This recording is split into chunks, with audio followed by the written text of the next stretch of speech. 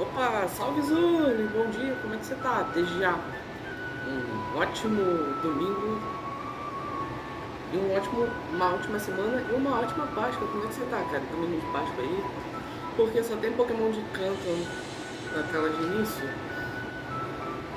Eu acho que eu acho que é mais random do que ser de canto em específico. Às vezes aparece o. Às vezes aparece o Brigatito, às vezes aparece os Pokémon de. Fala. Às vezes aparece Aí, ó. Viu? Acabou de aparecer o Swampert.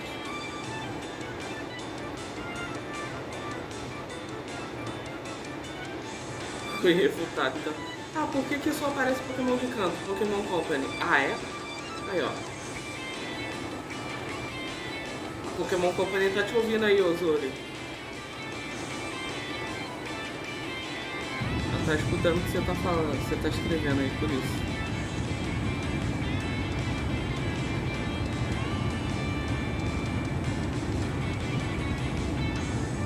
É, ó, Mimikyu.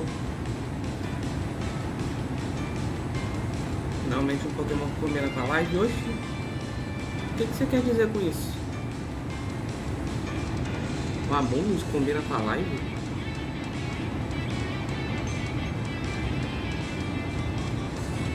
Não, não, é um Mimikyu. Ué, por que um Mimikyu em específico? Aí, ó, falei? Brigatito. Eu vou espirrar.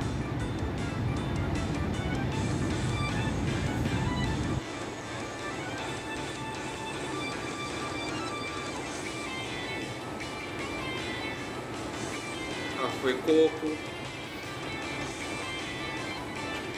É, agora, só porque você reclamou, vai aparecer um monte de bicho que não é de canto.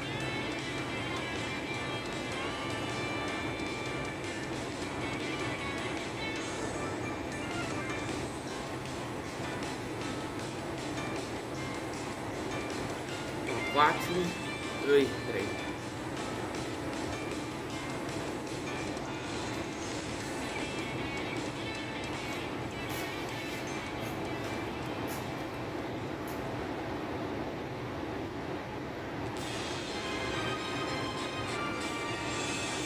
Lechonk. Eles estão repetindo os Pokémon.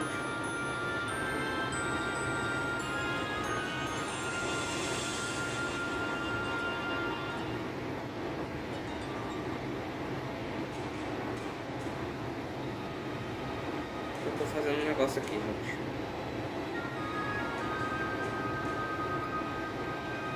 Aí, ó. Aí volta. Volta os iniciais. Quando começar de voltar, eu volto, gente.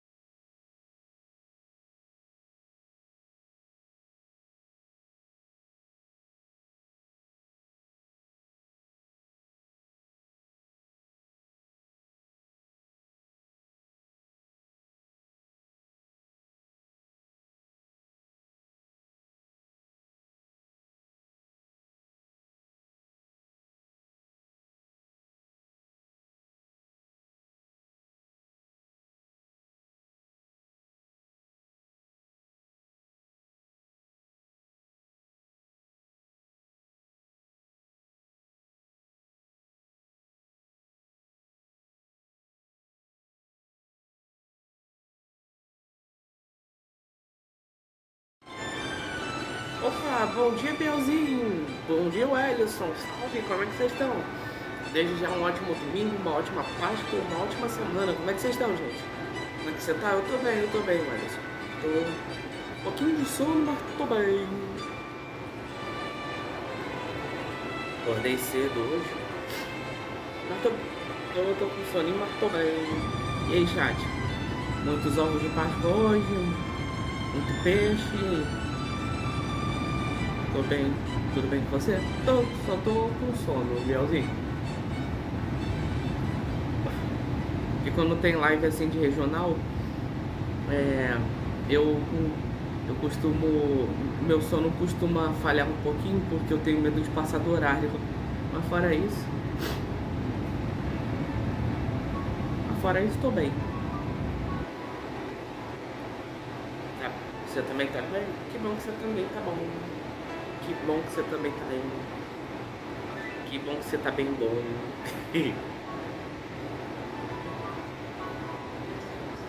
Esperar aí. A gente vai começar já os jogos. E é isso. Indra, encontrei a Cocô. Adorei jogar com ela, é muito divertido. Sim, é muito legal. O fato dela entregar o bombonzinho lá é muito da hora.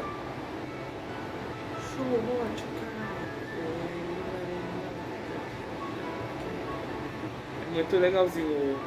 O bombonzinho dela é o chocolate, né? Aquela dropa é bem quebrado. É bem útil e tal.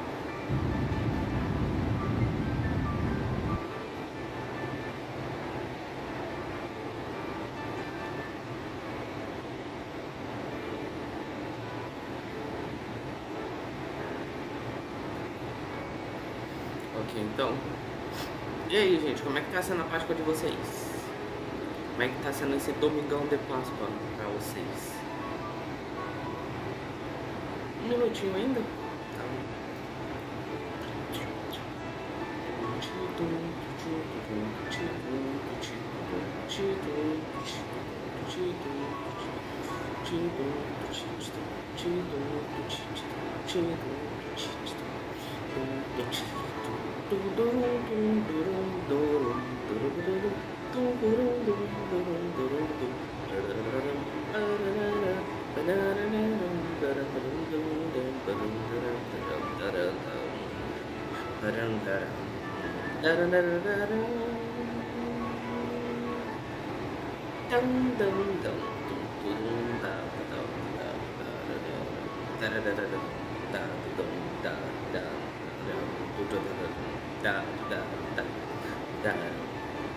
Tá de boa? Que bom que tá de boa. Mindras, hoje eu cheguei até o floor 18 no tênis. Boa! Aí, ó, tá quase lá, Alisson. Mais um pouquinho e você chega no floor 20. Gente, eu vou fazer o seguinte.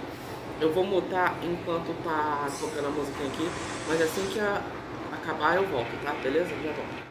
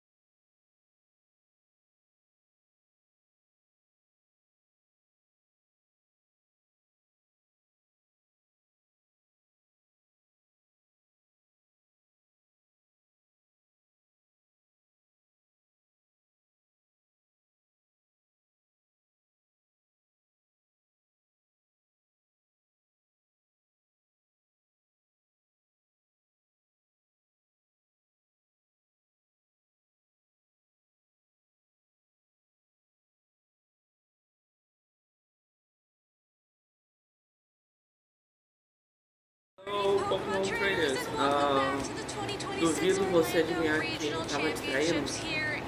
Você de você de pop. Some lovely traders who have their sights set on victory road, hoping to take home the crown and one of our few remaining titles of 2026 regional champion. Len, Rose, Jake, I don't know about you, but I think we're going to see some really tough competition today. Yeah, a lot of strong players out there trying to get their way into the top 10 and start progressing towards, a championship that's going to be given away by today.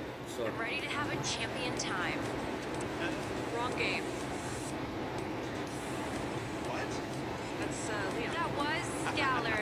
It took me a second, but I was like, you're right. That is the wrong game. It's okay. We're heading into Pokemon Champions, so I appreciate the thought. Yeah, see, it's the through line, you gotta get laid down the right curves now, and then see you guys April 8th. Era cara com Chilimpo. Ele tava de hack, o Alisson? Por um acaso ele flutuava?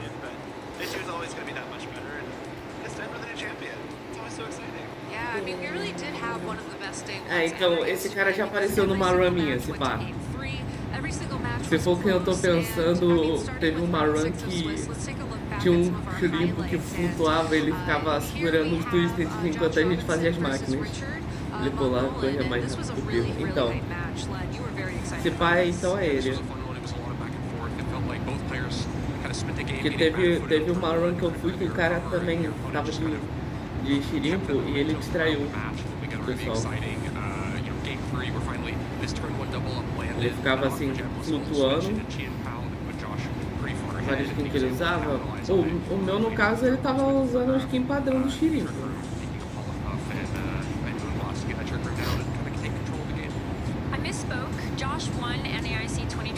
Ele tava de Chilimpo padrão mesmo.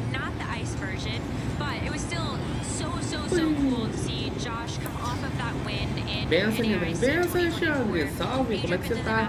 Desde já uma ótima semana. Um ótimo domingo e uma ótima Páscoa. O meu tava usando na vestinha de Páscoa. De repente não é o mesmo. Mas, muito engraçado. Uma pena que teve uma hora que eu acho que ele caiu. A gente não conseguiu. A gente foi até o. Acho que a gente foi até o Floor 15. Aí do 14, né? Do 15 em diante a gente foi solo. Tô bem, feliz Páscoa. Você pede muitos anos. Chocolate, claro. Ô, louco. Assim, eu acho que até o momento não vai ter como, mas obrigado. Mesmo assim. A Nindras está ali no Discord de novo? Boa. É bom pra conversar com o povo.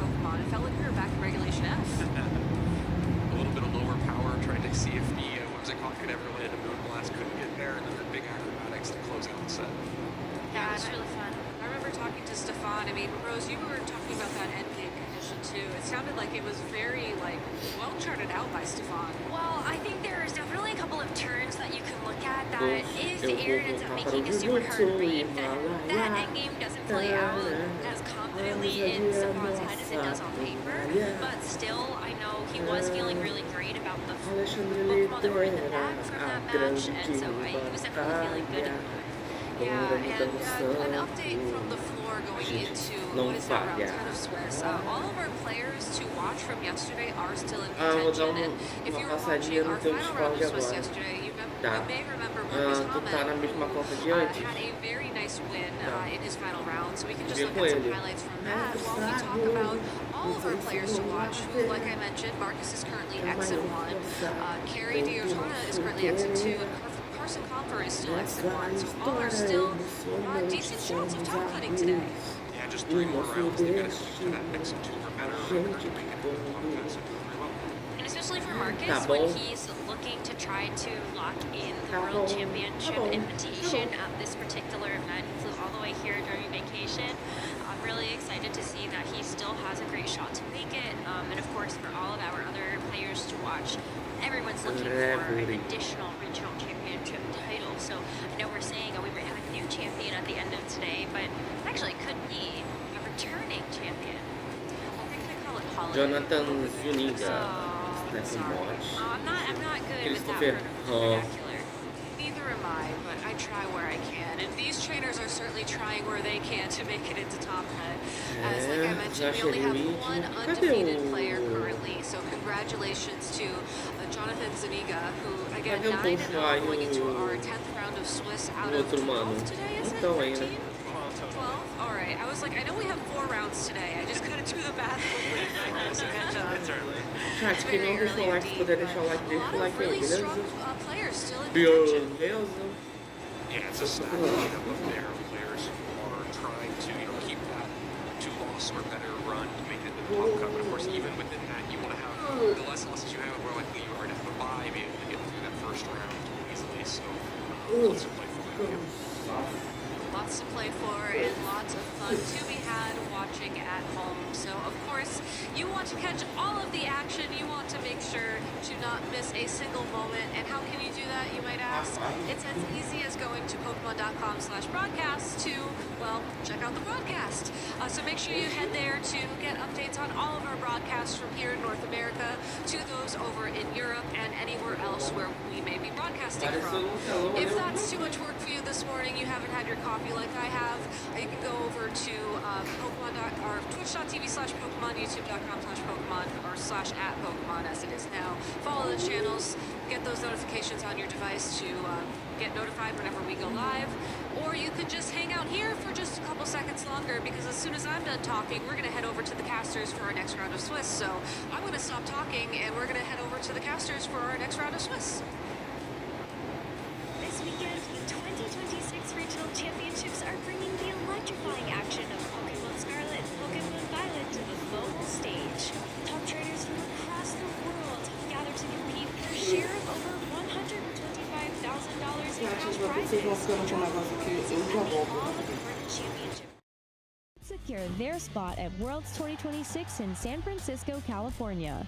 The journey to the top is a true test of skill and strategy.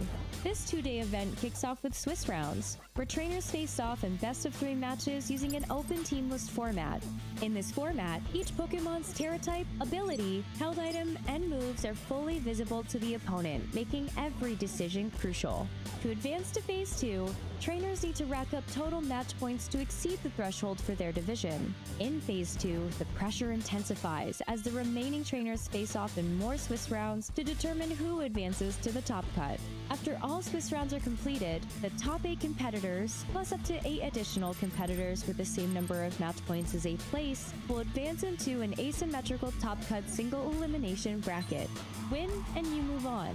Lose and your journey ends. Only one trainer will rise above the rest to claim the title of regional champion. Who will etch their name into the history books this weekend? And who will punch their ticket to Worlds 2026 in San Francisco? Don't miss a minute of the action. Stay tuned all weekend long to watch the battles unfold live. To stay up to date on future Play Pokemon events, visit championships.pokemon.com. Our competitors are certainly envisioning their names etched onto the trophy as the champion here in the Orlando region of America. I am Evan Lattin. I am joined by Yuki Zaninovich to kick off our second day here, our Championship Sunday in Orlando. Yuki, it was such an amazing day of battles yesterday. I have no idea what today holds for us, but I can't wait. Oh, absolutely. It's so exciting to see the standard teams doing so well, but also some really unconventional picks. I was looking online after the day, just relaxing, saying, oh, is that a Poliwag? Oh, is that a Toxapex? Yeah, there's a Poliwag. What's it doing there? And we even saw some of those unconventional choices like Stefan bringing that Raichu on the stage and, going undefeated in day one. So it's really, really exciting to see all this exciting Pokemon action. Absolutely, and these players are competing for a lot on the line. There is some fabulous prizing here, including $6,000 for the first place champion and included boosters as well. Alongside just, this prizing makes it so worthwhile once you hit that top 16, top 8, once you hit the top cut rankings. it's phenomenal, actually. Absolutely. And, you know, as you can get these prizes, it says, oh, you know, I can use this to go to more tournaments and have more opportunities for myself. So, yeah, these top players continue to give themselves, like, more chances to just get that champion prize that they're all looking for today. Absolutely. Well, we are ready to get into battle. Let's take a look at who is out in the field right now. We will be watching Jonathan Zuniga versus Jackson Ferris. Jonathan is our final remaining undefeated player at 9-0. Should he win this match, that will guarantee him in the top cut and very close to becoming the champion. But you can see lots of other incredible players still alive in the field. Yeah, I find it really exciting when you point out like the only undefeated is left, because it's not guaranteed whether they will stay undefeated for the rest of Swiss, right? Like there's only one, but they could still be 12-0 by the very end. Yeah, they still have to play all 3 rounds remaining. Yes, absolutely. And you know, we've seen some players actually go all the way with a completely undefeated run. I'm thinking of Tobias Kujitski in one of the very early parts of Sword and Shield, actually, with the Hard Trick Room team going undefeated. And yeah, can Jonathan Zuniga pull that off? And I think we're about to find out. Yeah, let's see if he can do it. He'll have to get through Jackson Ferris first and then 2 other trainers should he win this one. But these 2 players are facing off on stage. This is a huge moment for both of them.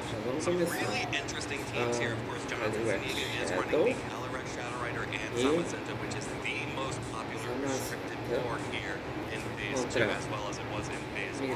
But Jackson is running a completely unique Miraidon and Terraphagos core here. Yeah, it's very interesting because both players, I feel like, are doing adaptations of something that's a little bit more standard. The Calyrex composition that we saw like Marcus Hoffman today, alongside Xianpao, opted to use Tornus for additional speed control on top of them. I see with Xianpao, but we see Jonathan Zuniga saying, yeah, actually, I want to have more priority access with the Dragonite and have a little bit more offense, and I'm going to rely solely on my Xianpao for that speed control, and also I want a little bit of more reliable redirection on corner mask instead of the Amoongus, which I think is Vamos lá, o time do Zona tem Zuniga, Zamazenta de Ruta Shield, Calyrex Shadow Rider de Fox, Xianpao de Assault Vest, Dragonite de Chase Band, Orgpon Máscara de Pedra e Raging Bolt de Boost Energy. Vocês estão me ouvindo direitinho, chat? Me ouvindo e ouvindo a transmissão? So some adaptations there very interesting, as clearly they have been serving Jonathan well during this tournament. Yes, absolutely. And with it makes sense to me on Jonathan's composition, not having that many Pokemon that are very slow, so something like Trick Room could be a lot more devastating than it would be for other teams. And over on Jackson's end, something I want to call out is the Electricity Jump Drop. E o time do mano Jackson Ferris, Miraidon de Choice Scarf, Terraphagos de Electric City, Incineroar de Rock Helmet, Iron Threads de Life Orb, Orgpon Máscara de Água e Sinistcha de Fox Ash. And also on these teams, it feels like it's similar. Sinistcha are like the 2 common partners for the Miraidon Terraphagos to get set up. Sinistcha great for fending off the fighting type attacks. That is the only type that can hit Terraphagos for super effective. And I remember when I personally was against this kind of team, it was always annoying for me to be like, oh, chat, vocês estão me ouvindo direitinho? Tá dando pra me ouvir? Tá dando pra ouvir a transmissão? Bom, falar eu tô falando, né? Acho que eu vou abaixar um pouquinho a transmissão pra ver se fica melhor pra me ouvir. Peraí, na verdade, deixa eu deixar assim mais ou menos. Eu acho que agora sim.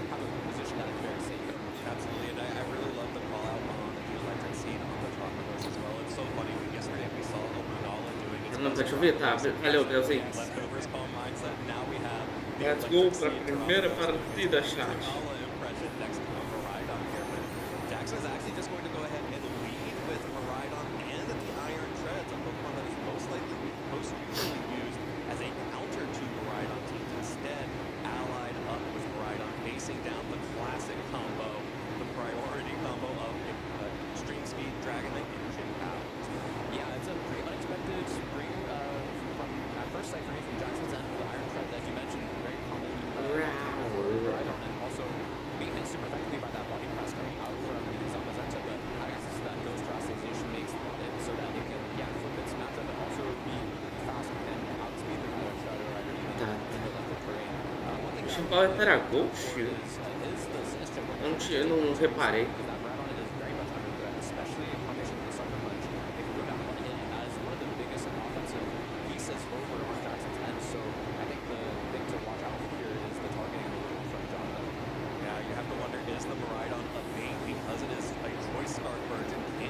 Também não see reparei. Jackson will immediately switch it out. This time for an Incineroar, not for the Sinistcha, maybe showing that the Sinistcha has not been brought here.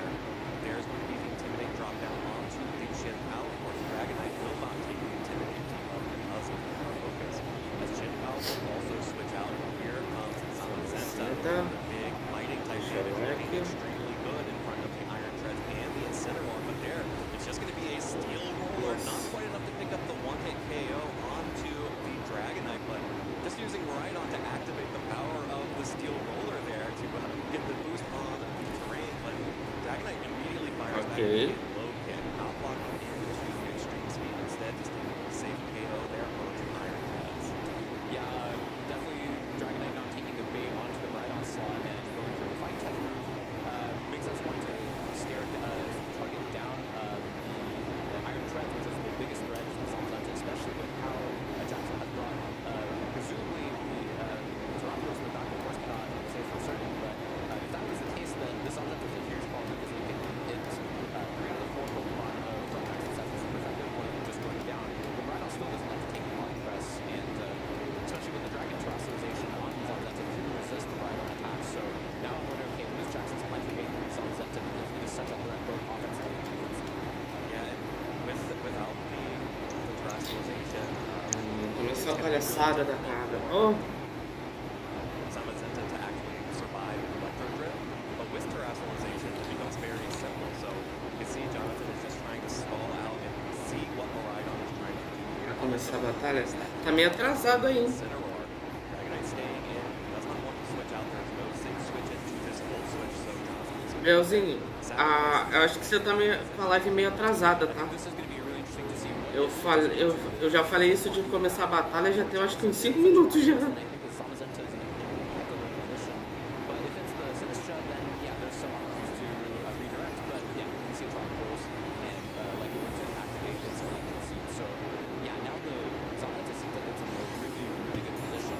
I think Jackson may have to make a call to which slot is the body press going to go into, since yeah, both of them are going to be hit for some direct damage, and Tropicals still going to take a lot of damage, whether it's going to a unit that terrestrializes. So may have to stay in its baby form right here, but in that case, yeah, the Calyrex could opt to double into it and get the Terra Shell first. So yeah, pretty difficult position here over for Jackson, especially since the Calyrex also has the sash. So yeah, without that Iron Treads anymore, the Zamazenta is just so scary, and Jackson just has to keep bouncing that Rhydon in and out, hope to finally not have to make a call on whether he will Electro Drift into that Zamazenta or needs to go for a Draco here. Otherwise, the Zamazenta really is just controlling the game right there. yeah, it really goes to show how difficult it is to have a choice along Pokemon when you are down the count and Deixa eu ver uma coisa, gente. terrestrialization, because your opponent can just safely protect, with no on-court pressure or anything. I can't get taunted really, so I think that's the difficult part here. And yeah, we start having access to the Willis, so we may want to utilize that to reduce the body press damage coming out from the Zamazenta, but just try to terrestrialize it. Okay, so Jackson is just going to go ahead and terrestrialize Tropicos, get that HP buff on that Pokemon, uses the Terra Shell, so we'll be taking more damage from the first attack. Just going to have to see how much that Electric Seed is going to do for Tropicos, as Calyrex is locking Incineroar into the makeout. This is why on-board Calyrex has been so aggressive. Zamazenta will target down the Incineroar. Isn't enough to pick up the KO onto the Incineroar, but who cares? That Incineroar is not doing anything for the rest of this game here, as the Terra Starstorm deals decent damage to the Zamazenta and a little bit into the Calyrex as well.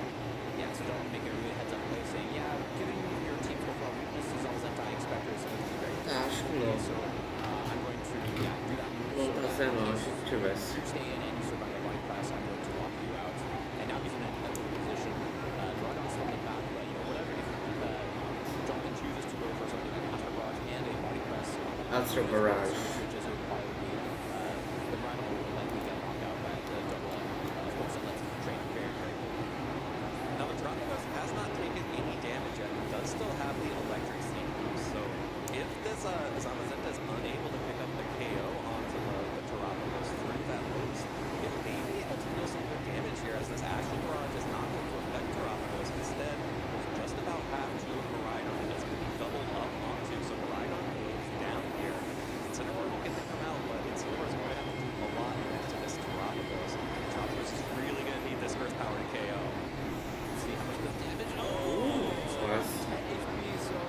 Resistiu, hein? Seeing the very high HP on Zamzenta and very Resistiu ainda. Achei que não ia resistir. so things Tomaram dano. and yeah, now it's two Pokemon that are both slow. Ô, And the Zamazenta, ô Bielzinho, confere se onde você tá assistindo a live tá o botãozinho de ao vivo. Porque você tá falando as coisas parece que tá bem atrasado pra tu. Really just trying to dodge a body press here, and then this assault vest Chiapao does not have the sacred sword. Instead, it's Ruination, Sucker Punch, mixed with Ice Spitter. So Ruination Pera aí rapidinho, gente. Já... the health away from the Terapagos, but that becomes less effective over time. And I don't know, this Terapagos seems like it could be a little scary if Jackson can just find a moment. yeah, but really nice play to go for the protect here. Calyrex still at a percentage where, yeah, likely will not go down to the Terra Star Storm, so being able to protect the Zamazenta from something like a fake out or any damage from the Terapagos this turn, while still, yeah, giving the opportunity to get rid of the Incineroar, which was threatening the Zamazenta, is very, very strong. Now the Calyrex could encore the Terapagos into Terra Starstorm while the Zamazenta starts to wide guard. And Ah, tá no ao vivo? Ué, é estranho então. Mas deve estar com um delay bem alto a live. No critical hit from Jackson. No matter what, Jonathan's got this locked up. Às vezes eu esqueço que a live tem delay. very, very strong position. Terapagos, what it doesn't like the most is to see all its friends get fainted and say, hey, where are my friends? You're supposed to protect me. You're supposed to give me my health back. And then, yeah, it's a bit of a sad turtle here, but yeah. Deve ser então. Eu imagino. Even with the with the +1 boost on the Grimnay, the damage to the Terapagos, Jackson was never able to get set up. Both from just the offensive threat of the Zamazenta, but also like even if Jackson had tried to sneak in a calm mind, we have the encore Calyrex to prevent that.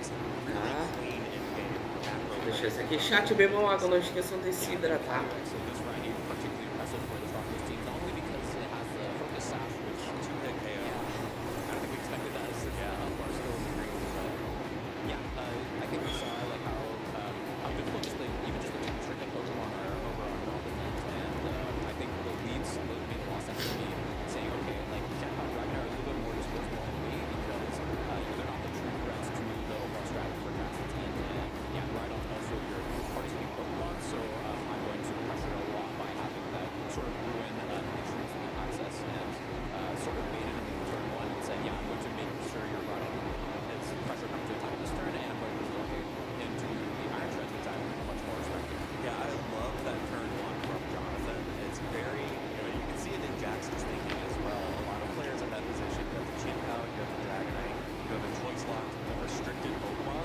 You think, of course, my opponent really wants to get that restricted Pokemon off the field. And most other players would just say, yep, I want to find easy KO on that Rhydon or Rhydon there. But correctly identifying that the Iron Tread was going to be the biggest threat to that Zamazenta, in fact, as well as the Calyrex, because with the train up, could outspeed that Pokemon. So really good targeting from Jonathan, identifying the true threat. Yeah, I think maybe what I would like to see from Jackson's end as an adaptation is how can you mitigate how good the Beleza. Zamazenta is, right? Like it could just freeze run across everything as soon as Jonathan saw that there was no Sinistcha in the back, like it was just, you know, a body press festival. Yeah. And is there something you can do, whether it's using Translation or using the Sinistcha this time to make sure that the Zamazenta can get so comfortable? I think that would be something I would look for. Yeah, absolutely. I think the options are just Sinistcha or Ghost Terastallization on the Iron Treads here for Jackson. But the Ghost Terra is still a little scary because you have the Chiapao. That's the whole point of the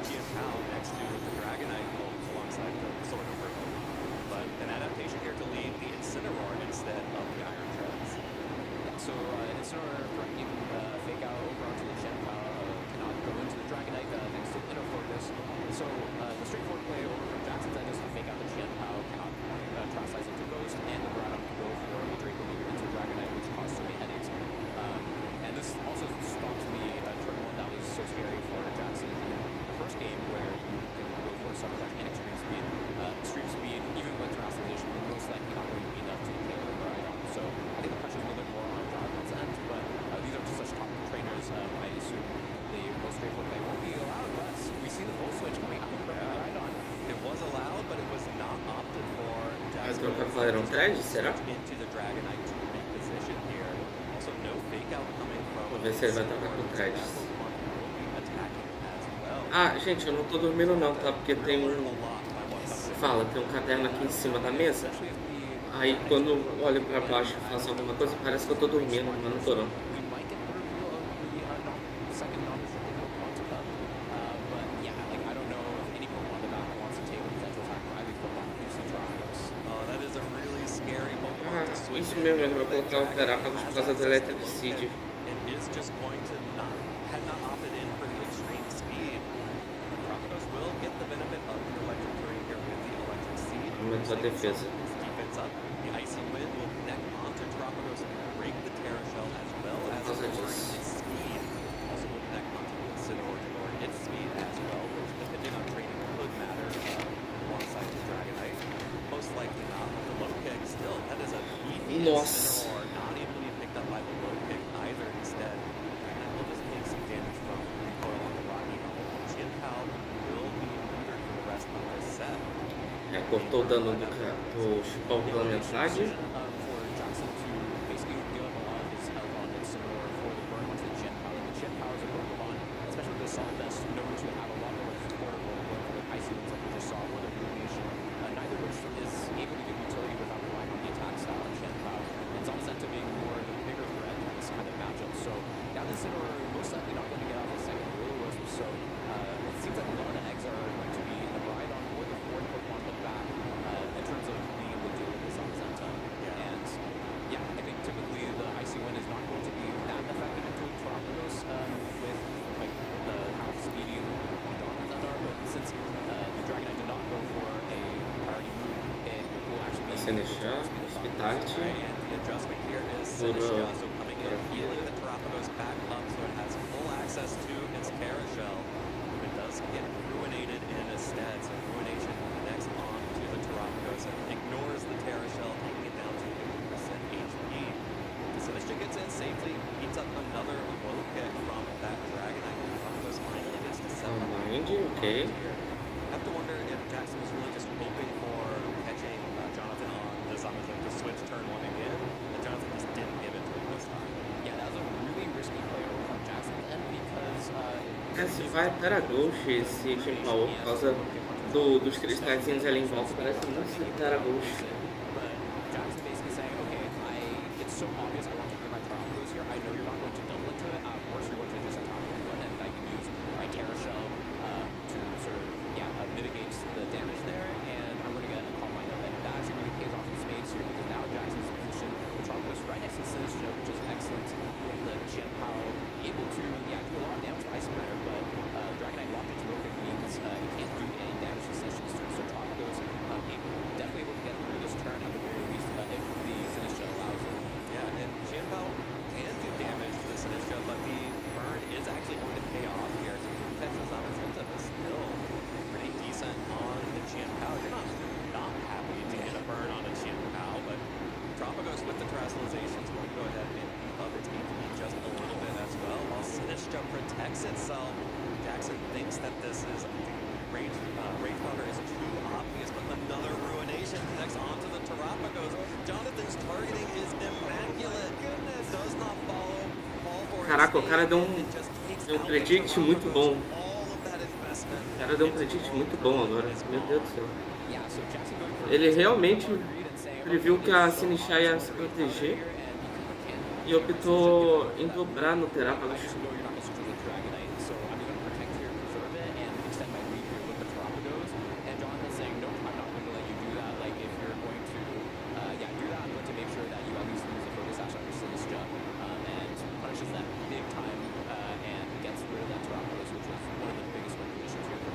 Absolutely, and we are seeing exactly why Jonathan's Liga is 9-0 heading into this round.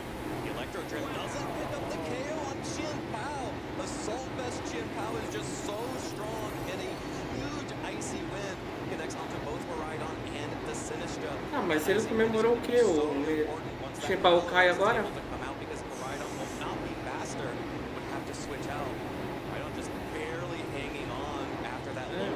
Ele perde o Dragonite e o Jinpao agora. Ah, o Burn vai cair. Viu?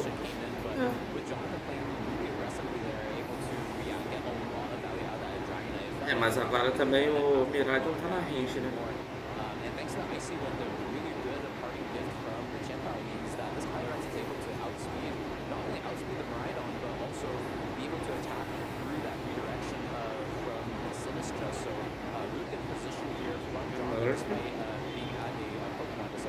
Nautilus Shield. Vamos ver. Ele vai ter que trocar o Miraidon pelo Incineroar aqui, se pá?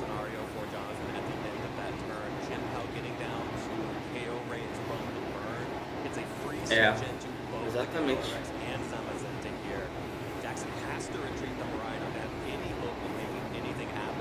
Eu imaginei que ele ia ter que fazer isso.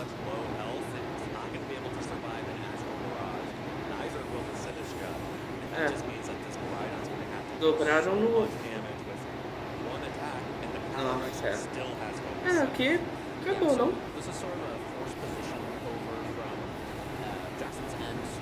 Aqui é GG, aqui 2-0 esse pá.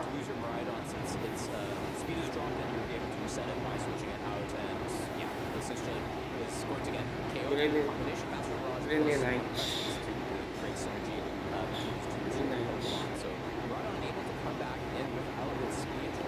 É que o Miraidon volta agora.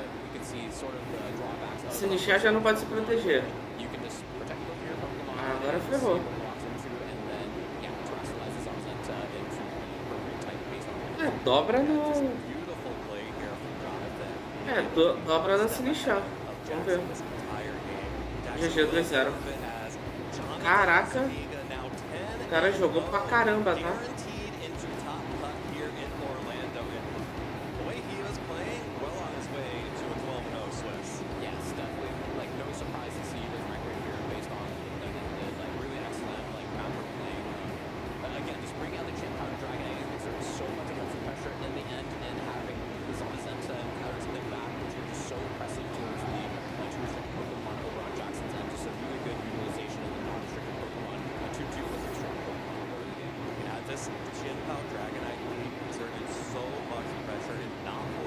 É isso. Já tivemos na nossa partida rápida aqui já. Primeiro.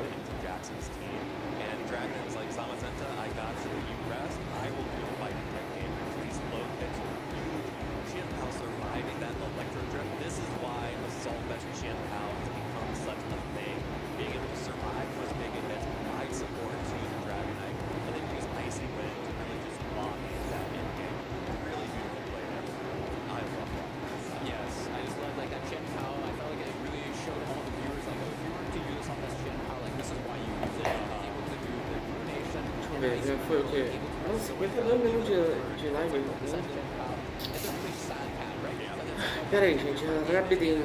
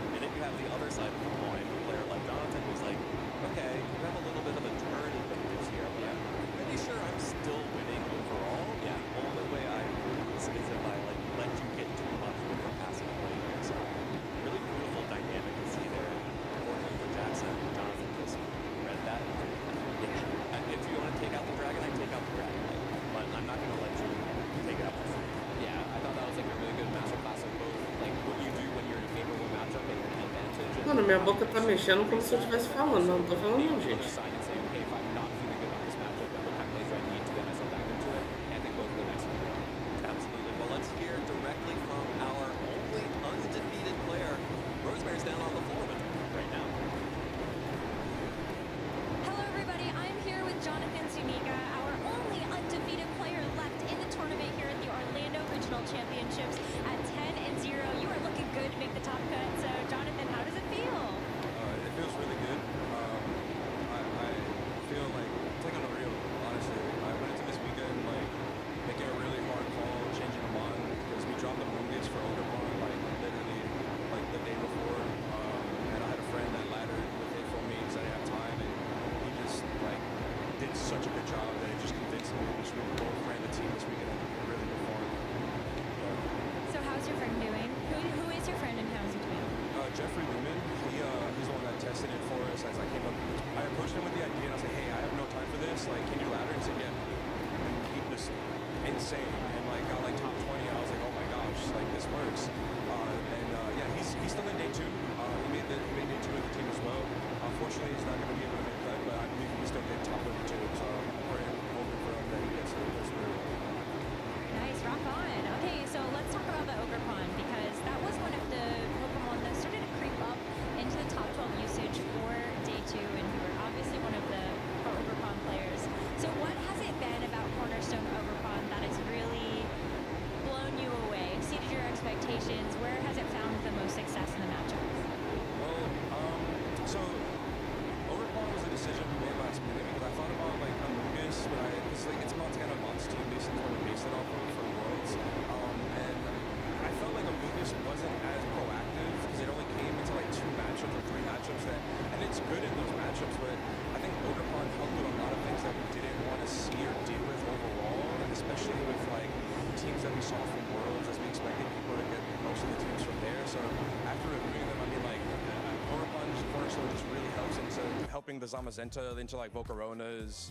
I mean, even into Sun teams, it can be a little bit proactive as well, just like Amoongus was. So it just felt like a better like thing to fill in that slot and cover for a lot of other things. And Taunt has been so useful on it. Like not having the grass move felt like it wasn't really needed since we had Raging Bolt. So it was really nice to have. I mean, I've been very impressed with all of the Ogercon Cornerstone play so far, so I'm very excited to see that Pokemon work. However, I will say, Jonathan, I'm a little disappointed. Looking back at the team that you brought to the World Championships last year, there was a Groudon on the team, and now I'm one of Groudon's strongest soldiers and fans. So tell the people, why did you switch teams? So for those that might not know, I did main Groudon, but I also main Zama CSR because I got top 16 in Portland with it. And I felt like going into this event, as I was testing, this team was like the call I made after Houston. I think that like Icy Wind Pow with Zama CSR was just so strong with Dragonite that it just felt like a no-brainer for me. And I just wanted to like make it far and make day 2 so I could kind of try to like go for my invite and lock in pretty much in the standing.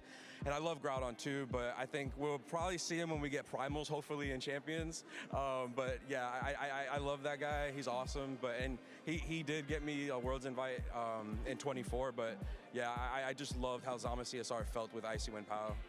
I remember that toxic scene in Indy. Yeah, so very much. I've noticed all the times that Groudon ends up doing well, but thank you for being one of those players. And I guess I can't say that I'm too disappointed given that you are undefeated in the tournament with the call that you made. Let's talk about the set that you just played, because I think, especially looking at how Game 2 played out, you had a really big call to just go after the Terapagos with Ruination and Low Kick. So what was going through your head in that moment saying, this is the time? Well, I figured that like Jackson really wanted to protect his Sinestro because if I had CSR in the back like I did in Game 1, that he really wanted to preserve that sash and also being able to cycle it to sack the Incineroar to then heal the Terapagos on the following turn. So I thought like since I got the Icy Wind on the switch as the Miraidon Volt switched, my Dragonite's already faster on that turn after that turn. So I said, if he doesn't Rage Powder, I'll ruinate the Sinestro to now break its sash for my CSR later and then really make it awkward for him to want to switch it on top of if he doesn't and he protects or he swaps and he goes in for the attack to kill my Dragonite and starts chipping my Chinpao for the Miraidon, I could just ruinate again and Low Kick should pick it up even with the defense boost because of Sword of Ruin. That Chanpao really loved you in this set. That Assault Vest was so clutch as well for that Choice Scarf Miraidon to fail the Electro Drift KO. So it's been exciting all around to watch you play. Jonathan, I want to make sure you get some time to just relax a little bit before you try to close out the rest of these Swiss rounds. So before I do that, any other shout outs you want to make? Yeah, I want to shout out my wife and my kids, our beautiful girls. I love you guys. Thank you so much for supporting me. My friends, my boys, we build Clouds, Reiki, Jose, Kian, Lou, Jeff again, Shiny. I love you guys. I wouldn't be able to do this without y'all. Sander as well. You guys are the goats and always supporting me all throughout. Congratulations on the record, Jonathan. Best of luck in the rest of the tournament. Now we are going to send it back over to our Florida mate in the swamp, Jake, and he's going to tell us a little bit more about this match.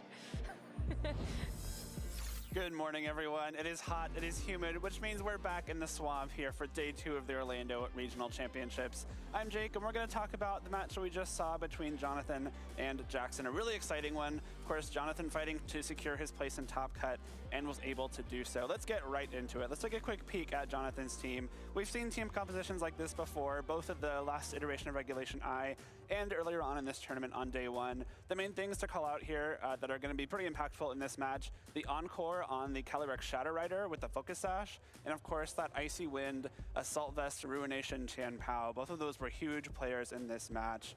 Going forward over to Jackson's team, it is another take on the Trapagos. We got to see it with the Calyrex Shadow Rider earlier on in the tournament with more of a leftovers, maybe a slower Calm Mind setup set.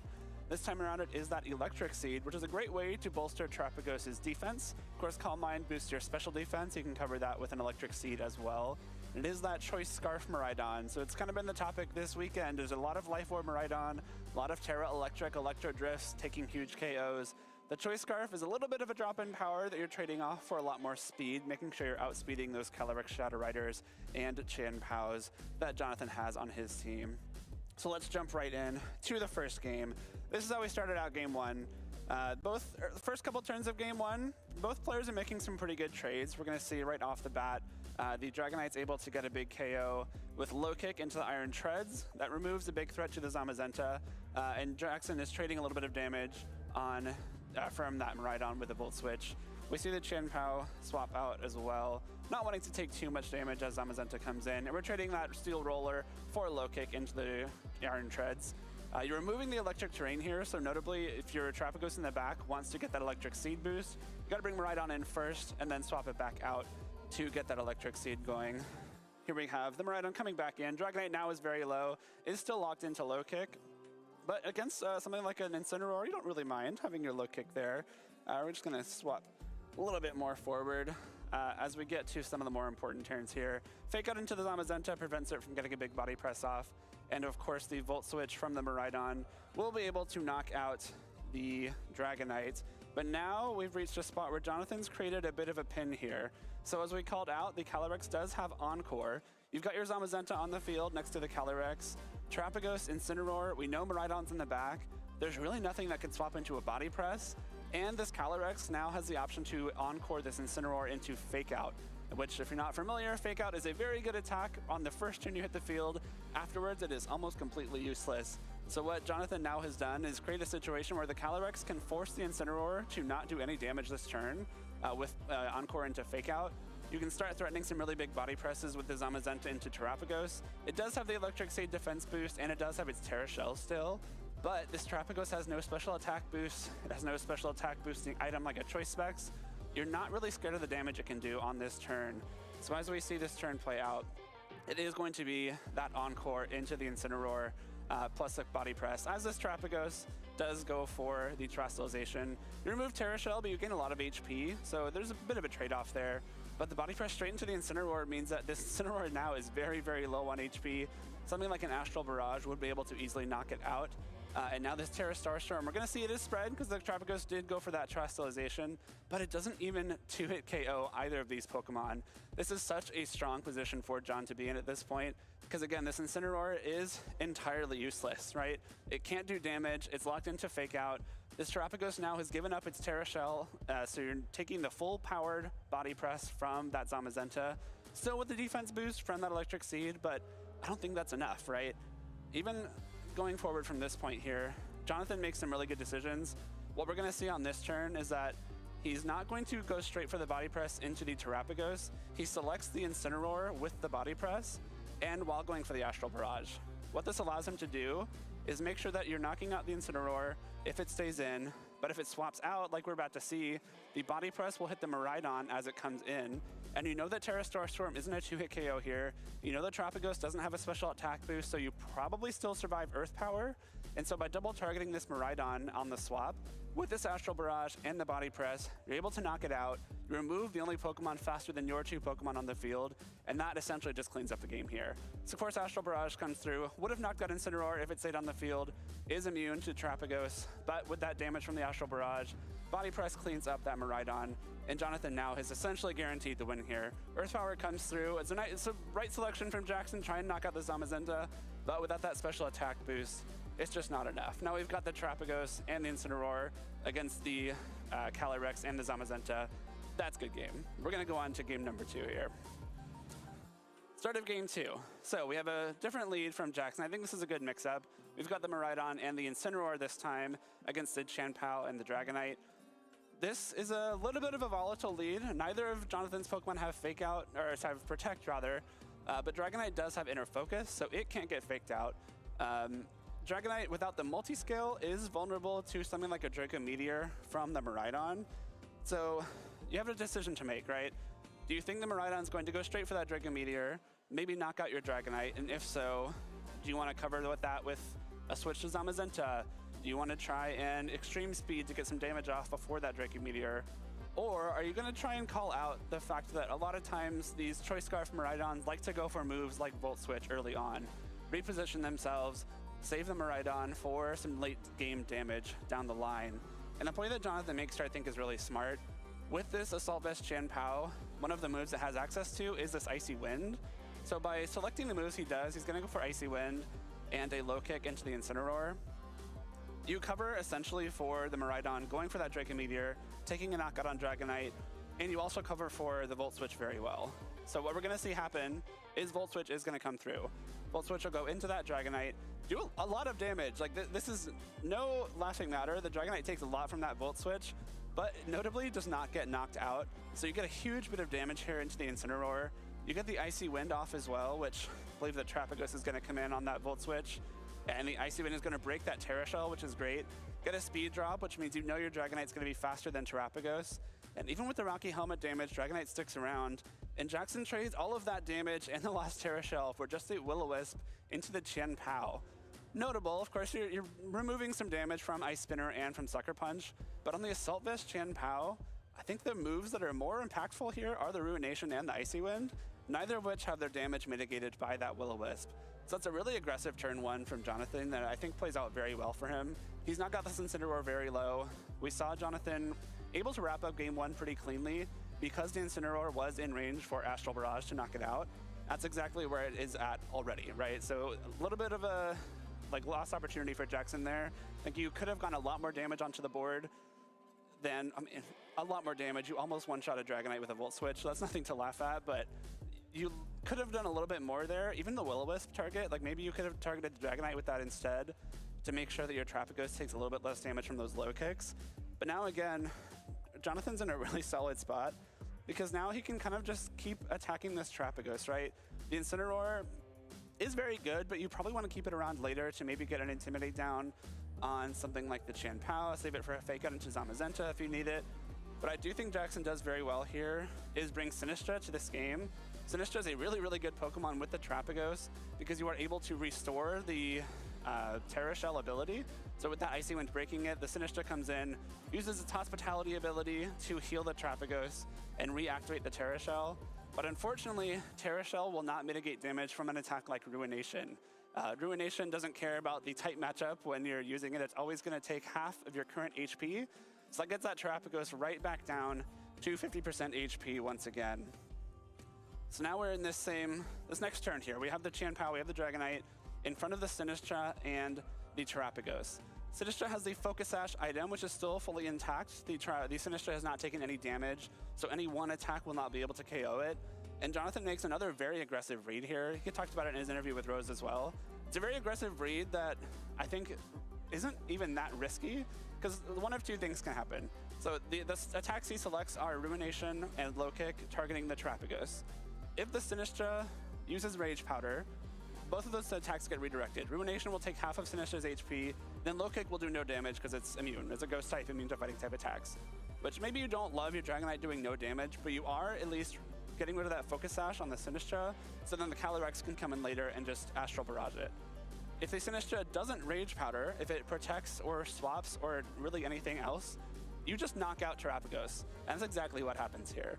So a very aggressive play from Jonathan, but again, the negatives of this play not working out really aren't that negative. We see the Terapagos even go for the Trastalization, hoping to be a little bit bulkier, maybe give it a good chance to survive something like this combination of Ruination and Low Kick.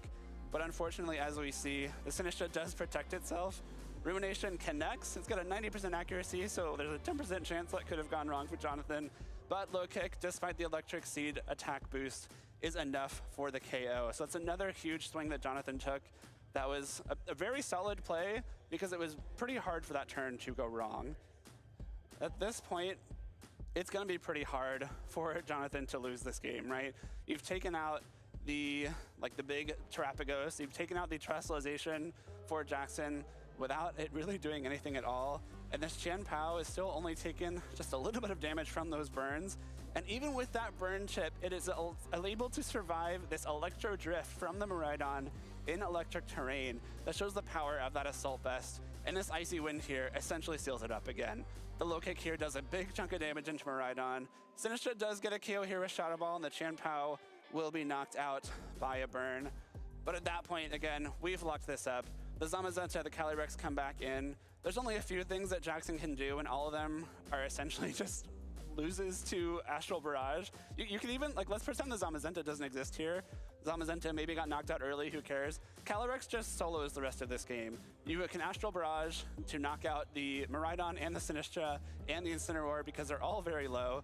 And the Focus Sash means that even though Miraidon's faster, you don't care. You get those Astral Barrages off. So Jonathan wraps up this match, is able to send himself into Top Cut. And we joke this weekend, I'm a former Florida man. I'm also, at this point, a former Texas man.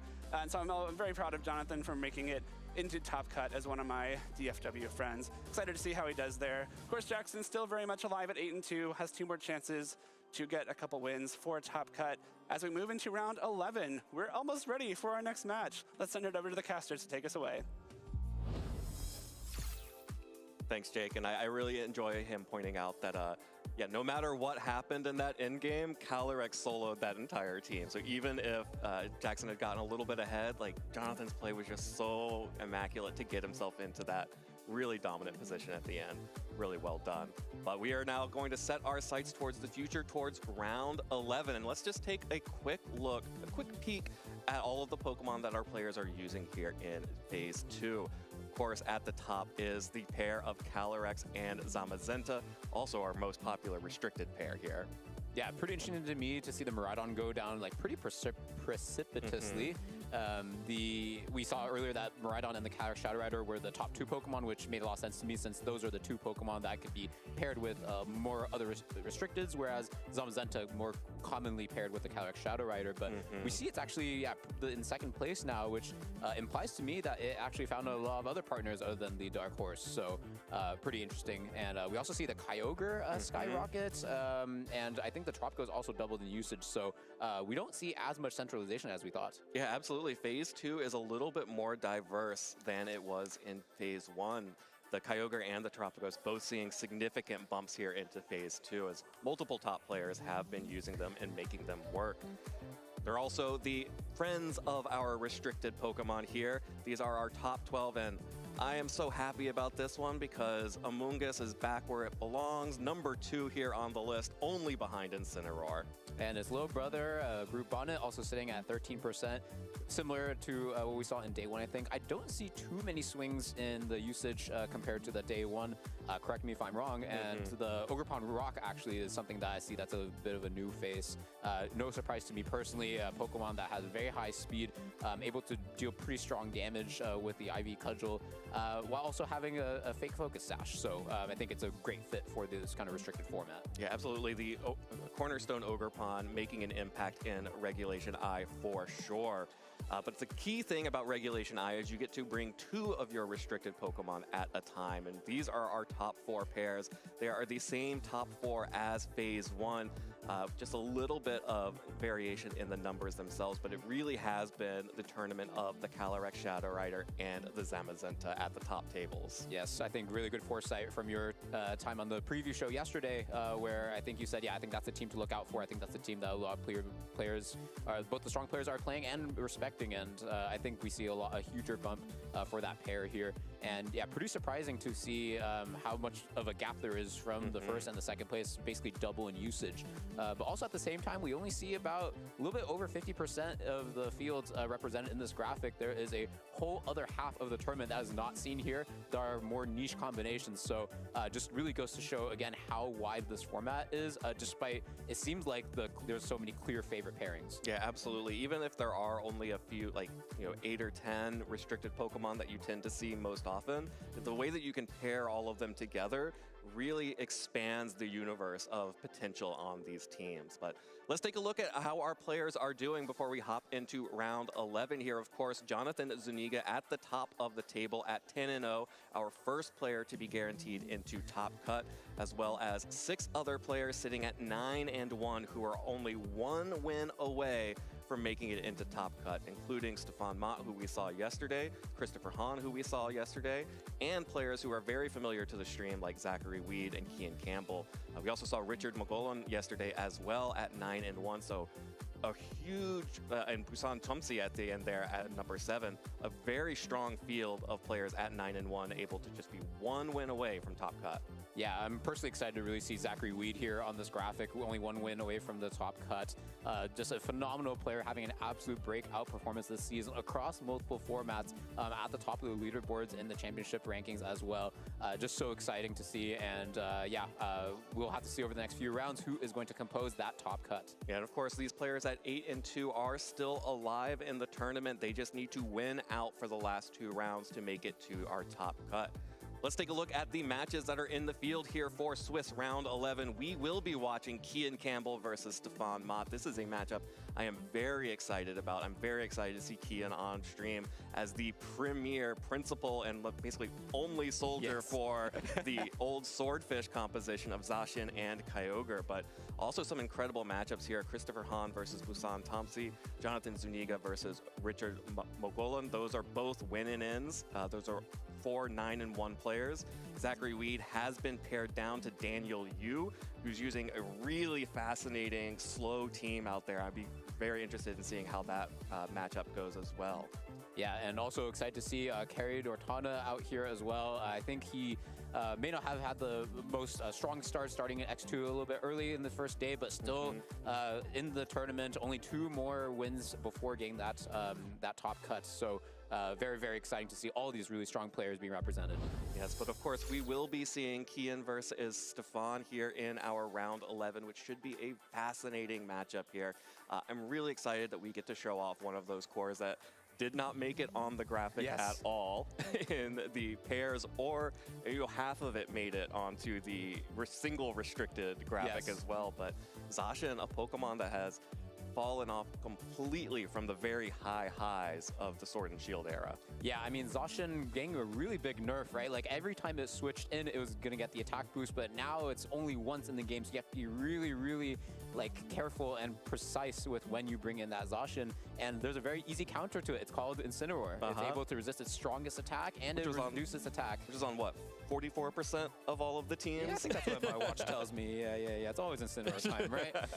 But yeah, Kian really, as you mentioned, one of the big masters of Sword and Fish combinations, showing, Kyogre can patch that weakness and really be surgical with how he brings that team. And to me, like, if I think of the Kyogre player in this regulation, I think of Keon Campbell first, just having a lot of success with that team. So I'm personally really excited to see him face off against Stefan Mott, which we already featured yesterday, on top of being an extremely strong player, having that very, very unconventional team.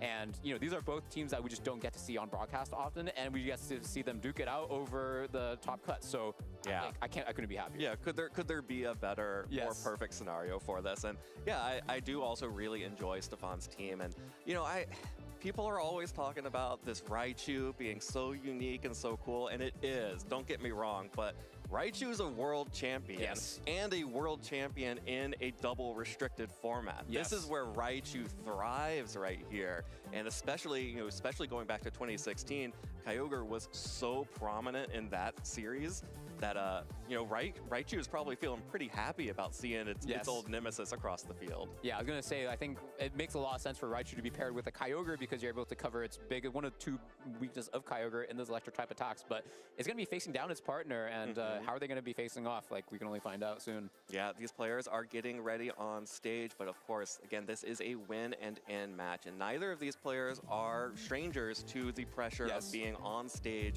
for their win and end here. As you can see, Keon Campbell is on the left side of your screen, and Stefan is on the right, of course. Keon is staying true. Kyogre, Zacian, Calyrex, Ice, Zamazenta. Eu falei que ia ter um Zacian nesse mundial, ou nesse regional. Me chamaram de delícia. E o que eu previ aconteceu.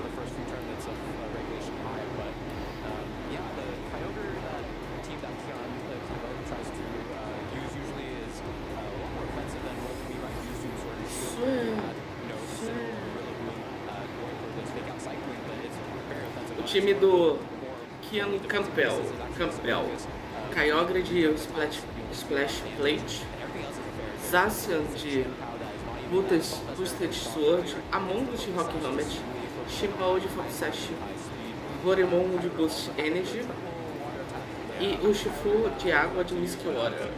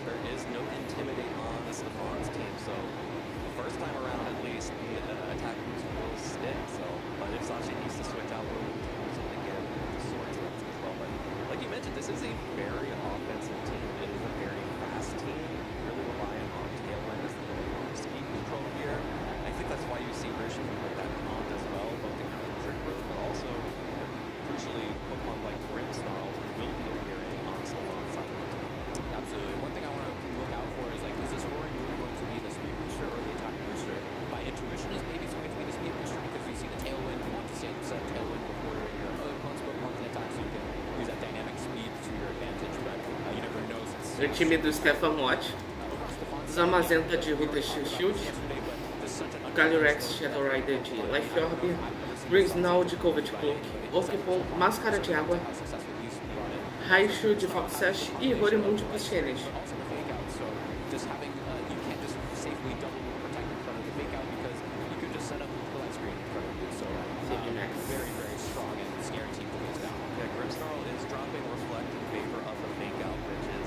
Fight. Ai, mal. Ai, mal cai.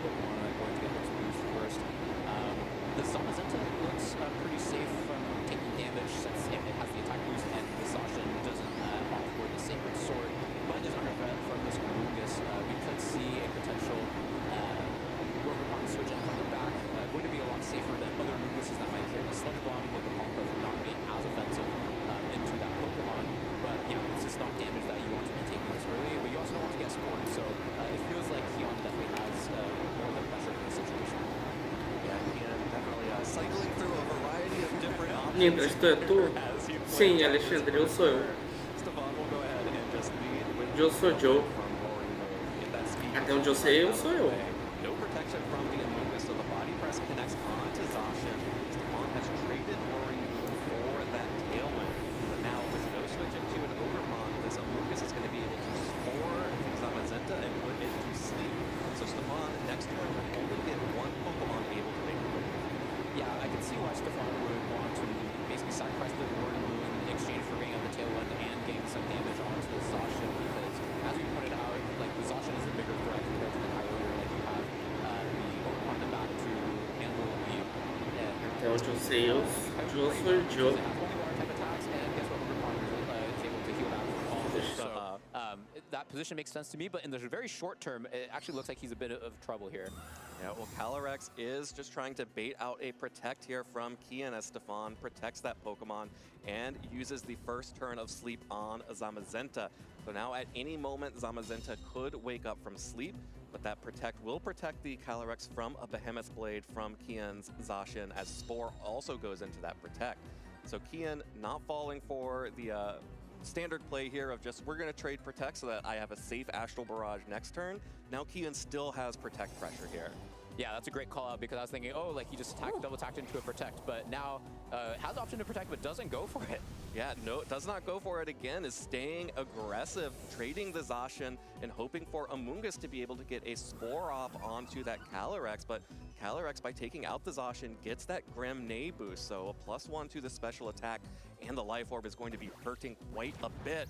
Zamazenta does wake up, but isn't able to pick up a KO onto that Amoonguss thanks to the resistance, and Amoonguss is spreading the sleep here. Now Calyrex is asleep and will not be able to move next turn.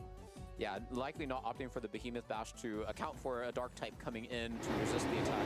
Ó, Dragas, salve Dragas, como você tá? Desde já um ótimo domingo, uma ótima semana e um ótimo dia de Páscoa. Comendo muitos ovos aí, Dragas? Ovos de chocolate, tá? Antes que você pergunte, tá? Antes que você pense alguma coisa, ovos de chocolate. De chocolate.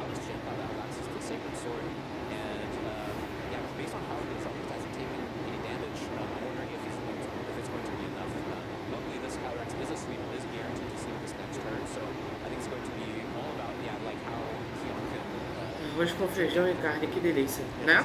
Vou comer um franguinho. O cara tá fazendo baladinha, ó, o Dragapult, salve Dragapult! Bom dia, desejar um ótimo dia pra você, uma ótima semana e um ótimo domingo de Páscoa. Comendo muitos ovos por aí também?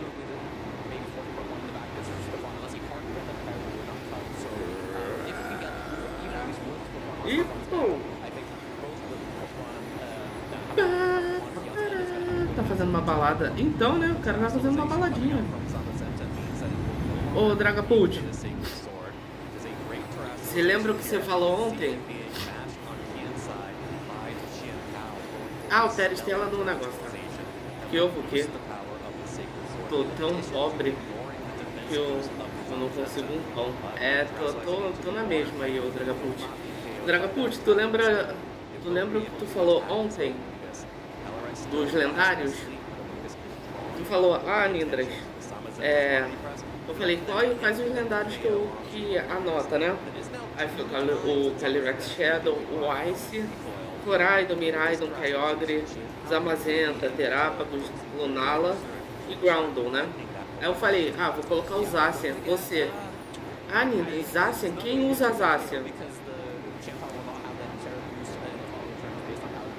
Quem usa Zacian? Já diria o grande filósofo Thanos, me chamaram de demente, mas o que eu previa aconteceu. Tá aí. O cara pode até perder, mas ele usou. E tá aqui. Um uso de Zacian, tá aqui, tá? Está registrado. Mas eu falei que ia ter.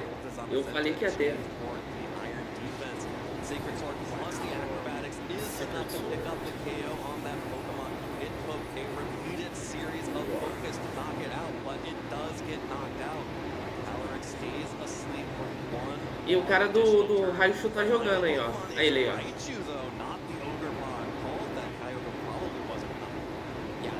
Mano, o Raichu, o PNG do Raichu é tão pequititinho que, ó, ele não aparece na frente. O Foco Sash cobre ele, coitado.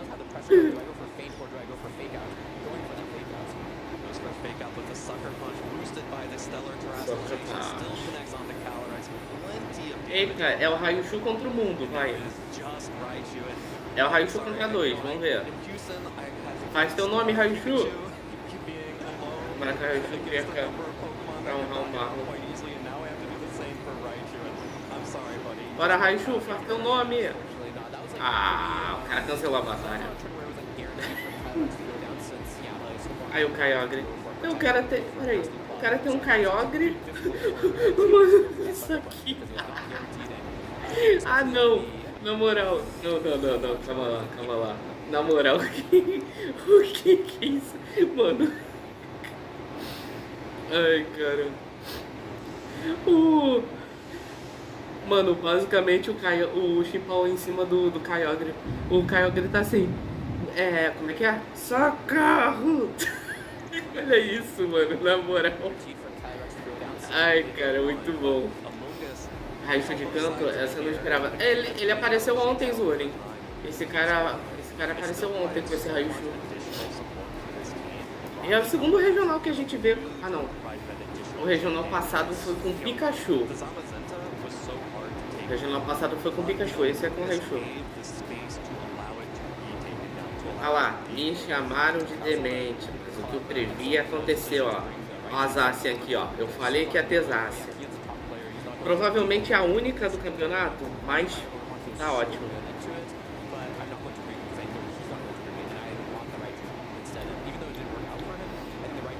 Não, sabe o que é engraçado? O Dragapult mandou assim: tomara que o Raichu perca. Tomara que o Raichu perca pra honrar o Marlon. Ou seja, Dragapult, você prefere que uma Zacian vença? Ele foi com o Pikachu. Sim, o Zurli. Regional passado, o regional de Sevilha, teve um cara que foi com o Pikachu. A gente viu na transmissão. Ele foi com o Pikachu na... Eu não lembro se ele chegou a jogar com o Pikachu, né? Ele, no caso, usou o Pikachu assim. Mas no time do cara tinha. Olha lá de novo. O cara fazendo baladinha. Ele fazendo baladinha com o Terestral. Gente, encontramos o Ash do VGC.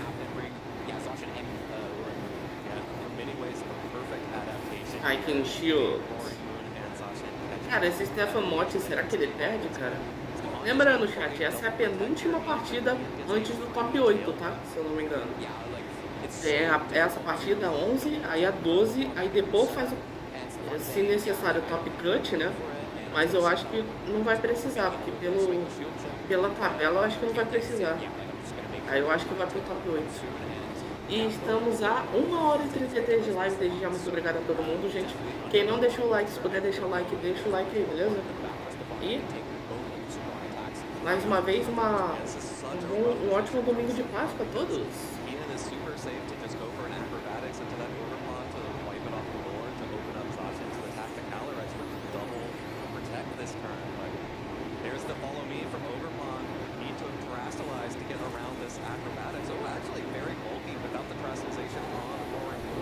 Indras, eu vi aqui. O que? Tem um Calyrex no regional. Calyrex? Tem um Calyrex? Sério? Ele tá entre os 16? Caraca, que massa! Não tem um usando cavalo, que raro. Aí, tá vendo? O pessoal tá fazendo essa loucura só porque é o último regional, o Dragapult. Só porque é o último regional de Scarlet Violet, por isso. Sim, Calyrex é cavalo. Isso que eu acho engraçado, né? O pessoal chama de Calyrex Ice Rider e Shadow Rider.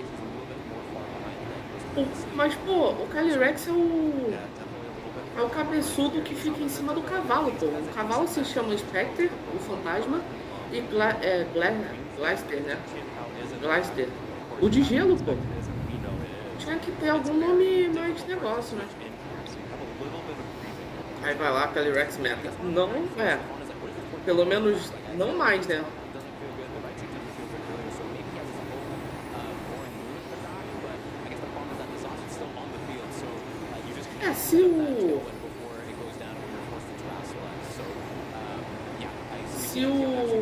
Se a Pokémon Company já definiu o meta, cara, provavelmente a gente vai ter lendário então no Champions.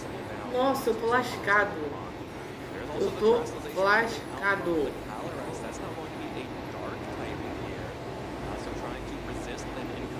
Eu estou lascado.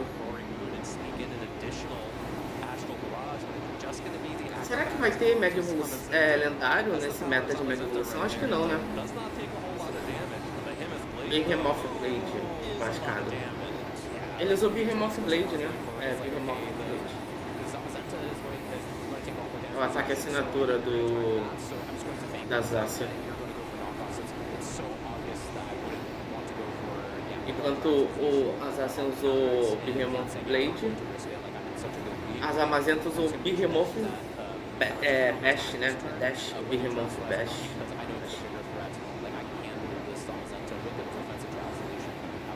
Cara, é engraçado como o Horimun ganhou espaço, né? Eu era um bicho que eu acho que eu não dava nada por ele, mas o pessoal tá usando bastante, cara.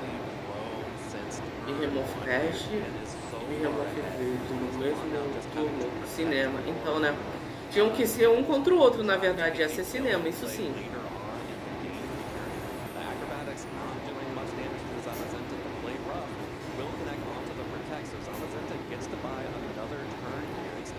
O Dragapult, o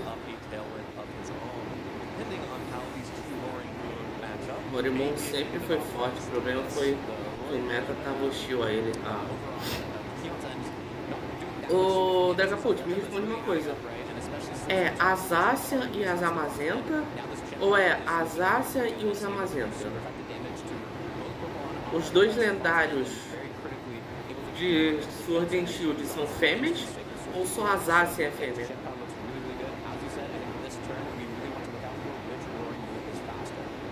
Ou os dois são machos? A Zacian e os Amazenta.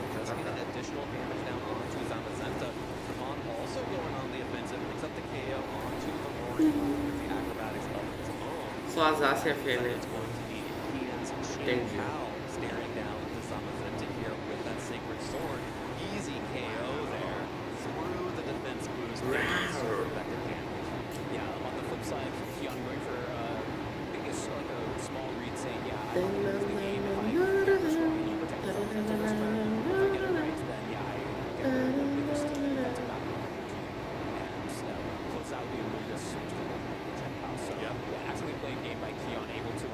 Dois 0? Caraca, outro 2-0. Nice. É, o cara do Pikachu, do Raichu, perdeu. Ele ainda não tá derrotado, tá? Ele tá 8-2, se eu não me engano.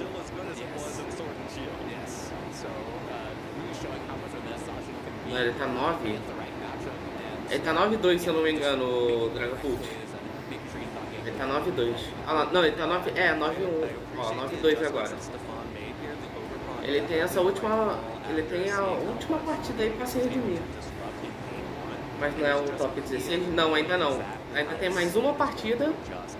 Se tiver muito discrepante, deve ter o top cut, aí vai pro top 8.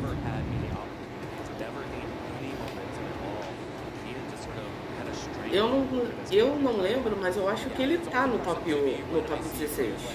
Quer ver? Deixa eu dar uma olhadinha aqui. Eu acho que ele tá no top 16.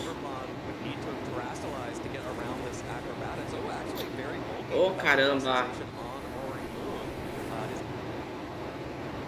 Deixa eu ver aqui.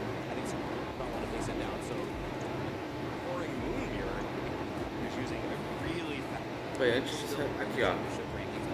Esse é o top 16, ó.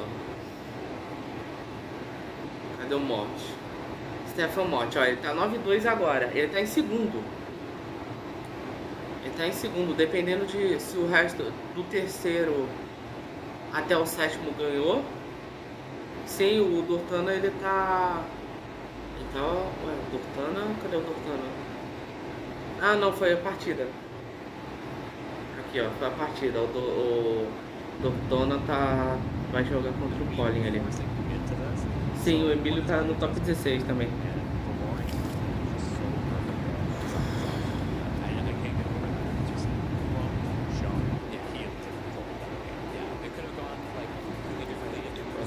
Foi eliminado? Não sei. Pelo menos nesse top 16 aí não tá. Vamos ver no próximo.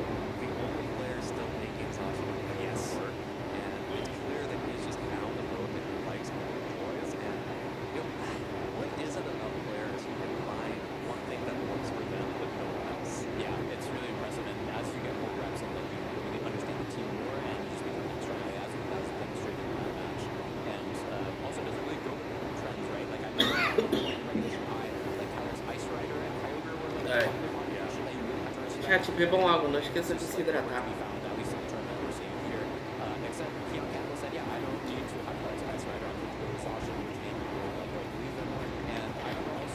Aliás, vou pegar água também e já volto. Maybe a bit more worried about in the mid parts of Regulation I, where a lot of people said, oh, I don't know if I have a matchup into this. And then they adapted, and then I think they had a matchup. But Kian's saying, yeah, I'm not going to go with the trends. I'm going to stick with Kyogre Zacian, and really saw it through and paying off in dividends. Yeah, absolutely. Here is another top cut for him here in Orlando. Really strong play overall throughout that entire game. It really did feel like it was Kian's set to lose. And yeah, part of that is the matchup, but a part of it is, you know, you can have a matchup, but we've seen, I have been in plenty of situations where I have had the matchup and found a way to lose it. Yes. So it's also just so impressive to be able to stick to your lines and make sure that you know exactly what you're doing to take those advantages and move forward and make sure you don't, like, in that second game, Kian had the momentum and then just kept adding more momentum on over and over and over again. Yeah, especially impressive when you don't have lines to follow. Like, I'm sure he saw like what he's playing against and was like, oh, I don't think I have lines into this. What am I going to do here? And then improvised and just made it work. And yeah, I don't know if the players like knew, like at what point they figured out like who has a better matchup, who doesn't. But yeah, Kian, as you mentioned, just able to extend the lead that he had and never let go. Yeah, well, let's go ahead and hear directly from him himself and if he thought he had the matchup or not, or how he felt about that game. Rosemary's down on the floor. Rosemary, take it away. Thanks so much. I'm here with Kian Campbell, the winner of the last match on stream. You now have enough wins on your record to be closer to that top cut. So how are you feeling moving forward? I'm feeling really good to lock up the top cut. It's my third one in a row, and I'm just really happy right now. You've been on a roll. Yeah, top 16 at Houston, top 16 at Seattle. And so I know the goal is to get further than that, but how confident are you feeling knowing you get to return to a regulation where your Worlds team is still super good? Yeah, I was really excited when Reg I came back because I knew I could run back the Worlds team. I lost the win-in for top cut at Worlds, so I was really excited to get another chance to run it back, and fortunately, you know, I got it here. So. Are you also going to be going to LA? Yeah, I'm from Arizona, so LA is really close. So I'll hopefully be running it back as well. Try to, you know, get 2 wins maybe. We'll see how it goes. Well, let's talk about it because you've been the Kyogre stan. You've been running Kyogre since the last World Championships. You also got top 64 at NAIC with this team. And so what is it about Kyogre and Zacian that has made it a staple in your gameplay? Yeah, so I've been using Zacian since seniors back in 2022. I just really love it. And so going into Reg G I picked up Zacian, and then when Reg I came around, I was like, well, I've spent so much time on it, might as well pick it up. And it took some time to get the team together.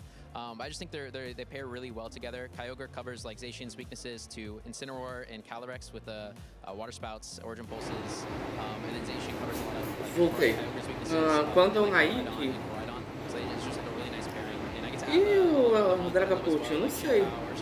focus. Eu teria que I parar, mean, despite pausar a that, we transmissão actually aqui didn't see pra ver. Kyogre at all in that last match. So talk to me a little bit about the thoughts you had heading into this matchup versus Stefan. Why Mas when eu Stefan Yeah, acho... so Stefan and I had Tá, a gente já teve o Laik e o EUA, né? So it was kind of funny when we ran into each other. We're just like, yeah, none of us Provavelmente changed our teams, so we kind of had to remember what each other were doing.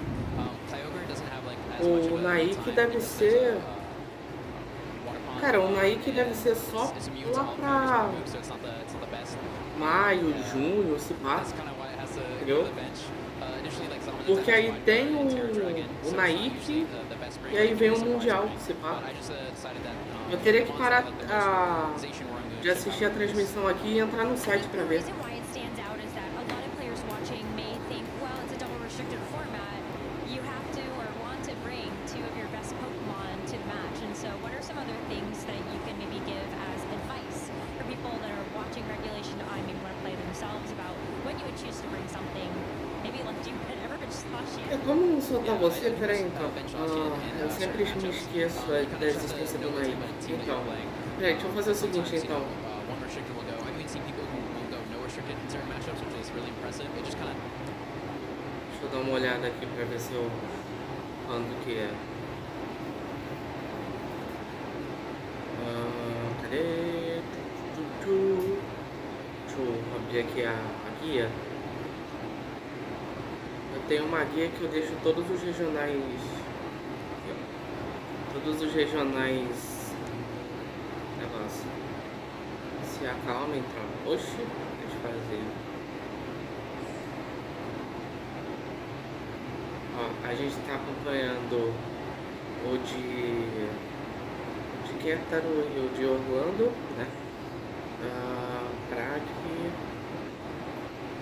Los Angeles, o de Campinas, do Crash, Lima, Indianápolis, Turim. Ué.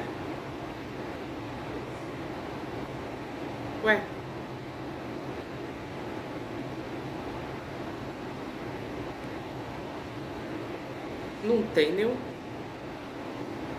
Não tem nenhum Naik aqui no calendário não, Marlon. Não tem nenhum Naik aqui não.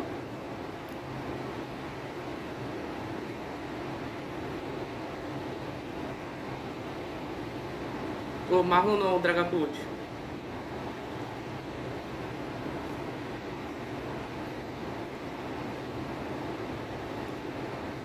É. Trash. Será que já teve? Será que já teve o Naik, pô?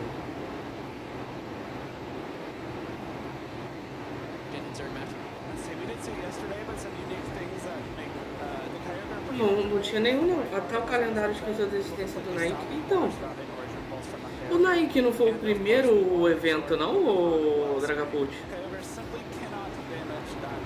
Foi o Naik, depois o Laik, depois o EUA, não foi não? Se pá, primeiro foi o Laik, tem certeza? Ué.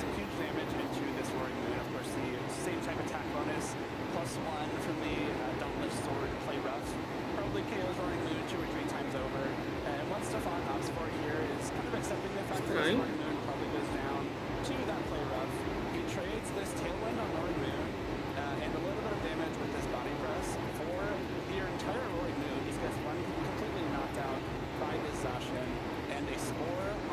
A gente pode dar uma olhada na sala onde o pessoal fica conversando. Os casters ficam conversando. Ali tem um mural. Ali de repente deve ter alguma coisa falando do Naik, ah não?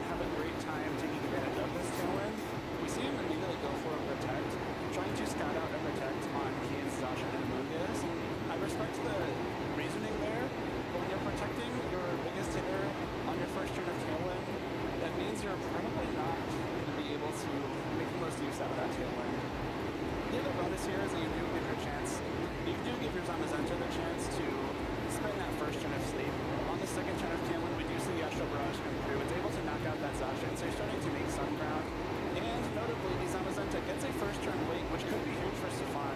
The Astral Barrage damage for the Moon is pretty low. But by opting for Body Press instead of the Behemoth Bash, the Steel type attack, this actually survives and is able to put the Calyrex to sleep. So you've got one of your restricted Pokemon back, but unfortunately, you do not have your other Whetstone because the Calyrex immediately goes to sleep.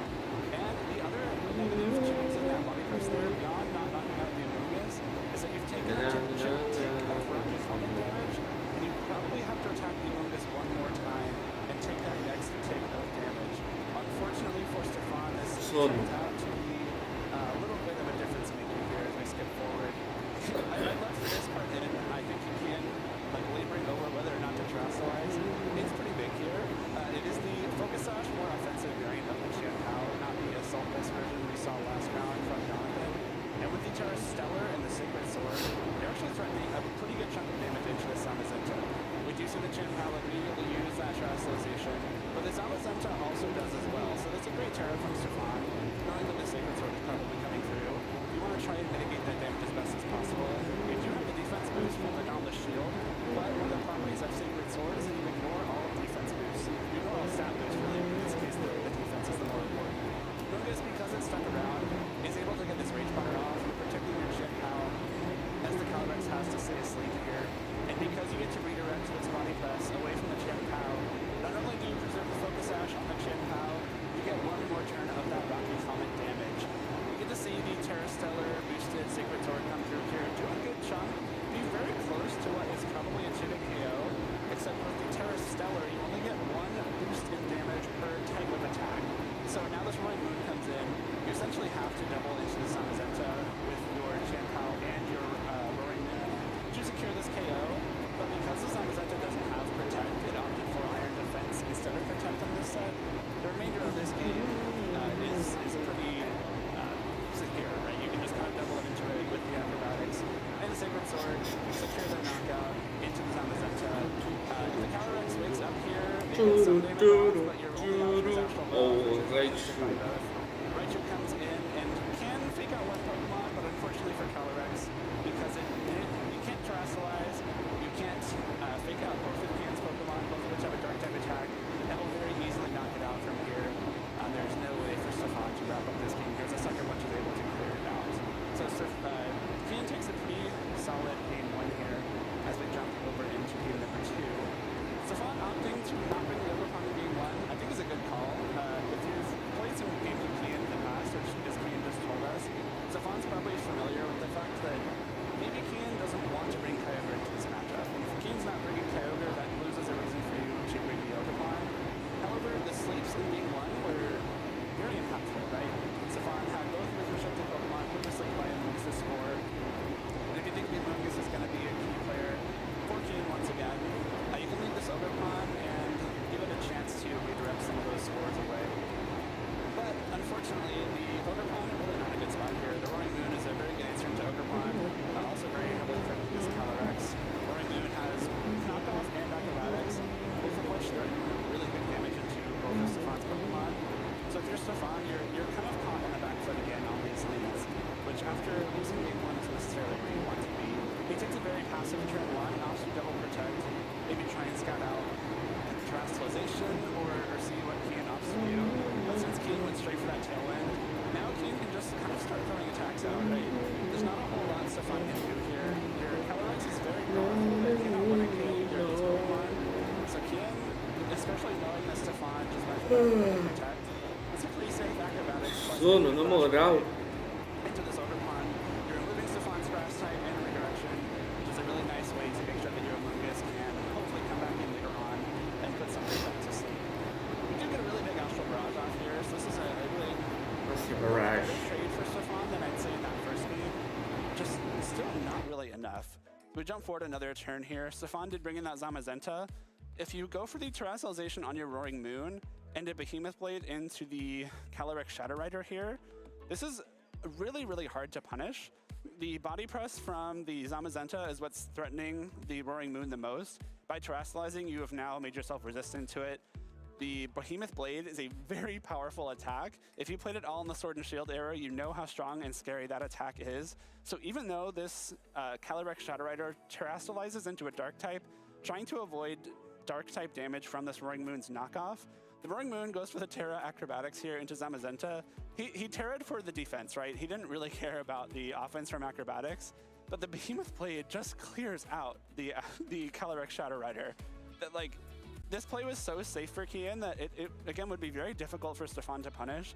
Knowing the Behemoth Blade will always KO the Shadow Rider, you can pretty freely terastallize your Roaring Moon away from its Ghost type resistance, give it that flying typing for a little bit of a damage boost into that Zamazenta, and also just making sure that you're not losing that Roaring Moon for later on in this game. So Stefan loses that terastallized Pokemon immediately without having much to do with it later on.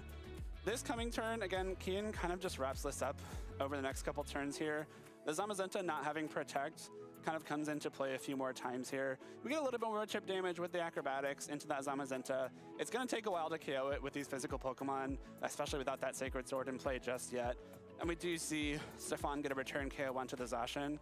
But as Kian brings in his Chien-Pao here, again, this Zamazenta does not have Protect. It is very difficult for Stefan to maneuver it in this scenario where maybe you need to get your tail end up to ensure it's attacking before this Chien-Pao.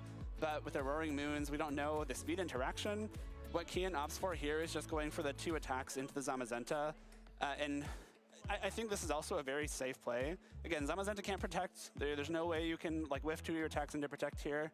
The worst thing that can happen is you lose a Roaring Moon speed tie, and then you potentially either get knocked out by Acrobatics or Stefan sets up Tailwind. If you lose your Roaring Moon to Acrobatics, you still get a big Sacred Sword off, and then your Chien-Pao probably goes down to Focus Sash from a Body Press from that Zamazenta.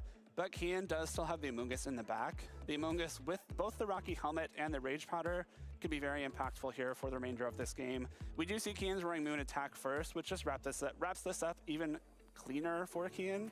But again, if this Roaring Moon, for example, couldn't get the Acrobatics damage into the Zamazenta instead, I think this is probably still a 1 game in Kian's favor. Sacred Sword, again, ignoring the defense boost. Without that water type terastallization to remove the fighting weakness is more than enough for the Chien-Pao to clear out that Zamazenta.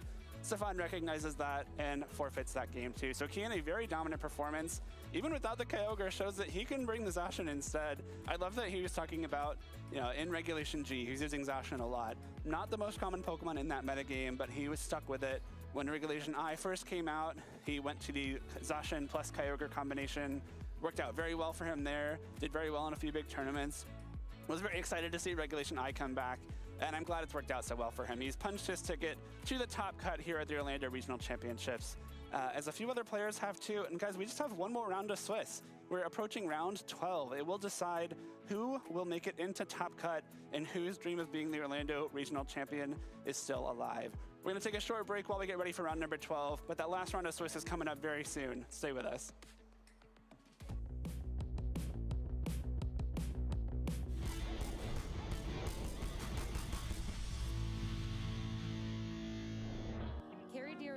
He has been leveling up event after event, and top 4 was the previous top finish, already one-upping that to find himself into the grand finals. But of course, when you're this close to the gold, why not try and take it all the way? Hi, my name is Carrie D'Artona, and I'm from Orlando, Florida. If I were to be a Pokemon typing, it'd probably be the Dark type, since my favorite's King Gambit, and I've always had like an affinity for Dark types like Iron Jugulus or Roaring Moon, funnily enough. So I got into competitive Pokemon because I was watching Wolfie VGC on YouTube and Aaron Cybertron Zhang, and it looked really interesting to me, and so I started looking into it around the end of Sword and Shield, but I never actually got into it because I wanted to age up into the Masters division, and I also wanted to wait for the next generation to see what all the new Pokemon were and how I could interact and like put them together. What growth he's had since he started a couple years ago. He's not a veteran player. He's been playing for just a couple years and to already have a regional championship under his belt, really impressive.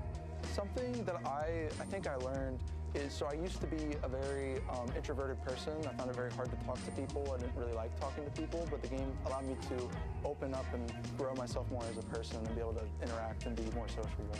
The biggest mentor to me has been Patrick. He has got me through all the good times and all the bad times. He's really helped me improve my relationship with the game. He's also made me a better player for it, so I'm very thankful for all the things I've learned from him and team building with him, talking with him, and just being good friends. I wouldn't say quit. I think there was times where I got frustrated at myself and I beat myself up too much, but I mostly took that as signs of I need to improve my relationship with the game, the way I prepare myself, and the way I approach things. My advice would be make connections, interact with people. The more people you're able to interact with and form good connections with, they can help you with prep, team building, everything. I have a very strong support system, so I'm able to fall back on people when I really need them. Another thing is to pace yourself. Don't overplay. Try to play a decent amount, balance life and Pokemon, because you don't want one to take over the other too much. And a healthier aspect gives you a stronger play, in my opinion. I love the game. I love all the little intricacies that make the game so much fun and just a joy to play. And it's just an experience that I haven't felt really anywhere else. So it's amazing. So this is my first finals. This is the highest placement I've gotten. Last time was a top 4 at Portland. My most difficult match in Top Cut, I think genuinely it was probably Jack Clark, mainly because the plan that I discussed with my friends was not the way he approached. We didn't think he was going to bring Goldango, and he leaned very heavily into Goldango.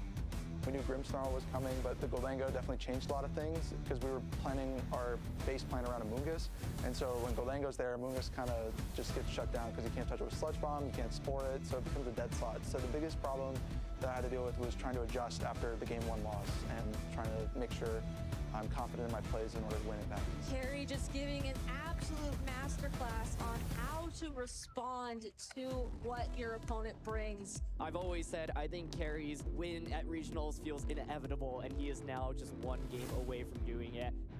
I knew I won when I got Sludge Bomb off into the Ogre Pond and it poisoned. I knew the game was basically over as long as I got Urshifu into position next to Incineroar, which is what I did as I sacked Landorus.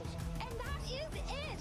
David takes down Goliath! Carrie, Diartona becomes your Toronto Regional Champion!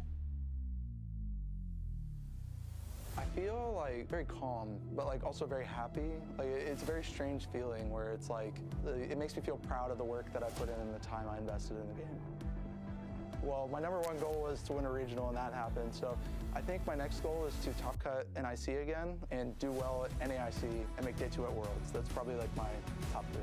Yeah, this event qualified me for Worlds, so I'm really excited to play in San Francisco later this year and fight a ton of really good competitors.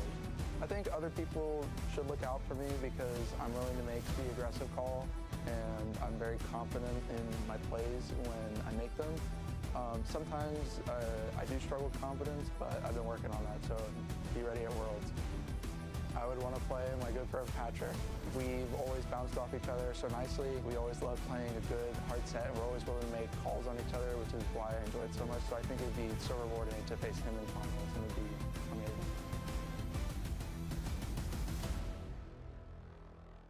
Hello once again, Pokemon fans. Juancho Saldana here, and I'm here with probably what is my new favorite thing here in the regional. We have Chelsea and the Radish Archon. You never know what to expect here at a Pokemon regional, but Chelsea, how are we feeling today? I'm feeling fantastic. I'm having so much fun today.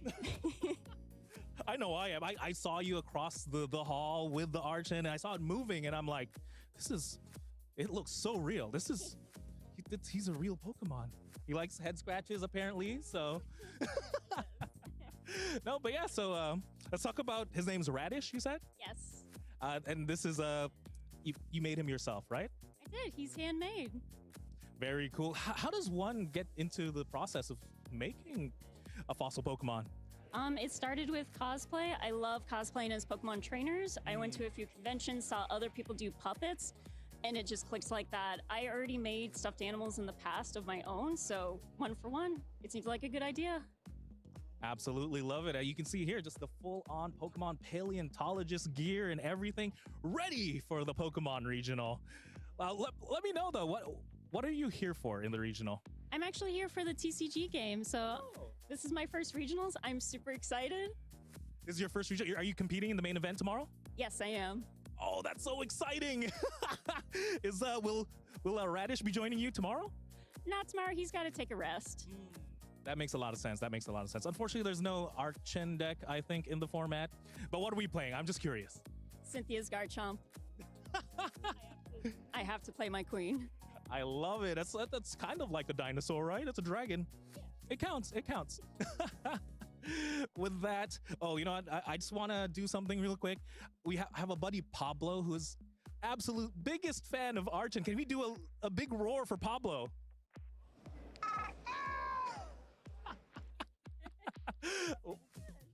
Great job, Radish. With that, anyone you want to shout out before I do let you go? Yeah, I'm going to shout out to my two friends, Chris and Reggie, who are here to help support me for the first regionals. And shout out to my best friend, Brittany. Woo! Thank you so much, Chelsea. Thank you so much, Radish. We're going to throw it back to more Pokemon action.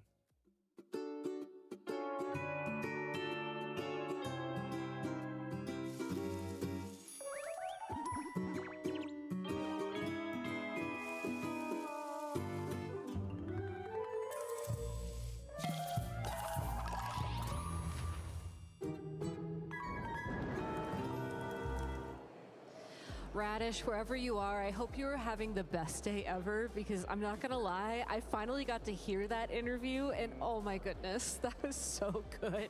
And what's also good is just how much fun everybody is having here at the Orlando Regional Championships. Like, I don't know about you, Evan, but I've been having a blast watching all of these games, getting to talk to people out in the hall. It's just been a good time. Oh, absolutely. I've been really enjoying the games that we've been able to watch, and frankly, I am having the best day ever for being able to see that interview with Radish. And we were just talking about this before the cameras turned on. I was like, Juancho's such a pro. I would not have been able to do that interview. I would just have been handing the microphone over to the Archen and trying to hear what the Archen had to say. And I don't know if that would have worked out quite as well. Well, I mean, I don't think anybody would care what we had to say at that point. It's all about the Archen. But honestly, I think if you're looking to have as much fun as Radish or as much fun as us at a Pokemon event, you can always start at the local level. And I think what's really special about local Pokemon events is that it's always an opportunity to meet other Pokemon fans like you or me or Radish. I would hope a Pokemon is a Pokemon fan. I don't want to get into the implications of that. And to start, all you have to do is head over to the Pokemon event locator. You can scan that QR code and just look for a Pokemon event near you. And I know that you and I are fortunate that we're able to attend local Pokemon events fairly frequently, and it's been a great source of community. Absolutely. I've really enjoyed all of the events that I've been able to attend. I was just at one a little bit over a month ago. We played a doubleheader, a cup, and a challenge in the same day. Not to brag, I got second place at both of them. Oh, okay. Congratulations. Yeah, there were only 4 of us at both of them, but you know, we were a small but mighty crew in the Middle Tennessee and Kentucky region. I mean, we take those. I know by we, I mean Cheese League is hosting a doubleheader soon, or we just recently hosted one. I'm a little bit scrambled, I'm not gonna lie. And I know that was a lot of fun. And we're hosting our first double and a chunk header, where we're going to be hosting a double header for VGC and then also a Go Cup at the same time in a little bit. So that's also going to be a lot of fun. And I also competed in a double header a couple weeks ago. Nice. So how did you do? Well, I didn't do so great in the cup part of it. And in the challenge, though, I got top 4. Nice. So we take those. Yeah, I default to top 4 at my... You know, because there are 4 of us. You know, you should come up to Boston sometime and compete where over half the field, if not 80% of the field, has qualified for Worlds at least once. Yeah, that's a intimidating circuit y'all have going up there. Yeah, I mean, honestly, you could always just boost those numbers a bit, though. Yeah, and we are growing. It's been really exciting, and it's a really interesting atmosphere because, especially when you're doing one of these double headers, and you have alongside the trading card game is often doing a challenge or a cup at the same time. You get to interact with all sorts of different types of fans. You know, here at the regional championships, you know, all of the games are represented, but we're all kind of in our own little separate areas. You know, the TCG players are playing TCG, the Go players are playing Go, and we're over in the VGC side of things. It's just so big, the scale of everything is so big that you can get through the entire event only talking to VGC players. I know. And at the local event, you end up meeting people from all of the other different types of games that we play here at the regional championships and the international championships circuit. And I always find that really fascinating, just to meet people and see how they have interacted with Pokemon, because, you know, it's been a huge part of my life, and we're coming up on the 30-year anniversary, and I am not ashamed to tell you that I have been there every step of the way, all 30 years of it. You and me both. I feel like we should high five over that, honestly. Yeah. And one other quick thing to touch on about locals before we go back to our players to watch for the weekend. Coming up this summer, there's going to be a bit of an interlude season where, while you won't be able to earn championship points, you will be able to earn some really cool prizing. There's going to be these like little acrylic stands of these starters from Pokemon ZA. There's going to be some Pokemon Champions merchandise. I believe it's a notebook. And then also something Pokemon Go related. I want to say it was like a screen something or other. So you can find all that information on the Pokemon website. This is the first time we're actually getting prize support for Pokemon VGC and Go during this like interlude season. So definitely go support your local leagues. It's really cool that they're doing this, and I, for one, am very excited to hand out those prizes at Cheese League. Absolutely. I imagine that's one of the best parts of your role at the Cheese League, is being able to hand out the prizes and rewarding people for their success. Yeah, that and seeing everybody pet my dog. But back to the tournament at hand. We do have some updates on our players to watch from this weekend. So once again, that's Marcus Carey and Carson Confer. We have two players who are still in contention as of round 11 of Swiss, 11 of 12. And Evan, I believe it's Marcus and Carey who are still in contention. Which I didn't know about Carson yet, so I assume, Unfortunately, Carson did either lose the previous round or the round before that, which I'm not sure which, because I was actually interviewing the juniors and seniors finalists, which you'll see later on at the broadcast. But he did win his last round, so he is X3, so he has a good shot of getting some really nice championship points from this event. But Marcus and Carey are really doing very well, especially Carey, who entered today at 2 losses. So he's just 1 out so far. Yeah, and I believe he took his second loss relatively early in the tournament. So he's just been having to win out this entire time. And, you know, I was so happy that we got to see the interview, the champion interview with Carey earlier on in the broadcast. Especially when he talked about the support that he had from Patrick Connors, as well as the other members of the Florida local crew. Shout outs to your local crew. They'll be there to support you when you're at your hometown regional for sure. And I think it's really a testament to that type of community. It feels so bad to go down to your second loss early in a tournament. Oh yeah. It's like, I know I'm technically still in it, and I'm gonna play it out because I know I'm still technically in it, but if you don't have those people around you, like boosting you up, giving you that pep talk, it really makes a difference. And I think that's clear from how Carey's been performing today. I mean, that even is true of our younger players. Like, I don't want to spoil the results, but the senior winner actually mentioned to me that he took a very early loss in, I think it was round 2 of Swiss for the seniors division. And he was feeling very down on himself, but he was able to come back, you know, basically went out for the rest of the day, went out for day 2, obviously went out and cut. And it really makes a difference having that community, having your friends, your parents, that support network to fall back on. And there are many tournaments where I would not know how I would have recovered if it wasn't for that community. Yeah, absolutely. It's like, look, it's weird to say. One of my favorite parts of any tournament I've ever competed in has been sort of like, it's better to win. Of course. Of course, it's better to win. Of course. But I also have really enjoyed every time I've lost at a tournament and then went to the table that my friends have already scoped out in the hall or the location where I know they'll be and be like, oh man, I just didn't have it.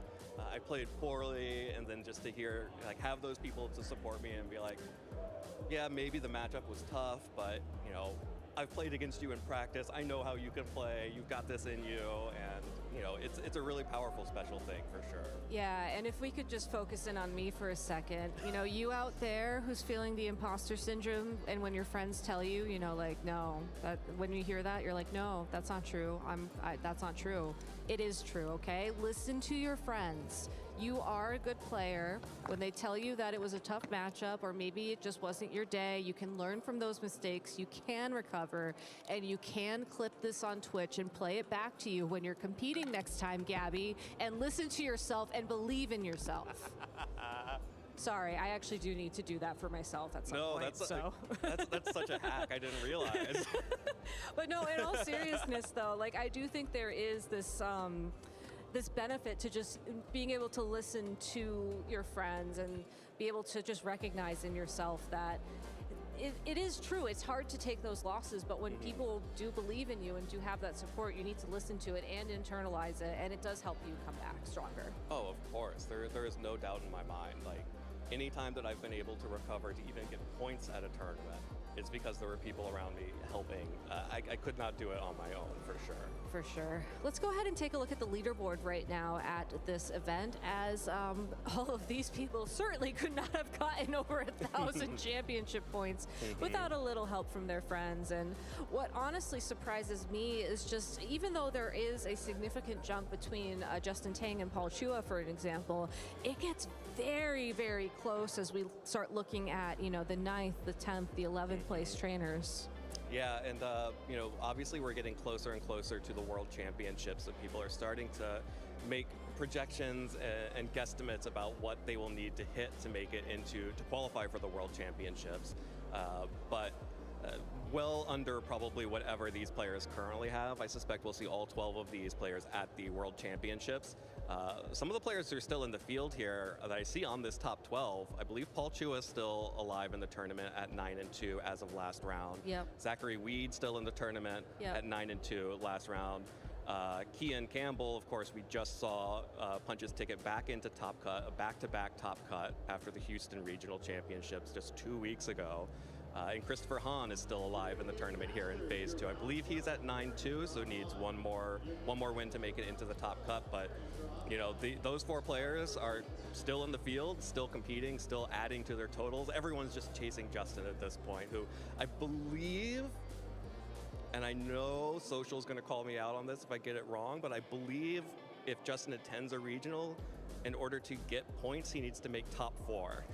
That's how good his BFL is. I would believe you regardless or not if that's true, because I think he's just that good of a player, honestly. So, and I do really like how all of the players that you called out are still in contention, because that means we have the potential to see a lot of shakeups here. Absolutely. As we go into the final round of Swiss and, of course, Top Cut. Now, if we go ahead and take a look at the leaderboard over in Europe, excuse me, there's been some movement here as well, but there's honestly a lot more contention in these totals. There's a lot more people who are just within 20, 30 championship points of each other, and 20, 30 championship points, that's how many points you can get from a cup, from a local tournament. Yep, that's a cup, that's a challenge right there, and it's the importance of making it to your locals. And the European circuit has been really fascinating to watch so far this season. It's been dominated by Italian players. I believe 7 out of the 10 direct invitations to Worlds for Europe are currently held by Italian players. Finally, in Seville, the Italian dominance was broken, but it's been really fascinating to watch. I love watching the European regionals, usually as a VOD, and not stand up till 3 a.m. I can't wake up that early or late. Yeah, sorry guys, I love y'all, but I got to sleep. What's also interesting to me as well is just how much the metagame changes from region to region. I think it's certainly standardized a little bit more, especially now that we have these globalized grassroots tournaments, let's say, where you do get players from all around the world, especially Japan now participating. But it does feel like every region, especially sorted by leaderboard, has their own play style. And if we take a look at Latin America, you know, I feel like Latin America time and time again is known for just this very hyper aggressive play style. And I think that's why you can see, you know, Juan Salerno as an example, just up there over 2,000 championship points. Like, he is such a formidable opponent because he can play hyper offense and just really dominate the field. Oh, absolutely. And we got to see that at the Latin American International Championships earlier this season. Juan, of course, being the finalist at that tournament, had an incredible tournament run, has matched that by, you know, going off and traveling to Europe, competing in European regionals, competing in locals, competing in the Latin American region, really just been focused on creating the best season possible for himself, and it's clearly paid off being there at the top of the leaderboards right now. And these are all players, these are a lot of names here I recognize from previous events, and I'm really excited to see, especially at the World Championships coming up. You know, Latin America is no longer the region it was when we were competing and no one took it very seriously. Latin America is just full of sharks now. They are competitive. All of the names on this page are names that I would not be shocked to see top cut at the World Championships.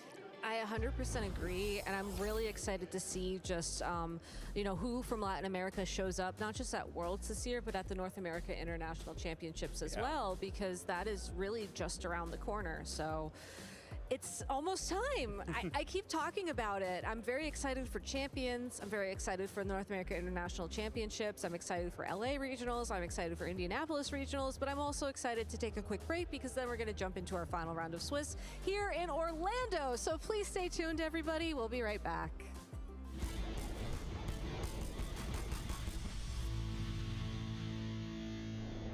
Hey Pokemon trainers, welcome to Pokemon Championships History, a series where we showcase important matches throughout the history of competitive Pokemon. It's time to flash back to Championship Sunday at the 2023 North America International Championships. Welcome to the finals in the junior division of the Pokemon video game. Most iconic moments in Pokemon come from trainers in the Masters division, but this time around, the juniors stole the show in Columbus. The trainers in the juniors division often show the purest form of passion for the game of Pokemon. I've just got a couple questions about the championship. I've never been to a championship. Oh, this is a national. Whatever.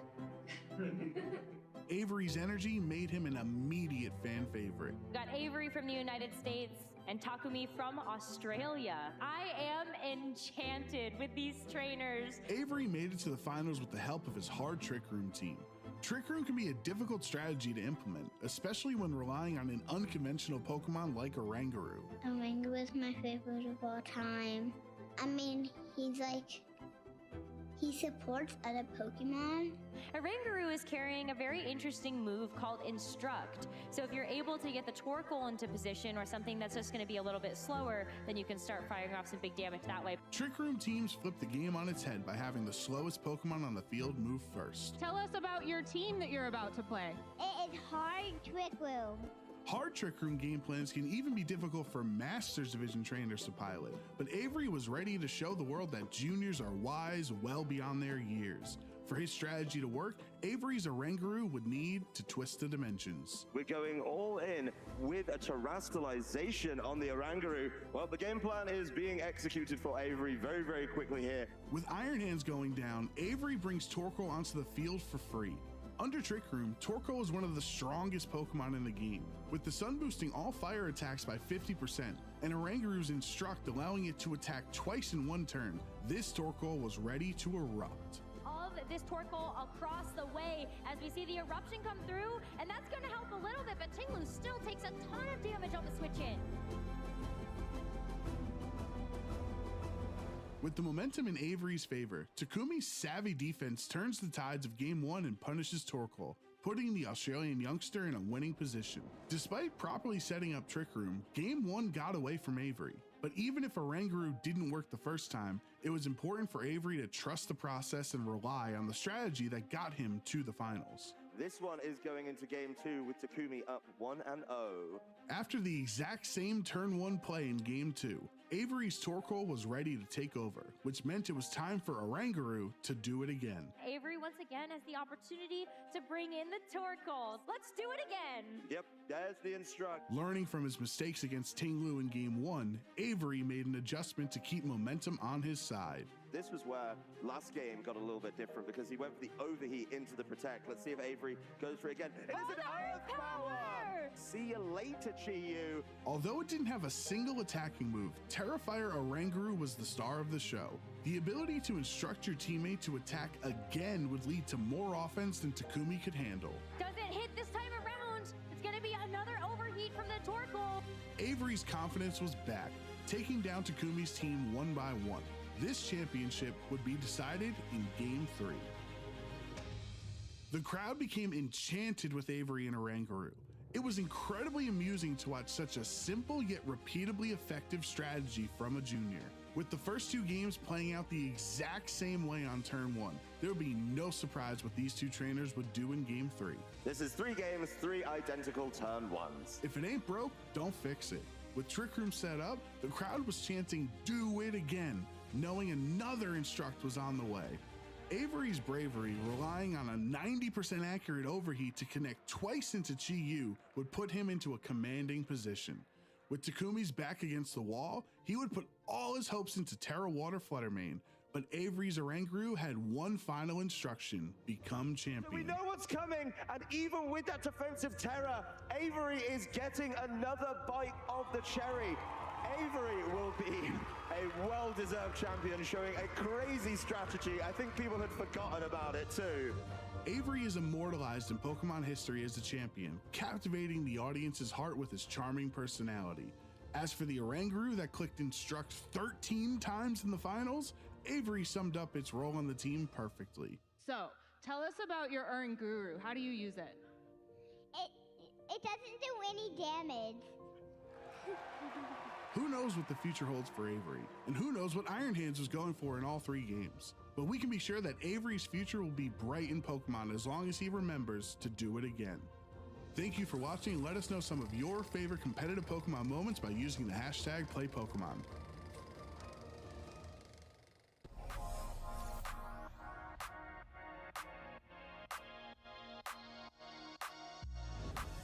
I think you should emulate Ash Ketchum.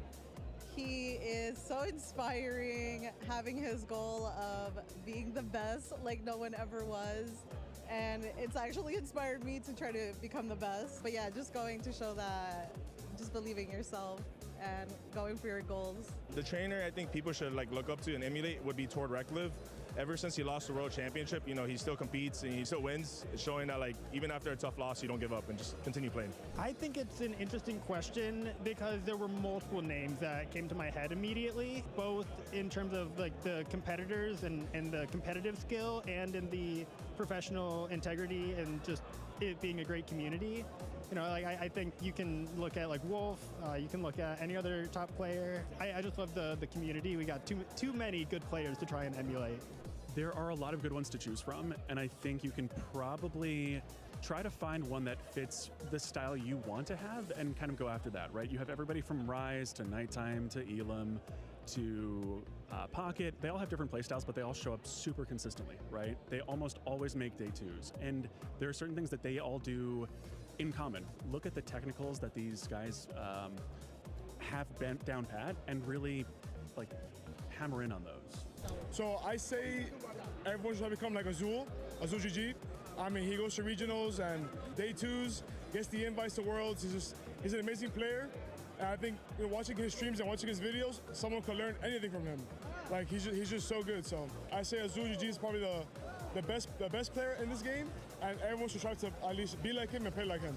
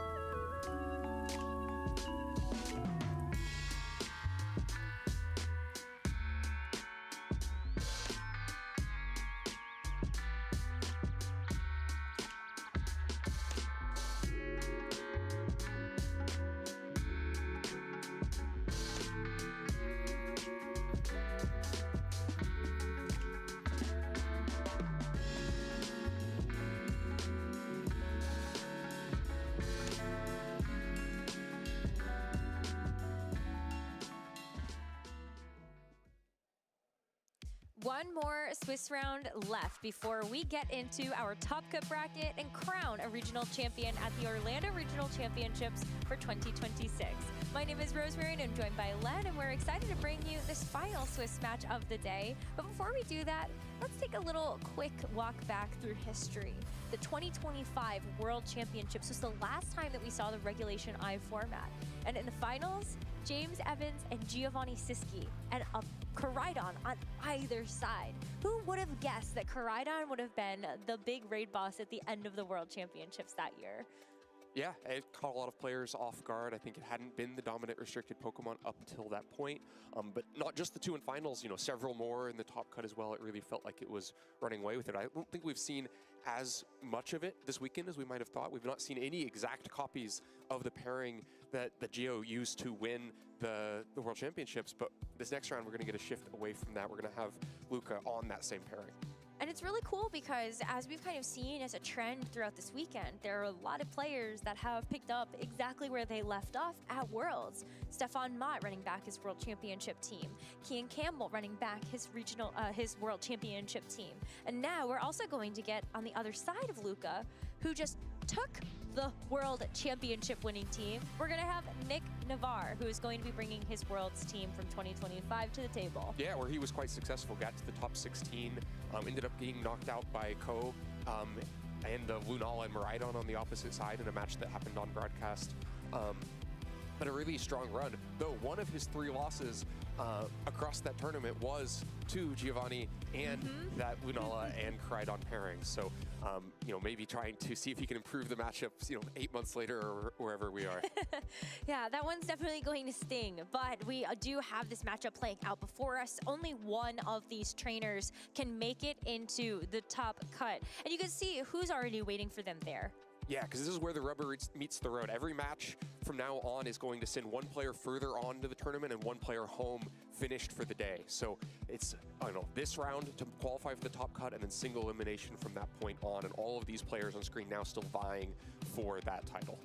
Bushan, Kian, and Jonathan are all already locked in, but if you are at 9-2, you gotta clutch up in this final moment to make it into the top cut. And so as we get prepared to follow Nick Navarre versus Luca Paz, there are some very important matches that are out there for a lot of our trainers. Every single one of these on your page right now, a win and in to the top cut bracket. Yeah, Richard versus Marcus. We saw both of those players on stream yesterday. Marcus, one of our players to watch. Jonathan Quinones got top 8 at a regional with Tropicos last time Regulation I was around, trying to repeat that again this weekend. Zachary Weed, of course, is hoping that maybe he'll be able to get back to a finals and win this time around. Maybe 3rd time's the charm in the 2026 season. Jackson Ferris, we saw on stream, still has a chance to make it despite taking that loss. And then, of course, it's star-studded all the way down. Daniel Yu trying to bring Toxapex into the top cut. Josh Robinson, we've talked about him trying to build off of a NAIC championships in the senior division by having a breakthrough performance in Masters. Now, Paul Chua on the other side, the last obstacle to qualify for that top cut, making it look very difficult. Yeah, that's an intense match for sure. And hopefully both of them will bring their A game to this. And of course, Christopher Hahn and Emilio Forbes will also be facing off against each other. But let's dive in. These will be teams you are no doubt familiar with if you watched the 2025 Pokemon World Championships in Anaheim, California. Luca Paz has an exact identical carbon copy to the team that Giovanni Siski used to win the World Championships. Nick Navarre, similar story. This is picking up where he left off. Only minute change is going to be the item that is held on the Simungus. But this is going to be a classic in VGC, a good old-fashioned weather war. Oh, and this one really looks like it will be a weather war. Both teams want their weather, and both teams are mitigated by the other weather. If Kyogre is making it rain... O time de Luca Paz, Lunala de Power Up, Koraidon de Life Orb, Brute Bonnet de Citrus Berry, Chiyu de Choice Scarf, Fluttermane de Fox Ash e o Saluna de Flame Orb. Esse é o time do mano Luca Paz.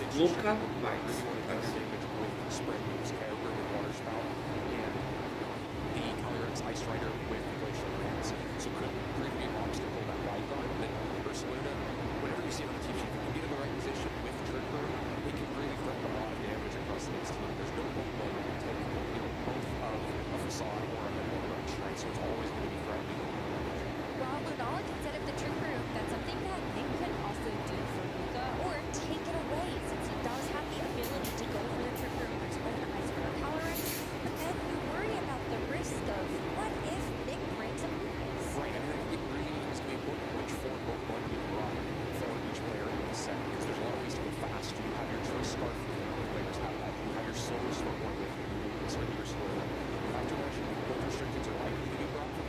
O time do cara tem Trick Room, isso. Porque é bom, né?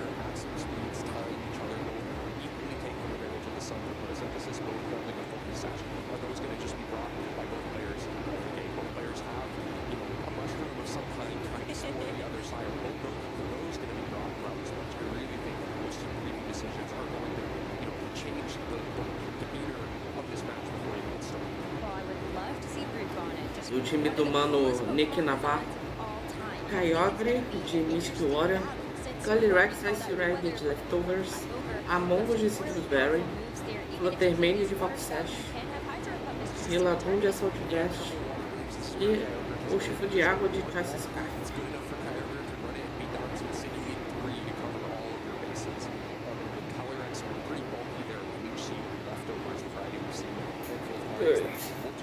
É isso. Just like grind you out when it can't. Nick, a player who's very strong in that, style of play. The Amoonguss in the Rillaboom can help even more with Pollen Puff and Grassy Terrain to just keep the team healthy and slowly clean advantage out of it. I think it's important to note also that Nick has 2 grass types, so it's going to be hard to land Spores with Brute Bonnet, and then crucial that Rillaboom has U-turn, so it can put up some pressure into the Brute Bonnet while still denying Spore. Makes it a little awkward to use Brute Bonnet in this matchup, I think, but if you don't have Brute Bonnet, then that Choice Scarf Urshifu starts to look like a big threat. If Surging Strikes is rain boosted, it's going to be threatening so much damage if you can't redirect it. But for both players, those Choice Scarfs, they really need the weather to support them. If your Urshifu is Surging Striking in the sun, not looking very good. If Chi-Yu is trying to throw an overheat, but it's raining, that's not going to look very good. So you not only need to land the speed advantage for your Choice Scarf Pokemon, you probably need the weather to back it up as well. Only one of these trainers can make it into the top cut of the Orlando Regional Championships. Luca and Nick are both regional champions themselves, but they're hoping to add another one into the trophy cabinet. So can they do it here with this one match standing in their way? For Nick, it's going to be leaning on the Ice Raider Calyrex and the Fluttermane, and Luca is going to have the Chi-Yu and the Lunala. Well, Calyrex can't like the look of this field. Lunala threatening with both Moongeist Beam and the Meteor Beam, and the Chi-Yu, of course, can threaten so much offense here. Will be the first thing to move since it's not sunny yet to give over a speed boost to Fluttermane. Has that Choice Scarf, so can immediately threaten a bunch of damage. The defensive Terra, a really valuable thing for both players throughout this match. So it may be like, tempting to immediately go with it for Calyrex here to just get a little more safe on the field. That's something you're giving up for any of your other Pokemon throughout the match. Maybe you have to anyway because it's just too much immediate pressure. But I think that's going to be one of the first key decisions for Nick to make in this match. You could also just go for a protect, play it safe, see if you can sniff out what Luca wants to attack with on this first turn. Is it going to be something like setting up a Trick Room, or are you going to see a defensive terrestrialization yourself? Because I look at this Lunala, and even though you have something like the Shadow Shield, that's not necessarily going to be enough to keep you healthy from a double attack. So the terrestrialization to the water type is going to give you 2 benefits. One, you remove your weakness to something like a Shadow Ball from the Fluttermane, and you give yourself an amazing defensive typing versus the only attack that this Calyrex Ice has, which is the Glacial Lance. Yep, helps to, so both players opting for that defensive Terra help to keep the Pokemon a little more safe on the field without having to switch or protect. It's going to be a Snarl. That's going to do some major damage to the Fluttermane, and this Calyrex is going to be very happy that it did not have the Psychic typing to give that even more damage. But with this Fluttermane hanging on, it's able to go for these Icy Winds, get the speed drops onto both this Lunala and this Chi-Yu. But hopefully that's just going to help to also soften things up for this Lunala to take a little bit more damage from an attack. The Shadow Shield is broken, but it's going to be the next to move. The Power Herb to help get this Meteor Beam up and running in one turn, and the Power Herb is going to give this Meteor Beam over to the Calyrex. Calyrex is able to get up a Trick Room, but I think it's going to be a tough road here. This Calyrex has already taken some major damage. Yeah, pretty interesting combination to both Icy Wind and Trick Room in one turn, but you want to get Shadow Shield broken, and you want to make sure that even if there was like a giant double target, Overheat and Meteor Beam, so you didn't get Trick Room, you had some speed control there. Luca, the Snarl, probably a call out that Kyogre could have come in. You don't want to lock into a fire move, and of course if you can Snarl a Kyogre on the switch in, that's pretty valuable. Instead, just these 2 Pokemon stay on the field, and the defensive terrestrialization means you don't capitalize as much damage on it. Now things get a little bit awkward because the Icy Wind plus the Trick Room means that the Chi-Yu is still going to be moving before the Flutter Mane, and I don't know exactly the relationship between the Lunala and the Ice Trainer. -1, Lunala might be moving before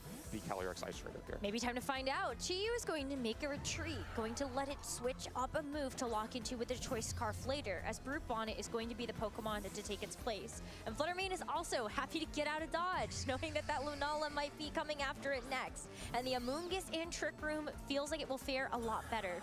Protect from the Calyrex means we're going to have our question answered on the next turn. But Moongeist Beam for now is going to hit into this Amoonguss. It's going to do quite a bit of damage at +1 from the Meteor Beam. Yeah, I mean, look at that. Already in Citrus Berry range, it's at least going to get enough HP to heal itself back up into the green, but it looks like a second one's going to take it out. Yeah, definitely, but before a second one could land, Amoonguss should be the first thing to move, even with Lunala at -1 speed, so you should be able to threaten a Spore to stop that. Amoonguss also threatening Pollen Puff damage into the Brute Bonnet on the other side if you think that Lunala is likely to switch, but Lunala cannot protect itself here. So by opting for Wide Guard, Trick Room, Meteor Beam, Moongeist Beam, you don't have room for Protect there, which makes that a very valuable spot to Spore. You know the Grass type is already sitting next to it, so very easy. Just click Spore, you know you're going to get that value. At least the Lunala wasn't moving before the Amoonguss with that Icy Wind speed drop. So that was going to be a really easy situation for Nick to navigate with the Leech Seed on top of the Spore. And with that, the Brute Bonnet gets a chance to answer back here with a Spore of its own. So both of the restricted Pokemon are asleep.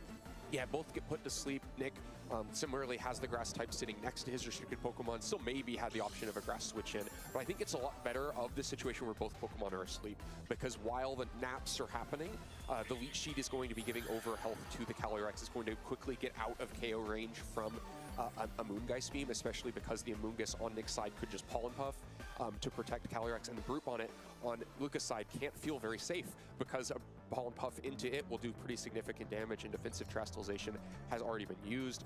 The Brute Bonnet doesn't have the similar capability to go out on the offense and provide utility by healing up Lunala, so he's not going to accomplish as much during these naps. Wow, I mean, this is one of the biggest amounts of damage I've seen from a Pollen Puff in quite some time. That's going to give some valuable time for the Calyrex to start getting some HP back, and also hoping that it can wake up. Lunala had taken its mandatory turn of sleep on the last turn, so it did have a small chance of waking up on this one, but it stays asleep. Yeah, stays asleep, so the Lunala being one turn ahead will mean it's constantly a little bit more likely to wake up. So going into this next turn, Lunala has a 50% chance to wake up, Calyrex only has a 33% chance to wake up. So we're more likely to see Lunala wake into an action. Calyrex might not be healthy enough to take a +1 Moongeist Beam. Probably is, it's pretty close. Amoonguss still gets to act before anything else on the field, so it's now just threatening a KO into the Brute Bonnet that may force a switch. There are no Protect on Brute Bonnet either, so you can't just try to stall through this turn. And we're talking about, we saw the damage difference. The Seed Bomb from Brute Bonnet into Calyrex really wasn't that much damage. Did not out-heal the leftovers, or out-damage the healing from the leftovers and Leech Seed. You do have the option for Foul Play, even though it would be a resistant hit with the Terastallization to the Fairy type. I think you were hoping that you would be able to actually land that damage, but it's a Sucker Punch instead. It's not going to move this turn. Maybe Nick actually opting into some type of supportive move, so you aren't actually going to see that work. But regardless, it's kind of a mute turn. There's a sleep again for the Lunala. It has not woken up, and this Calyrex is continuing to heal back.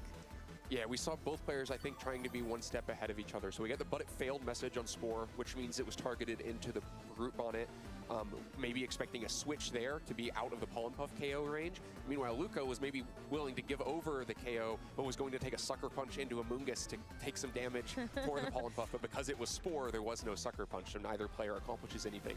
And now the sleep, Lunala's already spent 2 turns asleep, so more likely to wake up here. The Calyrex, or rather, has spent 3 turns asleep, so going to be able to wake up here. So Brute Bonnet is going to preserve itself. Now it's like, okay, well, I didn't get away with what I wanted to, so I'm just going to make sure that I'm out of here. Chi-Yu, now taking its place, is going to actually help Anthus Lunala. Knowing that it's about to wake up, you've got the Beads of Ruin now to amplify this damage even more, and so Lunala gets a chance to actually go for Trick Room, reset the control, and you've got Chi-Yu in with a Choice Scarf. but I don't think we've seen a sleep message from Calyrex, which means it's also Trick Rooming. Wakes into the counter Trick Room to get things back to sleep. This is perfect for Nick. Only had the 50% chance to actually wake into that action, but now with that happening, you have Amoonguss once again able to spore either Lunala or Chi-Yu before they can move. Now, a big difference compared to the last situation is that Brute Bonnet is lurking in the back, so it can try to switch into one of these slots and catch a spore as it happens, but you can also follow up with a Glacial Lance. Calyrex now able to swing out on the offense of its own, so even if Brute Bonnet comes in to take a spore, already damaged from Pollen Puff will just go down to a Glacial Lance. So a pretty strong position for Nick here, but still a key decision to make of where you put that spore. Neither Pokemon can protect itself, so it's a little bit which damage are you afraid of? Both of them threatening quite a bit of damage here. Lunala landing a Moongeist Beam with Beads of Ruin on the field would be a ton of damage, but similarly, Chi-Yu would easily take a KO on Amoonguss if it's given a free turn to attack while just resisting Glacial Lance. Only thing here is that Chi-Yu's moves are inaccurate in the fire type department. Heat Wave and Overheat both do have a chance to miss. And Nick just says, all right, well, Amoonguss, you've done a lot in this game. Maybe I don't have a great spore target here, but one way I can mitigate that fire type damage, bring in Kyogre. The rain is here. Let's get a human. Dark Pulse into the Ice Rider. Calyrex is just going to do a little bit of damage there, but maybe we see a secondary effect.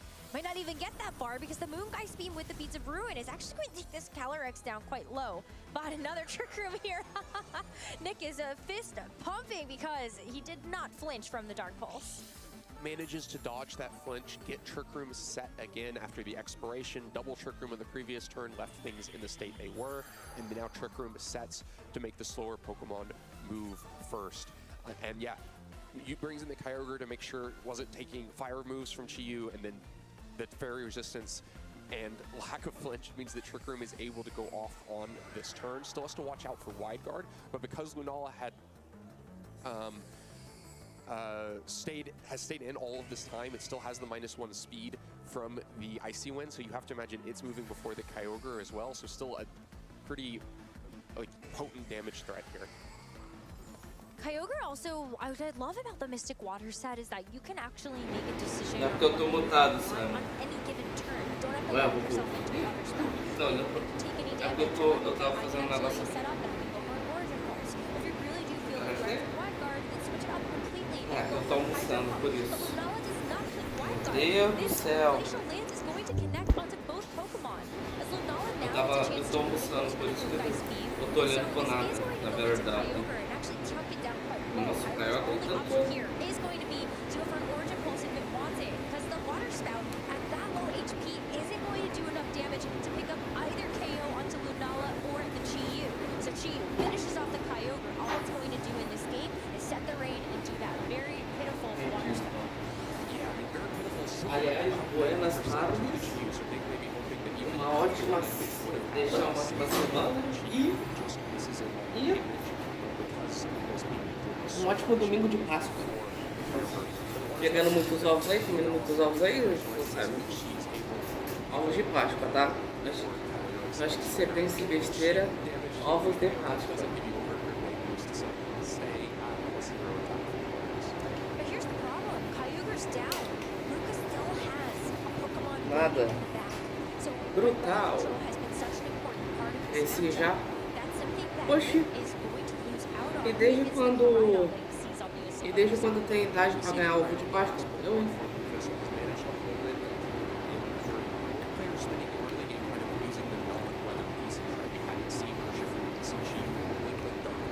Ovo de Páscoa. Ovo de Páscoa eu acho que é a única. Uma das únicas coisas que mesmo você crescendo, você jamais deve. Você tem idade pra ganhar.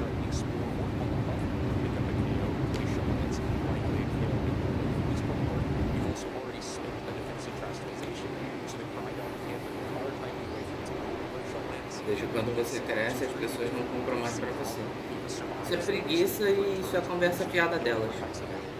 Isso é desculpa esfarrapada aí.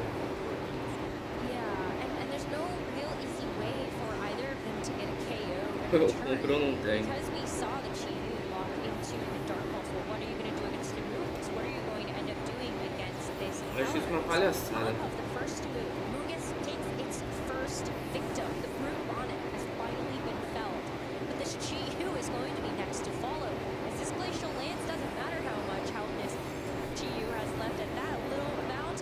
Eu acho isso uma palhaçada, porque tem essa de idade.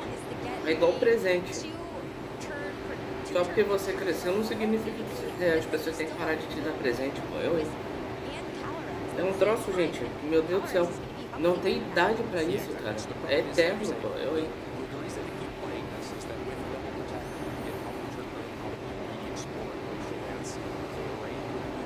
que quando você cresce, as pessoas esquecem de te dar presente de aniversário, Natal, Páscoa. Mas tô ligado.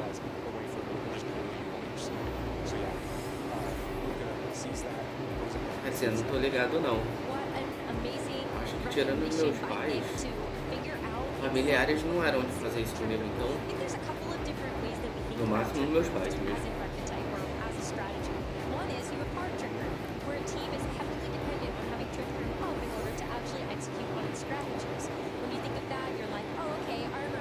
Pelo menos o peixinho tá tendo hoje, sabe?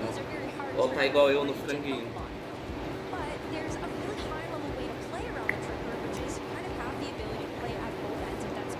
Tô amassando aqui um franguinho com arroz e molhinho aqui. Pô, que delícia, na moral.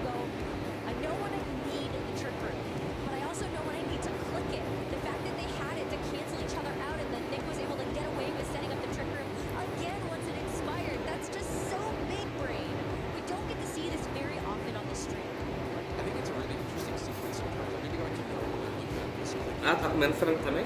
Oh, boa. Nice. Comprei uma caixa de bombom aqui pra eu, sabe, não passar em branco. Entendi. Boa. Comprou de qual?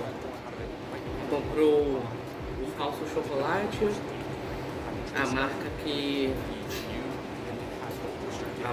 ninguém... A marca que só a gente com um gosto diferente compra, aí tá certo. Eu ia falar, a marca de chocolate falso, a que pouca gente gosta, ou algum outro sabor. Aqui, a de chocolate falso é a Garoto. E a de gosto diferenciado é Lacta. E tem a da Nestlé também, né? A da Nestlé também é gostosa.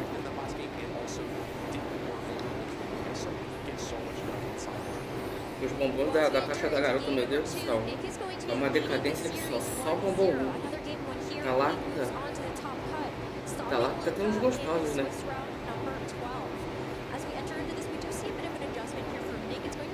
Agora eu não lembro se o sonho de valsa Ouro Branco é da Lacta ou da Nestlé. No real não lembro.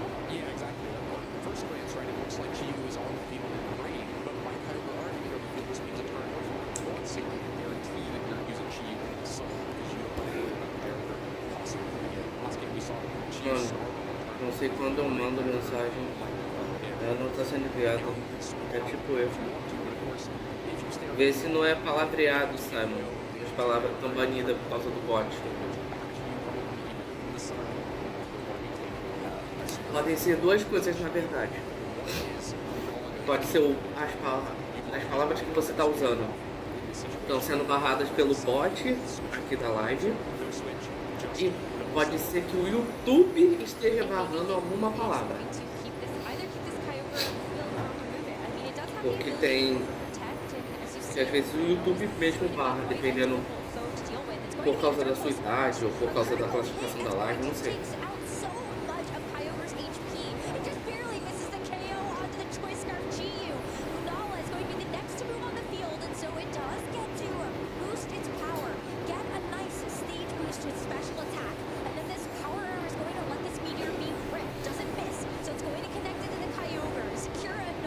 Essa mensagem fica assim, velho.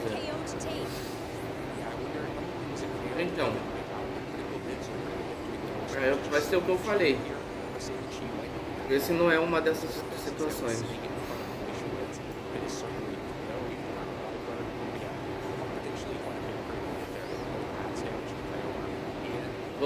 Você mudou alguma palavra durante isso?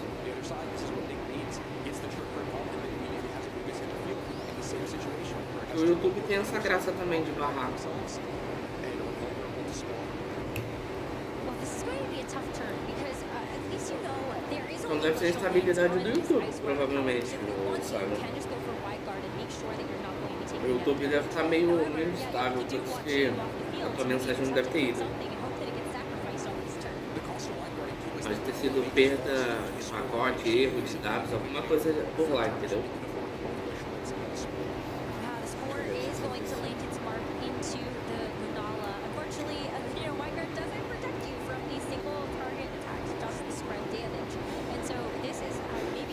Não consigo mandar nada?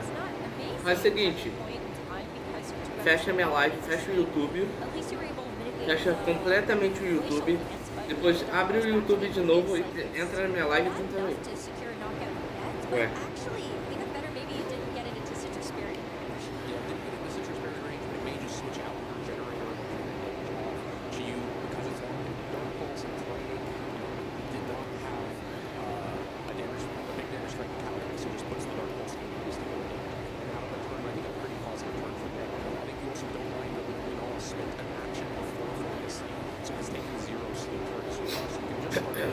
Agora foi? Boa.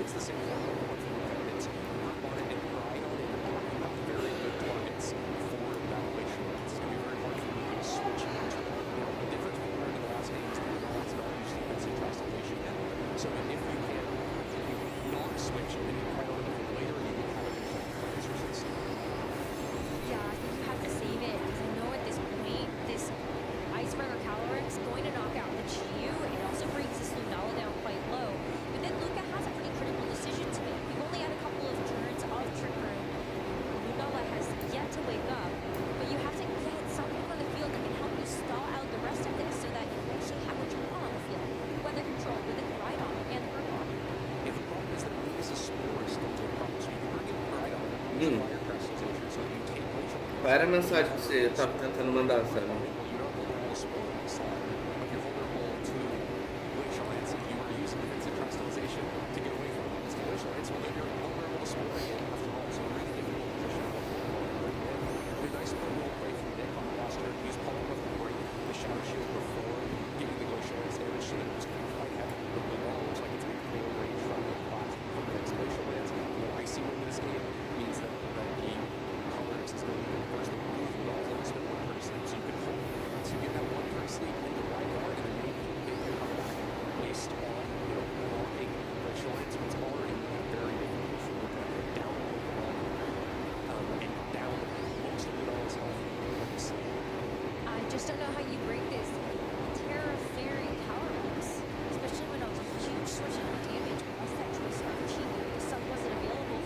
Quem sabe, qual era a mensagem exatamente que você está querendo mandar? Eu não entendi.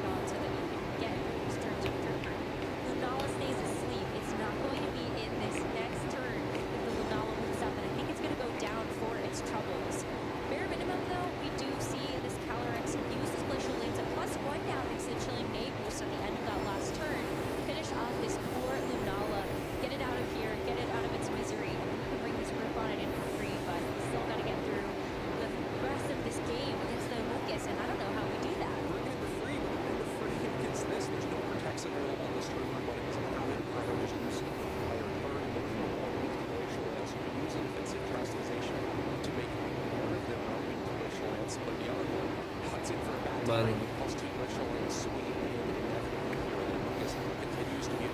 Essa era a mensagem, mano. Bela mensagem.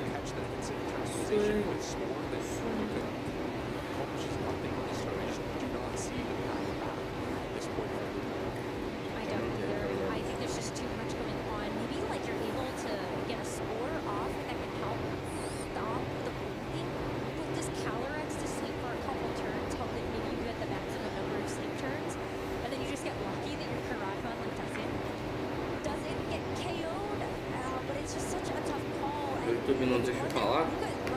Tenta fazer o que eu falei, Sarah. Tenta fazer o que eu falei. Fecha completamente o YouTube. Já sai da live, fecha completamente o YouTube. Depois abre de novo o YouTube, abre minha live e tenta mandar a mensagem. Já fez?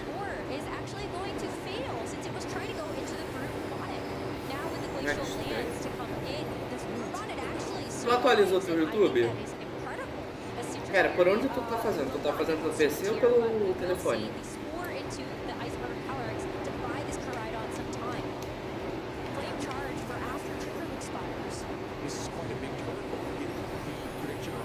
PC? Ah, tá.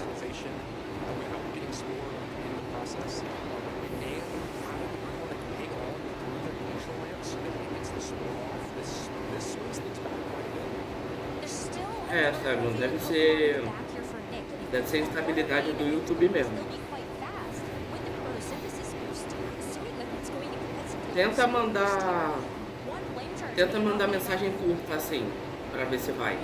Igual você tá fazendo, no máximo de 4 palavras.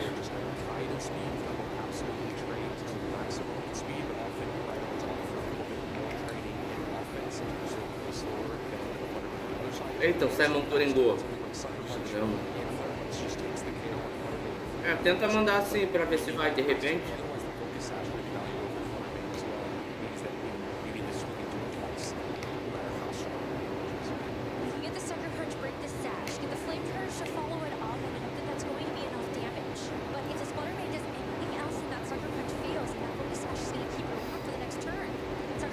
Você vai coringar? Você já tá coringando. É GG 2-0 pro Nick. Nick Navarra e no top 16. No top. Você tá de top 8 já, né? Mas sem sentido nada. E depois não vai. Vai e depois não vai.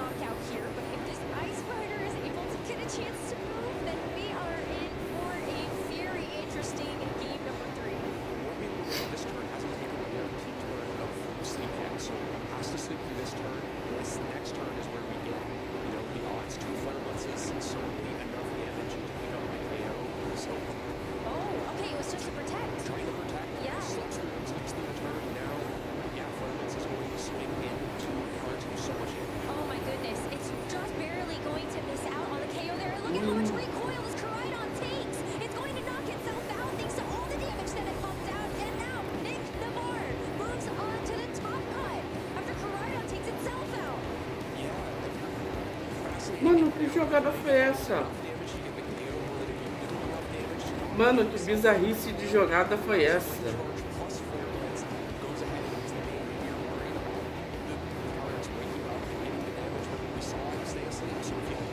É, chamar ele de lindo, aparentemente ele deixa, né? Sabe? Mano, que bizarrice de jogada foi essa? O cara usou um Flare Blitz e se matou. Tá tentando matar o Kylie Rex, cara.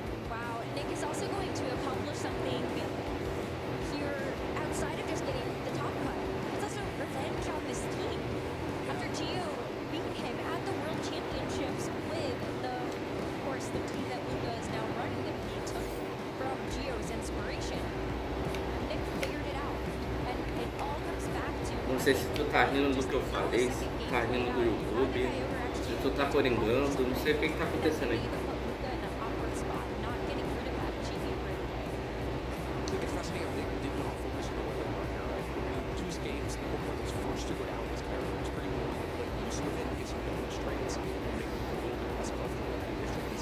Também não sei. Simon, tenta mandar pelo menos 2 frases, ou 2 palavras, o que você quer falar. Tipo assim, Lindras, eu, aí se manda. Queria falar, manda. Sobre tal coisa, manda, entendeu? Tenta fazer isso pra ver se vai.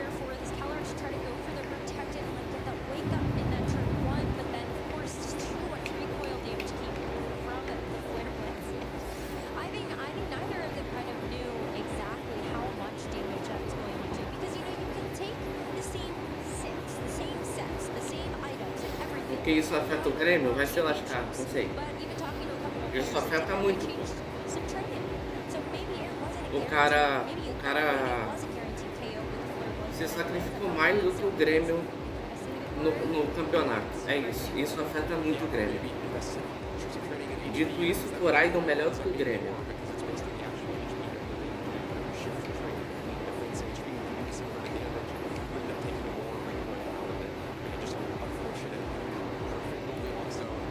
Louco.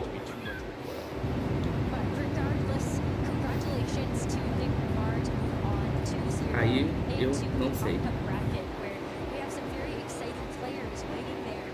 And I can't wait to see how it's all going to go down because this is the Por point que eu tô olhando separado? Eu, hein? single elimination, top cut bracket. You lose, you're out. You have no more chance of making it to the finals and getting the regional championship title. Para de dormir? Não, eu tô comendo, criatura.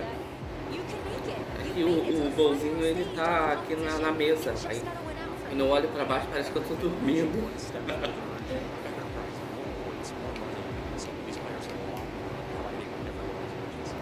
So excited, especially to know that there are two Kyogre in your top cut. One of the restricted Pokemon that has been slow on the, the uptick there for Regulation I. It's very cool to see both Nick and Kian bring a Kyogre to the top cut. Always kind of the fringe ones around. Always feel like they make it bigger just to the right character to it's a little bit break than the negative. It's fun to see. Tá apresentando o quê? Regionais? Não, ela tá como caster. Ela tá como... O cara, se eu não me engano, é um narrador. E ela é comentarista ou é o contrário? Ela é a narradora e ele é comentarista. Ele tá assim. Os dois estão narrando e comentando, eu acho. É isso. É.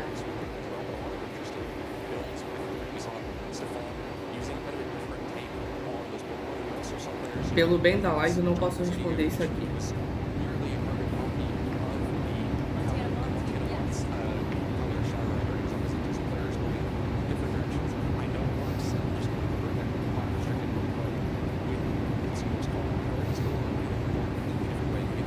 Qual server, ô Dragapult? Se for no meu, Simon, pode excluir, tá?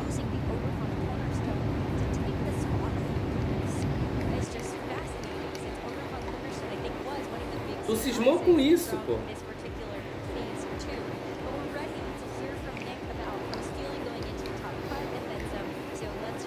Ela parece a Ellie, só que mais 18. Como se a Ellie não tivesse 18 anos. No 2 ela tem... Ela já tem 20 e pouco, eu acho. No começo...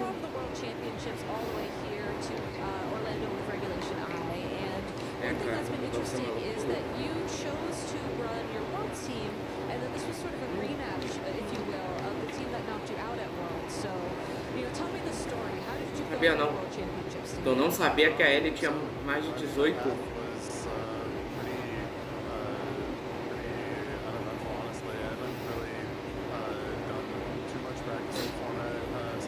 Simon, no primeiro jogo ela eu acho que tem uns 14 ou 15 anos. Pro segundo, se passa eu acho que 2 ou 3 anos. E aí durante o jogo eu acho que ela chega aos 20 e pouco, eu acho que não. Eu acho que sim, quer dizer, eu acho que ela chega aos 20 e pouco.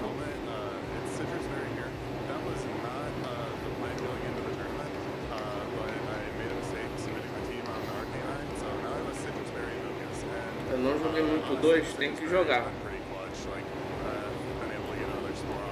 Eu tenho que me preparar psicologicamente quando eu for jogar. Porque toda vez que eu vejo a primeira parte aquela parte do Joe, eu choro.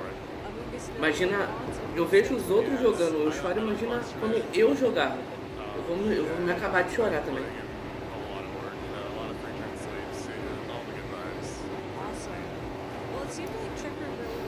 Não fale.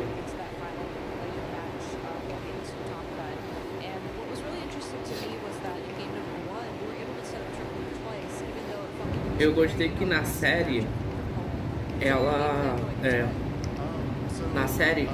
nessa cena em específico, quando eles estão levando, né? Quando eles estão levando o Joel, começa a tocar Through the Valley, né? Through the Valley, que é a música que a Ellie canta numa das cenas que ela tá numa casa lá esperando um cara. Nossa, eu tava vendo o episódio, tava eu, meu pai e minha irmã. Minha irmã tava terminando de se arrumar. Aí ela veio chorando já. Ela veio chorando, olhando pra mim, aí eu só balancei a cabeça de tipo, E aí eu me segurando pra chorar, pra não chorar. Aí quando começa, through the valley, oh the shadow of death, and I feel no evil, because I'm blind to know. Mano, quando começou isso, eu de olho fechado, meu olho começou a encher d'água. Nossa, ali eu desabei de chorar. Pô, essa música é muito maneira aí. No contexto que foi terem colocado ela na cena do Joel, caraca, nossa, foi muito forte, tá? Na moral. Só de relembrar, meu olho já encheu d'água aqui, pô. É porque o Joel é um personagem emblemático, né, cara? A gente se apegou muito ao personagem, né? O The Last of Us Part 2 é um baita de um jogaço, cara. Você chorou? Claro, pô. É o que eu falei. Toda gameplay que eu vejo de The Last of Us Part 2 e mostra a cena do Joel, todas eu choro. Na série, eu chorei também. Eu fico pensando quando eu jogar. Eu vou chorar também.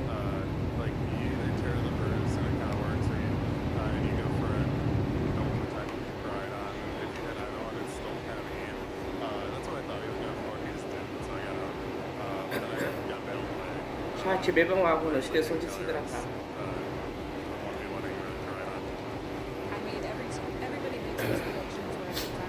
Tá, preciso de um jogo que me faça chorar.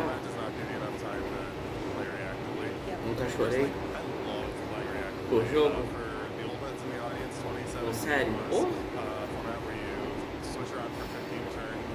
Depois procura aí, Simon. Death Strange, o segundo. É muito bom também. É com um dos atores de The Walking Dead.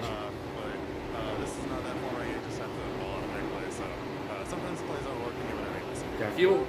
Cara, que jogaço, tá? Na moral. O jogo é muito bom, cara.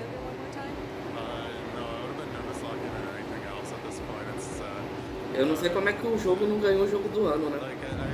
Mas caraca, cara, que jogaço. Ó, tem 4 jogos que eu quero jogar que eu vi gameplay dos 4.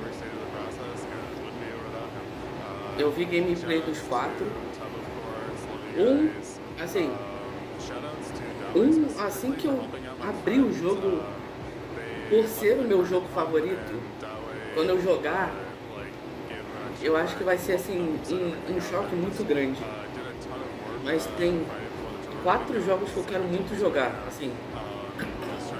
Eu posso jogar vários, mas esses 4, quando eu jogar, caraca, vai ser assim, muito da hora.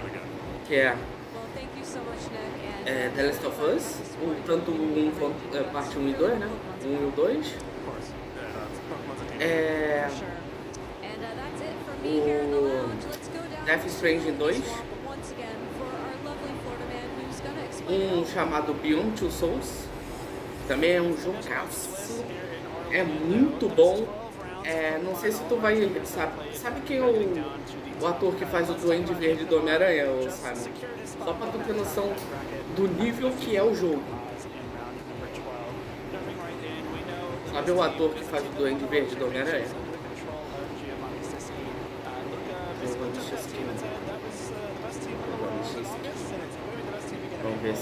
Vamos ver se o YouTube deixa o Simon falar.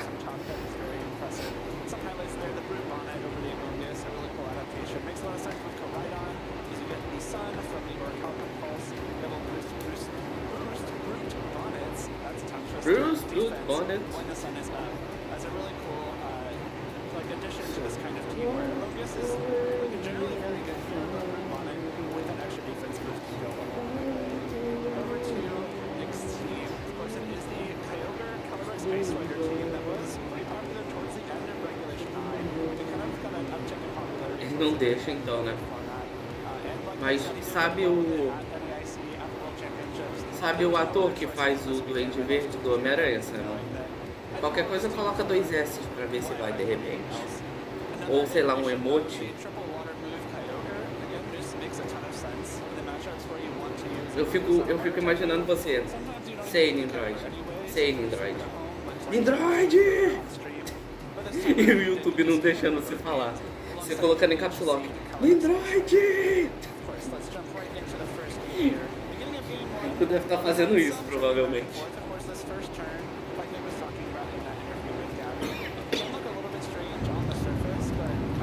Isso, continuo imaginando. Então, provavelmente você conhece. Então, esse Beyond Two Souls, ele é com esse ator do Duende Verde. É exatamente isso que eu tô fazendo. Falei, sabia. Então, esse Beyond Two Souls, ele é com esse ator do Duende Verde. É muito bom o jogo, cara. É muito da hora. E o quarto jogo, que é o meu jogo favorito,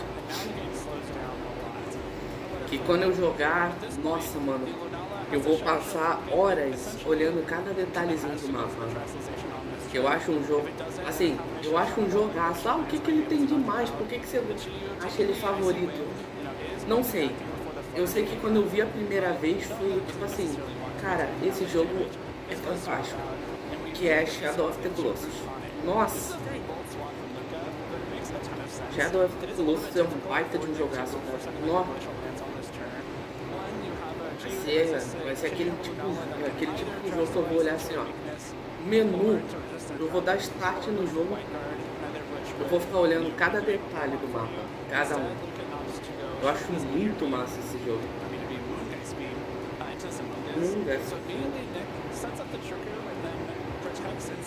Aí o Simon nesse momento.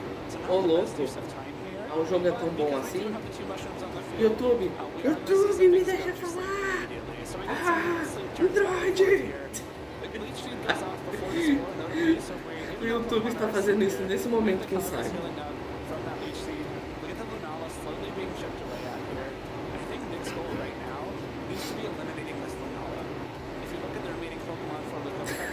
Falei.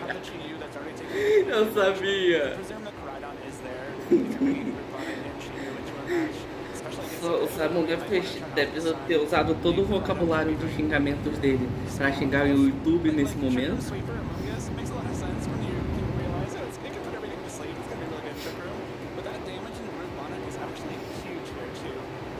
E aparentemente o YouTube está censurando o Simon.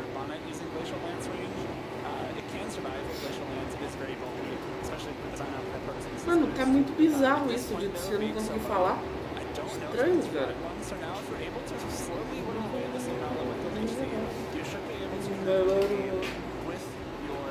Um também que eu tenho vontade de jogar, porque eu não sei se acha hoje em dia, é o Infamous. É muito massa, tem uns bagulho de meta humano e tal.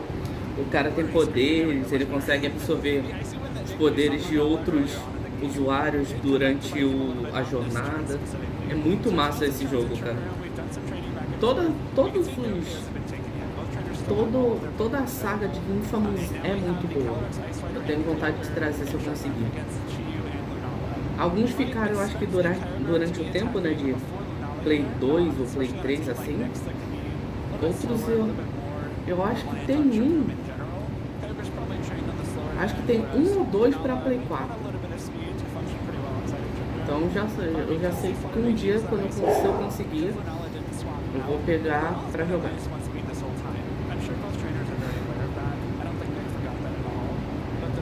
O Simon nesse momento está digitando mais 50 frases no YouTube. Deixei. Tá bem assim.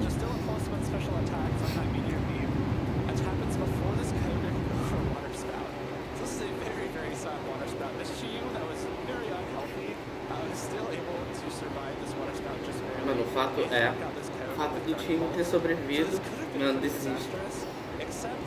Será que ele não... Só saiba que eu tô aqui.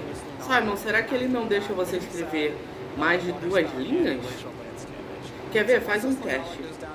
Escreve uma palavra que você tem certeza que não vai passar de 2 linhas, né? Uma frase que não vai passar de 2 linhas. Escreve e manda ela. Depois, escreve uma que passe de 2 linhas. Que seja de 2, na verdade. E manda. Depois, tenta fazer mais de 2 linhas e manda pra ver. Se a de 2 linhas e a de 2 linhas e a mais não for, então é algum problema que o YouTube tá tendo com mais de uma linha de frase.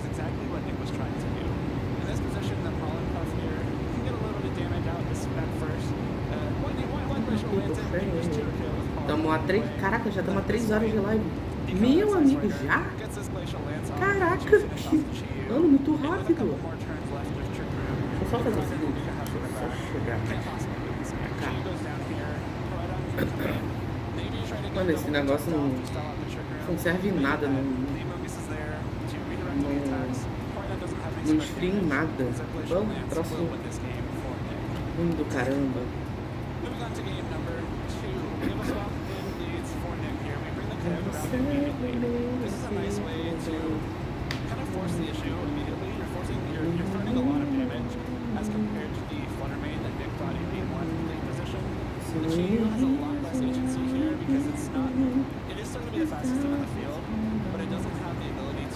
E provavelmente o Simon está formulando a frase. Correct, at the right now. It's pretty scary here. We're going to see the immediate tristellization once again. It's going to be that Calyrex going to get your fairy type. Did very well for Nick in that first game because you really don't want to be weak to those dark pulses, to that meteor beam, to that moonbase beam. And the trade that Nick makes on this turn, I think is a very valuable one. We get a dark pulse into the Kyogre, and I believe we're going to get a water spout coming out here. Water spout. Mano, 2 vezes seguida que o tio sobreviveu. Isso foi bizarro.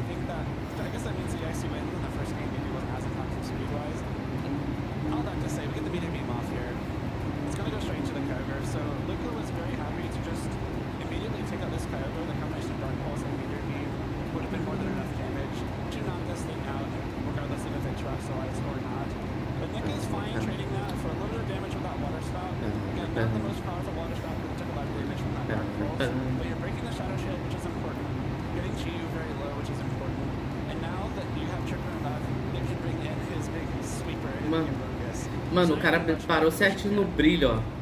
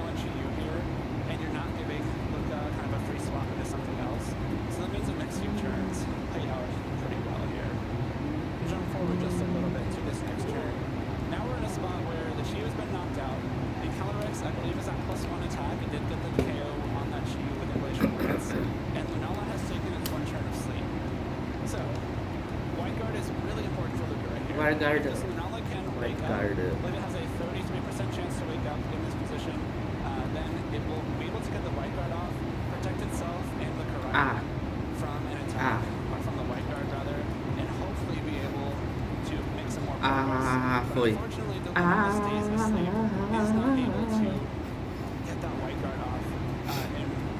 Eu ia falar que tinha um método pra você usar, mas aí você teria meio que ser rico pra usar esse método, né, sabe? Caiu o bot do Live Pixie. Ah tá, o meu fone tá descarregando. Deve ter aparecido pra vocês aí na tela, né? É.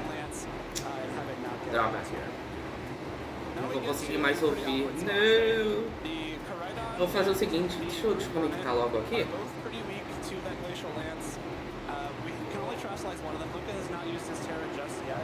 Desconectar logo ele. really tough choice. We saw Eu Nick coloco talking about it a vocês de little bit volta in aqui. the interview with Gabby as well. Deixa eu Amoonguss colocar pra can carregar spore enquanto either isso. one. Of course, the Koraidon never going to be immune to spore. Eu só vou ali na sala rapidinho e já To volto. go for the terrestrialization, it will remove it. And make it a little bit more vulnerable to spore, and that's exactly what Nick was trying to do here. We saw him go for that spore straight into the Brute Bonnet, hoping to catch it terrestrializing and not the Koraidon. Unfortunately, it doesn't work out. Maybe the +2 Glacial Lance can still get rid of it, but with that Photosynthesis boost, the Brute Bonnet is able to hang on. That is really impressive defense. That is a +2 super effective Glacial Lance, and Brute Bonnet was able to take it and put this Calyrex to sleep. The Flame Charge here will be able to KO the Amoonguss. Flame Charge in Trick Room, sometimes maybe not the best idea, but I think it was a great call here because Trick Room is about to expire, and when it does, you want to give your Koraidon the chance at being faster than Nick's remaining Pokemon. It is going to be the Flutter Mane for Nick here, and on this turn, it's another kind of tough spot for Nick at this point, because you did have your Calyrex go to sleep. This is a guaranteed sleep turn for the Calyrex because the Glacial Lance went before the Spore on the prior turn. Now your Brute Bonnet has the option to Sucker Punch to break that Focus Sash on the Flutter Mane, which is exactly what it does, right? The Flutter Mane gets a Photosynthesis boost because it is pretty fast. That boost is going to speed and not special attack, which is very important for Nick here. The Flutter Mane is able to outspeed the Koraidon and threaten a knockout into the Brute Bonnet. If the Flutter Mane goes for the Icy Wind here, which will knock out Brute Bonnet and lower Koraidon's speed, you need the Brute Bonnet to break that Flutter Mane's Focus Sash, or else you will just lose right away. So a very smart Sucker Punch here from this Brute Bonnet. Sacrifices itself to get that Focus Sash broken, and we see the combination of the Sucker Punch and the Flame Charge able to KO the Flutter Mane here. And now we get to this final turn of the game. So we have the Koraidon versus the full health Calyrex Ice Rider. We have the Life Orb, we have the Terra Fire boost, we have the Auric Alchem Pulse, we have the Sun. Do we think that's enough damage to win a KO the Calyrex? Look at Koraidon's HP though. Its HP is very, very low. Let me get back to a spot where we can see it. Calyrex stays asleep here, yeah. The Koraidon's HP is quite low. It's only 51. We know that Life Orb does 10% of your health, so that's 17. That brings it down to 34 HP. If you go for a Flare Blitz, a third of the damage that you're dealing gets dealt back to you as recoil. Calyrex has a lot of HP, so at this point you can very reasonably assume if you go for a Flare Blitz, your Koraidon will be knocked out. You will lose that Koraidon to a Flare Blitz due to the Life Orb and Flare Blitz recoil. Do you think Flare Blitz is able to one-hit KO Calyrex? If you don't, you almost have to go for something like a Flame Charge, even in close combat, just to get some damage into that Calyrex. Then you can follow up with a Flare Blitz later on to KO. If Flare Blitz knocks out the Calyrex, and the Koraidon also gets knocked out to the recoil at the same time, Luca wins, the Koraidon wins. Because you are taking that knockout, and then the Life Orb recoil will knock you out, but because you use that attack to KO the Calyrex, that still counts as a win for Luca in that scenario. A pretty rare 0-0 win, but a win nonetheless. The risk in going for the Flame Charge here is that if you go for Flame Charge, it certainly won't knock out the Calyrex, and you won't knock out yourself, but Calyrex does have a small chance to wake up. Provavelmente vocês estão ouvindo no cooler, mas se vocês estiverem ouvindo o barulho do ventilador, desculpa, porque tá insuportavelmente impossível eu ficar sem o ventilador perto. Eu ainda tô com o ventilador no 2, porque se eu colocar no 3 vai ficar ensurdecedor o barulho aqui. Mas eu tô quase comentando. Já que basicamente só tem eu e o Simon na live, então so the recoil was there, was just enough to take out the Koraidon. And Nick takes a very, very close 2-0 win over Luca Paz, launching himself into top cut here in Orlando. What an exciting match we had there to wrap up our Swiss phase in Orlando. Eles enrolando porque foi muito rápido a partida. Tá, agora tem o top cut, né, que é o top 8. Cara, são 1h44 já tá indo pro top 8.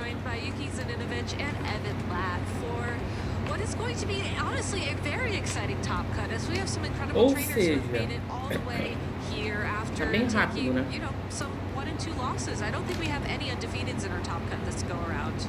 Yeah, Jonathan lost his final round, so the 12-0 dream is dead, but the 11-1 dream remains. So why don't we we talk about Jonathan first then, as I think everybody had eyes on him going into the last round to see if he was going to remain undefeated or not. Jonathan Zuniga. Calyrex, Shadow Rider, and Zamazenta core that we saw at the top of the usage charts time and time again. Yeah, really exciting for Jonathan, who secured himself the bye into the top 8 thanks to the very strong performance starting 11-0. So already topping his records of, previously top 16, now able to add at least top 8, but obviously he's looking to go much higher. And using a very, very strong team, something that like Michael Kelch has used at the World Championships to great success in the first iteration of Regulation I, really relying on that Dragonite for additional pressure on top of the other offensive pieces. And I was really impressed with how Jonathan played in the match that we watched earlier that guaranteed his position in top cut. The way that he was able to use the pressure that the Dragonite Chien-Pao combination really exert, especially on, he was facing down the Choice Scarf Miraidon, but was able to just sort of bluff that pressure, knows that you just can't risk it, and made just really smart targeting choices overall through that entire set. Definitely a player who, no surprise to me that he's already advanced to the top 8. And no surprise as well that he was undefeated up until what felt like the very last second. Yeah. So congratulations to Jonathan on making it this far. Best of luck in top 8. We'll be checking in on you real soon there. The next player I want to check in on in terms of top cut is going to be Kian Campbell, who also is going to be making it into top cut, but will not be securing. Oh no, will be securing the bye. Excuse me, the bracket on my phone here honestly is very small, so apologies. But also, no stranger to at least top 8, having gotten top 4 in Los Angeles in 2024. Yeah, really impressed by his play. We also got to cast earlier against Stefan, playing a very unfamiliar team to most, and also playing against a very unfamiliar team. Mano, por não ter ninguém falando no chat, não sei se o Simon tá tentando falar e o YouTube não tá deixando ou se realmente ele não tá falando nada. Agora tá essa incógnita. Very innovative in this format, but also across formats where he was just coming out of Regulation F finish. Yeah, I believe in Houston he was made the play-in round and then lost the play-in round, so didn't advance to top 8. So now already doing one better than the Houston Regional just 2 weekends ago. I really loved watching this, especially because the double restricted format, often people just lean on 2 restricteds and then 2 support Pokemon. Kian really showed that you don't need to bring both of them. Sometimes you have a bad matchup and you can leave, in his case, the Kyogre at home and let Zacian run over the team. And it's a really high-level play to really understand where your restricteds are best used. Sometimes that's the bench. Now, I did unfortunately miss a couple of rounds earlier today, but I believe the only Zacian we've seen this weekend as well, which is a flex. The only Zacian we see in Regulation I tends to be from Kian Campbell. Like, this is just, no one else really makes it work, but Kian does. That takes a lot of talent. Coming up next is going to be Richard Mongolan, who we also saw the other day. I don't think we had him on stream today, and will also be securing a bye going into top 8. Yeah, really impressive given like his past performances. As you can see here, the peak was top 32 and being able to skip over not once Esse cara também passou? Pera, eles estão falando de todos os top 16, será? This is the composition of Calyrex, Shadow Rider, and Zamazenta that I'm personally not very used to. Like, we talked about how Calyrex, Shadow Rider, and Zamazenta, because they are so versatile, they have a lot more opportunities to innovate what non-34 de live. And you just don't really see Overpon Fire paired Agora vai ser encheção de linguiça. Até eles falarem, vamos passar esse confronto aqui. Yeah, I really wanted to highlight the Whimsicott there as well, because that is, like you mentioned, Tornadus seems to be the preferred tailwind setter for these Calyrex Zamazenta teams, but Whimsicott does offer a lot of additional tools that can help support Pokemon like the Calyrex as well. And yeah, I think this is a really interesting team, again, because like, I look at this team, and honestly, it's a team that I would not love not bringing my restricteds to, but I would be happy in most other regulations bringing a form of Chien-Pao, Ogerpon, Hearthblade, Raging Bull, and Whimsicott. That feels fine to me. So like, there's a lot of different modes here for this team. Yeah, and I really like the flexibility that gives you as well, because you can always shape things up. Mano, parece muito que eu tô dormindo, meu For you, Deus do just céu. leave the Pokemon behind. on Hearthflame never really feels like a bad idea. When you crystallize it, it feels like a restricted Pokemon, right? It doubles its attack, so it becomes like a super restricted, like it has like 600 stats or something. Exactly. Don't check the math on that one. Don't know. Okay, kind of. All right, now we're going to move on to some of the trainers who will be needing to play in this buy-in round, this round of 16-ish, if you will, to make it into top 8. And the first trainer I have profiles for in that regard is going to be Jonathan Quinones, who, if we can pull up this real quickly, eu acho que eles estão falando. top 8 a couple of times in the past, Que eles estão colocando na tela os Yeah, I feel like we featured a couple of Tropicals players, the one earlier. I know we've had the Urshifu there, so again, it's very interesting because the core 4 from the Brydon Tropicals teams I've seen pair with Sinistcha and the Incineroar, and the other two are a little bit up for grabs for like what kind of matchup you want to be more favorable into. And yeah, Jonathan seems like he chose the Urshifu, which actually is pretty good into the mirror. Definitely very good into the mirror for sure. This Terapagos, you know, at the start of the tournament yesterday, we looked at the usage for restricteds and said, yep, it's a 6 Pokemon game, and Kyogre's there, and I guess Terapagos is also there, sitting at 6.5% usage on day 1, I believe. And just by virtue of Jonathan getting Terapagos into the top 16, conversion rate's pretty good for Terapagos players. I know, there's exactly one in top 16. I did just have time to check quickly. So I think that's a really awesome accomplishment, though, and I really love the synergy here with the Sinistcha as well. You know, Terapagos having a lot of that natural pull, being able to heal it back up. It really feels like one of those Pokemon where if you allow it to get into that position where it has all the health it wants, it has that stellar terrestrialization, it is impossible to be removed. Chegamos ao top 16 finalmente, o Dragapult. E eu, olha só, talvez eu tenha uma notícia ruim aí pra tu. E o Marlon também talvez não fique muito legal.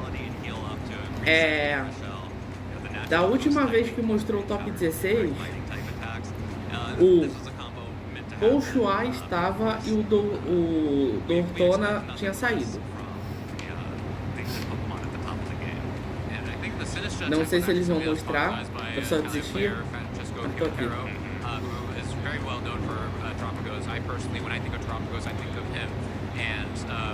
Eu ia te falar do... Eu acho... Eu ia te falar do Nindras... Do Nindras... Não, é do Live Pix, mas é o que eu falei. Pra cada mensagem que tu fosse mandar, tu teria que desembolsar uma grana aí. Não, se bem que se tu mandar R$1, tu consegue falar, né?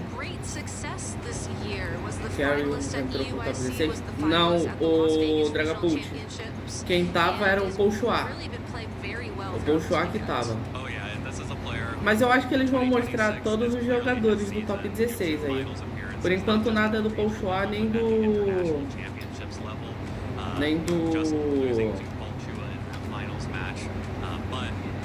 Como é que fala? Nada do Bolshua nem do Carry. Do Carry o Estranho. Nossa, eu mandei uma referência antiga. Eu acho que ninguém vai entender essa referência que eu mandei.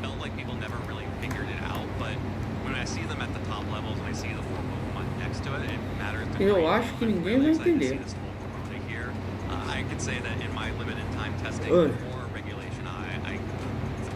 Here, I came up against a lot of Volcarona that were causing me a lot of problems, and I'm not surprised to see a Volcarona make it here into the top 16. Yeah, I'm really glad you pointed out the Volcarona because that's a Pokemon that I think really respect. Se o Simon entender, provavelmente o YouTube vai falar. Deixei. Being able to resist both the attacks from the Zamazenta and have your really high special defense against the Calyrex. So I feel like there's a lot of buzz back then, but I guess contrary to your experience, I haven't heard too much about Volcarona recently, and also on the broadcast we haven't seen too much of it. So I'm really excited to see that, yeah, one of the top players is Zachary Weed is trying to finally get that champion title through this Pokemon.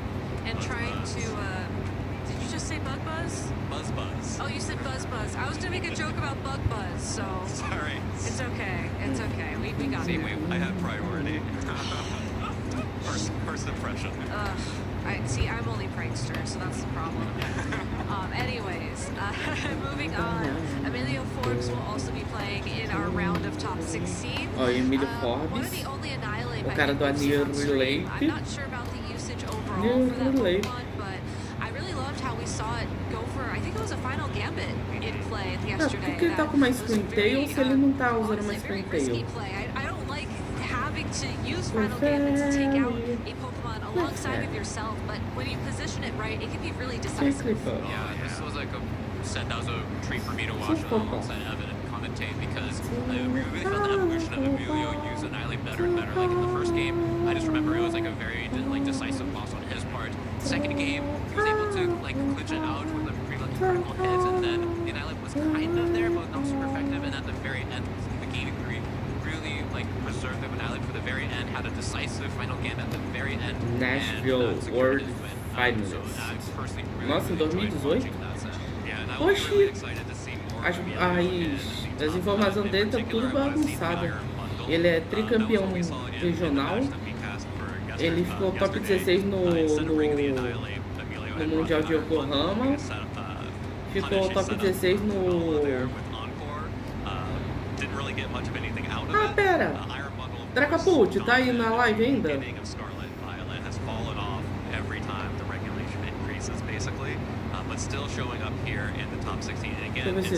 Deixa eu ver se o Dragapult ainda tá na live. Não tá na live. Ixi, muita treta, vixe.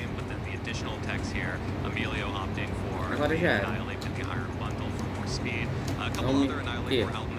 Não, é que era um negócio de Pokémon, sabe? Talvez o Dragapult poderia me confirmar. We can be precise with the bracket as we can now reveal who's going to be playing who on stream for this round of 16. And as you can see there, the final person to get a bye into the round of 8 is going to be o Pochua tá. O Ortona não tá. Vixe, o Ortona não está. Então eu vou fazer o seguinte.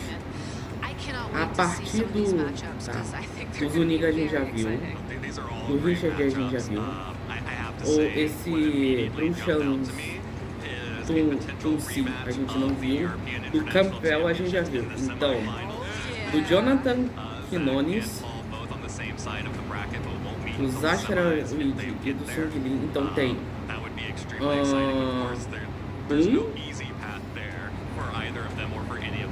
tem 2, 3, 4. Tem 4 jogadores aí. A gente vai ver o confronto.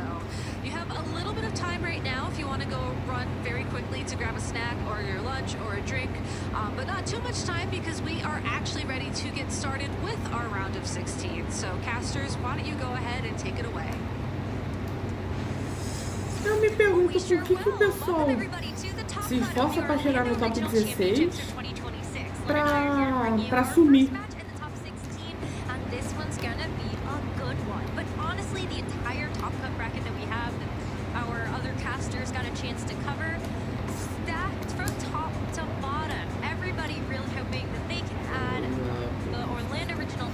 Tô zerando Radical Red no Raiz. Ô, Dragapult,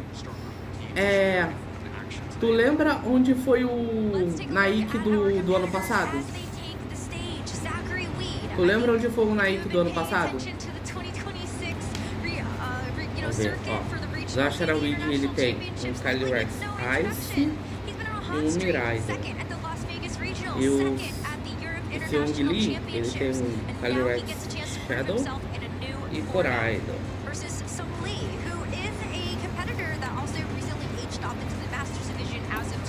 Você lembra onde foi a...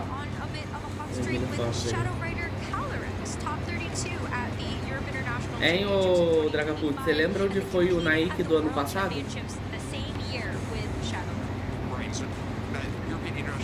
Se eles têm um lugar específico, né, na verdade?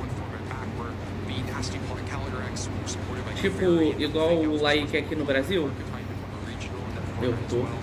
Nossa, a live tá atrasadíssima pra você. Ó, o time do Zashara Weed, Calyrex Ice Rider de Clear, Miraidon de Trice Sky, Fire Giraffe de Electric Seed, Iron Hands de Assault Vest, Puro Shifu de Focus Sash, o Shifu de Água Focus Sash, e Volcarona, olha, Volcarona de Rock realmente.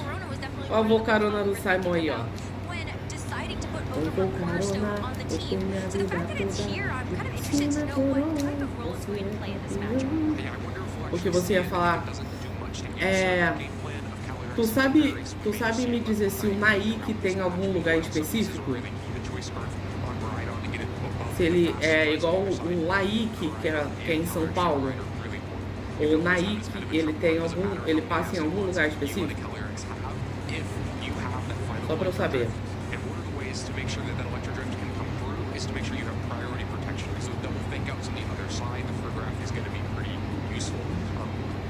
It also is immune to Astral Barrage. The Electric Sea helps us stand up against Koraidon better, helps foul play to at least force a Terra and threaten some damage into the Calyrex on the other side. So I think also our game one partner here.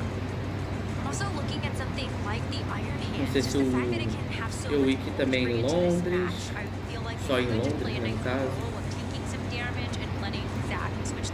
It does a great job of fighting into the Pokemon restrictions, right? Like a lot of times it can be dangerous if you're always trying to KO Calyrex, then you're not doing anything to really move it. Incineroar or Iron Hands does a great job of getting damage.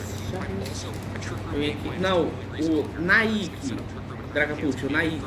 É esse e o time do Seungli é Calyrex, Shadow Ride de Life Orb, Koraidon de Clear Amulet, Clefairy de Violite, né? Colortermane de Fox Sash, Incineroar de Safety Goggles e Rillaboom de Assalto Vest. So when we see Calyrex and Koraidon together, like in the World's Finals last year, often there's actually more emphasis on the Koraidon part of that. Calyrex is there as like another... O EUA é em Londres, Laik é em São Paulo. Agora, o Naik, ele tem algum lugar específico, será? Takes advantage of the sun to get really fast to get above the speed of the Choice Card Koraidon on the other side, possibly. Rapidinho, chat. Vou só fazer um negócio aqui, rapidinho.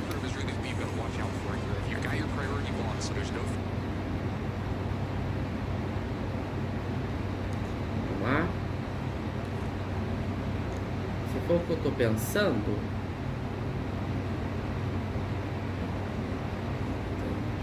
Pior que eu não sei, mas pelo menos os outros têm um lugar específico. Porque do cara ali apareceu um negócio. Deixa eu só ver.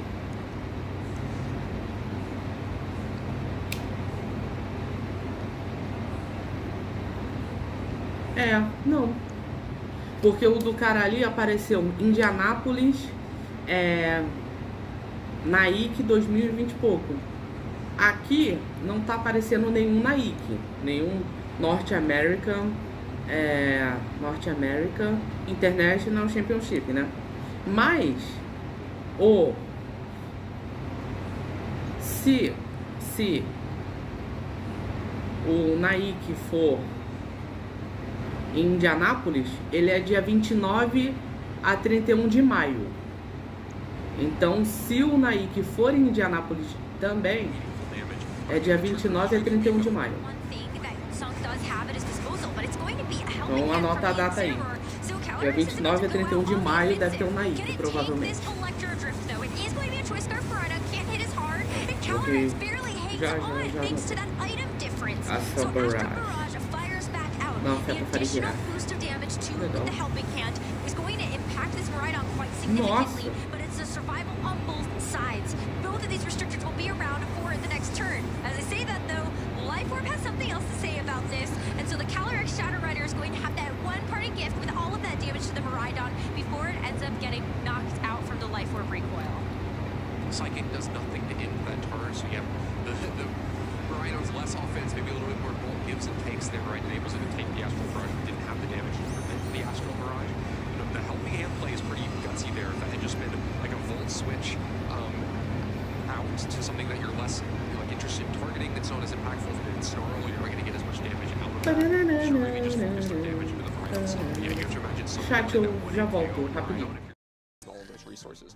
Now, though, you do get Koraidon on the field, so Calyrex gone, Nasty Plot game plan gone. Now you're focused on damage with this Koraidon, and you're in a pretty good position for it because the Miraidon is locked into Electro Drift. You don't have to immediately worry about damage from it. But, you know, if you Terastallize here because you're worried about Psychic, well, then now you are worried about Electro Drift. Yeah, the Electro Drift is going to be hitting just a bit harder, but you know what? Maybe this is a Koraidon that can tank it. If you saw just how much you took from the Shadow Rider Calyrex's perspective. Electro Drift comes out, so Koraidon's going to take that a bit more comfortably. But now it's about what's next to follow. The Flame Charge here from the Koraidon is going to take out this very low Miraidon, and that's going to be a KO to even up the Pokemon count in this first game. But Incineroar and Ferrograph still have yet to move. Since the Koraidon took a lot of damage, it would be maybe felled to something like a Psychic, but the Incineroar is going to get out of there and allow Sung to bring something else in.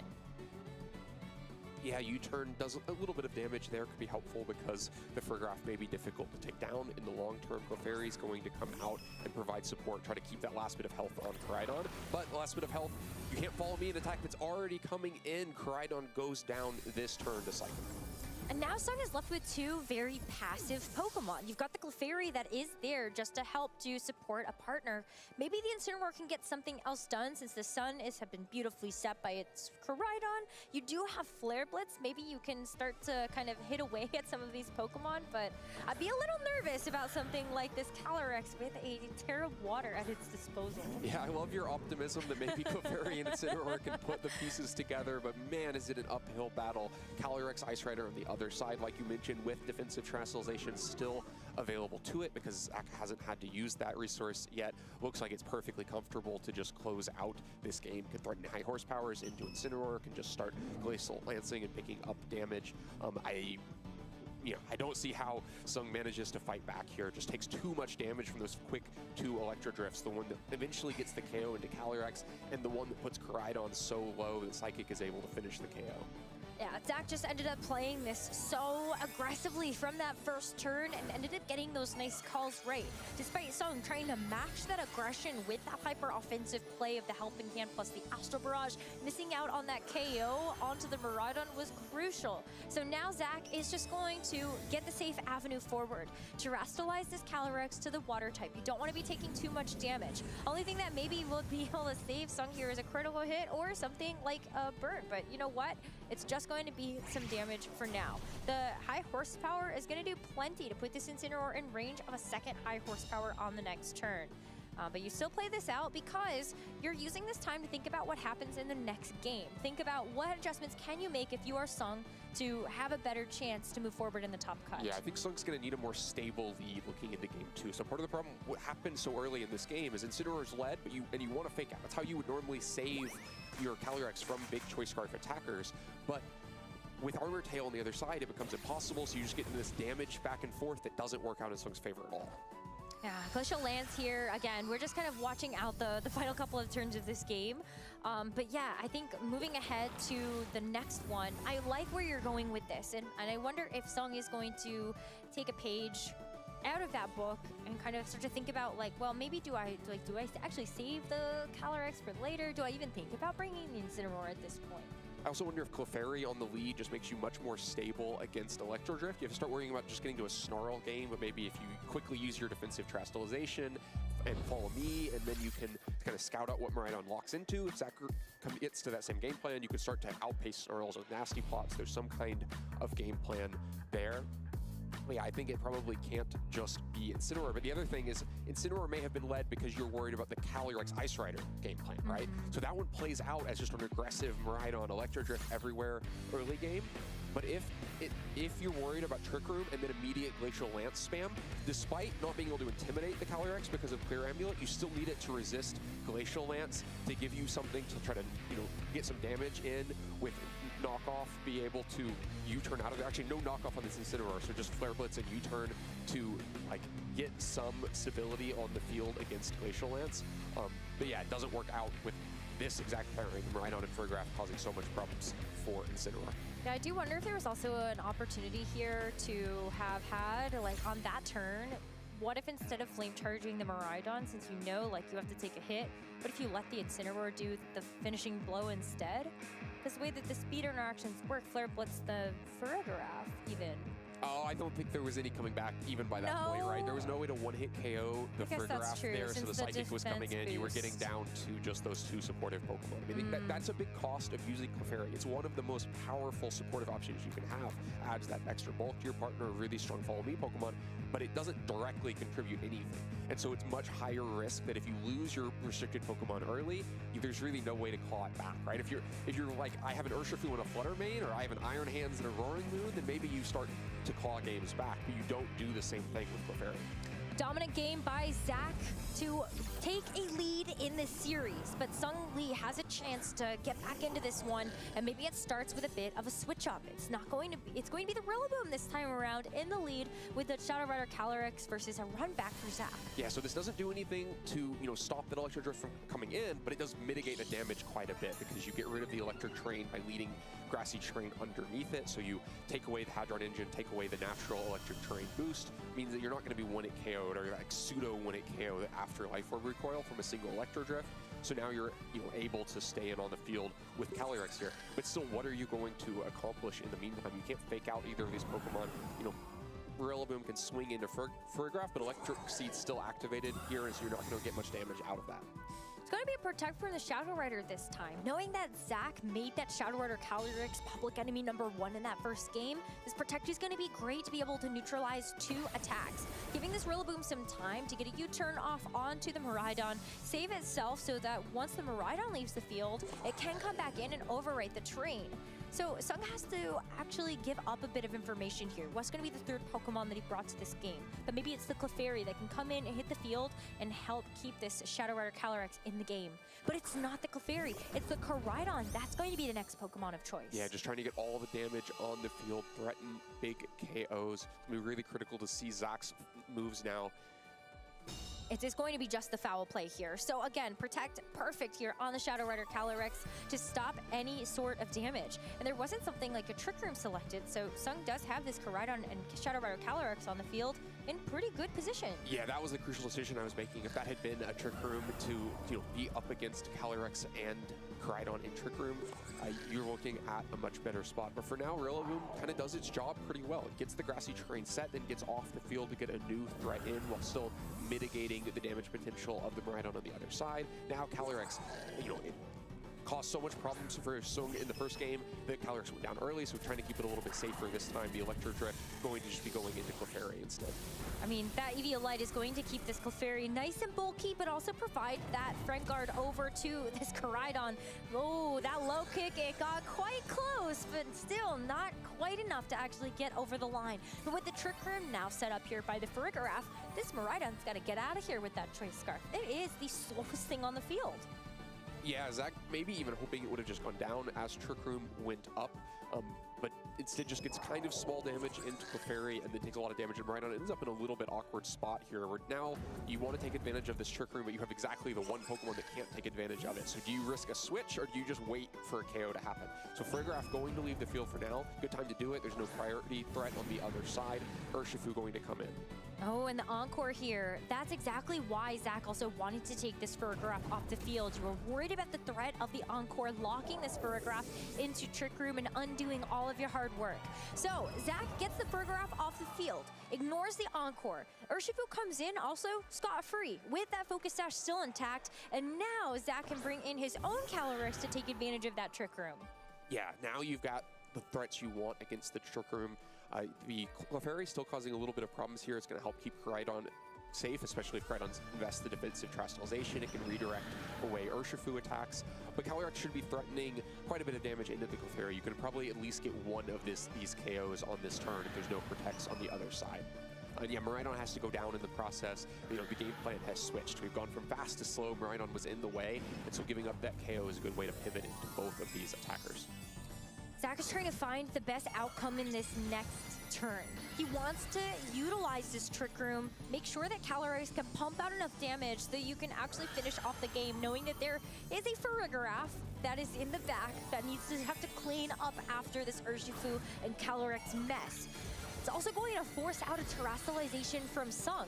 This Koraidon definitely feels the threat and the pressure of this Ice Rider Calyrex, but with both of these terrestrializations used, you now have to play the game of how do you get through this restricted Pokemon. Clefairy is ready to help out as Calyrex unleashes a Glacial Lance.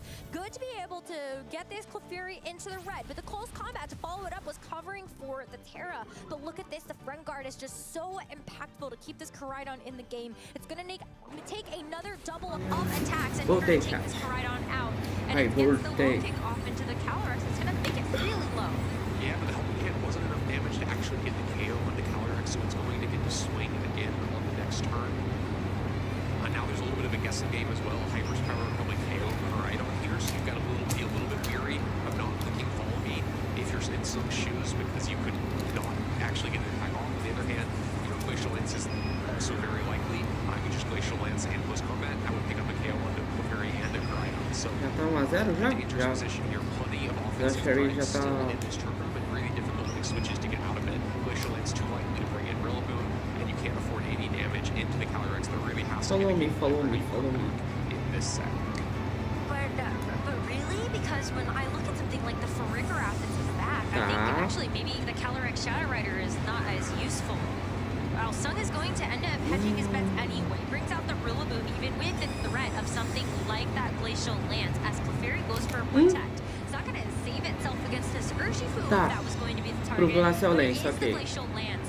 So this poor Rillaboom has to switch into such a powerful attack. Still able to hang on through this as the close combat is going to go into the Clefairy and Não adiantou de muita coisa, cara. Mano, por quê? Gets to switch in here without actually going down because close combat didn't go into that slot. That means that you're threatening Gracie going to fake out lots of valuable things on this next turn. That's just going to bite Murmur Tail on the field. But if you can force your opponent to switch, it's a great way to... Peguei um pé de ursa, boa! Ô, Dragapult, tu viu isso aqui? Oh, actually, bye-bye grassy terrain. Yeah, so no grassy fight on this turn, but you would fake out enough to, you know, stop. Botei uma Salona boa, nice. Ah, é, no Radical Red é mais fácil, né? Não precisa fazer todo um Paranauê.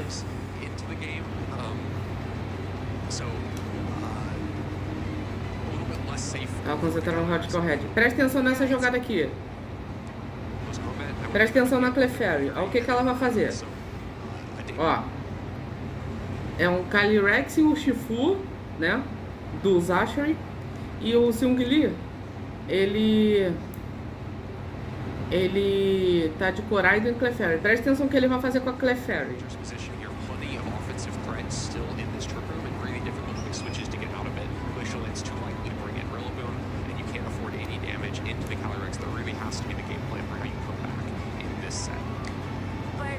But really, because when I look at something like the Farigiraf that's in the back, I think actually maybe the Calyrex Shadow Rider is not as useful.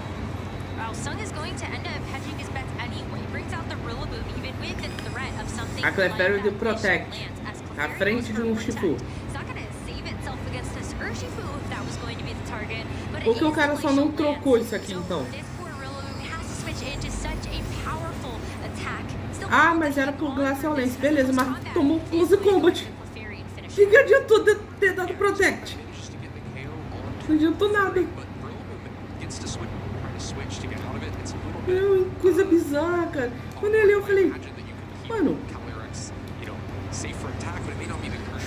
Não, mas mesmo assim, você tem um Shifu, o Dragapult, que atravessa a Protect, independente do dano, vai acertar. Ó, um Close Combat, o Surge Strikes, qualquer um dos dois ataques levava a Clefairy. Ele não sabia que o Shifu ia dar Close Combat na Clefairy? Ah, era meio previsível, não?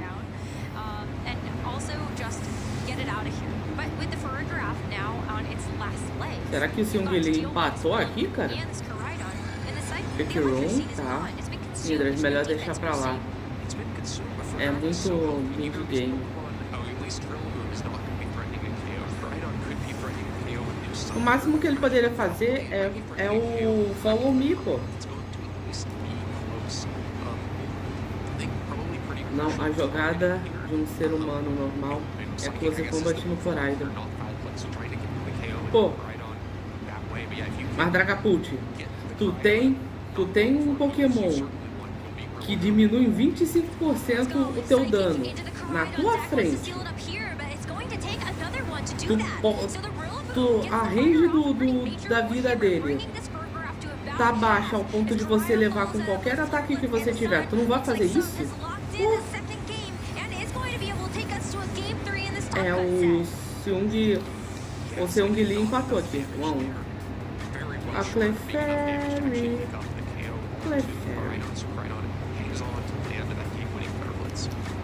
I do wonder, like, would the foul play have been better there? Maybe probably wasn't enough either way. You know, Photograph struggles from not having the same type of attack boosted foul play. A lot of times when we think about it, it's on Brimstone, it's on Dark Pokemon that are getting that free 50% Não, extra. a jogada de um ser humano normal é coisa que compete no Coraison. Não, eu super bateria na Clefable mesmo.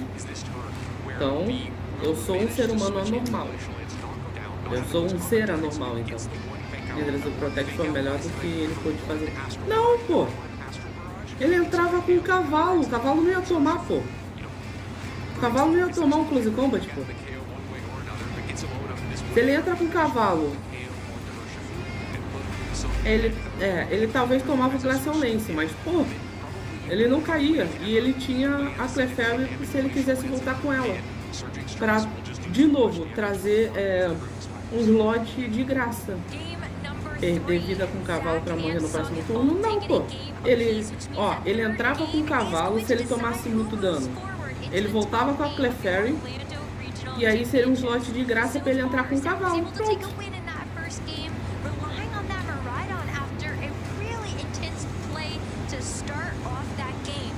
Porque o cavalo não toma não ia tomar o Close Combat do Shifu.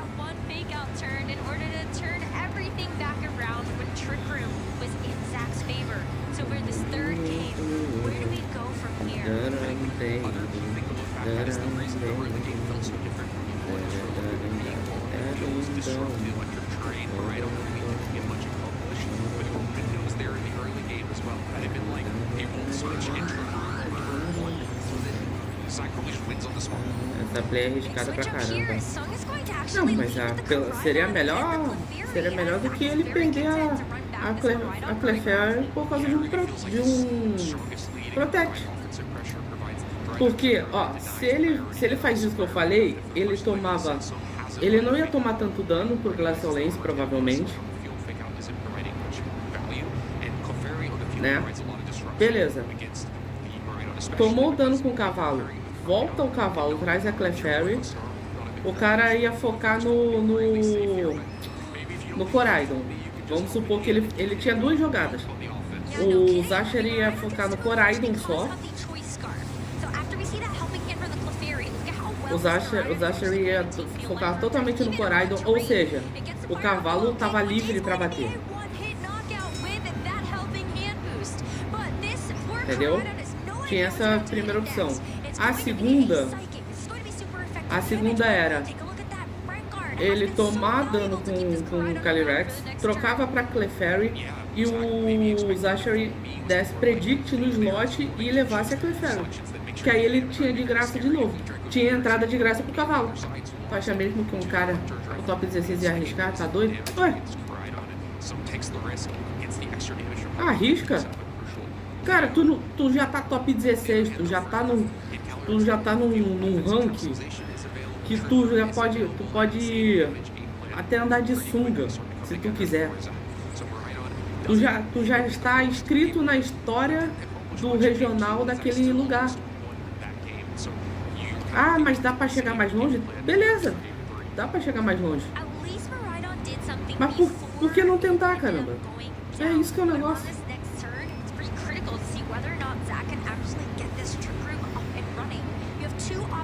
Ó lá. Ele tirou a Clefairy pra colocar o cavalo. Não, o Incineroar. Tá. Ok. Ou ele poderia fazer isso aí, ó. Se ele tivesse vindo com o Incineroar no último. Ele poderia ter trocado a Clefairy e colocado o Incineroar. Que aí ele não ia tomar tanto dano no Glacial Lance. Terra água, terra fada, terra água. Normalmente ou é terra água ou é terra fada.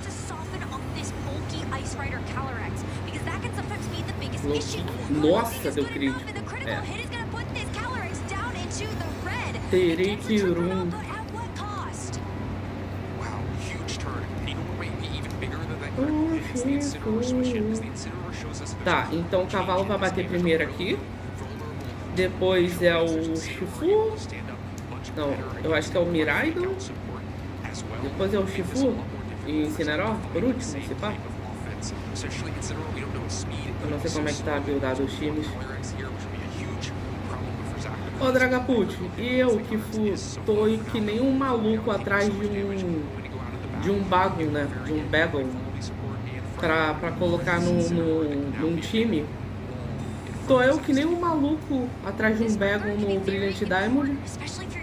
Aí eu, pô, não tô achando. E eu pesquisei no mapa, né? Eu tô exatamente onde fala que pega ele, beleza. Aí eu fui no Google. Onde pega o Bagon no Pokémon Brilliant Diamond? Aí tá lá. O Bagon é um Pokémon exclusivo do Shiny Pearl. Eu falei, tá de brincadeira que eu tô à toa procurando um Pokémon que não existe nessa versão. Por sorte eu tenho o Shiny Pearl, mas pra onde eu preciso dele, eu teria que zerar o jogo. Então eu falei, quer saber? Esquece. Se desse pra transferir do telefone pro Switch, nossa, eu pegaria um Bagon no Emerald e passava. Pronto. Agora. Paia. Então, né?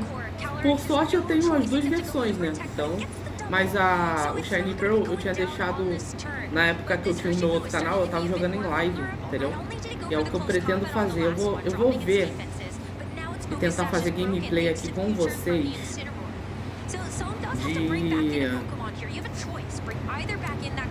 e tentar trazer o Shiny Pearl qualquer dia também.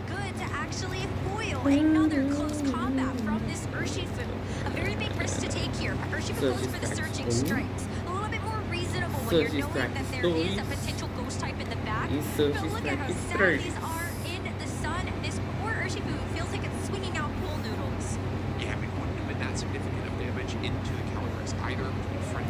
Ô Dragapult, vamos supor, eu tenho como comprar um dos Pokémon. Tu acharia melhor eu comprar o Scarlet Violet ou o Sword and Shield?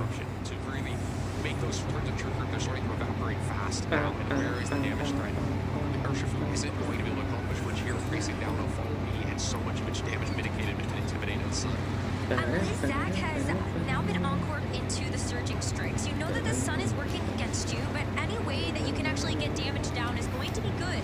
Maybe putting this Calyrex in range to start getting some damage trades. Pro competitivo vai de cadeira violenta.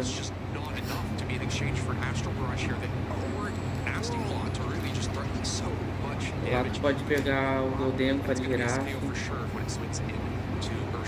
Então seria melhor pegar o Sword and Shield se eu fosse só pra casual, com certeza Sword and Shield. Tá. É porque, por exemplo, é porque dois... Peraí.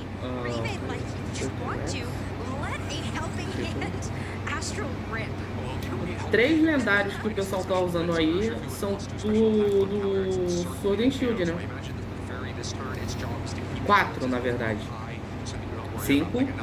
A gente vai contar o Zacian também, tá? Então, 5 lendários que o pessoal tá usando aí é de lá.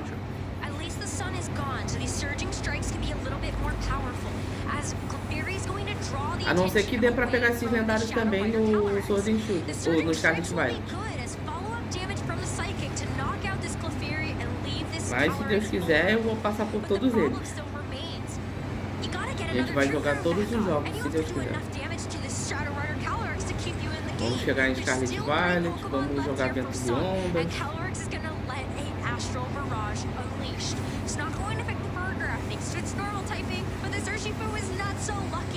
Já pensou? A gente jogando ZA? Ainda esse ano? Aí, ano que vem a gente só esperar o Ventos e Ondas? Nossa!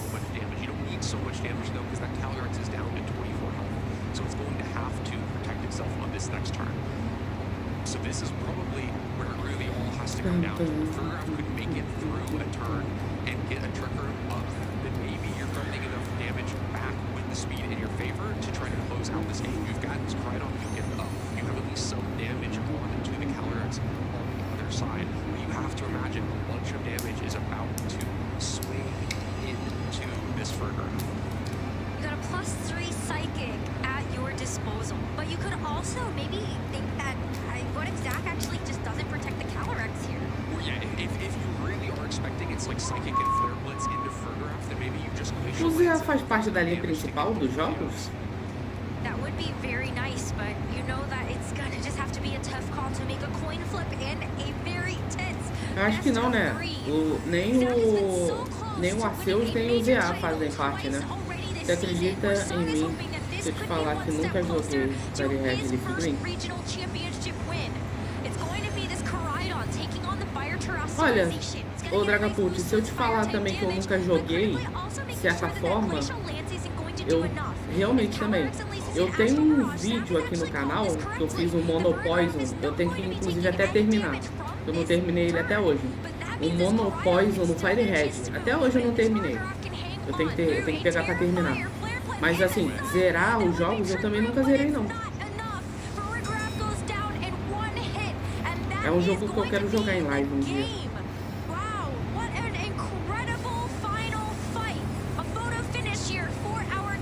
Ele tem Incineró e... ele tem Incineró, né? Só que eu quero acabar primeiro o Platinum. A gente tem bastante coisa pra fazer no Platinum ainda. Eu tenho que zerar Elite Four, ir atrás do Trio do Lago, da Cresselia e do Giratina, né? E do... Nossa, e de Alvipalque ainda. Caraca! Nossa, eu tenho lendário pra caramba pra pegar ainda. GG. Caraca, o Seungli ainda virou o jogo. Mano! Caraca, os japinhas são terríveis, hein? Meu Deus do céu.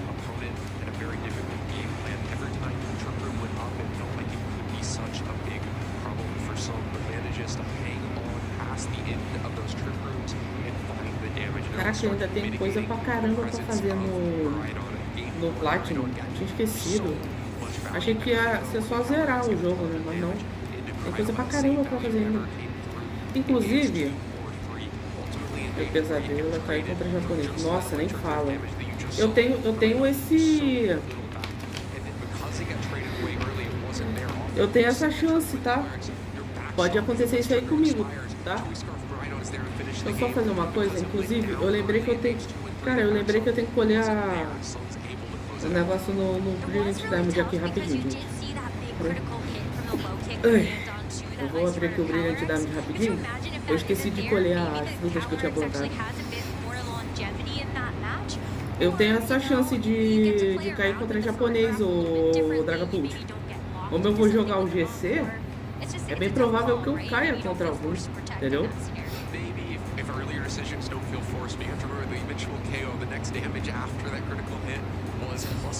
Eu acho que eu vou ser o único, né?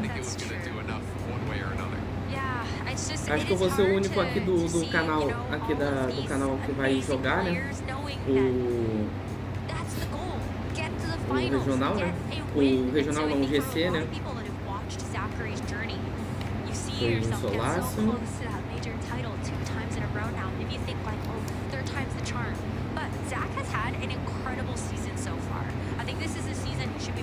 E elas estão crescidinhas já.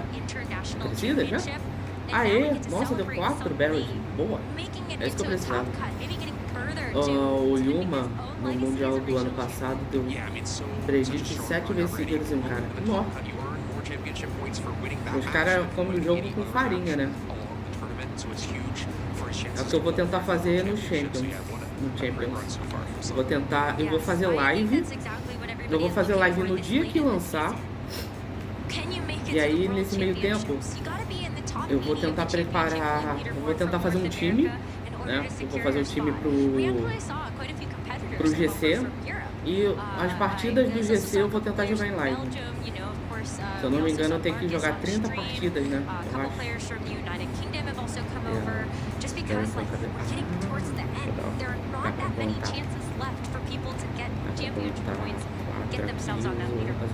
Yeah, only a few tournaments left in the season, just a couple regionals left after this one. Aí eu só tenho que ver como é que eu vou fazer pra colocar o score pra vocês. Por exemplo, eu ganhei, aí tá lá, 1-0. Eu ganhei mais uma, 2-0. Perdi, 2-1. Entendeu? Eu não faço a menor ideia de como é que eu vou fazer isso. Eu tenho que, se tu conhece algum aplicativo aí, ô Dragapult, que eu consiga colocar ele sobressair na tela enquanto eu tô jogando, puder me dar um help depois, me falar um aplicativo aí que faça isso, me manda no privado, beleza? Que eu dou uma olhada depois. But I'm really excited to hear from Song, the winner of our last match on stream. So let's hear from him. Thank you so much. I'm here with Sunli. Eu tô pegando um monte de natu aqui pra me agilizar nas naturezas. So first of all, congratulations. Take your time, you know, if you need a moment to decompress, you can totally take it, because that was a really intense match. Yeah, it was. Game 1 Deixa eu ver se vai precisar. I thought I just tried to do my vai precisar usar. Yeah, but I Ou se eu já zerei completamente. Pior que os japas são os italianos. Matchups, or was it maybe this morning? Como assim italiano? Não entendi. Eles são uma mistura de italiano, né? Deixa eu ver. Because more friend e Base Fell. Sim. Nossa, eu ainda tem speed pra caramba. Ainda bem que eu plantei. Tá, nossa, ainda tem speed pra caramba esse barco. Se não deu uma mensagem, significa que ainda tinha speed, né? Parece que tem. Eu tinha deixado plantado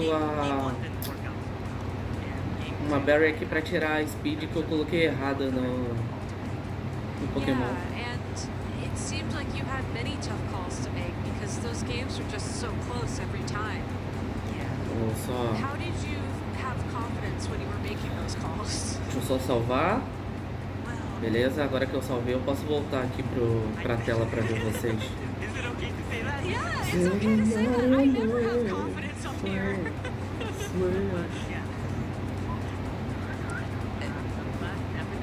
Eu tava fazendo italiano é o Brasil. Eu tava pra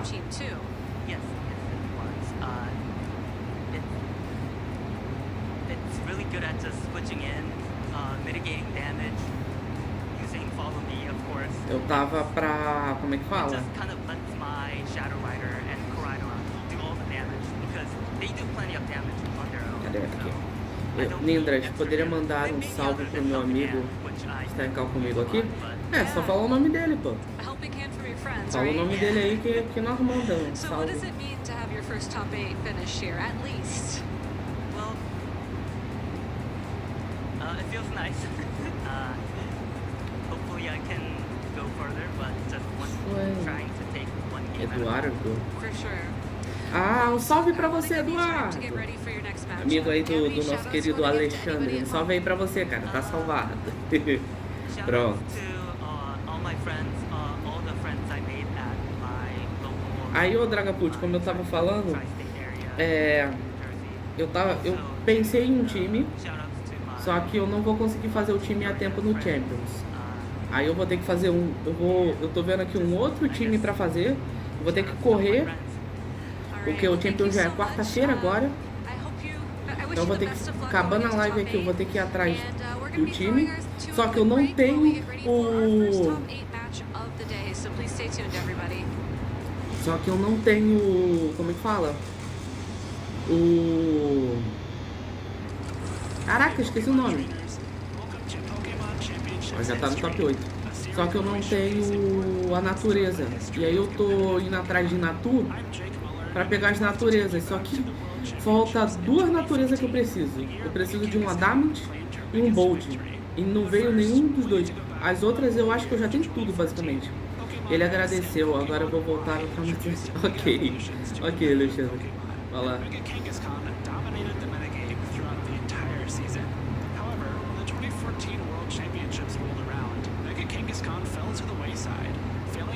Esse daí era um Pokémonzinho que eu tava cogitando a trazer, tá? Que é o...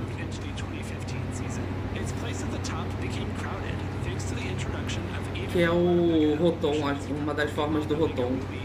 Vocês acham que compensa, o Dragapult? Tu acha que compensa tentar jogar com uma das formas do Rotom nesse começo de Champions?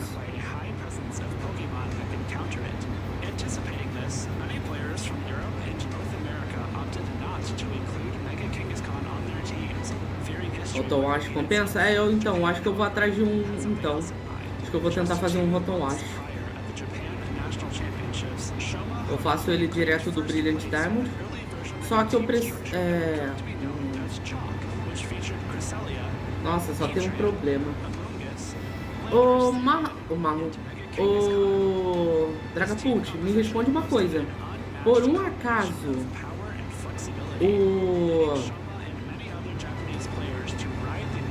se eu tiver com um Natu ou algum Pokémon que tem habilidade Synchronize na frente e chocar um ovo, o ovo vai nascer com a natureza do Natu por causa do Synchronize ou não tem como?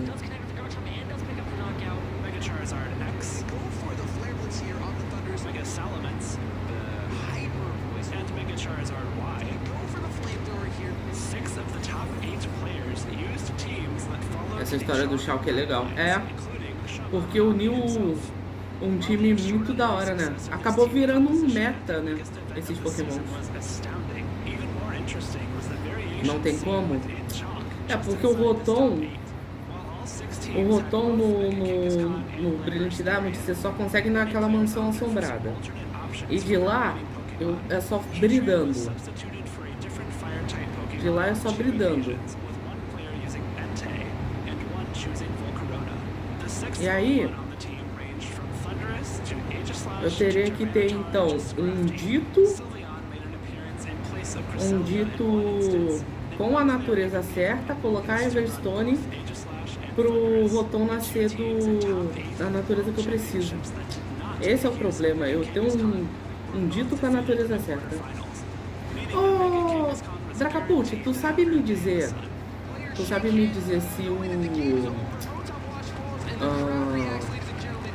você tem como bridar 2 ditos do Brilliant Diamond e ele dá o vinho aleatório? Ou nem? Esse do Shoma é legal, né? Porque ele simplesmente cai no chão, né?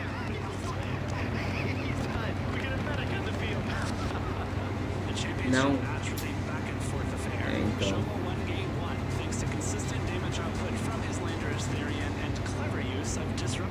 Então, né? Ó o Dragas aí de volta. E aí, Dragas, preparando o teu time aí pro Champions? Pegando os pokés aí no ZA pra jogar? Só momentos lendários do Shulk. Então.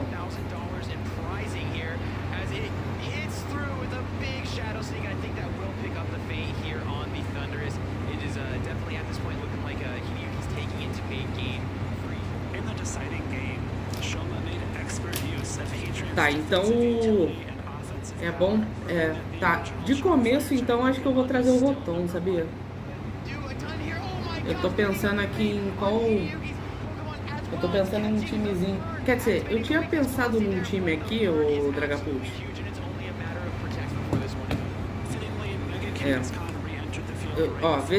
Vê o que tu acha desse time aqui. Que eu ia jogar agora no começo do Champions. Eu não ia jogar esse time no GC nem nas ranqueadas, tá? Ia ser no normal. Eu ia jogar no normal só pra acumular dinheiro pra fazer o meu time pro Champions, entendeu? Pra fazer o meu time pra jogar nas ranqueadas e no GC. Ver se esse time aqui que eu montei tá legal pra jogar. Ó, o time ia ser pra jogar as normais ali e acumular o dinheirinho. Turtle, Venusaur, Weezing, Jumpluff, Clefairy e Gyarados.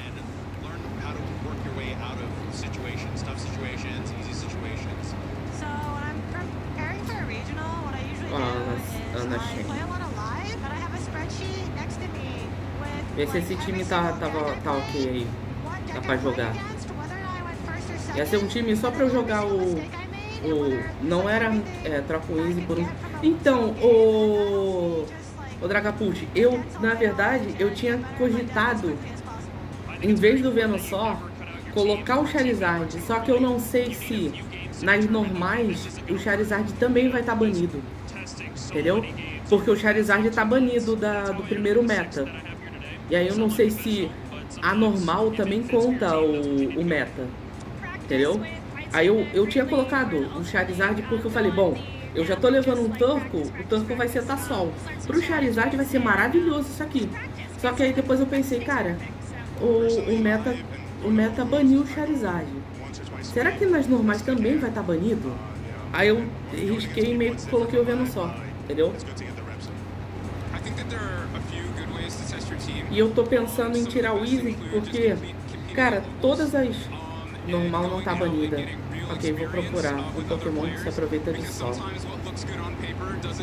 Então, eu tenho dois aqui no time já. Eu tenho dois, que é o Venusaur e o Jumpluff, entendeu? O Venusaur vai estar com o Chlorophyll e o Jumpluff eu não lembro o que vai estar, mas vai ser bom pra ele também. O que eu posso fazer, na verdade, o Dragapult, é o seguinte, então. Eu tiro o Weezing e coloco o Rotom Wash, né? Eu coloco o Rotom Wash no lugar. Entendeu? A normal deve estar banida. Isso aí eu já vi.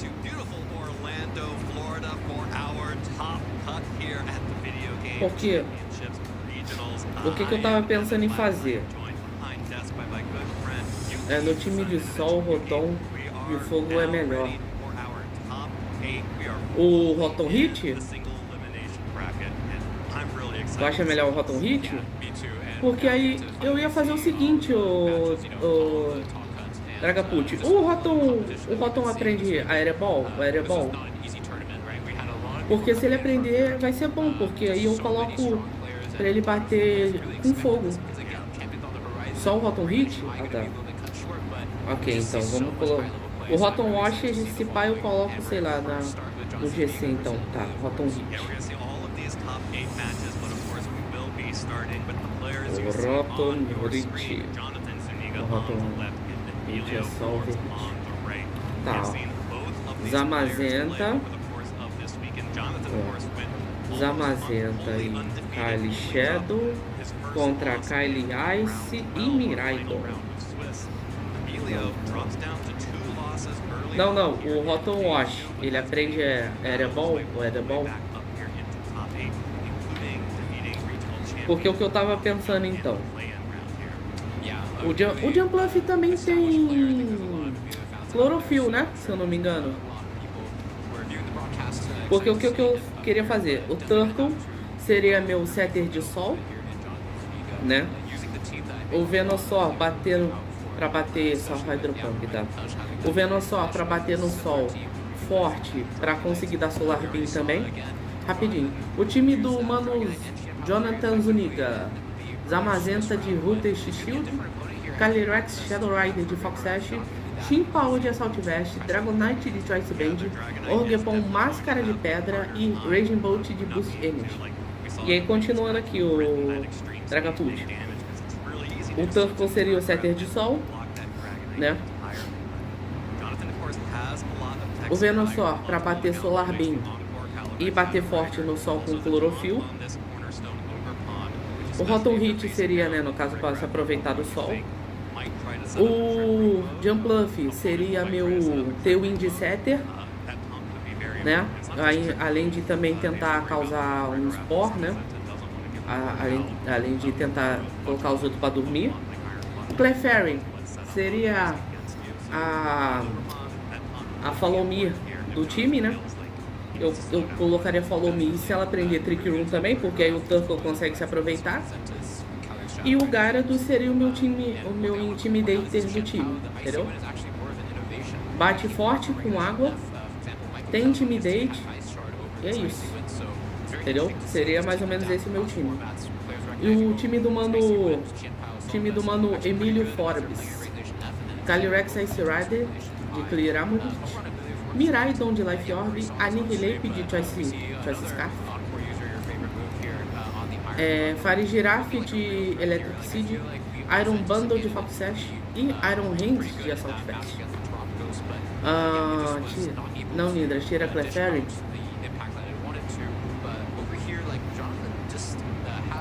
Jumpluff faz a mesma função. As primeiras formas não estão no Champions. Como assim, ô Dragapult? Que primeiras formas?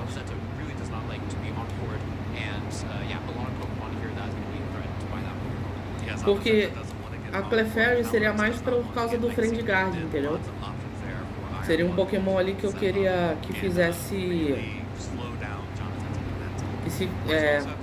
reduzisse um pouco o dano e fosse o alvo ali pra eu não sofrer tanto, entendeu? Não sei se o Jumpluff aprende Trick Room, Follow Me, entendeu? Exemplo, Clef e Clefairy não estão, mas a Clefable sim. Ah, tá, ok. Ok. Porygon 2 não, mas o Z está. Eu não sei como é que pega o Z, e mesmo se eu soubesse, no Brilliant Damage, no caso. Mesmo se eu soubesse, eu não tinha como, porque eu não tenho como fazer troca com ele. Não tem como eu trocar, né? Eu não tenho ninguém pra trocar, eu não tenho o Switch online, entendeu? Nenhum Pokémon que precise de troca pra ser usado, eu posso cogitar colocar no time. Porque, eu não tenho outro jogo a não ser o BDSP. E segundo, que eu não tenho Switch online, então...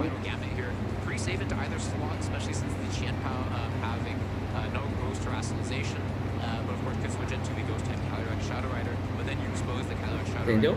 É isso. Mas tá, beleza, eu tiro a Clefairy e coloco quem? O Dragapult. Porque se o Jumpluff aprender Follow Me e Trick Room, eu coloco o Spore e tenho o Wind nele, entendeu? Só que aí ele não bate. Definitivamente esse bicho não bate.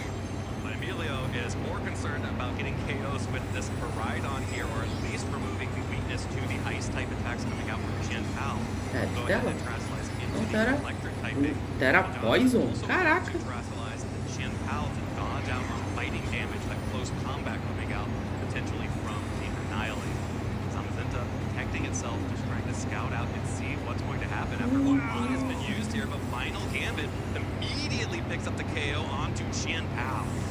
Yeah, as you pointed out, like Jonathan had the opportunity to go for a Sucker Punch to reduce the HP on the Annihilate and effectively not make the Calma, tô vendo que se beneficia só pra trocar o Weezing.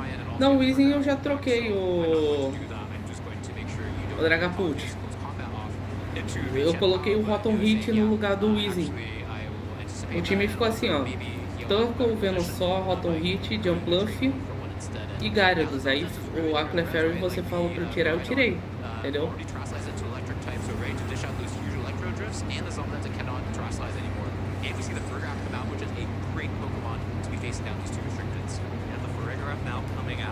Troca a Clefairy, então por quem?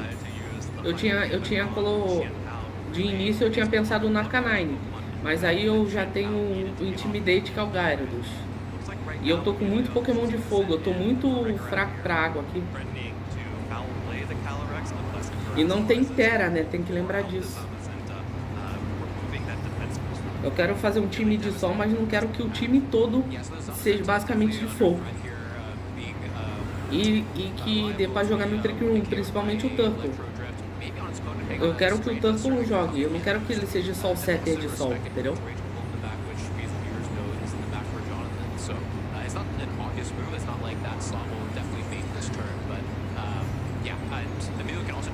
Eu já vou tomar um debuff no Gyarados porque não vou conseguir me aproveitar do sol, né? Com Gyarados, mas... Jonathan trying to take a safe switch in here from the Raging Bolt to soak up an Electro Drift or a Volt Switch from that Miraidon. Of course, with the Trash Sensation, you expect Emilio to be leaning on one of those attacks. Calyrex will be able to get off this Astral Barrage first, though. No damage to Farigiraf thanks to the normal typing. Ô, Dragapult, eu tô limitado aos Pokémons do Brilliant Diamond Shiny Pearl. Não tenta procurar Pokémon de outro jogo que eu não tenho. Não tem como eu pegar e não tenho. Tem que lembrar disso. Por isso que eu tô falando, eu tô limitado. Eu tô tirando o leite de pedra, diriam alguns. Beber água? Chat, bebam água, não esqueçam de se hidratar.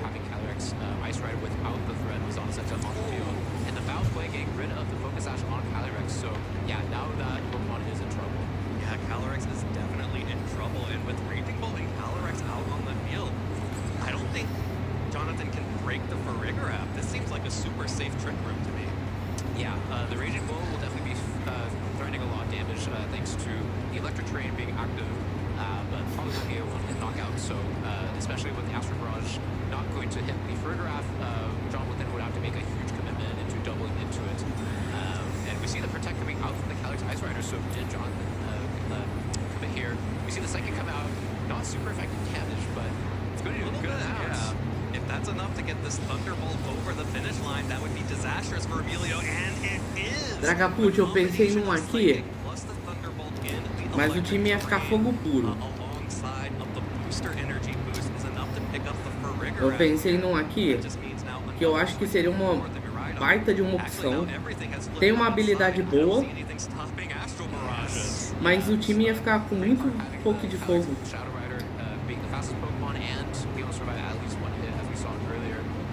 Mas se ele se aproveitaria muito do sol aqui. Mas aí eu não conseguiria jogar de Trick Room com ele, né? Ele ia me limitar nisso. Eu não poderia colocar o Trick Room se eu quisesse.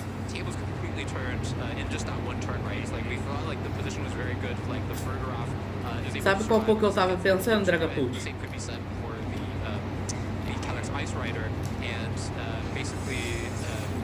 Pokémon de Trick Room, boa ideia. Não, ué, o Jumpluff já não faz isso?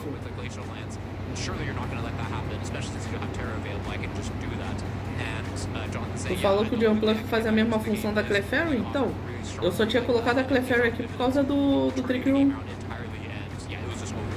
O Low King? Dragapult, eu não... Jumpluff eu tenho link. Dragapult, eu não posso ter nenhum Pokémon que precise de troca. Lembra disso.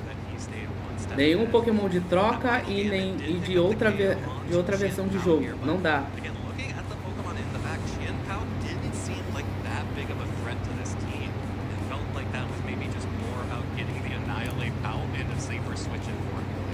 Yeah, I think one of the best tools that Jonathan has into the Farigiraf is that Chin House resists both of the attacks that comes out from the Farigiraf and... Mas o Slowbro joga bem? Guaranteed 50% damage through the Ruination without, the restricted Pokemon would struggle a lot to deal damage, and I don't think the Body Press would even do half damage thanks to the Electric Seed, so I think it was just not placed very well in terms of, since Emilio did not lead with it, so let's see what they come out with this time. Eu posso adicionar nessa maluquice aí de colocar os Slowbro um Rain Dance, se eu quiser. Porque aí pelo menos faz sentido eu manter o Gyarados aqui no time. Porque aí pelo menos o Gyarados tem alguma coisa pra bater também.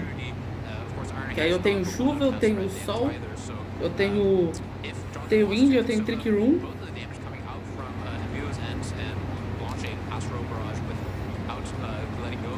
Sash, so pretty good position, I would say, from Jonathan's end. There's not that much that Emilio E aí? wants to take a Astro Barrage with, except for the Verograph, but then that means that you're Isso not aqui é um time só pra... I'd say Jonathan is looking pretty good here. É só pra Could startar. certainly go for a double protect to scout out the opponent, especially since É Shine o Iron Hands? the encore. Jonathan can always go with a follow me to get through that.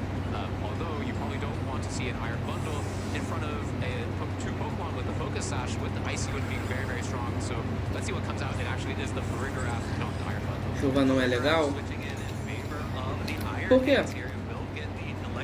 Eu tenho Gyarados pra me aproveitar e eu não perco tanto assim. Entendeu? Tudo bem que eu posso me autocauterar, né? Se pá. Mas... Nossa, olha de dano. Life Orb faz estrago, hein?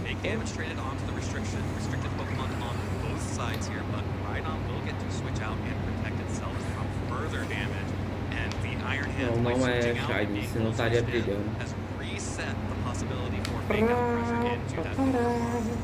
E tum!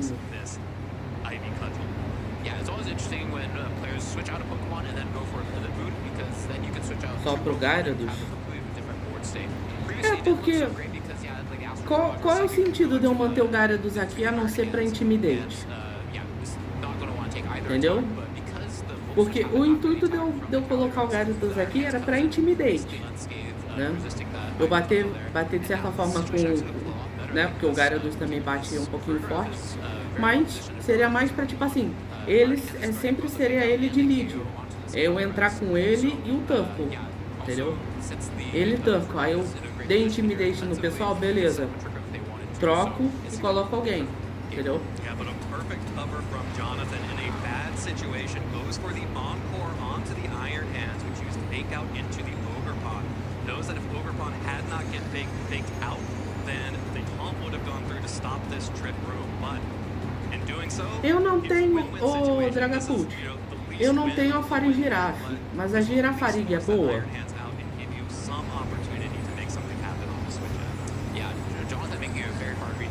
Porque eu tenho como pegar a Girafarig. Entendeu? Se no Champions tiver como ter esse negócio de troca, que eu acho que não vai ter, mas a gente não custa sonhar, daria pra fazer uma Farigiraffe. Evoluir, né? Ela pra Farigiraffe.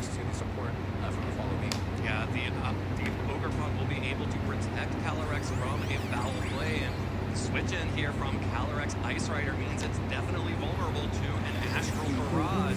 Foul play from Verograph uses Ogerpon's own attack against itself. Not that much damage all told as the Astral Barrage connects onto Calyrex. No, that's not a one-hit KO, but that is a lot of damage down. Astral Barrage. Turns of Trick Room used up. Yeah, so Emilio didn't successfully position the Calyrex Ice Rider without the Zamazenta being on the field, something that you would really want to do as the Ice Rider player. However, it comes with a huge cost, taking most of its health. So yeah, especially with the Zamazenta still in the back with full health, that's definitely not something you want to see from Emilio's perspective. However, the Verograph is still at full health, which is great news since that is one of the big counters to the Zamazenta having access to that core. So certainly not over for Emilio. It still has 3 turns of Trick Room left, but it's definitely not the Trick Room setup that he was looking for. It has to now switch out the Calyrex after. Now it is finally threatened by damage on the opposing side. Jonathan brings in the Zamazenta. It gets that defense. Protect itself using Spiky Shield. Trying to waste another one of these turns of Trick Room. Glacial Lance will whip into the Spiky Shield and deal a pittance to that Zamazenta. 3-3. 4 horas de live. Já estamos no top 8. Zamazenta, get out of here. We don't want you on the field. Bring out one of your friends. I can't believe how much foresight. Oh, and it's the Calyrex. The Calyrex. Ah, tá. Oh my goodness. Usou o Voó, por isso que não constou ali. The Zamazenta was going to switch in, right? Like, you don't want either of these Pokemon to go down, and if you protect both of them, then they're going to be susceptible next turn. So Jonathan is forced to switch out one of them. And Emilio says, okay, I know you're going to switch out one of them, I just need to figure out which one. I don't know if it's obvious which one was going to be the one that would switch out. Ô, Dragapult, só me responde uma pergunta. Eu não tenho a Farigiraffe, mas a Girafarig é boa? Ela dá pra usar ela? Not looking good in that previous turn, but completely flips it on its head, and now that Ogerpon slot is E não sei se você vai voltar, se não vai. Desde já, brigadão aí pela presença aí na live. Um bom domingo aí de Páscoa pra você e até a próxima. Não? Tá. Valeu. There's a helping hand coming out from the Verigraph. Emilio is just going all out offense on Calyrex. Jonathan's Calyrex is forced to protect itself from this damage. That's going to be a Glacial Lance. There was no terrestrialization from the Ogre-Bomb on Jonathan's side. So with this helping hand, that is going to pick up the KO, give a Grim Nay boost. Sorry, the Chilling Nay boost over to the Calyrex Ice Rider. So yeah, the Grim Nay boost is pretty effective to make use of the final room of Trick Room. But yeah, Jonathan will be able to get through that if he wants to with protecting both of his Pokemon. So probably not going to be as relevant since yeah, the Calyrex will be the slowest Pokemon after the Trick Room expires, but still a huge swing in momentum here. We still have Rhydon in the back for Emilio, so still has a lot of options even outside of Trick Room. Rapaz, ó o Marlon aí, salve Marlon, como é que você tá? The thing to watch for this turn is, okay, it's very obvious that Jonathan would want to protect at least the Raging Bolt slot here since the Calyrex had protected. So how does Emilio capitalize knowing that the Calyrex is at best going to be saved 33% of the time with going for a double protect? And does Emilio, yeah, read that? I love the stare down of the two Calyrex there as we go into this crucial turn. No protects, just helping hand onto the Calyrex Ice Rider. A huge Glacial Lance connects onto both Pokemon. Double KO. Two more boosts. Zamazenta contra o mundo. And that is a huge turn for Emilio.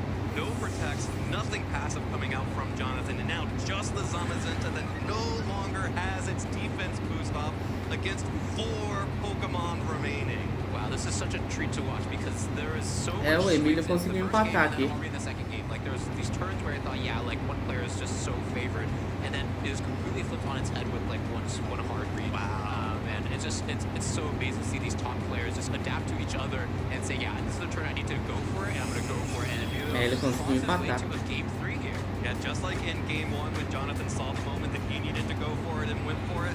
Emilio pulling it off here, absolutely masterfully catching the Parece que o Calyrex é mais fraco por causa da barra de vida. Just making sure that Calyrex had all of the opportunity on this side. Just kept firing off Glacial Lance after Glacial Não, Lance. e o... E isso é uma coisa curiosa. Por mais que os dois cavalos sejam muito bons e sejam muito usados, tem uma diferença gritante, pelo menos pra mim. Tem uma diferença gritante. Que eu, tanto que quando... Eu sei que não tem nada a ver, mas no Pixelmon, por exemplo, quando eu participei da liga lá da série que eu joguei, eu levei o Calyrex de gelo. Ah, Nindras, mas por que o de gelo e não o fantasma? Porque, sinceramente, pra mim, é mais fácil você bater com um cavalo de gelo do que o fantasma. Porque o Astral Barrage, por exemplo, não pega na Farigiraffe. O Glacial Lance pega. Ou seja, mesmo que dê pouco dano, é melhor você bater com um cavalo de gelo do que o fantasma. Pelo menos pra mim, não sei pra vocês. Mas pra mim é muito mais útil o cavalo de gelo. Entendeu? É ruim se você tiver um Incineroar na frente dele, porque ele dropa o ataque. Sim. Mas... E de fogo, Mas, cara, pra mim, o Calyrex de gelo compensa mais do que o fantasma. O Astral Barrage é forte? É forte. Se você derrubar, você ganha você sobe um de especial ataque, se eu não me engano. Beleza, mas o de gelo é melhor, cara. Sinceramente, pra mim, o de gelo é melhor. Chat, vou pegar água e já volto. Just being immune to the Astral Barrage, paying off dividends. In game 3, here we go. We see the Weeds come out with them right on, and the Iron Hands being run back. Yeah, here we go. And this time it's going to be Zamazenta in the lead next to the Ogre-Pon. So immediately getting that Pokemon out on the field with no roars in sight this time around. Yeah, so again, same situation as last time where Ogerpon is protecting the partner from the single target attacks coming out from Emilio's end, but it's gonna be the Zamazenta this time. So it's not the Calyrex. Zamazenta is still looking pretty good here, like able to dish out a lot of damage into the Iron Hands and Miraidon. A really, really good adaptation from Jonathan's end since, yeah, the Fighting type move has a lot more strength into the defenses of Emilio than Calyrex. And a completely safe double protect here from Jonathan. The only punish there being a potential hard switch into the Iron Bundle if it were coming to this match in the back. You do get to see where Emilio is targeting, and in fact, Electro Drift is a contact move, so it takes damage from the spiky shield, while Iron Hands was just going to deal a little bit of damage to the Zamazenta if Jonathan left that Pokemon up. Yeah, Electro Drift, one of the very few special attack moves that makes contact, so going to lose about an eighth of its health there. But now, yeah, Jonathan doesn't have the opportunity to protect either Pokemon without taking significant risks, so Emilio able to get an attack off here. It's pretty telegraphed that the Ogerpon would want to, yeah, redirect the attacks away from Zamazenta, so I would expect the Miraidon to want to switch out and not take a huge body press here. Well, there's the follow me from Ogerpon to protect Zamazenta from all damage coming out on the field here. Oh. The Electro Drift once more connecting on to the Ogerpon, but not the Volt Switch, so Miraidon is going to stay on the field after this turn, provided it survives the turn. Body Press connects onto the Iron Hands, which does deal decent damage to that Pokemon, but crucially, the Miraidon is still fully healthy except for that one spiky shield tick, while Iron Hands picks up the KO onto Ogerpon. It's a little bit yeah, both these Pokemon are now chipped, which is pretty good news for this Calyrex having access to that Ghost Terastallization. I think this is when Emilio needs to flex his mental calculator and say, okay, is my Miraidon trained to take a Ghost Terastallization Astral Barrage from the Sash Calyrex? Because if I can't, I'm sort of in trouble, right? Yeah. So like, there's a Furgraph in the back that can take it, but the partner is certainly going to take a lot of damage here. And yeah, I guess the Iron Hands doesn't have a Terastallization that can save it from body press damage either. So this is a very high pressure turn for Emilio. Does he have the defenses to get through this double restricted pairing from Jonathan? This Astral Barrage is going to be huge for the remaining turns of this game. Jonathan's able to pick up a double KO here. That would also give a +2 boost to the Calyrex through the Grim A. And that would be huge for Jonathan. Emilio would have so many fewer options. The only safe switch in here is the Farigiraf, but then you're still just leaving one Pokemon up to take that Astral Barrage. If you have to sacrifice one Pokemon, it's not going to be the Miraidon here. Farigiraf will switch in alongside of the Iron Hands to protect Miraidon from this huge Astral Barrage that's on its way. Yeah, it's pretty interesting to me that the switch came out from the Miraidon instead of the Iron Hands because, yeah, the Miraidon could protect if it wanted to, and the partner would be the only Pokemon that would take damage this turn. But maybe Emilio saying, yeah, I think it's so obvious I'm going to do that I'm going to switch out the Miraidon instead. Cara, não sei por que o pessoal pena tanto pra jogar de for the sake of my Furgraph still being at full time, not having to take a body press this turn. There is the Astral Barrage. It will not be letting damage from Farigiraf. It will connect onto the Iron Hands. Does not pick up the KO on its own, but Zamazenta is right there to pick up the KO, like we mentioned. With that switch, Farigiraf now gets in for free.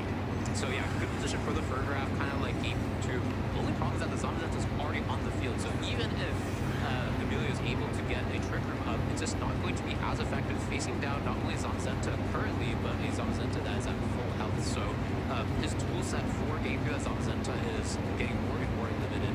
If he still had the Iron Hands, could start trying to chunk it with a low kick or a drain punch, but doesn't have access to that anymore, and it just feels like there's too much on the weight of this Farigiraf.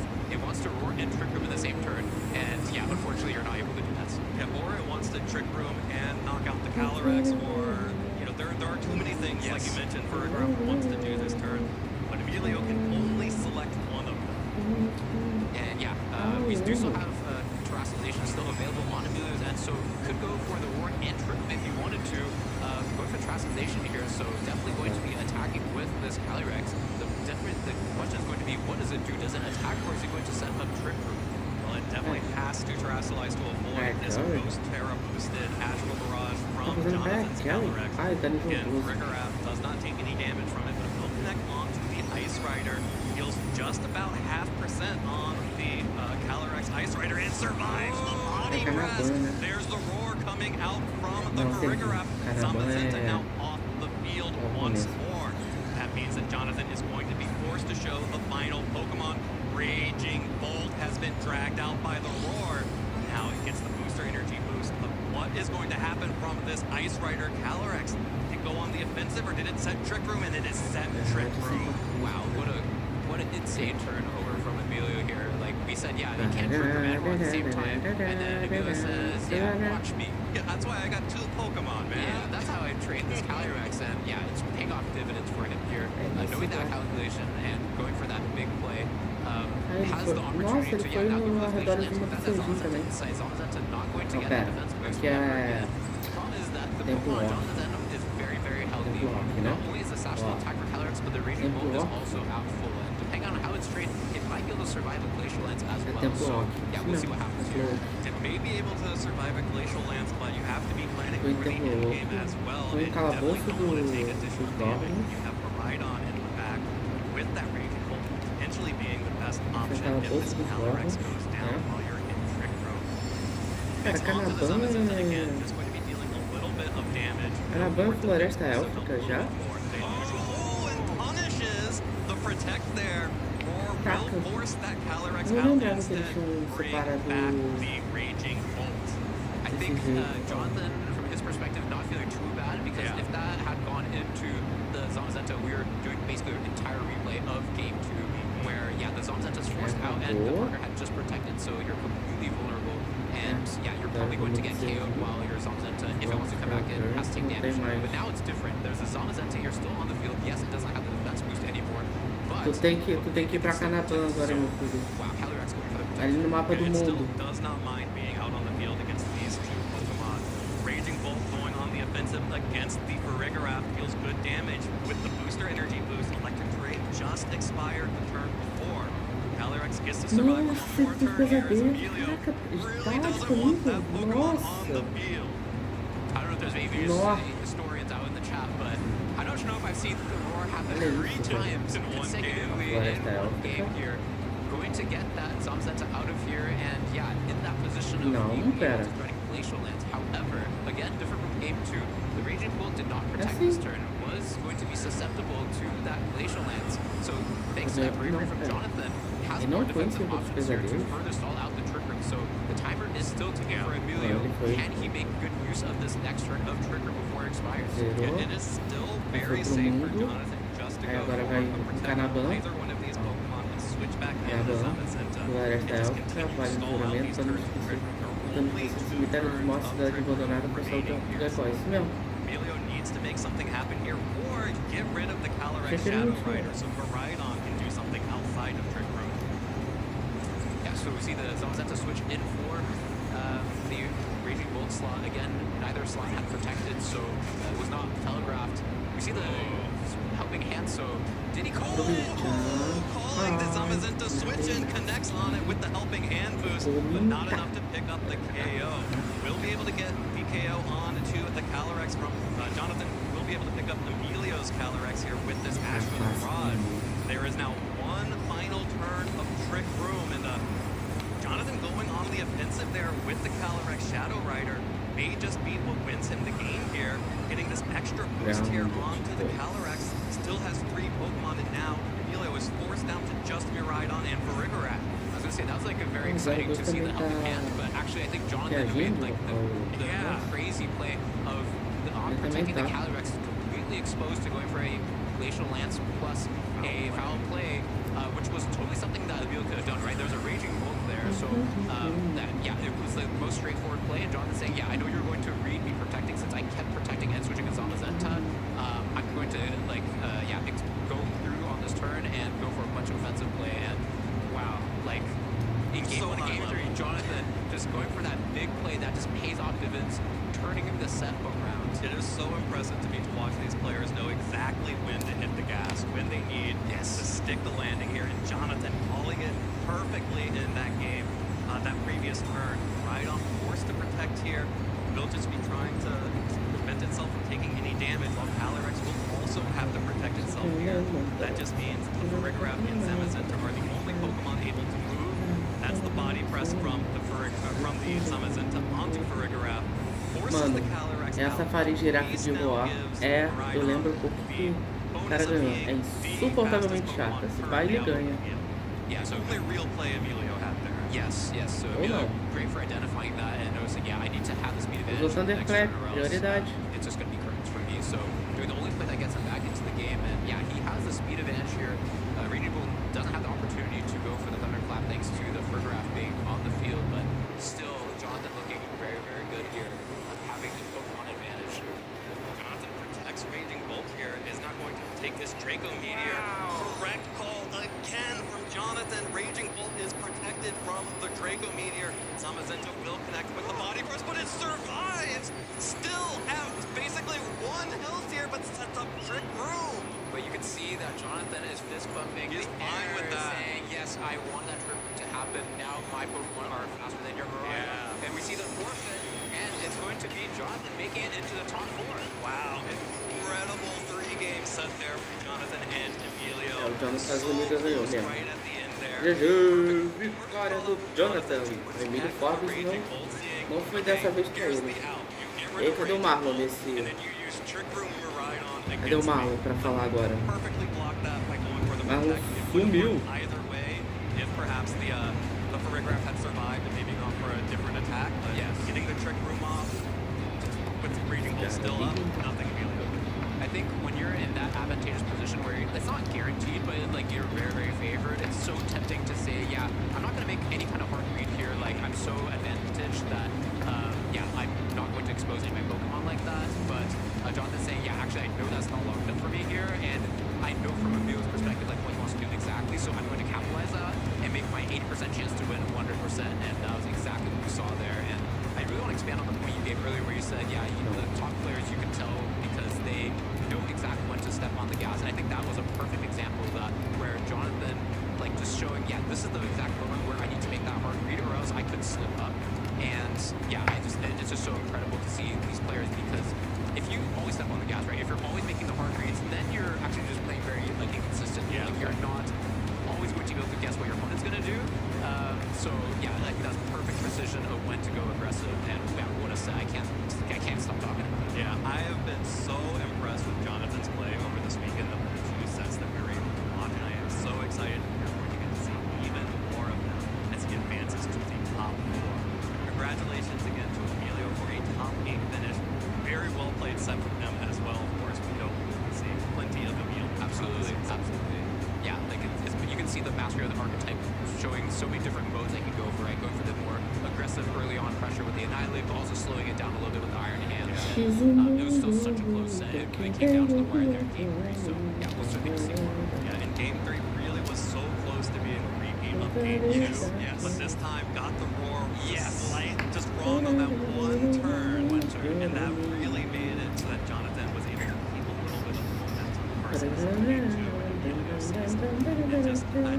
It's so hard. I don't think people at home, unless you are an actual ETC competitor and you go and play at these high level events and you get deep into a tournament, it is so hard to make those targeting decisions. Yes. To make them with any kind of real consistency and precision. I mean, that's why you see Jonathan popping off there at the end. Like, he knows that, like, this is a risk, but I think it's a risk I have to take. And when it pays off, and there's no better feeling. Yeah, it's so surprising to me, the precision with the exact turn that he said, okay, I know you're going to read me protect on this turn, so I'm going to not protect. And this was on like the 4th row or something, right? So yeah, he got it the exact turn, and that was the exact turn where Emilio decided to, turn up the gas, and wow, like amazing.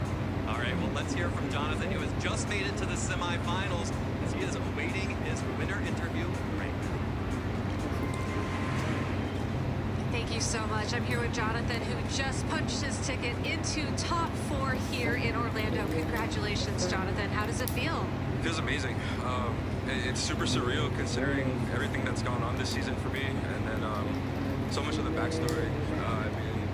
Yeah, let's talk about it. I mean, what has your journey been like to get here? Well, I felt so discouraged going into my season because I didn't really get to start. I had to start in January because I had to take some time off, and then I was playing my locals a lot, which was great because I got to play Gio because Gio's my local, and shout out to him because we got to see him win Worlds, and I remember I got to play him at a local. I won, and after everything was said and done, we got to hang out a little bit after. He came up to me because I know he got challenged that year that he won Worlds about, hey, you gotta get a medal before me. And he basically did the same thing to me, and technically I did, because he still hasn't gotten a top 4 yet. But obviously he got the big prize, you know. But that's why he did that to me. But it wasn't a medal, so unless you have like a really strong chain to put that Pikachu on. Yeah, but yeah, that was part of the motivation for me this season that he gave me. So shout out to him and everybody from Texas.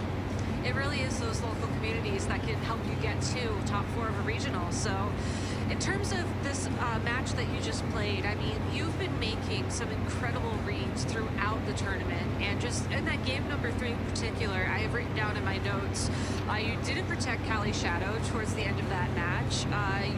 You just made a couple of other correct calls. How do you have the confidence in yourself to go for those big plays? I mean, again, with that motivation, there's a lot more motivation in mine. I've made Worlds 3 times in a row, and that first time I made it, I got supported by another person in the community that was really close to us, and they backed me to get to Yokohama.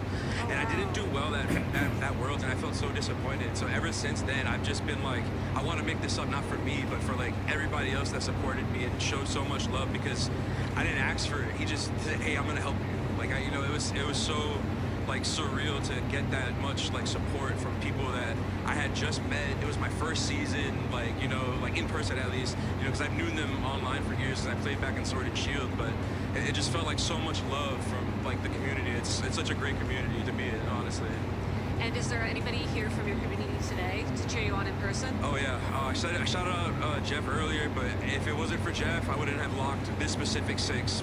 We dropped the Mungus like 2 nights before. He climbed the ladder for me. I gave him this idea. He got to top 20 because I didn't have time to do it, and we were just like, yeah, it's working. Like, it's going great. So yeah, huge shout out to him, and shout out to everybody else. Nick, that's here with me, us, Kian, the boys back home, the Zacian non-believers, my wife and girls. I love everybody and everybody else that's been showing love. It's been great. Well, I'm so glad to hear not only that you're having a great time, but that you have such a strong community behind you, because it really does take a village. So yeah. Oh, if I can, shout out to Team DR too, because they're on my teammates for the World Cup. Some of them are here too, playing in this event as well. So yeah, it's been awesome. Any other shout outs you want to give? Just cover all your bases. Yeah, I think I said everybody I could possibly say. If I forgot you, and you show support. Oh, my Twitch community, super consistent in hitting me up. They have been awesome. I love you guys. This one's for everybody. All right. Well, thank you, Jonathan, so much for your time. Best of luck in top 4. Thank you. And I'm not quite sure where we're going because unfortunately I missed it. But we're gonna go to Florida, man. We're gonna go to Florida to break down that top 8 match. We are certainly going to Florida, man. What a great top 8 match between Jonathan Zuniga and Emilio Forbes. Emilio coming off a top 8 in Seattle, so another repeat performance from him, but it is Jonathan making his way into the semifinals. Really excited for him. Taunting the world champion with, I got a medal before you, is very funny to me, but hey, he did. He's not wrong. We are in Top Cut. We don't have a whole lot of time, so let's just jump right in. This was one of the first turns, not even one of the first, this was the first turn of game 1 here in this top 8 match. We saw both the trainers go for their terrestrializations right away. We've got the Miraidon going electric, and we've got the Chien-Pao going poison. Notably, poison type Terra and not ghost like a lot of Chien-Paos run. Poison makes a lot of sense with the Assault Vest set, but unfortunately, Terra Poison does not protect you from Final Gambit. This Annihilate immediately going on the offensive with that Final Gambit, trading itself for the Chien-Pao, and immediately wasting the terrestrialization from John in this first game. So not a great start to game number 1, but if we jump forward just a little bit, Jonathan was able to turn it around right here on this turn. Raging Bolt comes in, it has the photosynthesis boost from the booster energy, boosted special attack, electric train also boosts the power of these electric type attacks, and with the help of this Calyrex Shadow Rider's Psychic, able to knock out the Farigiraf before Trick Room can get set up. And at this point, Emilio is now down to 2 Pokemon remaining because that Final Gambit did take out the Annihilate. And at this point, you can see the Miraidon's already taken a lot of damage. Astral Barrage should pick it up. The combination of Astral Barrage and a Thunderbolt in terrain is enough for Jonathan to take game 1 after a pretty rough game, or after a pretty rough first turn. Jumping forward to the second game, beginning of this game 2 is a little bit of a slower go around here. But after a first turn where we had some swaps and pivots and volt switches and whatnot, we have this situation where the Calyrex Shadow Rider and the Ogerpon Cornerstone are on the field against the Iron Hands and Farigiraf. The Iron Hands has its Fake Out active. The nice thing about Jonathan's team here, though, is the taunt on the Ogerpon instead of a grass type attack. What Jonathan can do here is go for taunt into the Farigiraf. If the Iron Hands doesn't fake out the Ogerpon, you know Trick Room doesn't go up and you're doing pretty well. If the Iron Hands does go for that fake out into the Farigiraf, you get an Encore off immediately into that Iron Hands. What this forces Emilio to do is make a really awkward spot here. Emilio did get his Trick Room up, which is really, really great. That's his game plan here, especially with this Iron Hands. But it's really difficult for him to make any progress on this coming turn, because what are you doing? You have your Iron Hands locked into Fake Out. You can't do damage. You only have Foul Play on this Farigiraf, which won't be a great option into the Ogerpon. However, we had another great play from Emilio later on in this game, where the Calyrex swap out into the Zamazenta, which is a great switch in this position. Of course, it resists the Glacial Lance, it resists the Foul Play, and it gets the defense boost from its Dauntless Shield. The Ogerpon wants to protect itself from any Glacial Lances on this turn, and what happens? Glacial Lance comes through, doesn't do much into Zamazenta, but the Farigiraf immediately goes for Roar. You swap the Zamazenta back out into the Calyrex Shadow Rider. Again, it is a random swap here. Jonathan does not get to decide, but happens to be the Calyrex Shadow Rider. So now we're in basically the same position as the last turn for Jonathan, which is not very good, except now you've burned your Spiky Shield on Ogerpon. You've burned the defense boost on the Dauntless Shield on Zamazenta, because that only activates once per game. And now it's really difficult for you to make any sort of progress. Again, Trick Room is up. You have not many things that can swap into anything for the rest of this game. And Emilio is basically able to just go for these Helping Hand Glacial Lances to finish off the game here. And the Ogerpon, we saw it consider the Terastallization for the defense boost from Embody Aspect, but it's very difficult to make that happen, because even with that Helping Hand, it would be very difficult to manage here. Going forward one more time, we get one more Helping Hand plus Glacial Lance into this Raging Bolt and Calyrex Shadow Rider. Jonathan was trying to call out Emilio, making another Roar play. There's a move he used a lot throughout this match, because it's a really good way to kind of disrupt your opponent throughout this Trick Room. But in this scenario, Emilio just put his foot on the gas, decided, if I'm gonna get in a big attack off here, this is the chance to do it. Zamazenta's not on the field, which means that I can't get blocked by that wide guard, and I have the chance to take 2 KOs to win this game, evening us up at 1 game all in top 8. Finally, we're here in game number 3. This is a pretty crucial turn here. We've had a couple turns so far. Iron Hands has gone down. Trick Room is not up. Farigiraf is on the field with Calyrex Ice Rider next to this Zamazenta and Calyrex Shadow Rider. What Emilio really wants to do here is set Trick Room up while using Roar with Farigiraf. Only way you do that is hoping that your Calyrex Ice Rider can survive this combination of Body Press and Astral Barrage. You might even have a special attack boost on the Calyrex Shadow Rider here. It's a really difficult combination of attacks to survive. We see the Astral Barrage come through, do a big chunk of damage to this Ice Rider, but thankfully for Emilio, it is trained well enough that it does just over half, and Body Press will not be able to knock it out. After this, we have another kind of combination of turns where Emilio is going for Roars. He's threatening damage on some of Jonathan's very important Pokemon. He's getting the Zamazenta off the field as much as he can to prevent wide guards from blocking damage from those Glacial Lances. However, we finally reach a turn later on in this game. Jonathan has the Calyrex Shadow Rider still at his Focus Sash and Raging Bolt out on the field. Emilio has his Farigiraf and Calyrex Ice Rider. John makes a really aggressive play here. He'd been protecting and swapping out this Calyrex, trying to preserve it. But in this situation, he attacks. He goes for the Astral Barrage. The Calyrex Ice Rider is very weak, and he knows as soon as the Farigiraf uses the Helping Hand, his Calyrex Shadow Rider will be able to knock out this Ice Rider. Helping Hand High Horsepower is a great play. It catches the Zamazenta on the swap. But unfortunately for Emilio, Jonathan finally is able to break this cycle, knock out the Calyrex Ice Rider, and set him up for a really nice end game. Finally, we have this final turn here. The Raging Bolt opts to protect itself from a potential Draco Meteor. Jonathan gets that turn correct, is able to attack with the Zamazenta, try to knock out Farigiraf, just barely misses the KO without that Dauntless Shield boost, but Farigiraf sets up Trick Room, and Jonathan knows, you saw him fist pump, he knows that since Trick Room went up, this game is his. The Raging Bull can knock out Miraidon, Zamazenta can knock out Farigiraf, and Jonathan can make it into top 4 here in Orlando. Huge congrats to Jonathan. I'm really excited to see him do this well. We've got 3 more top 8 matches for you to decide who else will make the top 4. Let's get right on with it. For our next match, we're going to determine who will actually be Jonathan's opponent for this top 4. Is it going to be Nick Navarre off the back of a top 16 at the World Championships in 2025? Or is it going to be Richard Magolan, who is hoping to improve upon this incredible breakout success here at the Orlando Regional Championships, already in the top 8? Yeah, Richard's one of a handful of players that we had on yesterday that we said, they've had those phase 2 performances, but not had that breakthrough into the top 8. Well, he's made it. He's here in the top 8 up against an all-star player in Nick Navarre, trying to continue to keep that run alive. And meanwhile, Nick got so far at the World Championships last year, in this field, one of the highest finishing players, and now wants to get even more out of this tournament, get himself into that semifinal. Should be a really fun match. He's running back the same team that he used to get top 16 at the World Championships with, meaning that he's got a lot of comfort with this team, but also probably just like a lot of good feelings for damage calculations and just general strategies against the teams that are going to be a little bit more straightforward in this meta. But that's where I think Richard maybe just does have a little bit of a difference there.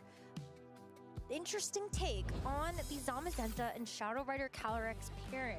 We looked at this team yesterday, and the one thing that stood out to us is that there's no fake out on Richard's team. Yeah, a very unusual choice. This is pedal to the metal version of Calyrex and Zamazenta, right? We've seen them kind of presented most normally like Jonathan Zuniga's in the last round, with a couple of fake outs, some Dragonite, this is what we saw 2 instances of in the top 8 of Worlds last year. But this version with Ogrepon Hearthflame, this is no Assault Vest Qianpao. This is Focus Sash Qianpao ready to do some damage on its own. And then even Whimsicott able to use Fake Tears to amplify damage from that booster special attack Raging Bolt or from the Calyrex Shadow Riders. This is a team that can go out offensively, and that could be a pretty good matchup against Nick, player who's often trying to slow things down, and this team is no exception. You've got the Leech Seed leftovers, Grassy Terrain, all this recovery on Calyrex Ice Rider, but that recovery doesn't matter if you're sitting at -2 special defense and you get 1 hit KO'd, right? Same thing, the Kyogre often able to take a hit and respond with pretty good damage, but if you're fearing, booster special attack Thunderbolt from the other side, or you go Grass Terra and then you take an Ice Spinner from Qianpao, that damage can mount up quickly. Now, the other side of it is the Trick Room mode here. We saw Nick use that in the previous match on stream. We heard him refer to Amoonguss as a Trick Room sweeper, because once the Trick Room is up, if you can threaten Glacial Lamps damage and be putting down spores that keep your opponent from acting, you can really take control of the game. And I think that could be really potent here, especially because, like you mentioned, no fake outs to threaten on the other side and disrupt that game plan. So just to give some color to what you just said, we saw this Shadow Ice Rider Calyrex actually take like 60% damage. And then with the Grassy Terrain and the Leech Seed and everything, I saw it go back up to full HP in that match. And similarly with the Kyogre, just the way that he was able to leverage the amount of damage that this Kyogre can dish out. It was so impressive to watch how Nick actually played that Weather War, just letting Kyogre go down and saying, I don't have to win the Weather War, I just gotta win this immediate battle. Yeah, Kyogre can be a really good damage trade Pokemon. It's bulky enough that it's not likely to go down in 1 hit, and then you get good response damage, either Water Spout into both targets, Origin Pulse into both targets, or a Hydro Pump that might threaten a 1-hit KO. And I wouldn't really be that surprised to see the same game plan out of Nick. Use Kyogre a little bit more disposably, get it to trade some valuable damage, and then threaten a Trick Room mode. But there's lots of other ways to approach this matchup as well. And especially when you take a look at Richard's team. And so, again, no fake out. There's no Incineroar, which is a classic Pokemon that we see here. Rillaboom as well would be a very nice Pokemon and just in the core of the Zamazenta and the Shadow Rider Calyrex. Right, so you don't have those disruption options, you don't have those way to play a slower game, but you do have full firepower. The Ogrepon Hearthflame, unlikely to be brought in this match because the rain mitigates it, but you look at a lot of those other threats, especially the booster special attack Raging Bolt, the damage is really there. So I think, if Richard can threaten immediate damage, take big holes out of Nick's team, then he might be able to just steamroll through it. But on the other hand, if that damage gets mitigated, can't find the right targets, hits into protects, and Nick establishes control of the position, then it might be really hard for Richard to fight back into that. Now, Whimsicott can play a little bit of of disruptive role with Encore, but it also is one of the key pieces for bursting through that, whether you're trying to get over the speed of the Choice Scarf Urshifu and the Flutter Mane on the other side using Tailwind, or you're just trying to use Fake Tears to amplify that damage. Make sure that something like an Astral Barrage or a Psychic is actually a threat for a one-hit KO, not just a really solid chunk of damage that Nick has made go away by 3 or 4 turns later. It's going to be tough to remove that Whimsicott in one fell swoop from Nick's side anyway, so we might expect to see that later on in the match, but it's not going to be here at the beginning. Richard's going to lead with the Zamazenta and the Qianpao, and Nick will have the Ice Rider, Calyrex, and Flutter Mane. So one thing we didn't touch on was the Zama and how much of a problem Wide Guard can be for Nick. Of course, with this restricted pairing where both of them are more focused on spread moves, Zama can be pretty disruptive, but it can also be a pretty big damage threat, especially with Qianpao here. It's immediately threatening, you know, not a KO because of the Focus Sash, but down to 1 HP on the Flutter Mane. So pretty good damage potential here. Calyrex, though, not immediately threatened by damage, but is have to worry about taunt from Qianpao on the other side. So Trick Room isn't free here because the lack of Assault Vest means you can carry taunt and you can threaten that. So I think a pretty interesting turn here. You know, if Calyrex could sneak a Trick Room in, it might be pretty valuable, but otherwise a lot of your options seem like they might not pan out. Glacial Lance into Wide Guard could be a problem. Leech Seed or Trick Room into Taunt could be a problem. Like, what do you actually try to accomplish with Calyrex right now? Well, right now it's just you gotta pray one of those options works. We're gonna see the Terrestrialization, the first thing to start out our first turn of this Masters Top 8 set. Nick wants this Calyrex to be able to go for a Trick Room at the end of the turn, and the Qianpao's gonna let him do that. Just goes for a Protect, feels the threat of the Flutter Mane on the other side, as Flutter Mane was actually going to have the faster taunt here. If you're able to taunt the Taunter, then that Taunter can't taunt you. But the Behemoth Bash is a call there into the Calyrex is going to do super effective damage, bringing this Calyrex to below half of its HP, but it does get the Trick Room up. Was this a trade that was worthwhile? Yeah, it's an interesting turn. Possibly the Flutter Mane faster than the Qianpao. Also, they could just be tied, and you at least have a 50% chance to stop the taunt.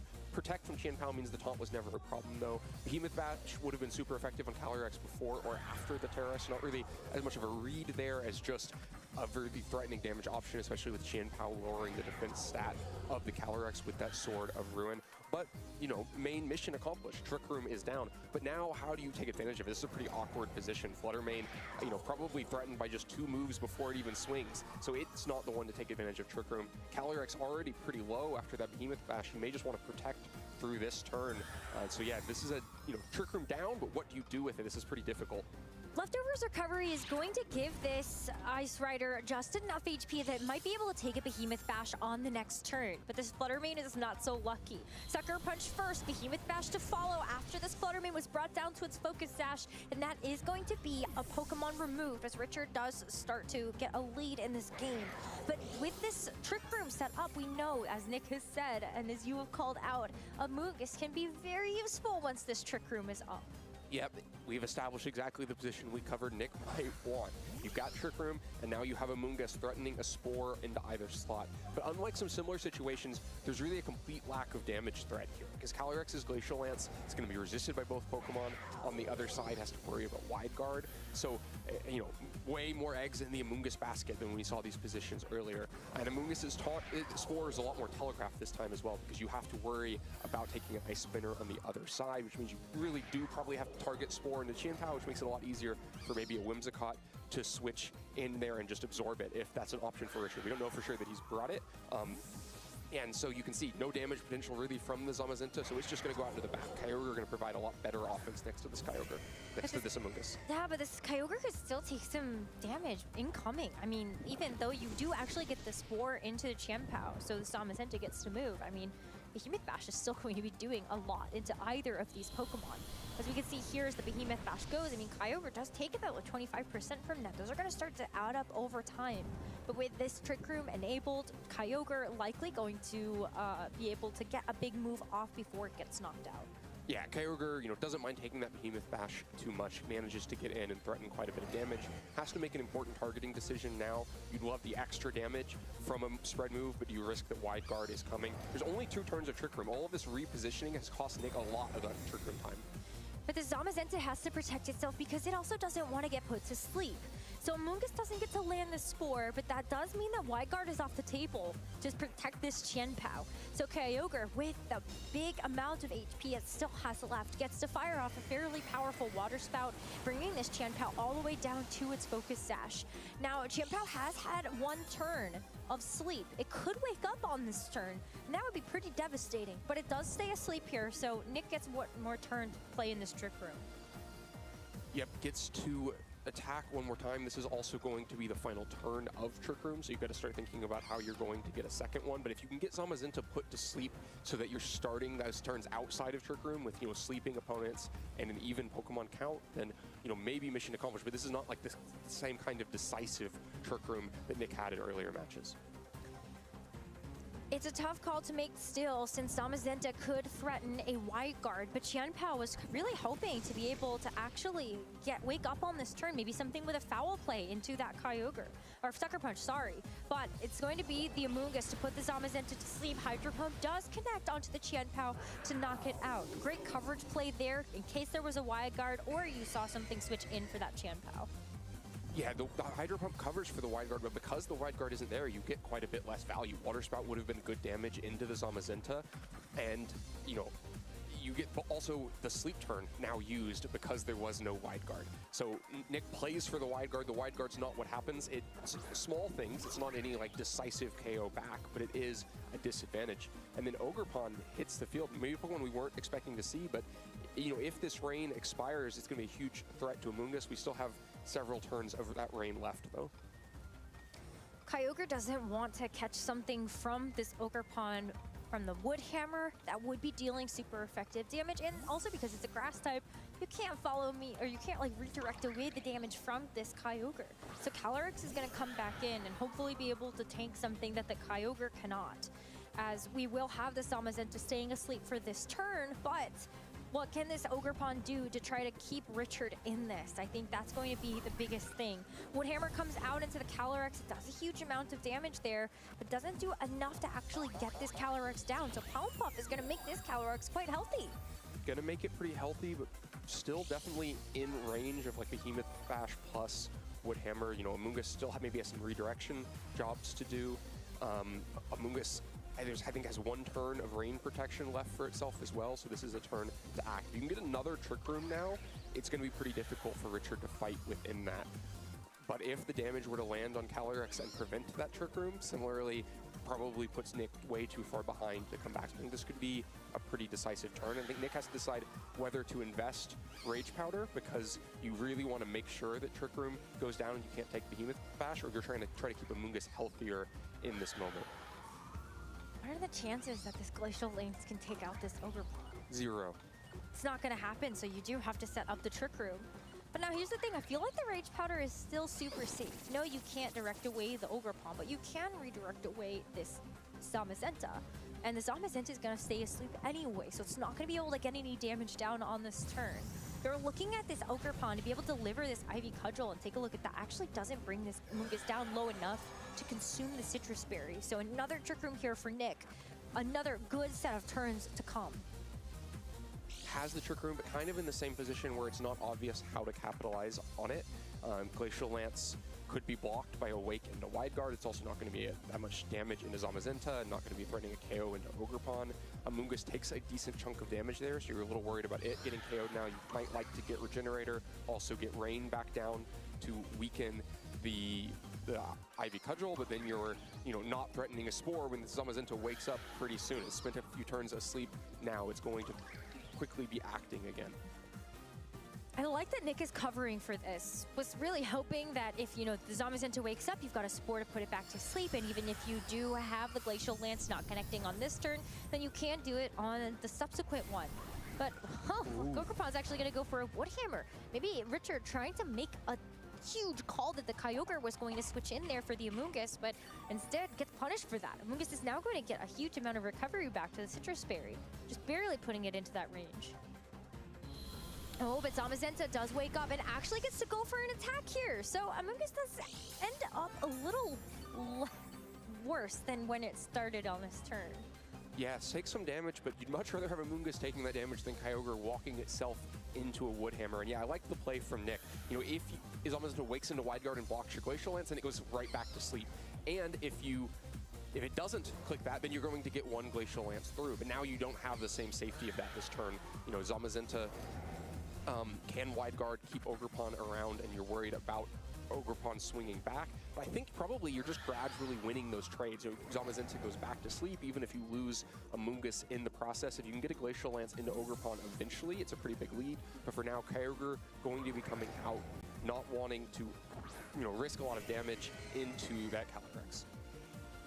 Richard's made some very big plays, like some big reads throughout this tournament. I was a little bit worried that this Kyogre was going to come into some danger, but Richard just plays it safe this time around. With a Protect onto both Pokemon, Nick has been able to get a Pollen Puff onto Kyogre and put it all the way back to full, and still has this Amoonguss to stick around for the next turn for a Spore. Yeah, I think Nick gets a ton out of that turn. Calls the double Protect, or at least a pretty passive turn from Richard, gets Kyogre in, gets it healthy again, and also in the same time makes it easier to now switch Amoonguss out, because you saw Richard fishing that if Amoonguss switched to Kyogre, you could catch it with a Woodhammer. Well, you're not going to have the same kind of game-winning impact if you catch Calyrex switching in. It's just too bulky. So Amoonguss, that means, can get out to the back and get that Regenerator health back. That means it will be able to take a hit again in the future, especially now that Rain is back again, so there's no like super effective threat into Amoonguss anymore. And now Kyogre threatening a ton of damage here. You have the same kind of risk of, do you expect wide guard or not? I think Nick there clicked Hydro Pump because he's still worried about wide guard, like he's been throughout that match, playing pretty conservatively around it. But Kyogre is still going to be able to land a lot of damage. And Nick knows that Amoonguss can still be a key to victory for later, so Regenerator going to be very beneficial to give this Amoonguss a little bit more staying power. The other thing about this, though, is that you know that like this Calyrex has a lot of HP to play around with. We are going to see a Terastallization now from the Zamazenta. It's going to have that Dragon Terra. In fact, if this Calyrex survives the next turn, that's going to be pretty devastating. We're going to see the Ogerpon redirect away attention. So the Hydro Pump, while it's going into Ogerpon anyway, at least it connects and does take out the Ogerpon, which cannot play anymore in this game. So Nick has the weather control. It has to have to take a body press, which is quite big, but Kyogre hangs on through that. Yeah, Kyogre hangs on through it. The Follow Me threatening to redirect the Spore, so trying to make sure that that one body press did get through, but Amoonguss wasn't sporing, it was just switching out. And Kyogre manages to not have its Hydro Pump hit a resisted Zamazenta, but instead pick up the KO onto the Ogerpon. Now Richard's down to the final two Pokemon, Calyrex and Zamazenta, with a couple turns of Trick Room left here. The same wide guard shenanigans afoot. You'd love to just, you know, Water Spout and Glacial Lance. It's probably enough damage to just, or Origin Pulse and Glacial Lance. It's probably enough damage to just pick up both of these KOs, but you know the wide guard threat is too big, and so where are you going to find the damage instead? Because also an Astral Barrage would be pretty devastating here. If Calyrex lives through a turn, Astral Barrages and KOs Kyogre, it can then protect, get outside of Trick Room, and be a huge threat to Amoonguss and Calyrex. So it's very dangerous here to, you know, not threaten enough damage to prevent that. Yeah, I mean, it's tough because I feel like maybe you would have rather wanted to just like go for a Hydro Pump here. It feels very safe unless you expect that this Shadow Rider Calyrex is going to protect itself and leave this Kyogre vulnerable. The Zamazenta does in fact go for Wide Guard, but Calyrex has thought better of it and decides to Leech Seed the Zamazenta and set up for a bit of HP recovery in case there is an Astral Barrage incoming, and that it is. Maybe this Amoonguss is healthy enough to be able to tank it, and barely is going to hang on with a sliver of HP. It can put something to sleep on this next turn. It can threaten a Spore for sure, protect, not safely available for Zamazenta because it wide guarded on the previous turn, and without still no spread move coming, Nick playing so conservatively around those wide guards. But first, Trick Room's going to expire and leave Amoonguss like on an island here, down to 3 HP. Anything aimed at it will just KO it and probably give over a boost because it's going to be the Calyrex that takes that KO. I'm actually seeing a very difficult task ahead for Nick. This Amoonguss is going to get knocked out. This Calyrex is the fastest thing on the field. So while he can go for a double protect now, I'm still kind of thinking back to that last turn where it feels like Kyogre had an opportunity here to try to deliver a finishing blow to this Shadow Rider Calyrex. but he's just delaying the inevitable. You're gonna get a lot of recovery back from leftovers, from the Leech Seed. Ice Rider Calyrex is going to be fairly healthy by the end of this one. But Amoonguss is not going to survive this. Kyogre doesn't want to have to take any damage right now from a Shadow Rider. Well, I think we're going to see one big important damage play here. If Calyrex was healthy enough, it looks like Nick's not even going to go for it, that he's going to attempt to double protect instead. If Calyrex was healthy enough, you could try to Trick Room on this turn, and then Kyogre would come into an advantageous position for it. Maybe you can, threaten enough damage in the Calyrex and eventually win a longer game with Leech Seed, and he does get the double protect. That's going to be a double protect for the Ice Rider. Can the Amoonguss also be so lucky? And it's not. So Amoonguss is going to get knocked out on this turn. If there's any incoming damage from the Shadow Rider, which there is, the Astral Barrage will pick off that final little bit of damage, and we will have to see this Kyogre come back in. But the Calyrex is going to be basically back up to full by the end of this turn. And is that enough HP to play with to ensure a survival? No, because as much as you're getting back HP, the Calyrex just got a special attack boost from the Grimnay. That's why the Amoonguss needed to hang on as well, because now, you're getting a little bit more healthy, but that Astral Barrage or Psychic in the Calyrex is going to do even so much more damage. But at least Kyogre can come back in and actually reset the rain. It's not like it came in and just not have the rain expire on the same turn that it did that. Sure, yeah, I just don't think that at this point Astral Barrage and Behemoth Bash is going to just clear the field on this next turn. Kyogre can protect itself. You're probably going to see that in an attempt at Calyrex to be healthy enough to take the Trick Room, and maybe it is. Maybe I'm not estimating the strength of this Calyrex. Let's see. This is the pivotal moment. This is Nick's chance. We know that when we typically see when Ice Riders do actually have the leftovers, that they're built to be quite bulky. So maybe being at full or almost full will be good enough.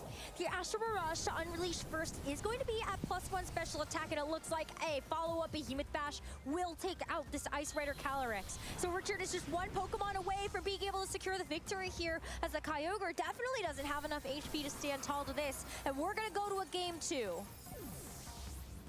Yeah, Richard manages to just have the Calyrex at the end. Played so much of this game with just 3 Pokemon. Weathered the first Trick Room with just those 3, and then had Calyrex Shadow Rider in at the end when the damage mattered. Not threatened by Spore, not threatened by damage, and able to land the Astral Barrage into the Amoonguss, into the Calyrex, into the Kyogre, take those decisive KOs and put him 1 game up in the set. It was tough because when you look at how effective those Trick Room turns really were for Nick, you could see where they started to fall short. Multiple turns being spent, having to actually play around. Is Richard going to wide guard? Is the Pokemon going to wake up? Yeah, the wide guard was a big problem. Also, this early positioning, right? That first turn where Fluttermane is taking 2 hits and being KO'd, that was inside of Nick's Trick Room, right? And then the third turn of Trick Room was spent switching Kyogre in. So the first Trick Room only had 2 actual, active turns to it. I think Nick's probably going to need a little bit of a more stable early position. I think the Fluttermane was to counter possible leads, maybe some of the really aggressive options that Richard could have gone for, like the Raging Bolt. But with how Richard approached it, Fluttermane didn't do Nick any favors. Basically put him down a Pokemon and down positioning. I think if you want to lean into the Trick Room, Fluttermane definitely needs to sit the bench. Otherwise, you gotta actually do something with it. And I think going for a Shadow Ball or going for a Moonblast instead of trying to play the taunt game at the very beginning would have been better for you to try to whittle away at some of the HP of the Pokemon. There is not an easy way for you to get rid of this Zamazenta. I think that is also step 2 of this game plan, is how do you actually get rid of it? If you can get it down to the last Pokemon, or you can see Nick's game plan was to Leech Seed it eventually at the end, but use the damage threat of Spore and Glacial Lance to deal with the partner slot. I think Ogerpon also really interrupted that game plan because it was immune to Spore, was threatening Falme to redirect Spore, and caused Amoonguss problems. Entering into game 2, we do see a bit of an adjustment. Richard's going to play on the faster side of the spectrum with the Shadow Rider Calyrex next to the Ogerpon Hearthflame.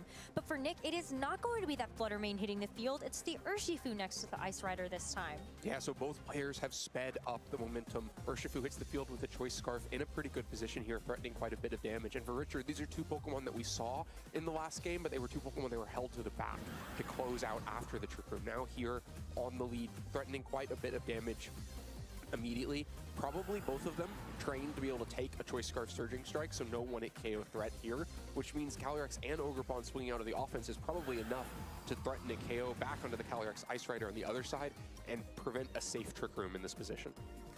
Yeah, you have the U-turn to maybe even get like the Amoonguss in, and that way you can start to take start to take advantage of those Trick Room turns immediately. That was a tongue twister. But this Calyrex does have this defensive terrestrialization at its disposal, so you can go to Terra Fairy, make sure you're not going to be taking super effective damage from something like the Ivy Cudgel, but you still have to worry about the fact that that's neutral damage, no matter which way you slice it. You've got the Astral Barrage, you have the Wood Hammer, or you do have the Ivy Cudgel that's still going to chunk down this Ice Rider. Ogerpon is going to protect its partner. It's going to be the Shadow Rider Calyrex that does not have to take this U-turn this time. But Urshifu still gets out of there, but what comes into its place? You might have to take an Astral Barrage with whatever you switch in here. Both of these Pokemon can take an Astral Barrage, right? You're not getting any KOs threatened back, and knowing that Ogerpon's not also going to be swinging on this turn because you've already seen Follow Me, you can reliably trust both Pokemon to hang on till this Trick Room goes up. Even better for Nick that this Ogerpon didn't fire off any damage, but that Kyogre took a critical hit as it came in. And that's one way that maybe this plan does get foiled. Yeah, I mean, it's a lot of damage. Luckily not a KO, so Kyogre can still do its job with Hydro Pump or Origin Pulse. There's no priority threat on the other side, so you don't have to worry that Kyogre's low health will get finished off before it can move. So yeah, you can threaten a ton of damage here. There's also no Wide Guard. Kind of for the first time in this set, Nick sees no Wide Guard on the other side, has two spread attackers, and can just go for it. Origin Pulse and Glacial Lance threaten KOs into both of these Pokemon, and so Calyrex Shadow Rider having to protect itself to start out this turn. Richard was able to get through the first round of Trick Room turns fine in that first game. But the biggest difference here is that there's no Zamazenta on the field to actually draw the attention away. These spread type attacks are going to hit like a truck. There's still no Zamazenta to be able to threaten with something like the Wide Guard. And with the double up of the Glacial Lance and the Origin Pulse, this Ogerpon Hearthflame is down. Now Richard could bring in the Zamazenta, and then you can play that mind game there, but there's still single target attack from this Kyogre to worry about. Right, you can still be threatened by a Hydro Pump into Calyrex that might just be a KO. Calyrex not the most bulky Pokemon, and meanwhile, you know, in the game one, we saw a quick Pokemon advantage go in Richard's favor, getting an easy KO on Fluttermane. This time, Nick is getting a lot better value out of the Trick Room, already up a Pokemon and threatening even more damage here. Zamazenta also has to be thinking about a defensive Terastallization. The first time that we saw Zamazenta realistically threatened by a Hydro Pump in game one, it did click the Dragon Terastallization because a Hydro Pump landing into Zamazenta would like cause so many problems for Richard's long-term game plan that you have to be pretty afraid of it. I think here you can be pretty confident that Kyogre's more likely to swing into Calyrex and to not use spread moves like Origin Pulse, but it's still a big risk to not use that Dragon Terastallization right now. I mean, it's just so hard because I feel like you do have kind of a pin here if you're Nick. You don't want to use the Wild Card if you are the Zamazenta, and then, you know, what if you leave your own Shadow Rider on an island? But it is going to be that Terastallization, as you called out, Dragon type now for this Zamazenta. But that's going to leave it vulnerable for the next turn. It does go for Wide Guard here, so it knows there is a threat of this Glacial Lance attacking into both Pokemon. And if you do neutralize the Ice Rider, then maybe the Kyogre doesn't follow up with something like an Origin Pulse either. But it's the Leech Seed from the Ice Rider into the Zamazenta, and the Hydro Pump connects onto the Calyrex for another knockout. Quickly, Nick is maintaining an advantage and growing it. With two Pokemon knocked out already, Richard is down to his final two in the second game. Yeah, Nick pretty decisively ahead here. Zamazenta now can't get away from this Leech Seed. There's no switches available to Richard, so that Leech Seed is going to stick through the rest of this game, and only one non-restricted partner to try to bail Zamazenta out of this situation. Raging Bolt probably the one to do it, though, sometimes called the third restricted because it's got the raw stats to fight like one. It also provides priority to try to stop Kyogre from attacking for a turn. But the problem for it is that it is weak to Glacial Lance, so it's going to kind of trap Zamazenta into Wide Guarding as long as you want to keep Raging Bolt safe, and Calyrex can just Leech Seed Raging Bolt as well. If you expect to be getting your Glacial Lance's Wide Guarded anyway, then Leech Seed, start getting all of that recovery in, and then it can start to look really difficult to even find the damage against Calyrex in the long term. I feel like Nick is still in an amazing position with something like an Amoonguss in the back. Because even if the Kyogre goes down to a Thunderclap, you get to bring the Amoonguss in for free. You have 2 amazing Spore targets on the other side, and then all of a sudden there's no Wide Guard anymore for this Calyrex to have to fight through. Nick is very far ahead, one, 2, 3 different ways. I mean, the Urshifu even itself will cause problems at the end, but Raging Bolt probably the best option for Richard to fight back here. And the Hydro Pump now, I mean, it's in the rain from a very impressive Kyogre. Still does a good chunk to the Zamazenta, as a Behemoth Bash is not able to land its target. And it feels like we're delaying the inevitable.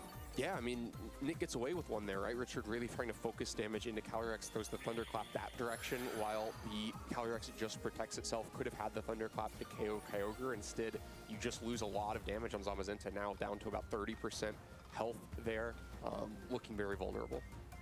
Well, there's one way to actually bypass the Thunderclap, and that's also just to redistribute the speeds. It's a tough call. I think Nick has also done an amazing job of trying to think about how many power points are available for each of these moves. Wide Guard, you got a lot of them to work through. Thunderclap, not so many. So we will see the Wide Guard for now, as the Dragon Pulse is going to connect into the Kyogre. No more Thunderclap mind games. Just get the KO and get out. 1 Pokemon down, but still a way long ways to go here for Richard, as the Trick Room is undone. We will see a fast Urshifu to be able to take the field, or with maybe Trick Room going up, Amoonguss. Amoonguss is going to hit the field here, and combined with Spore, you're going to be able to force through Glacial Lances eventually. I think he just undid the Trick Room. Let's watch this. I swear. Yeah, no more Trick Room down, undoes it so that you can try to, you know, fight through with Kyogre and with your fast Urshifu, like you're saying. Still no damage threat against Amoonguss to be able, even a Behemoth Bash plus Dragon Pulse likely can't reach for the damage. You've got the Rage Powder just to guarantee that you can get the Trick Room back up. And I still think that going back to that last turn, it is just to get out of Thunderclap range in case Richard was trying to go for that to get the double up. But it's going to be this Amoonguss that takes this Behemoth Bash plus a Dragon Pulse to get a crit. I mean, Nick doesn't really care about this at this point, I think. Maybe a little, but you would have liked to be able to get like the Spore onto the Zamazenta here. I think that's the point where you start caring for sure, because now Urshifu's going to hit the field inside of Trick Room, going to just be vulnerable to a Thunderclap. Wide Guard can still block Glacial Lance for a little bit longer, but things get a little bit risky here. I mean, Nick was so far ahead, and that Zamazenta's only got, you know, a turn of Leech Seed recovery left to it. But yeah, things look closer than probably anyone expected them to be a couple turns ago. I still think if you protect that, Zamazenta is in range of the Leech Seed finishing off the rest of its HP, right? I guess we'll find out, because Wide Guard's going to go first just to ensure that you don't have a Glacial Lance here. But the Thunderclap into the Urshifu is going to get a one-hit knockout. So for Nick's sake, he actually does have to hope that this Leech Seed is going to finish off the Zamazenta. Otherwise, you're in a position where you might need to get a double protect here, or just like, you know, hope that this Zamazenta is going to knock itself out to the final Leech Seed on the next turn, and then you have enough damage to deal with this Raging Bolt one-on-one. Okay, it is done, so the game is still locked up. But that was scary. Yeah, that was way too scary. Definitely got a little bit closer with lots of Pokemon falling by the wayside. I mean, the Raging Bolt should probably still get a chance to move here. Glacial Lance is going to safely connect, though, with no Wide Guard threat next to it anymore. Very precarious game, but Nick has brought himself back into it. But it's, you know, Richard is thinking about this game 3 at this point. Was able to win that first game off the back of some very passive Trick Room turns from Nick. But in the second one, not quite as lucky, as Nick was able to get these Trick Room turns up and had a much better game plan of being able to utilize them right away with that U-turn from the Urshifu, getting in at that Kyogre better. So as we enter into the game 3, with a top 4 spot on the line at this regional championship, where do our trainers go? We were very fast on both sides for game 2 at the very start. Yeah, I think the Richard's pivot to have those most aggressive, fast Pokemon out did not end up serving him very well. Lost to the Ogerpon before Amoonguss ever hit the field, lost to Calyrex before Trick Room ever expired, which took away a lot of options from him. I think the Zamazenta is so much more stable, taking up a place on the field, and it's really hard for Nick to like immediately threaten it, especially from Richard's side, you're willing to commit the Dragon Terrestrialization every time that you see Kyogre in a position to threaten a Hydro Pump. So I think, you know, the game one game plan of having Zama continue to just hold space on the field is probably where I'd expect Richard to go back to. So then from Nick's side, what is your answer to that? We saw him pivot to the Urshifu in game 2. It can threaten a lot of damage into Zamazenta, not a KO, but you're at least making those wide guards costly if that's the investment, or making, you know, a investment of just like Behemoth Bash and damage into Calyrex that isn't trading back for Urshifu start to look a little bit more difficult.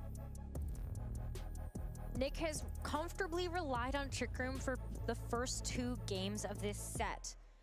So is that something you feel like he will return to, knowing that Zamazenta might just sit on the field from the very get-go? I definitely think it's still his best plan. There's so much speed from Richard's side. The best way to deal with the Calyrex Shadow Rider is to always have Trick Room up. It also turns Amoonguss' Spore into such a big problem despite the 2 grass types on Richard's side. So yeah, I think Trick Room is probably still the game plan here, but there's always room for big pivots, right? You could just invest in like Flutter Mane, Urshifu, Kyogre, like try to really push offense that way.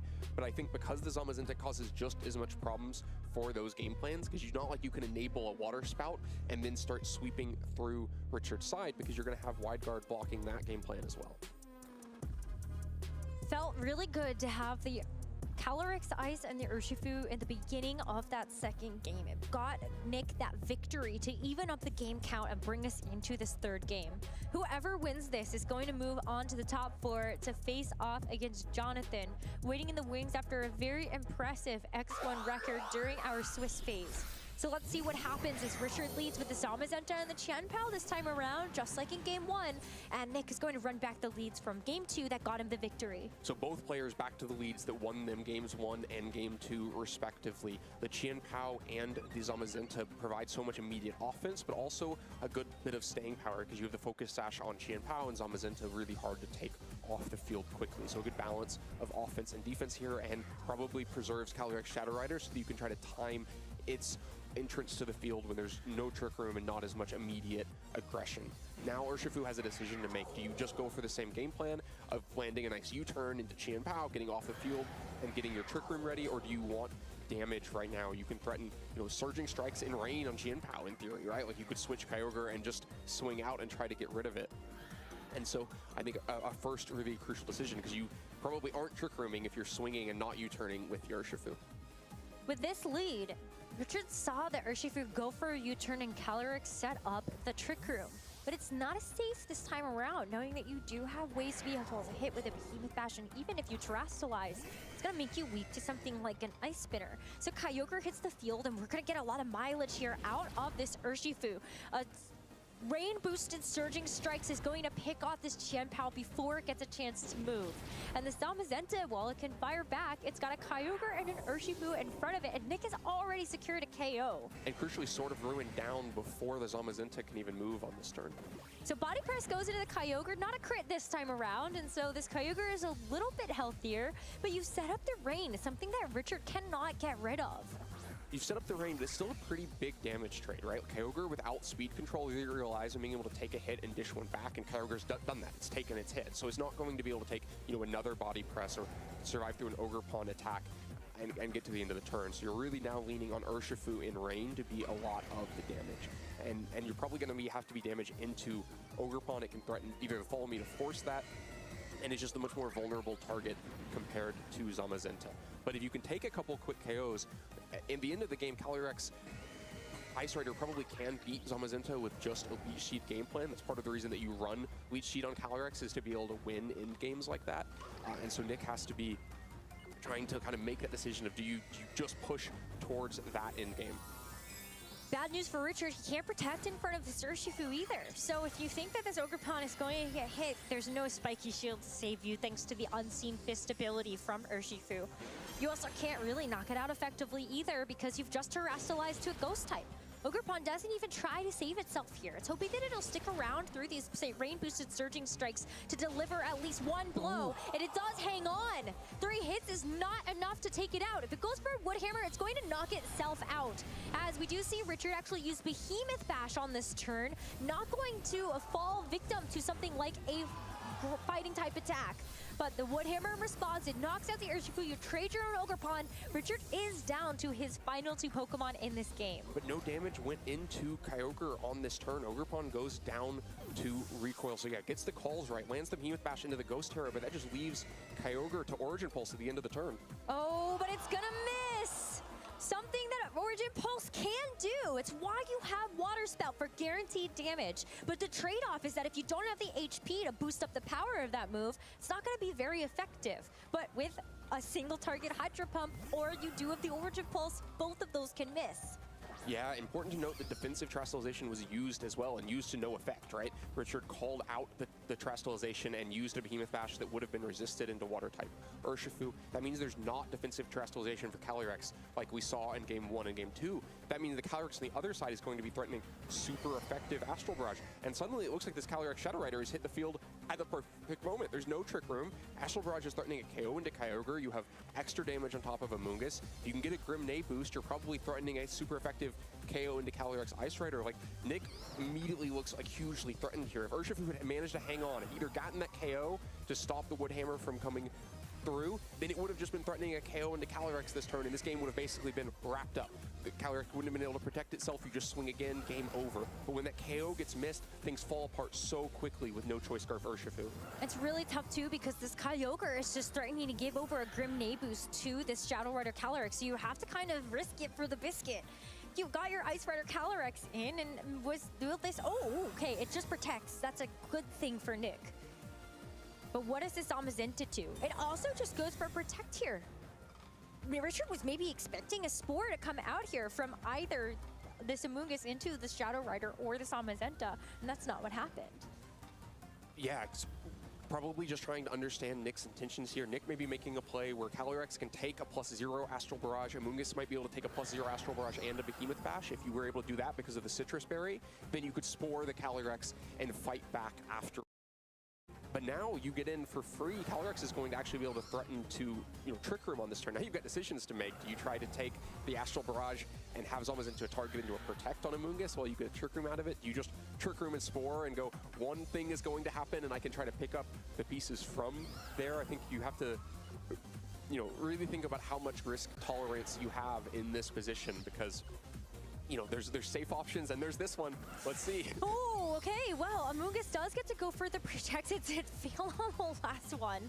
And we are going to see the Calyrex go for a Psychic into the Amoonguss. It's not going to be taking that super effective damage, and that is going to actually be a second attack.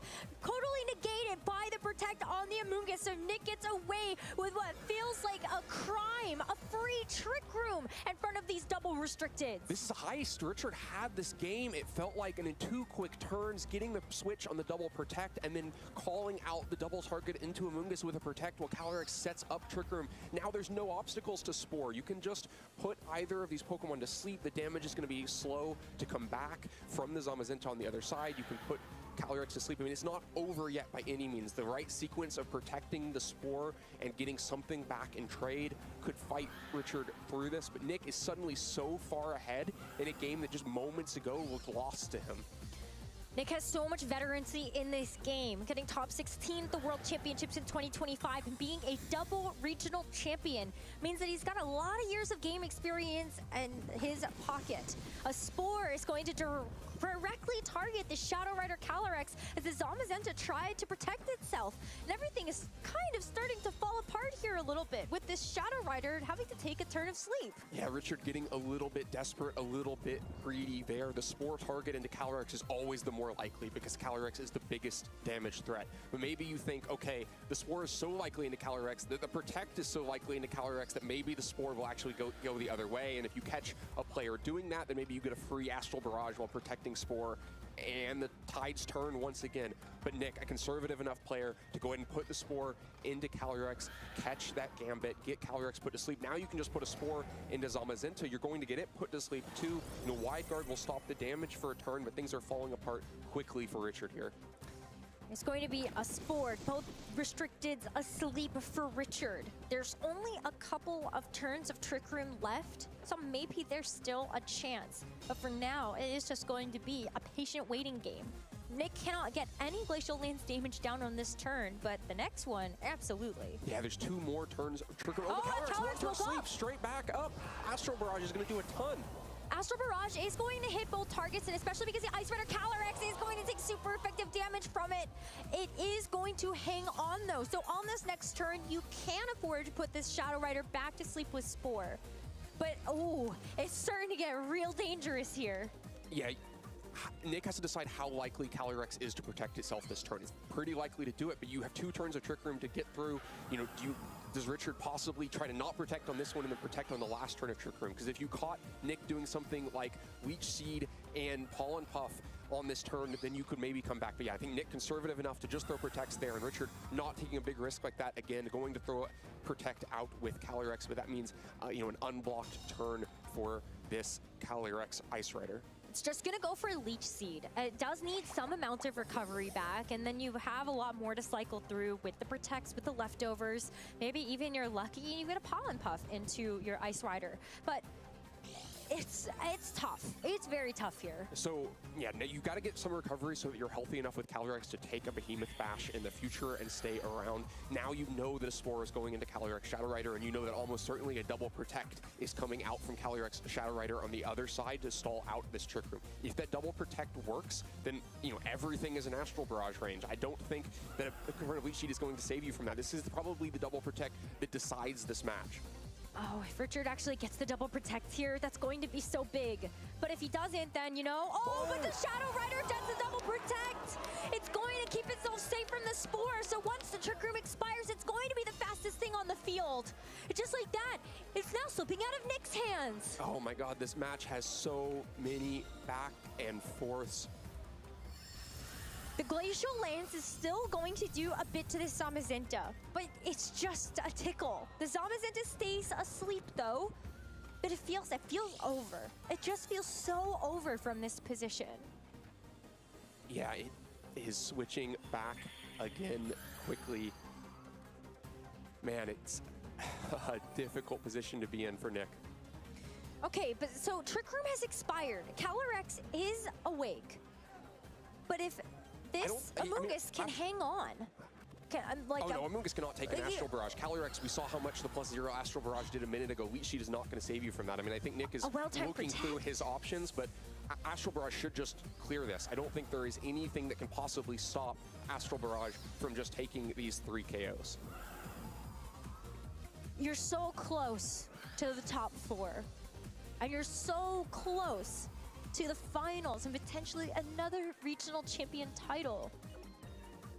Man, but the options are so slim and it looks so bleak. It took that 1 turn sleep, Calyrex quickly waking back up, and then the double Protect to keep Calyrex from going back to sleep. But Richard gets it all and looks like he's going to steal the game right back. Richard was in such a comfortable position at the beginning of this game number 3 when it mattered the most. But then Nick clawed things back, especially after Richard got a little bit greedy with the turn to KO Amoonguss. But now the tide's shifting back into Richard's favor. You see Nick go for a double Protect. Zamazenta is going to wake up soon. So it just feels like Richard is so close to being able to make it into the top 4. Yeah, I mean, Zamazenta, though, is ultimately irrelevant here because Calyrex is not going to be able to take an Astral Barrage. It's the missing defensive Trastalization, right? If Calyrex had taken that first Astral Barrage as a Fairy type and then was about to take another Astral Barrage as a Fairy type, well, then it'd probably be perfectly fine. You'd set another Trick Room. But because the defensive Trastalization was used for Urshifu and you don't have that resource, it's going to be super effective into Calyrex. There's another thing at play here, and maybe this is why we're seeing Nick try to take things a little slower. We are getting towards the end of the game timer. Is there a way that if Nick gets a double Protect on the Calyrex and the Amoonguss, that he's in this? We haven't even seen the warning for shared time yet, and Richard's going to have the Pokemon advantage as soon as an Astral Barrage lands. Oh, but if you get the double Protect, I mean, I don't know. Oh, it's gonna fail though, so I think that's it. Nick knows he's going to give the handshake over, and it should be this Shadow Rider Calyrex to clean things up after the end of these failed attempts from these protects. Astral Barrage into the Amoonguss, and the Ice Rider secures a double KO. And while the Kyogre is in the back, it's all but wrapped up here. And congratulations to Richard McGolan for moving on to the top 4. Wow, what a dramatic end to that game 3. Swinging back and forth. Richard looking like he had established the position he needed to, with Trick Room never going up and correctly calling out the Urshifu Terastallization and getting the KO onto it after that barely missed KO onto Ogrepon Heartflame. It looked like Richard had it all. And then in just 2 quick turns, back in Nick's favor. The overly cautious double protect from Richard's side that gave Nick the free switch in, and the mistargeted Psychic and Behemoth Bash into a protecting Amoonguss puts Nick so far ahead it looks like he's going to clearly win the game. But then Calyrex, only 1 turn of sleep, lands the double protect, gets out of Trick Room once again, gets to that position of Urshifu or Calyrex outside of Trick Room, and at that point, too much damage had been done. And then you do miss the Origin Pulse there, but it's a tough call whether or not that would have been enough to actually save the position at the end of the game. Because it is a rain boosted Origin Pulse into a Zamazenta. But maybe with the Leech Seed damage or something, things do look a little bit different, but that's the game with inaccurate moves on Kyogre specifically, and that's why you ran the 3 different water types. Yeah, I think it probably also wouldn't have swung that. Maybe it gets the KO on Zamazenta enough earlier that you have like a free turn to Pollen Puff or something, but even that might not have swung it back, so probably not the decisive thing there. But if, you know, the double protect, definitely the decisive thing there. So if you're looking for avenues where the odds were probably in Nick's favor, it's not hard to find them. Oh, so back and forth though. And that was just an exhilarating set 1 of, and our many upcoming Top Cut matches. We still have the rest of the top 8s to show you, and of course as we move into the top 4s, we look forward to seeing Jonathan go up against Richard in that first top 4 match, but we still have to decide the other semi-finalists. It's gonna be a good day. Yeah, it should be fun. That one's gonna be Zamazenta Calyrex versus Zamazenta Calyrex, so we have that to look forward to in the semifinal. But for this one, I mean, it's just been such a treat to watch Richard over the last couple of months. Somebody that I remember actually bringing Tinkaton to a regional. I was just very impressed by the fact that for Reg F, we only had a very handful of unique Pokemon to make Phase 2s, and Tinkaton just so happened to be one of those in the hands of Rich. Now, of course, nothing really funky about the Pokemon that he's picked to bring to this particular regional. But the way that he's put it together, I think, is really what has been so standout. No fake out. How are you winning games without fake out? I mean, it's a very unique, aggressive combination, right? Just always having damage threat, having your non-restricted Pokemon be damage threats as well. Instead of using them for support options, redirection, and fake out, using them for big damage. Ogrepon Heartflame, probably the biggest damage threat you can get out of a non-restricted special attack booster. Raging Bolt also adding a lot of extra damage to the team. Richard's top 8 performance is going to get even better as he looks forward to the top 4. So let's hear from him in an interview about how he's feeling going into that semifinals. So much. I'm here with Richard, who just locked in his first ever top 4 placement. Congratulations. How's it feel? If you would have told me last week that I would be making top 4 at the Orlando Regional Championship, I probably wouldn't believe you. But now, this feels like a dream, but now I'm sitting in top 4. That's really, really insane. Well, if you need to pinch yourself to prove you're not dreaming, you can take a moment. It's all good. I slapped myself literally before I even got to this room, thinking that I was dreaming when really I'm not. I'm actually in top 4. You are, and it's been quite the journey for you to get here. You were telling me that you've used this team ever since NAIC last year. Yes, absolutely. So the team concept came up to, I was trying out different compositions of Calyrex and Zamazenta. So when I was trying out the team, I wasn't really liking Torn. Sorry, I wasn't really liking the Urshifu. And when I was bringing the team up to NAIC, I tried Urshifu Rapid Strike with Choice Scarf, and I tried it with coaching, just so that way I can actually like boost up Zamazenta with the power of Body Press. But you know, it was all right. I mean, I did make day 2 at NAIC, but the team, you know, like I put it to rest. But until they announced another Reg I was like, okay, it's time to dust the team off the shelf and it's time to actually get it back up and running. And so I've been working on this concept for about a month now. I've seen other people run it. I was trying to get like a good idea of what I want to run. At first I tried Ogre Pond Cornerstone, and I tried Tornadus out. Both really didn't seem to work, but Ogre Pond Hard Flame, that mon is a monster, a real monster. When we were doing our Top Cut preview, it was Yuki who said it's basically like having another restricted Pokemon with that attack boost. Absolutely, and as you saw during like the Top Cut match, Ogre Pond just took those hits like a champion. It's more than just being a restricted. It's more of just being a big tank, just a tank a bunch of hits, even in the rain. And that's really what you needed to get through that matchup, because it just felt like those 3 games went on and on and on, and you were really trading hit after hit. It was a long match. I try to think like a few steps ahead, but I didn't want to like go for like tunnel vision. Yeah. I really wanted to just focus on one turn at a time, but also focus on how I could actually win the game without losing so many resources. So one thing I noticed then, speaking about resources, is that at least in games 1 and 3, and maybe game 2, I forgot to write it down, you saved Calyrex Shadow Rider as your last Pokemon to be revealed. So was that always the plan? It was always the plan because I know for a fact Trick Room's going to go up. I can't stop it. Yeah. Me and a couple of other people were talking about trying to get Calyrex on the field, but the thing is, you have like a turn with a Mungus and Calyrex Ice Rider.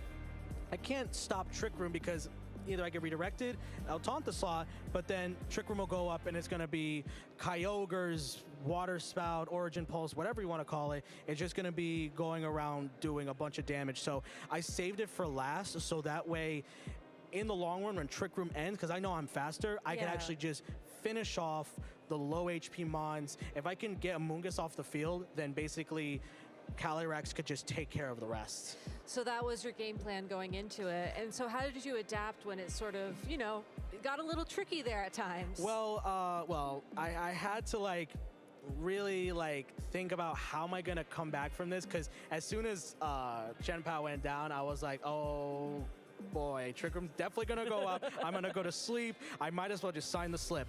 But then I was thinking, no, I'm not gonna give up. I have to think of something else. And I thought my Ogre Pond can help me out in that matchup. And as long as I keep Zamazenta alive for a good while longer, I'll actually be in a good spot. That's what I wanted. And above all else, saving the 2 restricteds for last kind of helped me in a way, because I was able to stop Trick Room, like, not like stop Trick Room, but like stall it, as everyone called it. We stalled Trick Room, and I was able to stall it out for a measly those turns. And once that was done, I was like, all right, Calyrex, it's your time, baby. Go ahead, go shoot those Astral Barrages. I know, sometimes you just got to give yourself the opportunity for the out and then just hope for the best, right? Most definitely. It was a scary, tough matchup. This is my 3rd Kyogre I've versed all tournament. Oh, wow. Yeah, it's a tough matchup, but it's a tough matchup if you don't hit your moves. So that's actually the main thing I always see for Kyogre players, is that if you don't hit your Origin Pulses or if you don't hit your Hydro Pumps, you're going to find yourself in trouble. Yeah, well, I can tell you it's been like that since 2010. So. I can tell. I've been playing since 2015. This is actually my 10 years playing VGC. And I've used Kyogre, and trust me, it's not fun clicking Origin Pulse when it misses. I feel you with Precipice Blade. So, oh my, that's why the niche gravity just came up to me.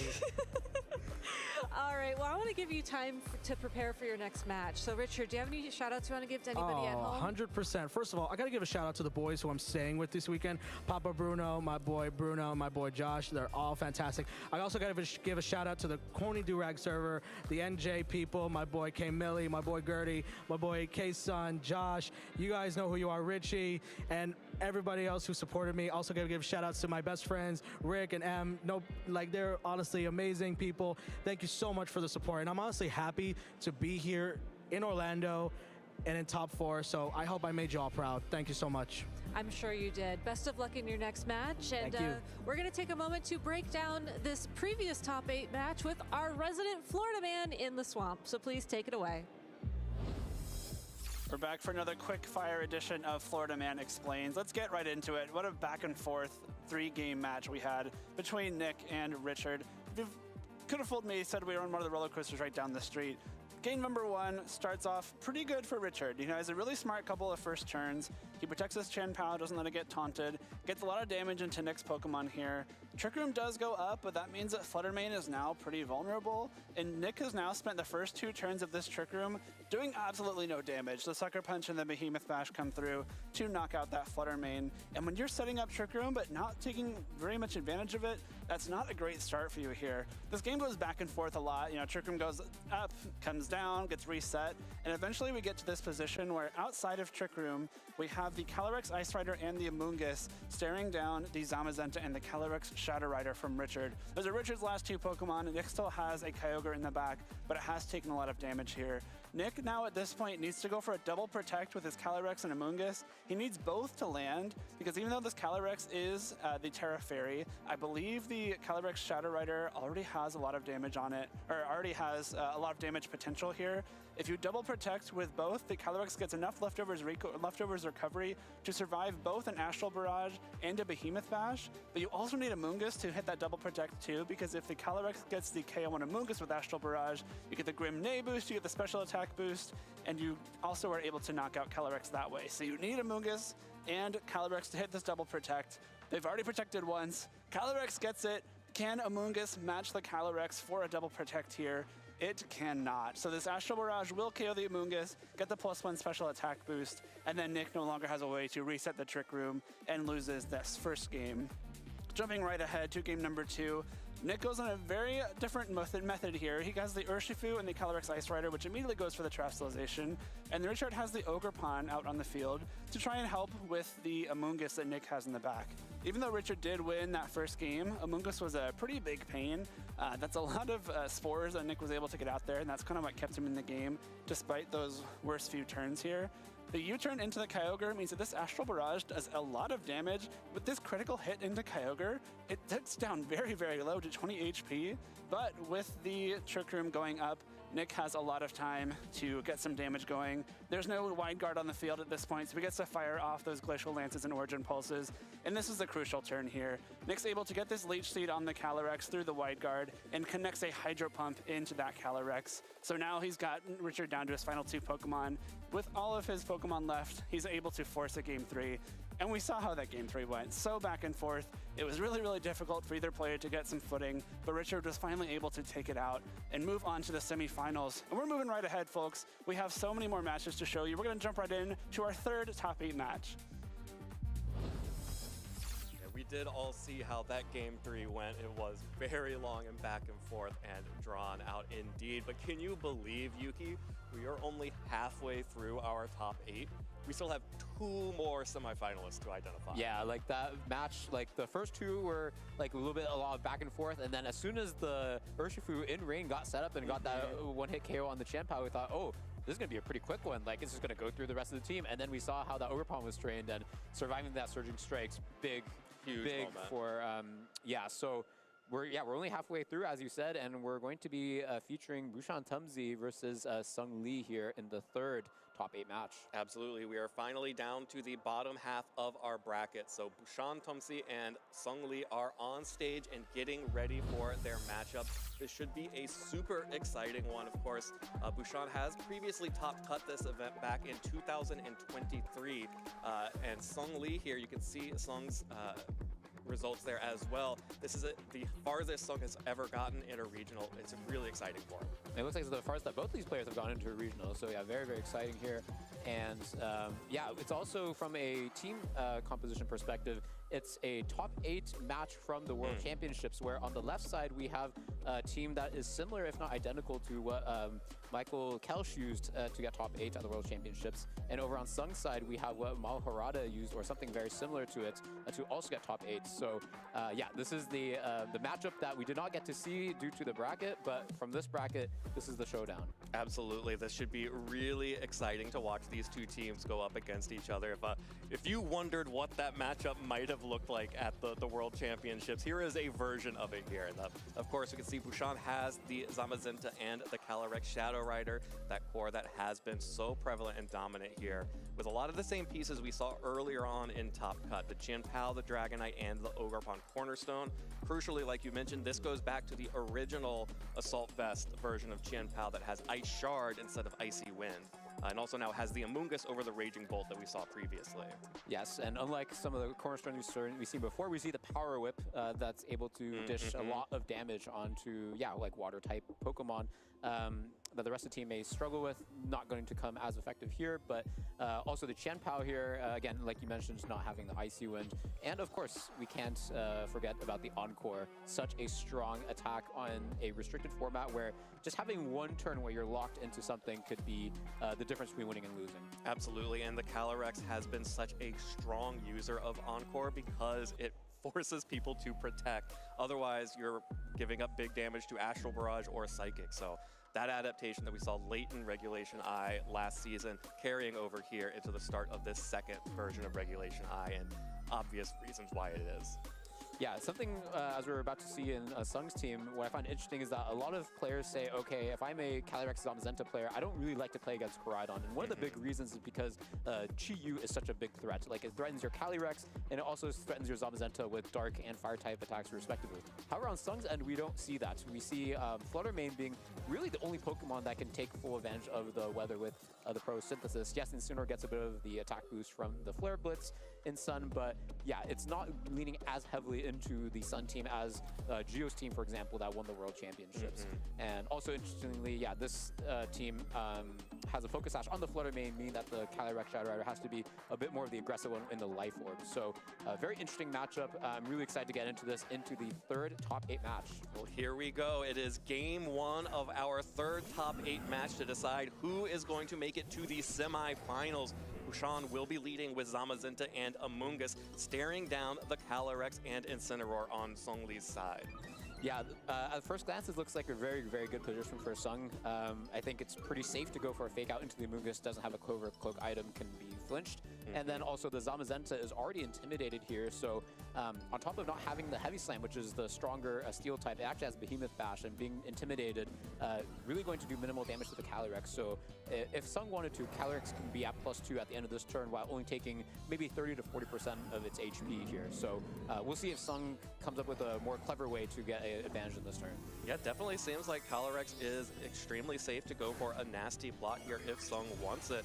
Bhushan is afraid of Psychic coming out onto Amoonguss, so opts to protect that Pokemon with a Fire Terastallization that will do double duty, resisting Incineroar's Flare Blitz as well. Instead, just going to get faked out like you called out to prevent a Spore from coming through onto the Calyrex or onto the Calyrex. And here comes the Astral Barrage, just going for damage immediately. Brings Zamazenta below half and puts that Amoonguss in KO range as well. However, Bhushan is not just going down without a fight. Incineroar goes down to a body press there. Yeah, pretty impressive amounts of damage coming out from that Calyrex, especially onto that Zamazenta. I've seen a lot of Zenta be trained to at least take a Astral Barrage pretty comfortably from a Calyrex that is not trained to be super especially attack oriented. So either Bhushan's is not as bulky on the special defensive side, or Sung is using a much more aggressive Calyrex Shadow. So that's very interesting to me. Also on Bhushan's end, using a Terastallization that ends up not being needed since the Psychic did not come out. So wanting to respect that, yeah, Sung could go for a Psychic instead. And we see the Koraidon come out here, which is a great position, as you mentioned, threatening both the Zamazenta and Amoonguss. Yeah, Amoonguss having used that Terastallization means that Zamazenta cannot use the Terastallization of its own to remove its weakness to either fire or fighting type attacks coming out from Koraidon. And there is very little stopping Sung from just going for a KO on Amoonguss with the Calyrex and then picking up a KO onto that Zamazenta. Yeah, no pressure on Sung to go for a spread type attack, which can get caught by a Wide Guard. Pretty safely go for single target attacks on both Pokemon here for Bouchon. So yeah, going to protect that Zamazenta to make sure at least it will get through the turn. Yeah, Zamazenta needs to survive at least this one turn. Calyrex goes for the Psychic into the Zamazenta, actually, so using the Calyrex to take out the Zamazenta. And here comes Koraidon using Flame Charge, going to connect onto the Amoonguss, which is resistant but is already so low that Koraidon is still going to pick up the KO and most importantly pick up the speed boost in case that Calyrex Shadow Rider deigns to come out. Yeah, great the mental calculation from Sung to say, okay, even though it's going to be a resistant hit from this pretty bulky Amoonguss, I know I invested a lot into my Koraidon to be more offensive and able to KO the Amoonguss through the Terrestrialization. And also getting that speed boost means, yeah, being able to outspeed this Calyrex Shadow Rider coming in and being able to at least get the Focus Sash off before getting KO'd. Yep, Calyrex now out on the field for Bouchon. Will be alongside Zamazenta, so does have wide guard protection from Calyrex, but like because of the Flame Charge, Koraidon will be able to move first and can't protect itself against that without just going for Protect. Yeah, and now it's a bit tricky, right? Because we see the Calyrex at full health, it has the Focus Sash, so it cannot be one-hit knocked out from the Flare Blitz from the Koraidon. So if Sung wants to go for a 50% chance to, yeah, and we don't even know that, right? Because the Calyrex might not be the most speediest Calyrex over on Sung's end. So I don't think there's a safe play over on Sung's end here.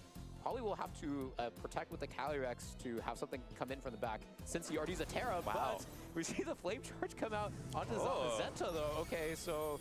Yeah, that's a KO onto the Zamazenta, which means Koraidon is going to get another speed boost here, but with no Protect coming out from Sung's Calyrex and just leaving it up to fate here, Bouchon shows a faster Calyrex for this turn at least. Astral Barrage connects onto both, doesn't pick up the KO onto Koraidon, but does onto the Calyrex on Sung's side. So that means that this Calyrex still has the Focus Sash intact, can't be knocked out in one hit, and just needs to survive one turn against, well, the Fluttermane and the Koraidon, and it'll start being real dangerous. But this Dragonite, also real dangerous here with how low that Koraidon has gotten.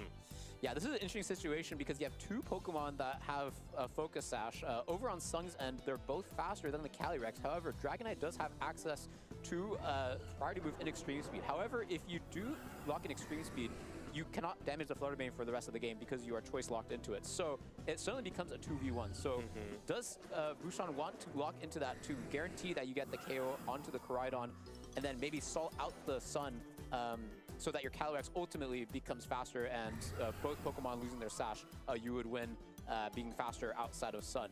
But I don't know if there's enough, I'm not sure if he's already stalled enough Sun turns to do that. Like, you might have to lock into the Aqua Jet, which can damage both Pokemon. However, the Sun is up, so I don't know if it will KO the Koraidon, even with the Choice Band boost here. Oh, it's going to be so close. The Protect comes out from Bouchon's Calyrex, and that's going to mean Dragonite's Aqua Jet onto Koraidon, only half of the remaining health. Koraidon's Flare Blitz will whiff into the Protect. Dragonite might get another shot at an attack onto Koraidon unless this Fluttermane went for big damage. Icy Wind is 4 times super effective, but most likely, it doesn't even hit. I wasn't sure it would pick up the KO anyway, but it doesn't even hit. Wow, that means that Bouchon gets another chance to swing at Koraidon. Yes, and that's a big protect from the Calyrex because, yeah, now the Calyrex just needs to get one attack off onto the Fluttermane to make sure that, yeah, it doesn't... It loses Focus Sash. However, because both of Sung's Pokemon are still faster, this Aqua Jet needs to KO the Koraidon. If it does not, then it'll correct both Pokemon, unless Sung goes for the Protect. There's the Protect coming out from Koraidon. This is not an Urshifu's Aqua Jet. It's actually blocked by the Protect here, and that means Koraidon stays up for one more turn. Fluttermane fires back with a Moonblast that will pick up the KO onto Dragonite here. So by switching over from the Icy Wind to the Moonblast, picks up the KO, one shot onto the Dragonite, and the Astral Barrage will now connect onto the Fluttermane. But it is going to really come down to both these Sun turns now. Yes, if Bouchon is able to salt out the Sun, it doesn't matter, yeah, if the Fluttermane is still going to be on the field, if it's going to be a 1v2, yeah, we only see one turn of Sun, so I think Bouchon was able to find the one, yeah, out here. I suppose the only thing Sun can do is, after this one last turn of Sun is stalled, go for the Flare Blitz with the Koraidon, fish for the burn. If you can get the burn and the Fluttermane just protected, then you will have the Fluttermane on the field with 1 HP with the burn taking down the Calyrex. However, that will have to be a lot of luck going your way. That's one of those outs that I feel like as soon as you say it, you either have willed it into existence or negated the possibility of it ever happening. Well, Which do you right think it is? I have a 90% chance of being wrong. So there's the protect coming out from Calyrex on Bushan's side. So just going to be stalling out this final turn of Sun, and it's going to see. First of all, does Sung see that potential play to get the burn on the Flare Blitz onto the Focus Sash Calyrex, and then does he actually get the roll that he would need? Yes, because now that the Sun is gone, yes, the Koraidon is terrestrialized. There's no Sun to boost, and you don't have the pseudo photosynthesis boost. So he does see the play, it seems. Step 1, check. Step Flare 2, Blitz, check. Yuki, what did you do? What did you do? Did you will it into existence or prevent it from happening? Oh, it's not even enough. Oh, and then there's no burn. There's no burn, and there's the recoil. Koraidon will go down, and it's not even enough damage without the Sun. Calyrex holds on, and next turn we'll be able to clean up this Flutter Mane, and that's going to be a Game 1 win for Bushan. Yeah, that was crazy. I feel like both players, they identified, okay, I need to protect my Pokemon on different turns. Like, first Bushan protected the Calyrex and then Aqua Jetted to see if the Koraidon can be in range of the second Aqua Jet. And then Sung said, okay, actually, I cannot let my Koraidon go down, so I'm going to protect and then be able to get the Icy Wind off. And then, yeah, that miss on the Dragonite, which seemed pretty important as well. Well, there goes Flutter Mane, goes down. Bushan Tumsy will win this first game. One more win away from becoming a semi-finalist here in Orlando, but it came down to literal, like, red health for that end of game, and it was so tight. There were so many moments where one wrong call would have switched the game. Yeah, it makes me wonder, that one turn that that Sung went for the Moonblast into the Dragonite to KO it. What if it was an Icy Wind instead, so that you can not only pop the Focus Sash on the Calyrex, but also reduce its speed so that you can still outspeed it once the Sun expires? You would not get rid of the Dragonite, even though your 4 times 2 effective Moonblast would be much stronger. But at the very least, you start to only have to worry about the Aqua Jet, which is not as strong as the Calyrex. So, but at the same time, if the Aqua Jet had gone into the Calyrex, reading the Koraidon, protecting, so it's just so much reading from both players, and it's just so exciting to see this. It is also the case that Sung did try that. Yeah. It simply missed. Yes. It missed on the Dragonite, so, you know, you have to worry about that when you're using Icy Wind as well. That's it's not more guaranteed. Safe Icy Wind the second time if the first one can connect it. That's right. You're right. Oh, That's how it works. Yeah. Well, there it is. We are heading into Game 2 now of these two players, and this is definitely a matchup that is on a knife's edge, as we saw how close that became towards the end of the set. And as we go into our Game 2, it is going to be the Incineroar and Calyrex Shadow Rider for Sung, alongside of Bushan's Amoonguss and Zamazenta once again. So we have a very similar setup, exactly the same actually as Game 1, where Bushan targeted down that Incineroar and Sung gave that Pokemon up in favor of damage onto both Amoonguss and Zamazenta. Yeah, and the Terra on the Amoonguss ended up not mattering. At the same time, I'm not sure if there was a different Pokemon that Sung wanted to Terra instead. Like, the Zamazenta already taking so much damage. It's hard for me to think, like, would a low kick in Sun be able to KO Zamazenta through Terra at that HP? I'm not sure, but it still makes, I'm not too sure how important Terra is on other Pokemon, so I could see Bushan wanting to go again just to make sure that you're not caught surprised by Psychic, but letting that go all together and say, yeah, I'm going to switch out because I don't want the position that Amoonguss is in. Wow, this is an opportunity for Sung to get rid of the Focus Sash very early on the Calyrex. Let's see what happens. Yeah, that is a risky switch to bring in the Calyrex here, but doesn't get affected by the Fake Out, which is what that Incineroar went for. But Sung went for the Astral Barrage once again. No protection from Zamazenta. Calyrex on Bushan's side is brought down to its Focus Sash, and Zamazenta again takes a lot of damage from that Astral Barrage. Here comes the Body Press through onto Incineroar. Once more knocks that Pokemon out. So again, trading the Incineroar, trading damage for the Incineroar, but this time the damage is on Calyrex. Yeah, and I actually think Sung is pretty happy to see that Incineroar go down, because now you have a switch into something like the Flutter Mane with the Pro Synthesis boost. I guess the only problem is that the Pro Synthesis is not immediately live since the Koraidon has not hit the field yet. So you do have a bit of a lag, but still you get to position 2 Pokemon that are pretty fast in front of both these Pokemon. And yeah, the Calyrex does have the opportunity to go for a Terrestrialization, which is a bit more appealing now that the Zamazenta is damaged now. and yeah, cannot threaten the body press onto the terastallized Calyrex as much. Yeah, but this Flutter Mane actually coming out without Photosynthesis basically just gives Sung more options of plays that he can go for. You know, you could just stick the Flutter Mane around and have it paired up alongside the Calyrex and just start dealing damage, knowing that you're going to be faster than at least the Zamazenta, or you could go for that Koraidon switch. And so there's a lot of different options that Sung has to choose from here, and instead chooses to go for the Koraidon switch in to activate the Photosynthesis here. At the same time, Bouchon is retreating Calyrex, cannot let that piece go down right now, brings out the Amoonguss instead, which will be able to resist damage from fairy-type attacks, but most importantly, just take any kind of damage that would have been headed towards that Calyrex. Yeah, we see the special attack drop go on the Amoonguss. Probably not going to be as influential because it was probably going to be more focused on supporting its partner here. But this was a big turn for Bouchon, being able to trade only a small bit of health on the Amoonguss to get not only get the sash out of the Flutter Mane, but position the Amoonguss very well in front of both the Koraidon and the Flutter Mane with the Terrafire. Most likely going to be able to make it through this turn since Koraidon's fighting type move of choice is low kick, and let me tell you, that mushroom is not very heavy. It is a very spongy mushroom. And crucially now, both players' Ghost-type Pokemon with Focus Sash have had their Focus Sash used up. So back in the end game of Game 1, there were a lot of turns where you needed to do two hits to actually knock out a Pokemon. But now, it's just going to be whoever has control of speed at the end of the game here. And that makes things very dangerous for both players. Sung going ahead and terastallizing Koraidon here into the Fire type to boost the damage of Fire type damage like Flame Charge or Flare Blitz.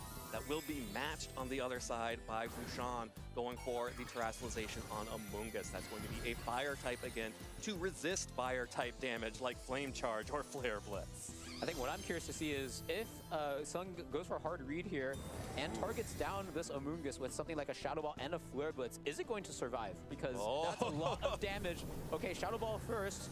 Let's see, it does. Oh, that's not that much damage. Oh, but it's a Flame Charge. That will certainly not pick up the Amoonguss. Yes, that was a little closer than I expected, but oof. But able to get off the Spore, especially since this Flutter Mane does not have access to the taunt. So yeah, if Bouchon had taken something like a Flare Blitz instead, that might have been KO'd. So a lot closer to comfort than expected, but successfully getting off that Spore onto that Koraidon, the biggest threat currently on the field. Yeah, Koraidon now asleep, has not used its one turn of mandatory sleep, so will not be able to make a move this next turn. Zamazenta, though, we've seen it take quite a bit of damage, actually, from some of these Pokemon. May be within a Moonblast range at this point from the Flutter Mane, but does still have a Amoonguss to protect it. It's just going to be which Pokemon is Bouchon going to protect on this side of the field.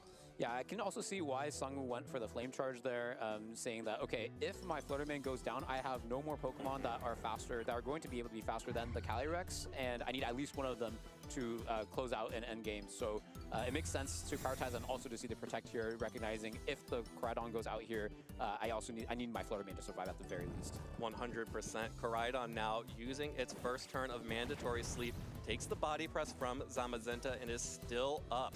So will be able to now potentially make a move next turn while Flutter Mane protects itself. And Bouchon is probably counting some of these Sunlight turns as he just went in to check. Yes. And Sung also needs to be checking that because as soon as Sun fades, then Flutter Mane no longer will be faster than the Calyrex in the back. Yeah, so I guess the good thing here is that by staggering the turn that Flutter Mane goes down, you open up your option to have the Koraidon wake up. So actually, based on what just happened here, if the Koraidon can wake up, there could be a double KO coming out from Sung's end. Okay, so the Shadow Ball comes out. It's going to knock out the Amoonguss. This is going to be the important part here. Is the Koraidon going to be able to wake up and KO the Zamazenta? If not, one of those Pokemon is going to be knocked out, which is going to be the one of the Pokemon that can be faster than the Calyrex Shadow Rider. It does not wake up. Let's see. The Zamazenta is going to KO the Koraidon.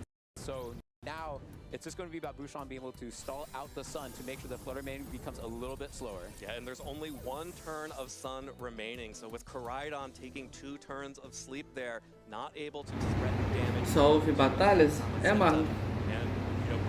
Finalmente meu fone carregou. Tô esperando meu fone carregar. Batalhas de qualidade. Eu amo regional. Aí, ó.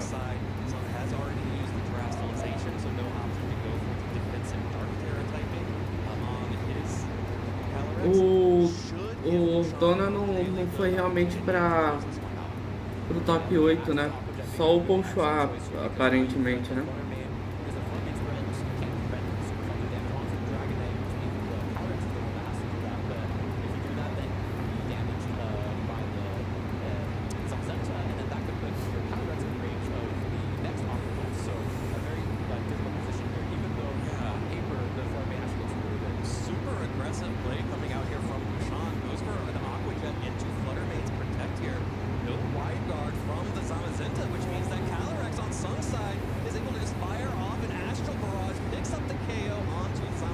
O Show tem que perder calma.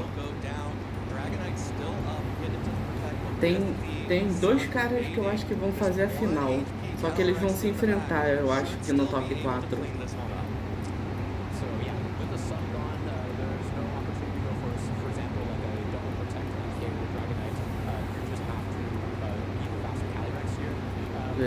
Eu quero que ele ganhe essa pra chegar perto dos 10 regionais e passar o Wolf. Mas eu acho que dois vão ganhar. Tô achando que tem dois aí que podem ganhar. Eu acho que o único. Eu acho que o único que pode ganhar esses dois que eu tô achando é esse Seung Lee aí, ó. Que tá jogando agora.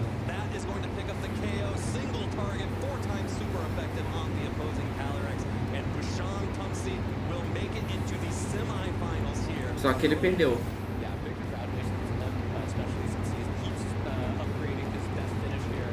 O Bushan Tussin, ele ganhou. O único que eu achava que poderia bater de frente com os dois que eu tava achando que vão ganhar era esse Seung Lee aí. Só que como ele perdeu, agora eu acho que já era.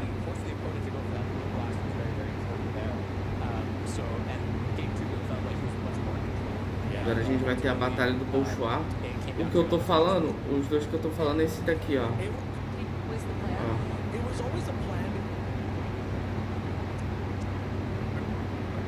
Deixa eu só mostrar o top 4 aqui. Esses dois aí, ó. Cadê?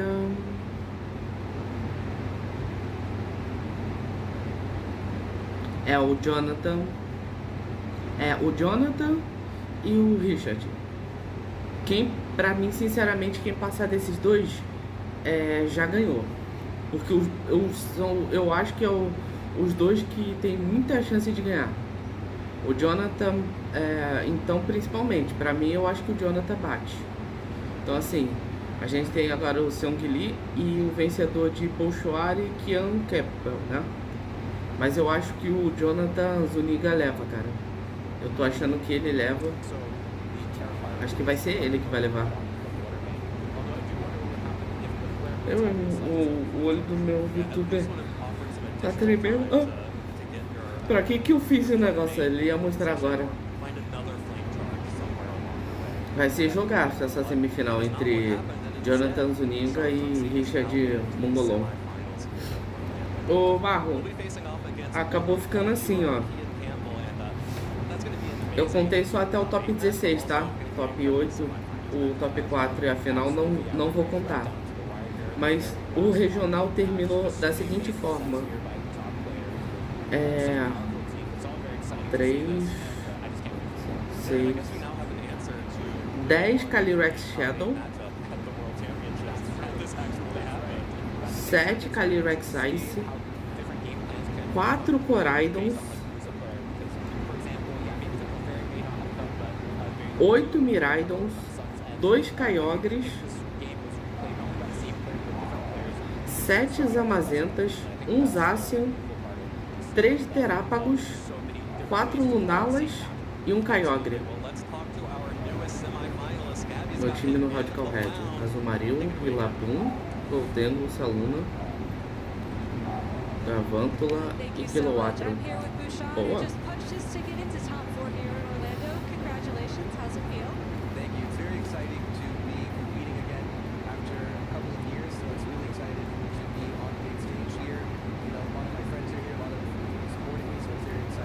foram? I was gonna say, you know, we last saw you, I think, back in 2023, so has it really been 2 years of just no VGC whatsoever? I've been playing VGC here and there, but in terms of serious and competing, it's been a while. But I was really excited about Pokemon Champions, so I figured, why not make a comeback? For sure. I think you and a lot of people are in that boat, anxiously awaiting Wednesday. But for now, we're here. So why don't we go ahead and talk about your journey? Quilowattra temporada, vou trocar por um Raging Bolt. Ok. Bom, mas o Quilowattra não é bom por causa do competitive, né? 4.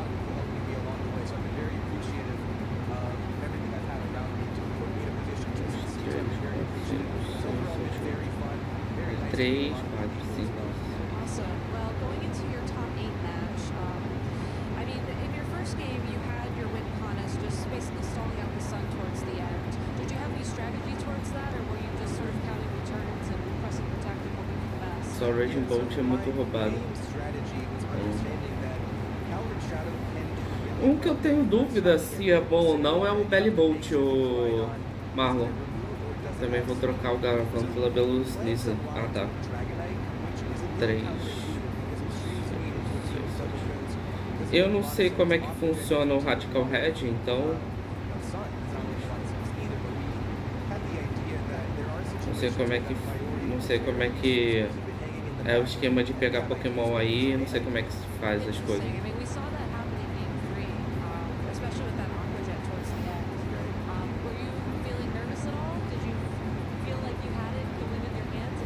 Belly Bolt? I know I made some risky plays, but I didn't feel like I had a good idea of what I was heading towards in the game. So because I had a perspective on what I wanted to take, é só difícil com o time roubado. É aquele bichinho verde com a barriga, com uma bola na barriga que tem um símbolozinho de raio.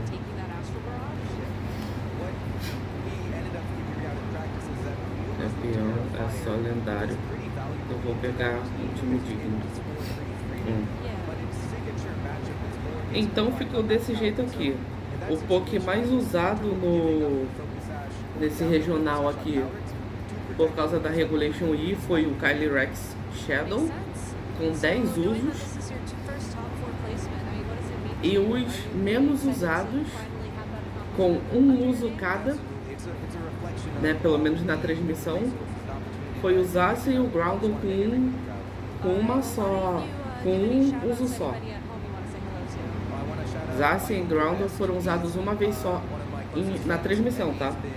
Todos esses que eu peguei aqui, todos os números que eu tenho aqui foram todos usados na transmissão até o top 16, tá? Eu não peguei o top 8 nem nada porque fica repetindo, né? Então, ó, ficou em primeiro. Em primeiro foi Calyrex Shadow com 10 usos. Em segundo ficou Miraidon com 8 usos. Em terceiro foi Calyrex Ice com 7 usos. Junto com Zamazenta, ambos ficaram com 7. E aí, né?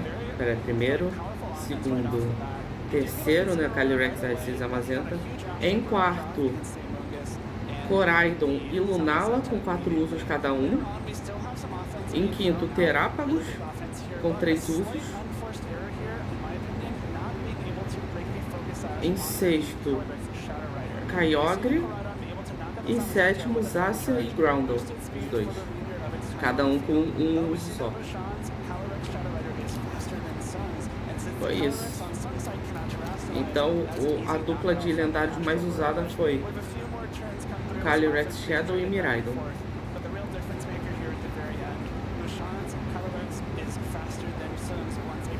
Mesmo sendo tecnicamente o mais fácil de se counterar, foi o mais forte a ser usado.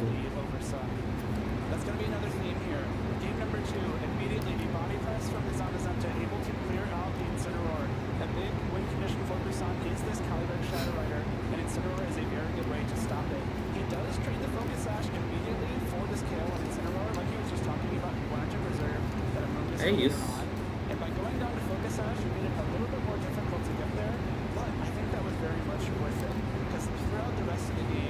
interessante é que o Radical Red tem modos de se jogar. Ô, Marlon, é isso mesmo que eu entendi? Chat, bebam água, não esqueçam de se hidratar. Luckily, a couple turns later, it stays asleep, does not get that one turn wake, and Body Press is able to clear it off the field. And then all you need is for Sun to expire, and Bouchon's 1 HP Calyrex Shadow Rider should be able to wrap up this game. And here we have it. It protected on the last turn, made sure the Sun went away. Fluttermane has no more photosynthesis boost, and this one more Astral Barrage, meaning that Bouchon's Astral Barrage once again outspeeds Sun's is enough to lock up the game, sending Bouchon into his first top 4 at our regional championships. So cool to see him have success here at the EUA championships a couple years ago. And he's gotten even more. So we've got 3 of our 4 top 4 decided. We have one more top 8 match to see who will join them. Let's jump right into it.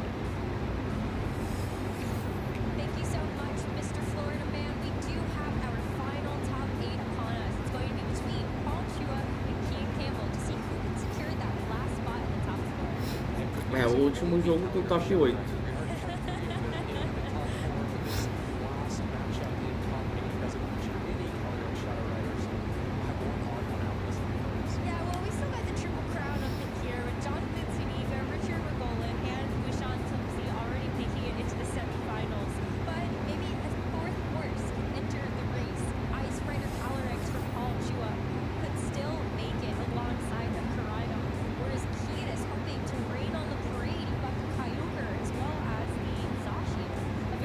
Vamos ver se o... Ó, é agora, hein? Agora é a hora, hein, ô Marlon. Será que o Zacian... Será que Zacian vai parar o Polchoá? Será que a única Zacian do campeonato em transmissão vai parar o Polchoá? Vamos ver.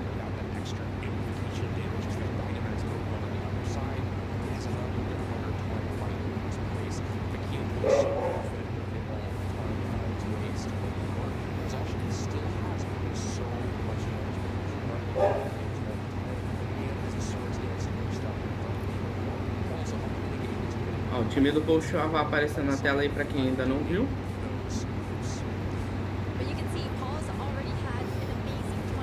Calyrex ICOI de Leftovers, Coraidon de Clear Amulet, Incineroid de Safety Goggles, Landro, Life Orb, Rillaboom de Assault Vest e Smeargle de Sash. Mano. Ah, não. Achei que daria pra usar Manon. Deixa eu passar.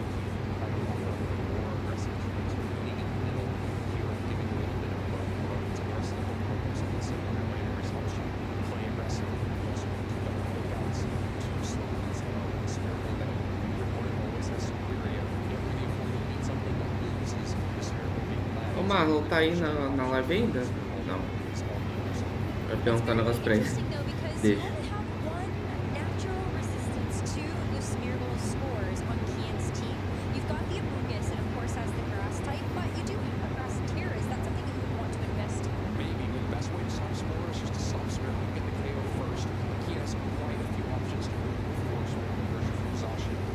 E o time do Kian Campbell, Kyogre de Splash Plate, Zacian de Rusted Sword, Amungus de Rock Helmet, Chimpao de Fox Sash, Horimon de Boost Energy e Urshifu de Água de Mystic Warrior. Ele começa de Kyogre e Urshifu. É isso.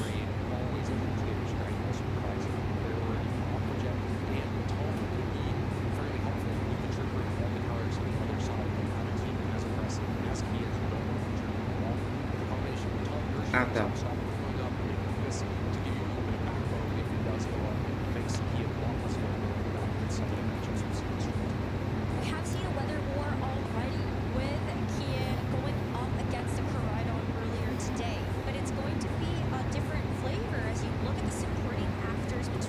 Vamos ver se o único Zacian que apareceu na transmissão será capaz de parar o poderoso Polchoá.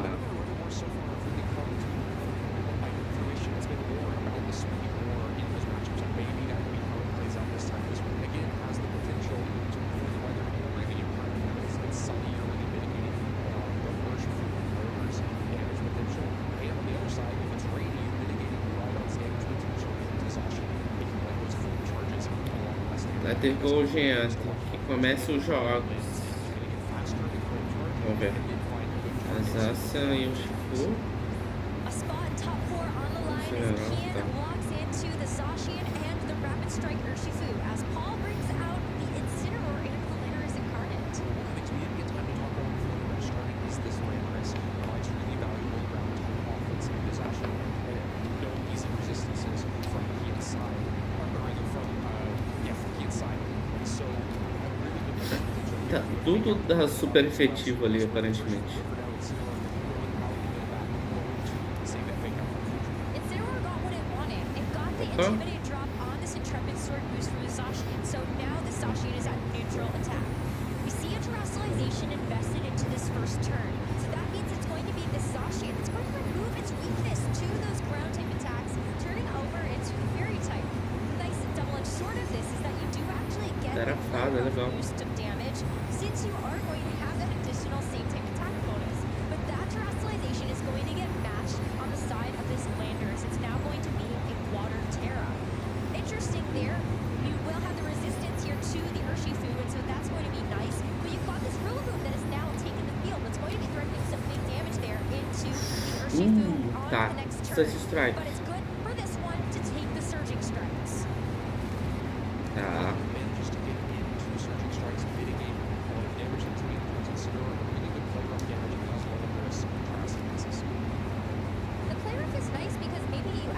Zacian, sim, é o Marlon, foi o que eu falei.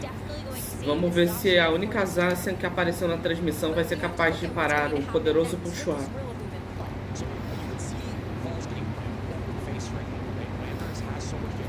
Ou se o Puxuar vai ir para a semifinal.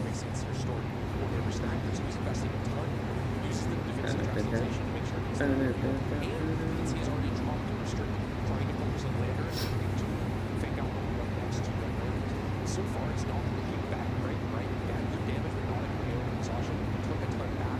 You play over Josh Brady and more speed relationships that both Surging Strikes and play over it before Landorus attack over last turn. Ah, agora sim.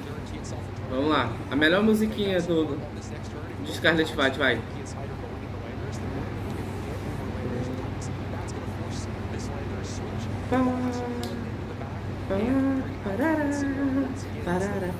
Incineroar's gonna get another Intimidate drop. This time, the Zacian's going to go down to -1. It's not going to affect the Urshifu as much as you are really playing around those Surging Strikes. But you'll see that this Incineroar's able to take that Polaris just a little bit better. With Rillaboom now next to move, it is going to get a one-hit knockout into the Urshifu before the Urshifu can make a second attack.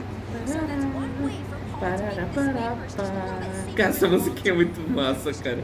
Melhor música do Scarlet Fight, na moral. O poderoso Puxuar fez o mano gastar o Terra. Os dois teralizaram ao mesmo tempo, na verdade, Marlon.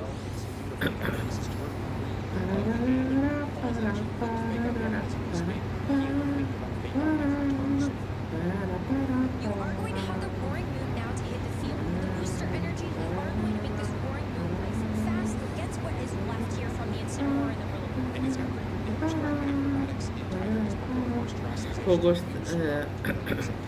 Vou gastar todos os PP em músicas. Aonde? No Champions? Não, se tiver do Scarlet Violet, eu vou comprar ela, com certeza. Me perguntou qual o time inicial do Champions. Seu? O meu eu já tenho, eu só vou ter que fazer uma modificação só. Eu vou fazer eu já fiz um time aqui junto com o Dragapult, me ajudou a só consertar um negócio aqui no time. Esse time que eu vou usar aqui, eu vou usar em live, mas no GC eu vou manter surpresa, só no dia vocês vão saber qual é.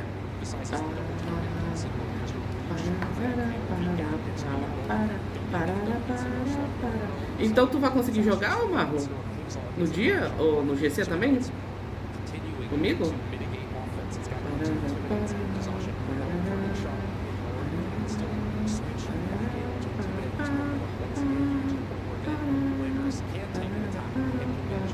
Eu nunca sei se tu tá realmente falando que vai ou tu tá sendo irônico.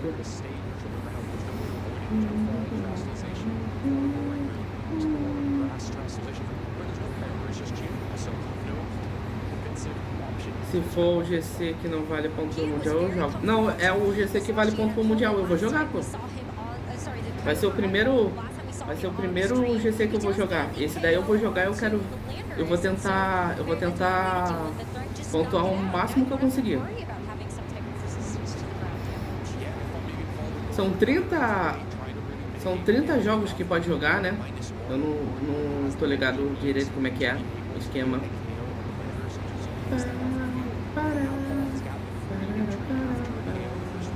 Ativou o protossíntese do negócio.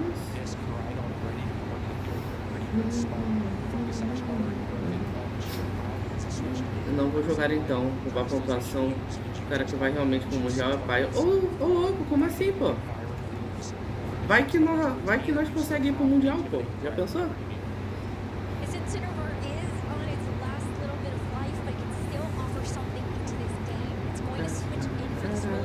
E tu, Marlon, tu sabe dizer se são 30 partidas que tem que jogar?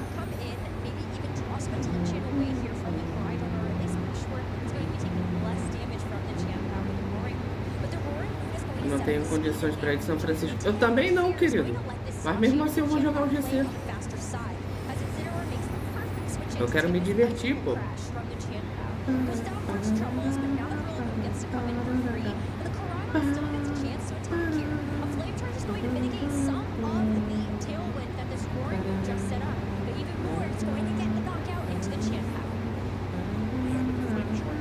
São 30? Ah, então.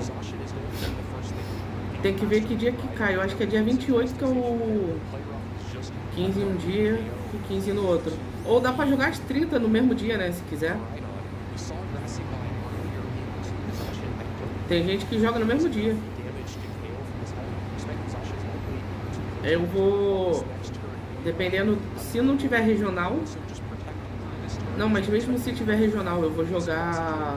Eu vou trazer em live, beleza? Eu vou jogar as 30 partidas em live. Então vai ser uma live bem longa. Eu só tenho que ver como é que eu vou fazer pra vocês assistirem eu jogando, só isso.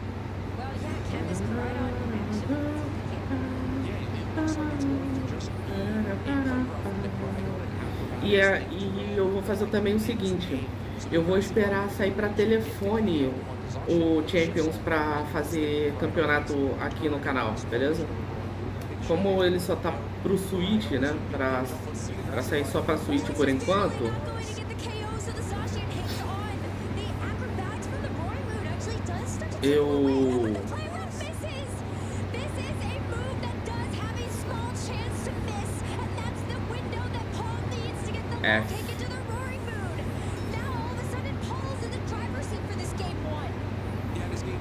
Mano,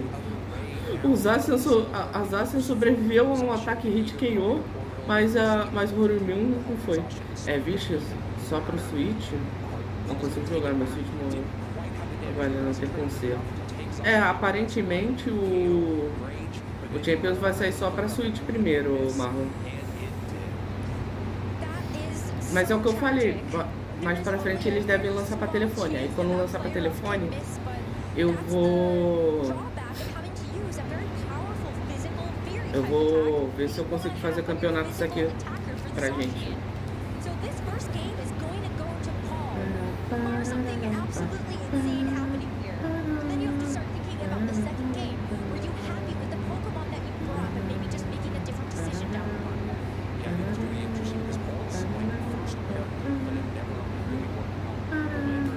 Poderoso Paul Chua sempre vence.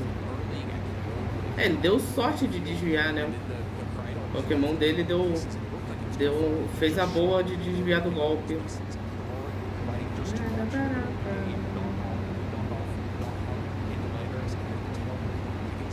Mas não tem nada perdido ainda pro campeão.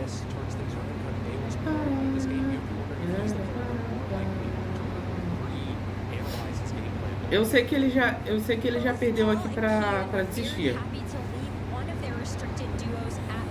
Não apertou pra desistir. Achei que ele tinha apertado pra desistir já, pô. Porque eu ia falar, já pensou? Os Asian acertam um crítico aqui e desvia do golpe do outro.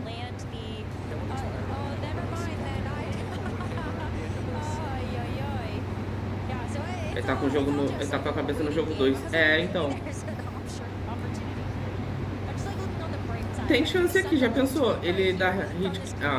Ele cancelou a batalha. Mas ia ser engraçado, tá? Ele tá usando esses segundos do jogo pra pensar. Sim.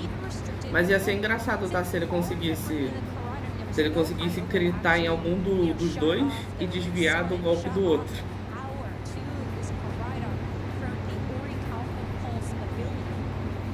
Ali. Deu pra ver a lista.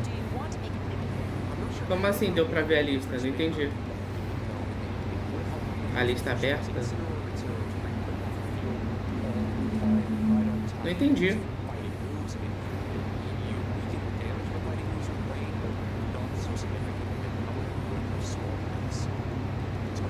Não entendi o que você quis dizer, mano.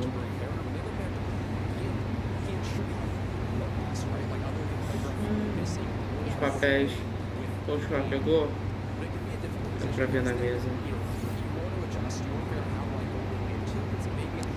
Pera. Esse aqui? Ah, mano, não dá pra ver nada, pô.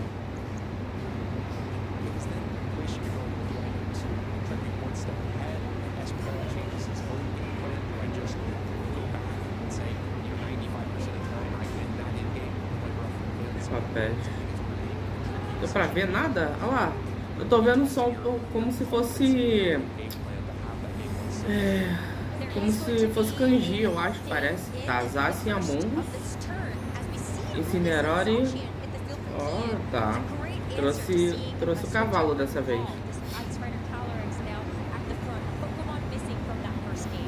Ô, Marlon, me confirma uma coisa. Nenhum dos lendários, a Zaci nem os Amazenta são isso tudo sem a espada e o escudo, né? Eles só são usados com a espada e com o escudo.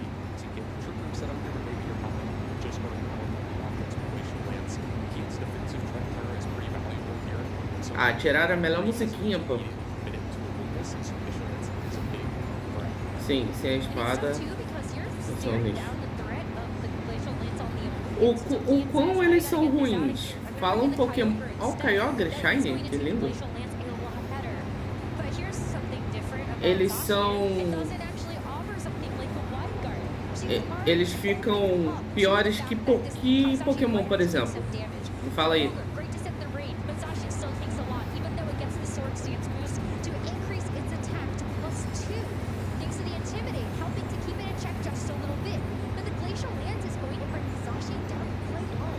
Kyogre.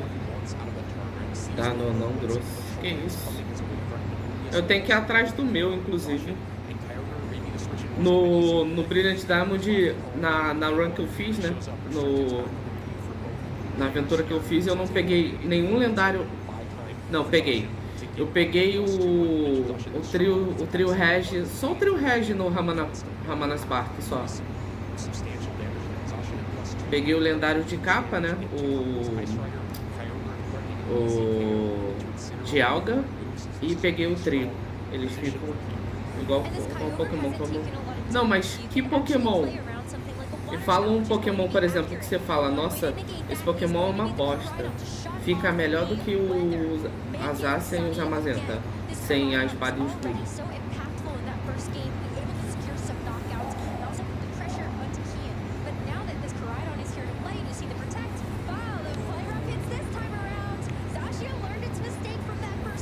Caraca, mesmo no sol. Ah não, mas usou Play Rogue, né? Mas é Spout.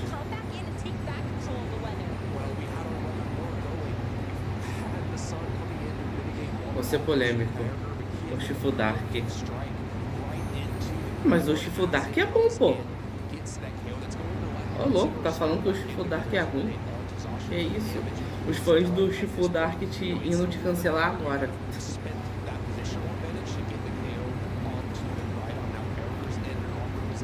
Mas nesse meta, rapaz... Não, nesse meta, nenhum Pokémon que não seja lendário é bom. Basicamente.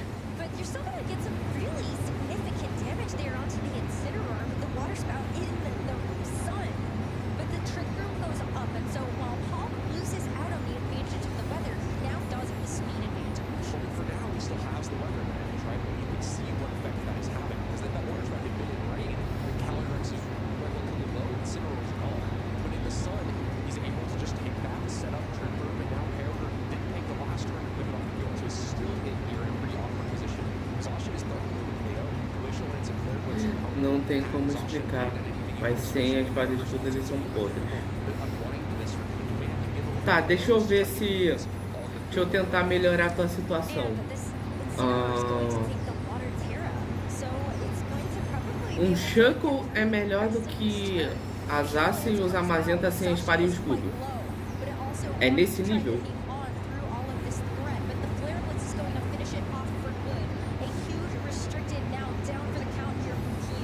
Sim. É, assim, eu de certa forma usei um exemplo meio ruim, né? Porque, quer dizer, não sei como é que são os Shuckles do mundo, né? Mas o meu Shuckle tancou 3 ataques do Charizard do Lance. Então, assim, eu não sei você, Mago, mas o meu Shuckle é lendário.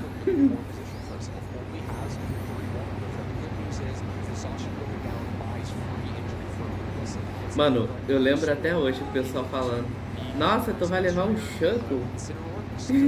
Chegou um Shuckle na frente do Charizard do Lance, cara. O cara me tanca 3 lança-chama na boca ainda. Fala assim, ó, vai, manda aqui no peito. Do Lance é bucha, quero ver tancar o do Make do Goldengo. Se eu conseguisse levar os pokémons que eu tenho nos emotes de telefone aqui com a Switch, eu até tentaria fazer isso. Eu ainda vou fazer, tá? Eu tenho que ver se é possível fazer. Transferir do telefone pro Switch. Cara, eu tenho muita vontade de pegar os pokémons que eu já... que a gente já fez durante a jornada e passar pro Switch, cara. É Tericela? Não, Terago, tá.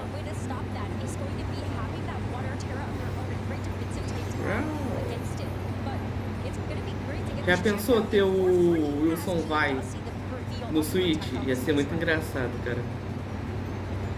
E aí você vai lá no... Aí você vai ver lá de onde ele veio. Ele veio lá do Emerald, um parceiro antigo. Ô, Marlon, e falar nisso, teve um cara que tava de Ursaluna. E a Ursaluna dele apareceu assim, Ursaluna a parceira de um tempo antigo. Eu acho que foi a descrição que apareceu. Isso significa que a pessoa pegou o Saring, o Ted Ursa, num jogo antigo e transferiu pro Arceus, né? Aí ganhou essa marca, né? Provavelmente, né? Sim. Eu tô ligado que o The Living Legends, né? Quando você tem um Pokémon que aparece The Living Legends, né? A lenda viva, é quando você enfrenta o Red no Heart Gold Soul Silver, você ganha essa marquezinha. Você ganha essa marca, né? Essa marquezinha. E aí quando você transfere para os jogos atuais e você usa a marca e aparece The Living Legends. Eu tenho vontade de fazer isso. Eu tenho um Dragonite, inclusive, que pode aparecer The Living Legends. Mas o Red é bucha? Pô, na época o Red foi difícil. Tanto que eu acho que foi o Snorlax que acaba com o time do Red. Tapioca. Nossa, Tapioca é antigo, hein? É dos primórdios aqui do canal.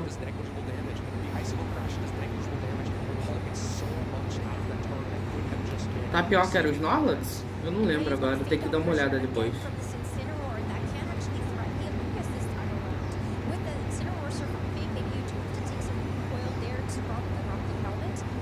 Dragonite, isso. É. O meu time que enfrentou o Red foi o Feraligator. Foi Feraligator, Mamoswine, Dragonite, Snorlax, o Honchcrow. Isso, advogado era o Feraligator. Al Capone era o Hunt Crow. Tapioca era o Dragonite. Snorlax eu acho que era o Zulzinho, né? O Mamanzoine era o Manny. Tá faltando um. Qual era o último Pokémon?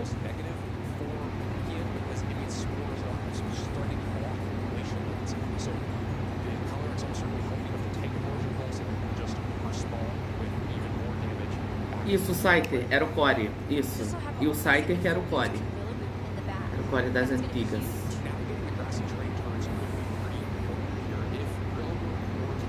Exatamente.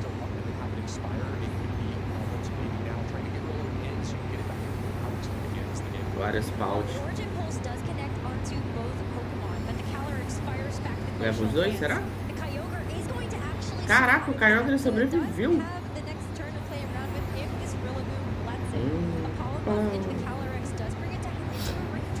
Timaço lendário, né? O bom é que se eu quiser fazer algum... Se eu quiser fazer algum time... Vou mostrar minhas... Vou mostrar minha idade. Giras. Nossa, o... Ai, mano, o... Girassol. Caraca, qual era o nome dele mesmo? Sasuke. Mano, eu esqueci o nome do Giras, cara. Sunflora. O Giras era o Sunflora. Eu lembro que ninguém, absolutamente ninguém, suportava o Sunflora, coitado. O Mano Giras era lendário, pô. Na moral.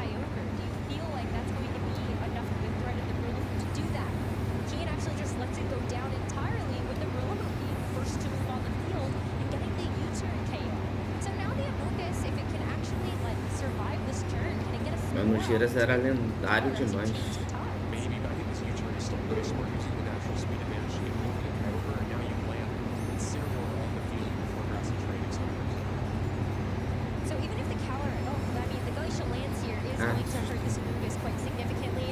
É, GG. É, o Kian Campbell, o Kian Campbell é o único que saiu com menos derrotas possíveis, eu acho. Ficou 11-2, GG.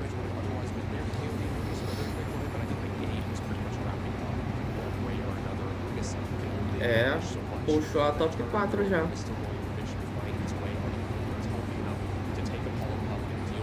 Ah, mas o moleque chegou longe pra caramba.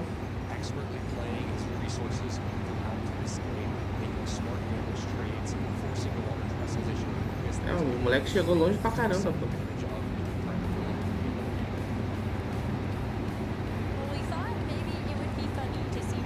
Vou mais além, Lucas. Papel de parede fantasma. Papel de parede fantasma.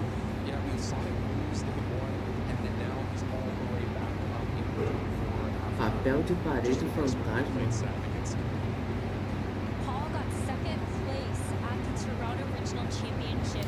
Iniquil Machado. Pô, nem eu lembro dessa época. Se é do meu canal, nem eu lembro dessa época. Drifo.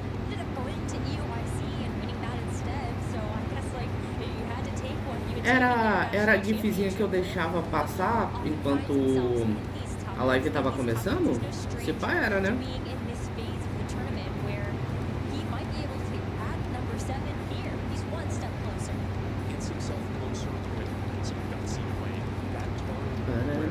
Não?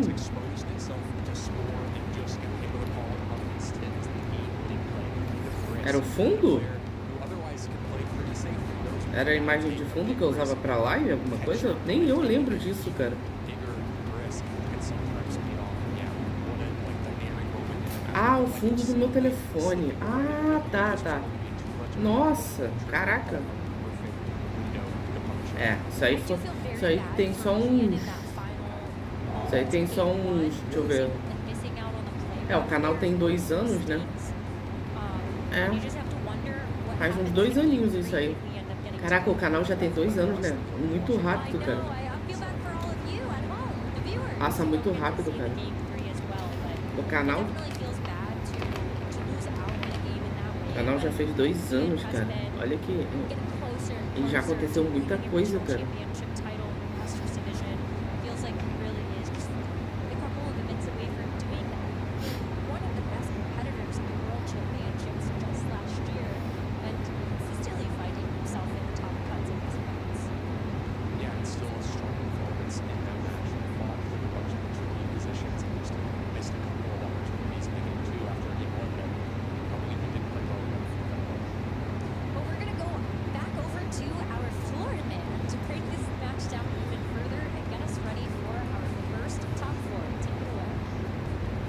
Agora eles vão mandar a explicação, a enrolação no jutsu, né? Basicamente. Cara, são 7 horas de live. 5h38. Eles vão acabar isso 7 horas mesmo, né, cara? Ou eles vão resumir muito isso aí. Ô Marlon, tá aí ainda? Eu vou mais antigo ainda. Peraí, deixa eu só acender a luz aqui do grupo.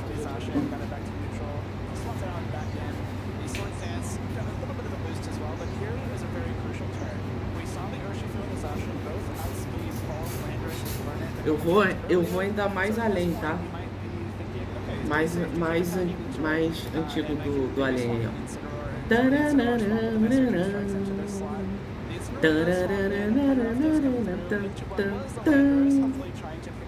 Um carrinho de fundo passando, uma musiquinha e vou chorar de nostalgia. Então, né? O carrinho passando num fundo neon, né? Como é que é o nome? Vice City, né? Não é Vice City, é Neon Retro, eu acho. Ah, eu não sei. Mas era a aberturazinha do canal. Hoje em dia é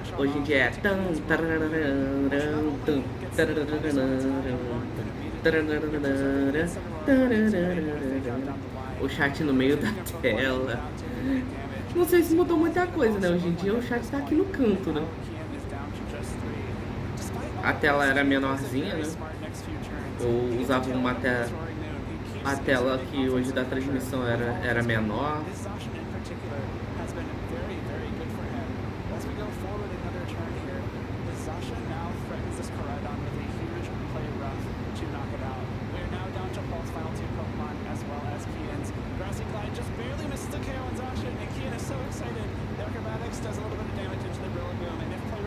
Mano, pensar que eu comecei esse canal porque eu acabei perdendo o outro, caraca.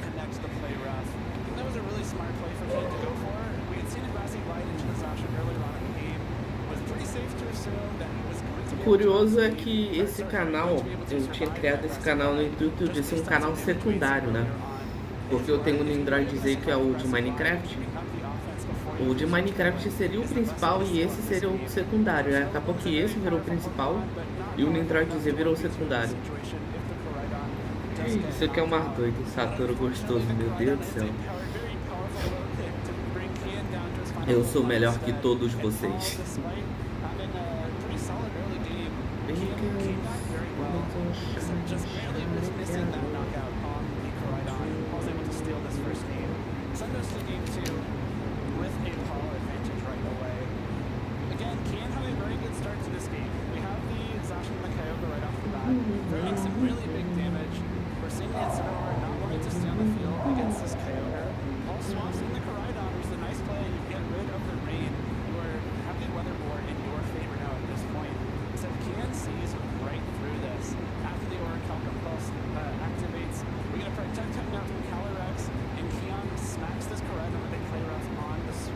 Entrei, você vai ser meu. Nossa, nem fala.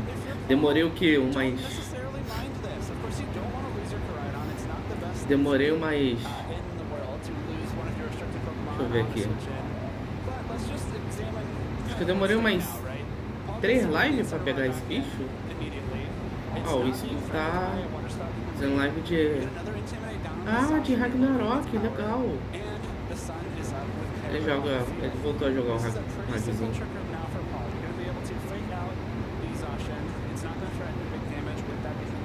Cara, quantas lives eu demorei pra pegar o... Cadê?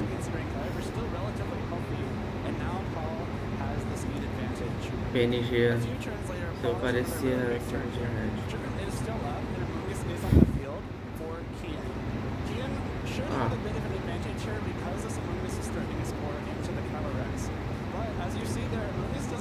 Aqui, ó. É hora de ir atrás deles, eu acho. Upando. Entei, você vai ser meu. Ele vem hoje. Não, foram duas lives que eu... demorei. Agora é a vez dele. Aí a gente enfrentou todos os líderes de ginásio de novo.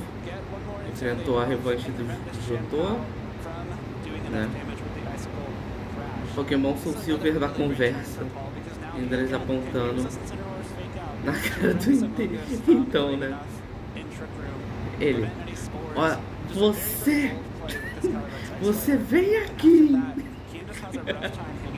Ai, mano, muito bom, na moral.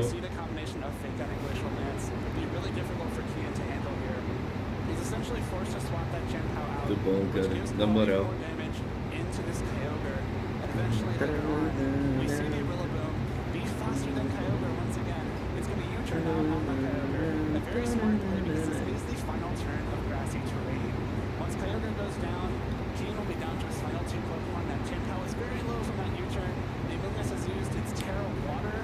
O último foi o quê? Qual foi o último? Qual foi esse último aqui? Ah, o último foi pegando o Groundon, né? É. O pesadelo chamado Groundon. E a gente foi atrás dos Pokémon, né? É, aqui foi a batalha do ano, Mindres vs Red. Inclusive uma das... Ó, uma das melhores lives. Aí o Pokémon mais chato de capturar foi o Mewtwo. Aí a gente foi atrás da galinha das penas arco-íris. Oh, meu Deus do céu, não é pra clicar no negócio, caramba. Aí a gente foi Articuno, a galinha do gelo é chata demais. Moltres, a galinha de fogo. E o Groundon. Foi o pesadelo. Pesadelo chamado Groundon. Cadê? Essa bosta aqui saiu, não sei porquê. É isso.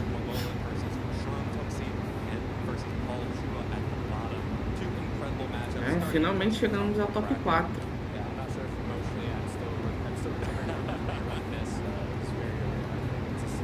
Eu já vou avisando. Quem ganhar dali do primeiro confronto entre Jonathan Zuniga e o Richard Mongolon, pra mim já venceu esse regional.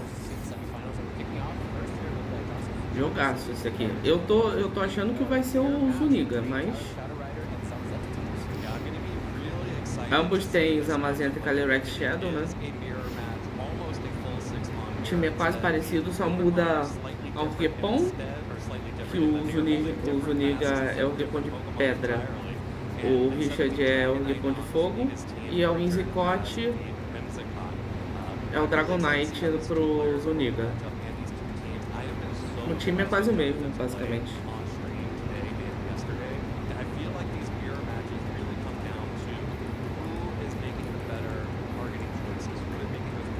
Aí, ó, pra quem não viu o time do Jonathan Zuniga, esse daí é o time dele.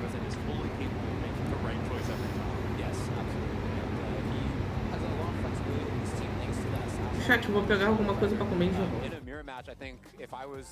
Wanting to be in one of these players' shoes, I think I would prefer to be in Jonathan's just because you have so much more flexibility. You don't have to terrestrialize into dark with your Calyrex Shadow Rider to survive the Astral Barrages. You can just say, yeah, I'll take one if it gives me a better position, or maybe I can knock out your Calyrex. So a lot of flexibility there. Also, this Ogre's Pawn Cornerstone Mask, also having a pseudo focus sash in the form of Sturdy, having a good matchup into the opposing Ogre Pawn fire. So it seems to me like Jonathan has a relative advantage there in terms of those sets. But of course, anything can happen. Very interesting to me to also see the Assault Vest on the Qian Pao since the Focus Sash is on the Calyrex instead. Yeah, and the speed control options for both of these players, it's just going to be the Icy Wind Qian Pao for Jonathan's side. Richard, of course, has the Whimsicott, so it does have Tailwind available. You could imagine seeing those both come into play here, especially, a lot of these mirrors come down to who has trained their restricted Pokemon faster or who can get control of the speed. So I imagine we'll be seeing some battling it out over that. Yes, and we talked about so much how Encore is important to taming those Zamazentas, forcing them to lock into a move or switch out and lose that defense boost. And over on Jonathan's side, we saw Calyrex having it. Over on Richard's side, we see it actually on the Whimsicott. And I think this is going to be a pretty important piece should Richard bring it here, because it doesn't have that Focus Sash, and it's going to be taking super effective damage from the Zamazenta, which is the prime target for the Whimsicott. So I would imagine you would probably want to switch it in to take maybe a Body Press, and then lock it into Body Press so that your Calyrex can't take, it becomes immune to the attacks of the Zamazenta. So I'm curious to see if that's going to be the bring and what both these players have in mind for their first set. Well, for their first set, Richard is going to lead with the Whimsicott and the Zamazenta, and Jonathan will be leading both Restricteds, the Zamazenta and the Calyrex Shadow Rider here. So Richard showing immediate options for speed control here, as well as punishing any passive play on Jonathan's side. Yeah, it seems like Jonathan has a lot more pressure over on going towards Richard's end here, because Whimsicott could go for a Tailwind, but at the cost of that, you're going to lose your Tailwind setter and your Encore enabler, since the Zamazenta could KO it. And it's also going to be interesting to me to see what the Calyrex does here, because the Calyrex could lose its Focus Sash, but in turn get a big Astral Barrage off. Yeah, this Whimsicott also does not have Light Screen, which has otherwise been popular on that Pokemon, instead opting for Fake Tears. But going for the Tailwind here means that the Body Press will come out first from Richard's Zamazenta.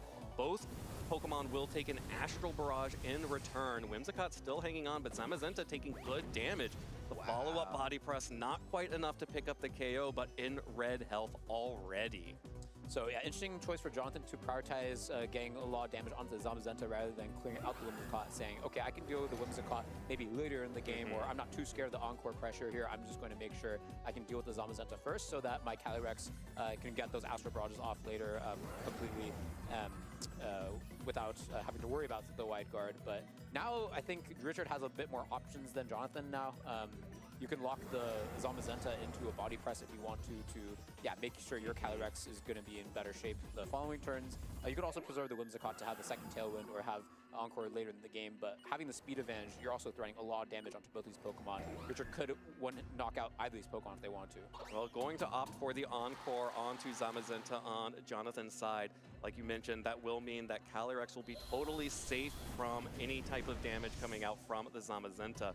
We'll fire back with a Behemoth Bash as well, breaking the Focus Sash on Jonathan's Calyrex, which will pick up a double KO and a +2 boost for its troubles there. Yeah, I think Richard could have easily anticipated that this Calyrex Shadow Rider would be able to get a double knockout this turn, so he definitely has something in mind saying, okay, I'm okay to lose both of my Pokemon at the expense of encoring the Zamazenta and having 2 more turns of Tailwind with the 2 Pokemon in the back that are at full HP. Well, Calyrex will be one of the 2 final Pokemon for Richard, and then the Raging Bolt, the final Pokemon here. Again, Richard does still have Tailwind pressure here, but running out of turns after that Tailwind ends, it will just be a question of which of these Calyrex gets to go first. Yeah, it makes sense to me that Richard prioritized getting rid of the Focus Sash on the Calyrex, because, yeah, the Calyrex in the back for Richard is now able to, at the very worst, go for a speed tie at the very end. However, Jonathan does still have 4 Pokemon, so it's going to be a matter of, is it going to be enough for Richard to ride this momentum, having the Zamazenta Encore and having this Calyrex Shadow Rider losing its Sash? I think it's easy for Richard to anticipate that there would be a Qian Pao in the back, which has great matchup into both of the Pokemon on Richard's end. Yeah, and of course, the Dragonite as well, just giving plenty of options to punish a Terastallization should it come out from Richard's Calyrex at any point. The Astral Barrage, though, will just connect on to Zamazenta. Only did 96 damage on the first time and does just enough to hang on, but gets doubled up by the Raging Bolt here. So Zamazenta will go down here. Richard does pick up that KO. Crucially, does not get the +1 boost because of Grim Neigh, because it hung on with just that sliver of health. Yeah, it was interesting watching Jonathan's face cam, because he saw her go 1 HP and it was like, uh-oh, like, I think I wanted that slot to go down this turn so I can get my slot into Qian Pao, but the Thunderbolt goes in and he's like, whew, okay, like, we're going according to plan. So maybe his Zamazenta is trained a little bit too bulkily, but gets the position that he wants to. Qian Pao is looking really, really good. Can force the Calyrex to terrestrialize into the Dark type since, yeah, the Sucker Punch is just such an obvious threat here. But then you do open yourself up to getting extreme speeded by the Dragonite that's in the back for Jonathan, something that Richard does have to account for. But at the same time, the Raging Bolt could do a lot of damage into this Qian Pao as well, especially coupled with that Calyrex that has the special attack boost. So I think it's going to be a matter of, like, how is this Qian Pao trained? Like, can it handle both these very strong attacks coming from Richard's end? Well, the good news for Qian Pao is it is wearing that stylish and effective Assault Vest, so that it will be able to do a little bit better against these special attackers than a Focus Sash Qian Pao would. There's the Terrestrialization on the Calyrex Shadow Rider from Richard's side. The threat of Sucker Punch forcing that out so that it does not feint to a 4x super effective Sucker Punch. Jonathan goes for the double protect on Calyrex there. The Sucker Punch will connect onto Richard's Calyrex. Deals a little bit of chip damage here, and here comes the Astral Barrage. Because failed the double protect, Calyrex is not going to be able to survive this turn. It will go down and give another Grimnay boost over to the opposing Calyrex. But this is what really matters. How much damage can this Raging Bolt do to this Assault Vest Qian Pao? Oh, so 3 HP. Big the perfect training from Jonathan. But he's still not out of the woods, right? Like, we still have a Dragonite in the back that is going to pressure a lot of damage on the Calyrex, but you can only get a lot of damage onto one of these Pokemon because Dragonite only has single target attacks. So even if you can take care of the Calyrex this turn, this Raging Bolt can, first of all, get a potential knockout on Qian Pao with Thunderclap, which would be important if Qian Pao wanted to go for the Ice-type move onto the Raging Bolt. So it might be forced to go for a Sucker Punch. But if it goes for a Sucker Punch, then it's susceptible to the Raging Bolt going for a Thunderbolt instead. So there's a lot of mind games going on here, but this is a very important turn. I think both players, not sure which one has the advantage. I think Jonathan needs to get right which Pokemon is going to protect if one were to protect. Yeah, well, the first thing that Jonathan's going to do is Terrestrialize Dragonite. Normal Terra type will now be immune to any Astral Barrages, but even more importantly, powering up that Choice Band Extreme Speed. This is one of those moments where you just have to get it right. No protects from either Pokemon on Richard's side. The Extreme Speed connects onto Raging Bolt. That's a lot of damage, followed up by the Sucker Punch. That's enough. Picks up the KO onto Raging Bolt. And now it is just the Calyrex on Richard's side. Who does the Calyrex target down? Psychic! Psychic into the Dragonite, +2 with Grimnay boost. That's enough. One-hit KO. Qian Pao won't have it in it to survive another attack from this Calyrex, and Richard going on the full offense there. Picks up the KO onto Dragonite and is going to take game 1. Yeah, like, that was such a great call out from Richard to say, yeah, it's so obvious I want to protect my Calyrex here. But wow, the Calyrex is slower and it still survives? Is this real life? Pardon? It's so easy to assume. I think we all need a little breather here, including Richard, who just won. It's so easy to assume just by how these Pokemon are naturally speedy that the Calyrex Shadow Rider would be faster. But it seems like there's going to be a little bit more bulk or maybe more special attack over on the Calyrex Shadow Rider compared to this Qian Pao, which is very fast while also holding the Assault Vest. And wow, what a roller coaster. Like, I thought the tables were going to be completely turned. Yeah, I'm just happy that Richard still won that game. Yeah. Otherwise, I would have seemed crazy for calling it That's like right, the other way.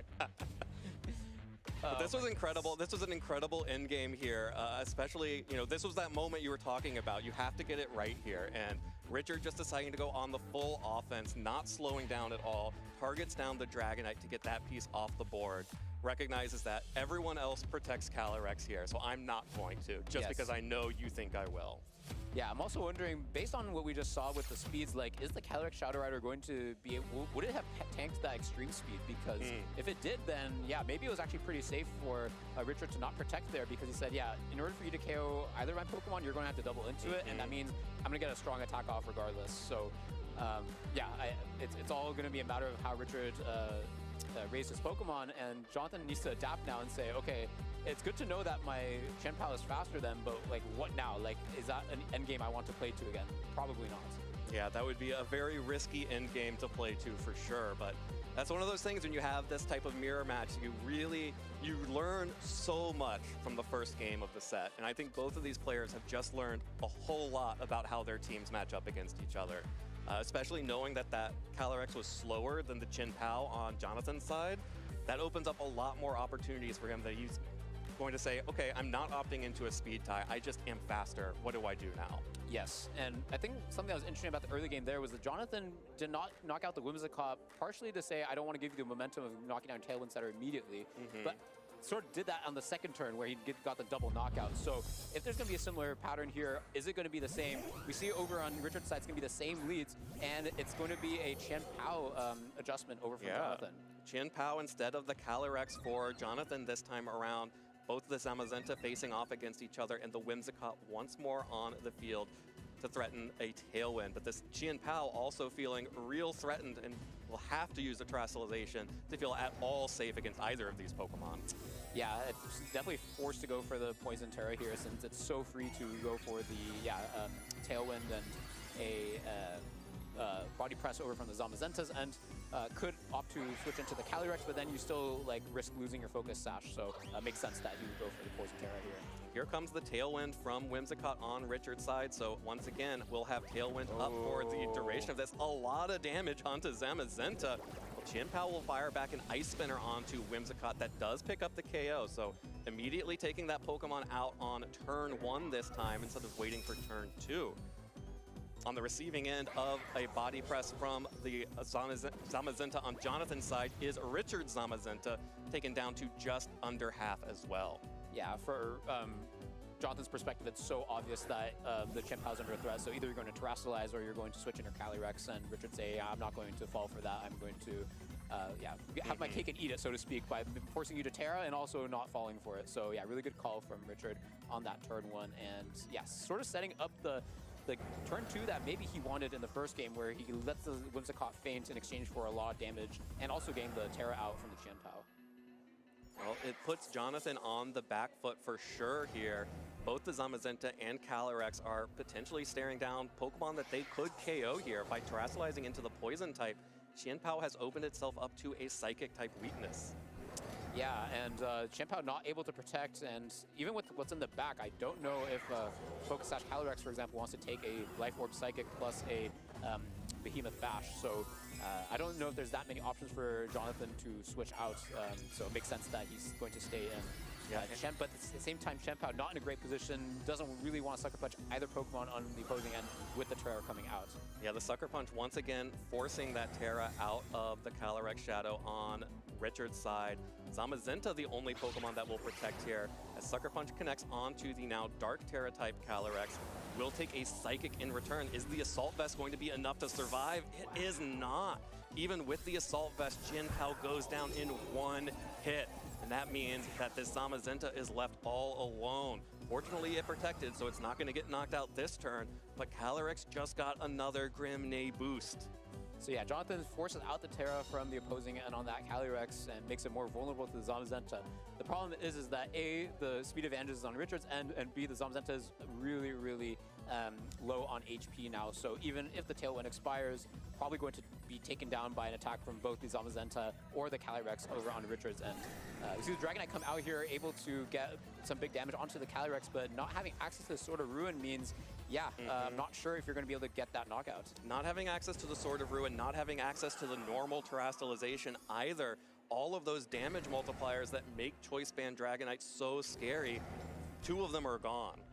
I guess maybe one thing they could hope for is, okay, if the training on my opposing Calyrex is not that bulky, then maybe the Life Orb Chip and the Extreme Speed could knock it out, but still at that point you're going to take so much damage, especially with the Astral Barrage, which is relatively safe for Richard to go for, because, yeah, if you're going to Wide Guard, that means you're going to lose your Zamazenta. Okay, there's the Extreme Speed, not enough to pick up the KO. With Terra or with the Sword of Ruin, it would. Psychic onto Dragonite, only needed the 1 boost to knock out that Dragonite in 1 hit. The Life Orb is huge on Calyrex, and it has enough health to survive for 1 more turn. And now this Calyrex gets in for free because of the Body Press, but it only gets in for free because all its friends are gone. Absolutely, and the position is, double restricted for both ends. It seems like the overall HP is higher on Jonathan's side, but there's still a bit of tailwind left for Richard's end. And yeah, I think there's some kind of end game that Jonathan could play towards by protecting this turn, make sure he doesn't take any damage, and maybe going for some kind of encore lock next turn or a hard read of whether they're going to wide guard or not. But it's all going to depend on what is the fourth Pokemon in the back for Richard. If it's going to be the Raging Bolts, maybe all that Richard needs to do is make sure the Focus Sash gets taken off of the Calyrex on Jonathan's end. But that's going to be a hard task. Well, Calyrex is going to protect the Focus Sash by protecting itself here, trying to stall out this final turn of Tailwind. Both Pokemon on Jonathan's side will protect here. So no damage coming through. We'll see what happens. It's the Pollen Puff. Richard showing off. I meant to call this out during team preview. It's one of my favorite techs on this team, but the side Pollen Puff coming out from Calyrex recognizes you're probably just going to double protect here. I've got you at like in a headlock right here. So why don't I just heal up my Zamazenta here? It's hard to tell if Jonathan expected this, but said, okay, I don't think you're going to go for it because you're going to expose one of your Pokemon by not attacking both of mine, and said, I'm going to double protect and respect that, or like you miss, oh, maybe this is something they can go for, because it's like you never see a Calyrex heal a different Pokemon. So it makes a lot of sense. But we see the Encore come out. This does open up the Encore play here. Pollen Puff now, Richard's Calyrex is locked into it. There goes. It will connect onto Jonathan's Calyrex, and never mind. Do you see which Zamazenta is going to be faster here? Oh, but it doesn't get the knockout. Life Orb knocks out Richard's Calyrex here. The recoil finally catches up with it. The Zamazentas, who goes first here? It is Richard. Richard picks up the KO onto the Zamazenta, and that just means that Jonathan only has Calyrex. The Focus Sash has been busted. It's down to 3 hit points.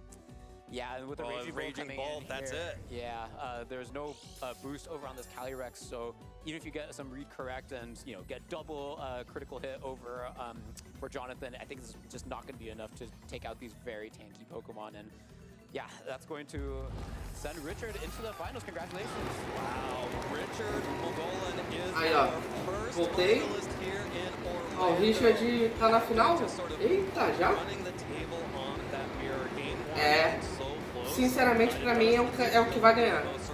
Se ele bater o Zuniga é porque significa que ele vai ganhar.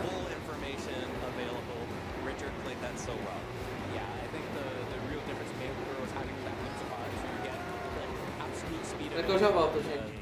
The 3 turns. Like, I think we were talking about, if you're playing the mirror, then the Sash is giving you a lot more flexibility and stability.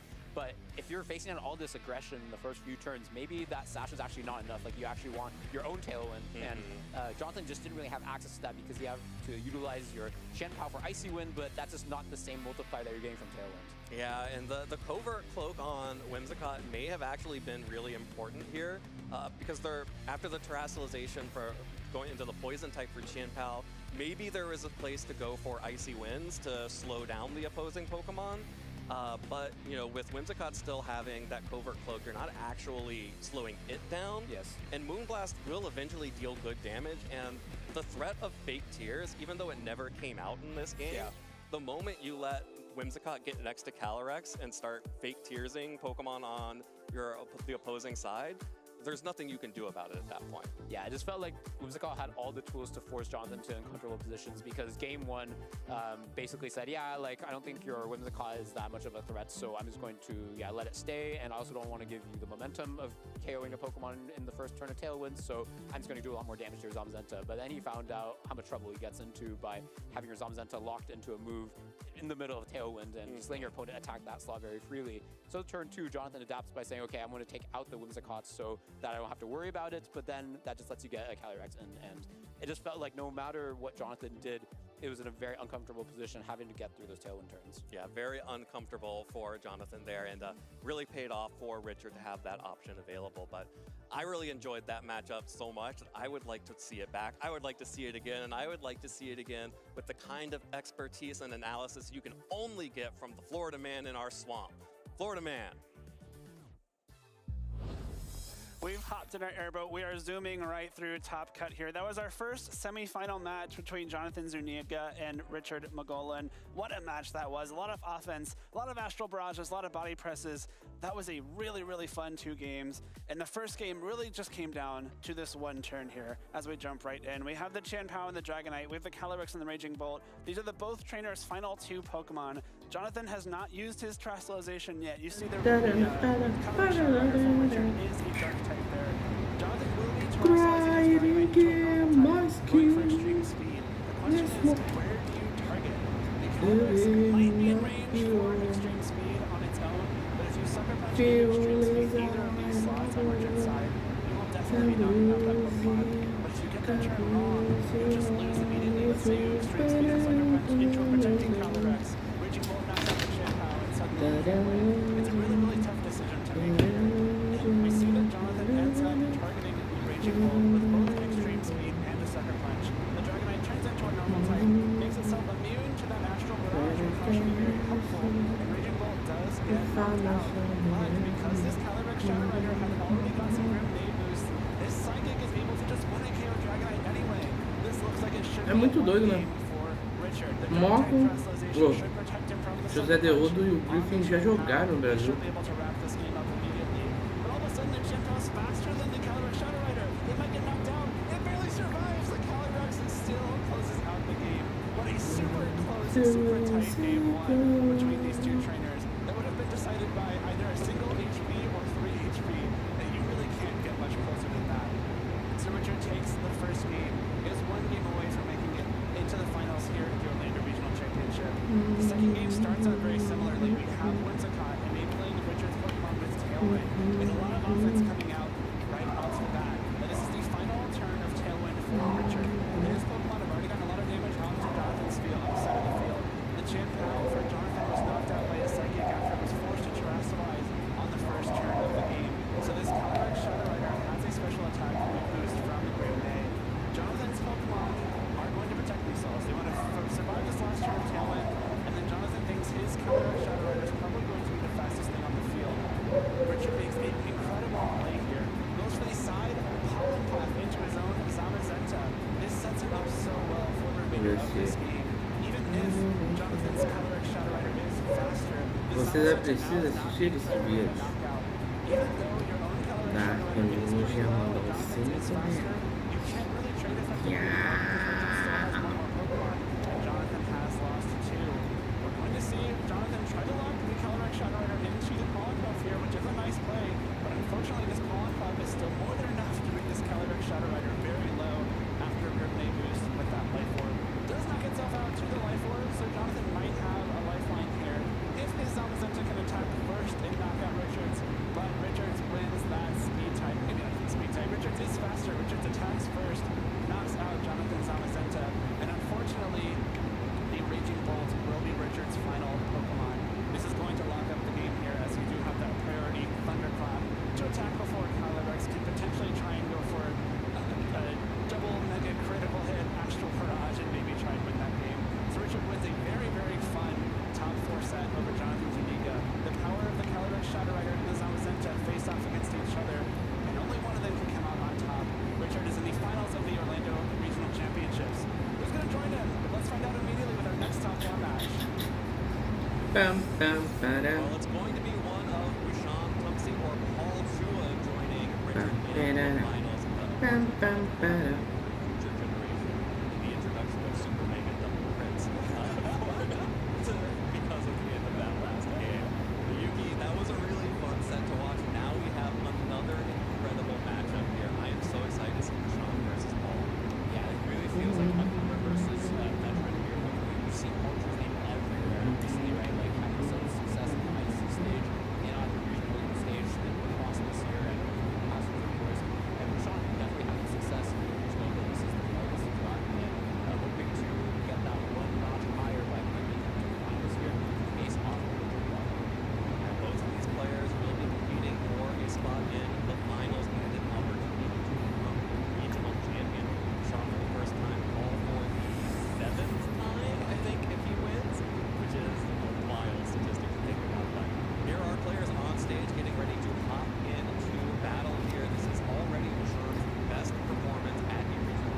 Mas já vai pro jogo direto? Ok.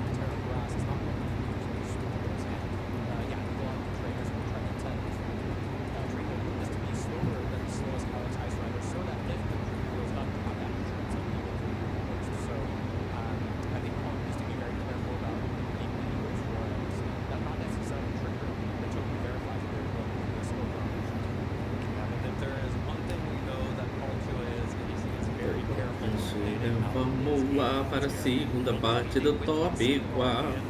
Quem ganhar daqui vai estar lá na final.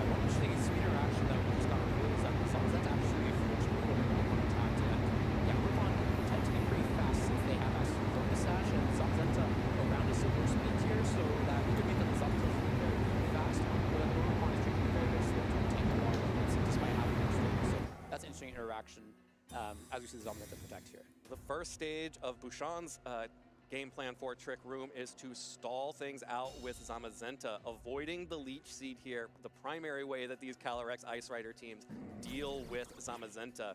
Instead, another parting shot will connect onto the Cornerstone Ogerpon, so will lower its attack another stage. So now down to -2 as Paul gets to decide what Pokemon he wants to bring in to support the Calyrex. Yeah, Bouchon taking a bit of a risk there, exposing the Ogerpon to a potential double up between the attacks of the Incineroar and the Calyrex Ice Rider, but figuring, okay, it's so easy for me to go Wide Guard here because not only does it prevent the Glacial Lance, but it also prevents the Leech Seed going to the Ogerpon. So yeah, the Ogerpon is pretty free to move here, so I'm going to take advantage of that and not go for a Wide Guard with the Zamazenta. You're probably going to want to go for a Leech Seed into it. So yeah, sort of pays off by getting a bit of chip onto the Landorus, but I don't think you're super happy to see this kind of position. Landorus, very good Pokemon in front of these two not both ground weak, but going to take a lot of damage. Yeah, super emphasis on the chip of damage onto Landorus as well after taking a parting shot and an Intimidate. Dragonite the switch in here to avoid any ground type damage, while Landorus will just protect itself, trying not to take any additional damage. Zamazenta with the Wide Guard. Nothing to block here on the Landorus' side, but does protect the Dragonite from this Glacial Lance. So making sure that Dragonite could get in safely and start threatening that Landorus with an extreme speed. Yeah, this is actually a pretty scary position if I was in Paul's shoes, because now you have two partners of Calyrex that are chipped from attacks previously, and this Dragonite can just keep clicking extreme speed, doing a ton of damage, and it's going to be protected by all the attacking moves from Calyrex since it only has Glacial Lance and Leech Seed. Yeah, you can chip at it for about 1/8 of its health every turn, but that's not going to be comparable to the amount of damage that this Terra Normal Choice Band Extreme Speed Dragonite is going to be able to dish out. So yeah, let's see if he's able to win the damage race for the next few turns. Yeah, and there is absolutely nothing that Paul has remaining on his team, or has on his team to begin with, that can even resist the Terra Normal Extreme Speed. So this Dragonite is looking like it's in a very good position to just start running over the team here. Will take a Glacial Lance in return. Ooh. Paul knows that he can't just go for the Leech Seeds. The crit, big damage onto Dragonite, putting it into a much healthier range for Paul, and a much unhealthier range than Bouchon would like. Yeah, I think that was the one thing that you did not want to happen for Bouchon. Like, you're probably okay to take a Glacial Lance because you're about to take a half, and yeah, even if you get Leech Seeded, you're probably going to survive for at least 3 or 4 more turns, since again the Glacial Lance cannot go into the Dragonite. But now that the critical hit happened, I don't know if it's going to survive 3 Leech Seeds. Like, that's going to do rack up a lot of damage, and yeah, this Smeargle is able to protect, unlike that Incineroar, so it seems like a good switch in here. And now I think Bouchon's still in the lead, having access to 4 Pokemon and being relatively healthy, but yeah, it's not clear-cut anymore what he has to do. You can't just keep spamming Wide Guard. And the other benefit of Smeargle coming in here is it has the Focus Sash as well, so it could definitely tank the only thing maybe remaining on the team that can tank an extreme speed from that Dragonite. And because it is in Trick Room, will most likely be slower, aka faster, than the remaining Pokemon. Extreme speed connects onto Calyrex. That's a lot of good damage, as Glacial Lance will connect, picks up the KO onto Dragonite, and deals a little bit of chip onto the Zamazenta.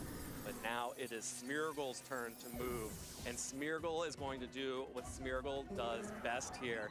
After Calyrex gets its boost, yes, we all know Calyrex, you have 2 abilities. Spore connects onto Zamazenta here, puts Zamazenta to sleep, will immediately use its turn of sleep here, so there will be an opportunity for it to wake up as Trick Room is expiring.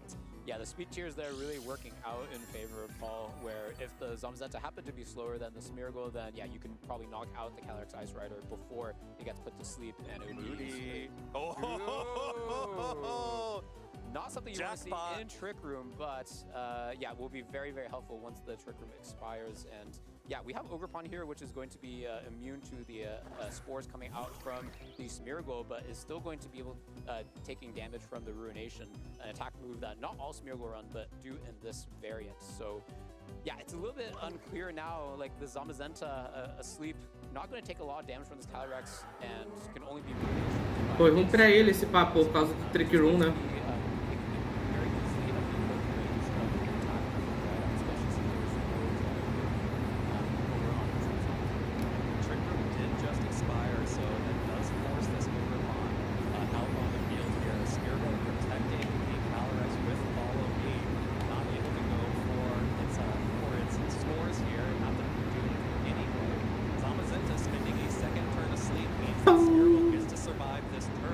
Falta 7.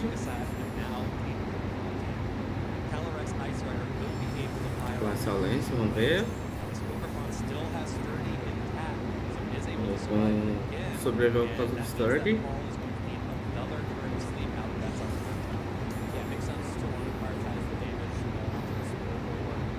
Vamos ver o que vai bufar agora. Meu Deus do céu, bufou Speed de novo.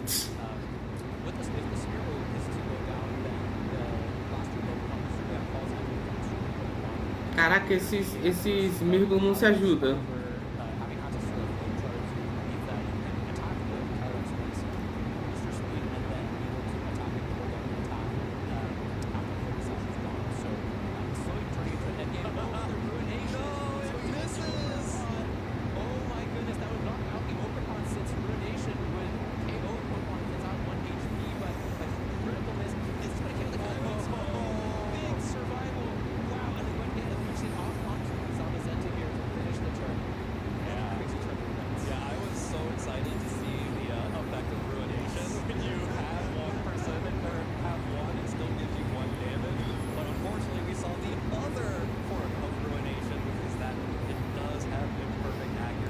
Uma hora e 31, continuando. Beinha evoluiu. O mundo nunca mais foi o mesmo. Beinha? Beinha. Não lembro qual era o meu poke que era o Beinha. A Beinha, no caso.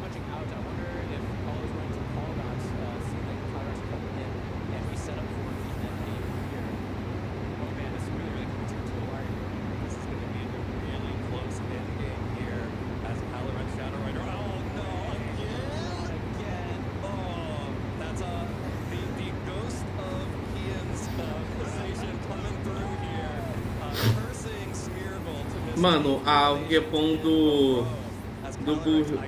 Bushan tá de hack. Desviou do Runation 2 vezes, cara.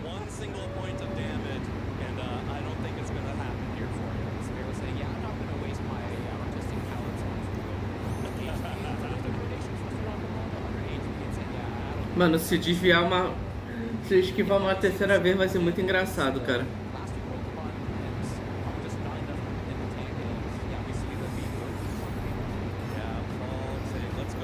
1-0 pro Buchão.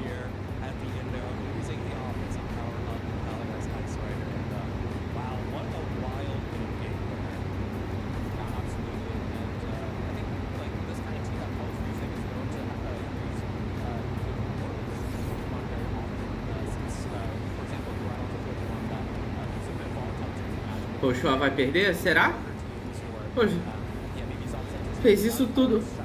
Susto. Fez isso tudo de chegar aí agora pra isso, pô.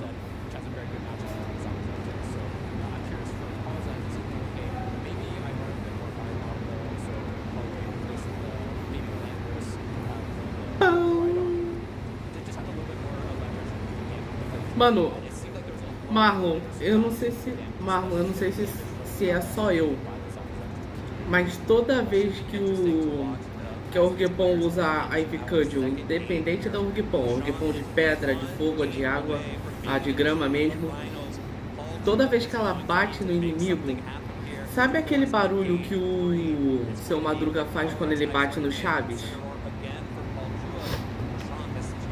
Sabe aquele barulho que o seu Madruga faz quando ele vai bater no Chaves, na cabeça do Chaves? Aquele pam! Então, eu imagino aquele som. Eu imagino exatamente aquele som.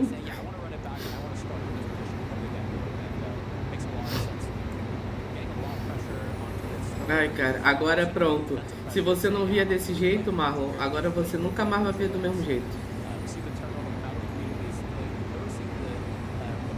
Agora toda vez que você usar um Urgepon e usar o Ivy Cudgel, vai ser desse jeito que você vai ouvir a pancada.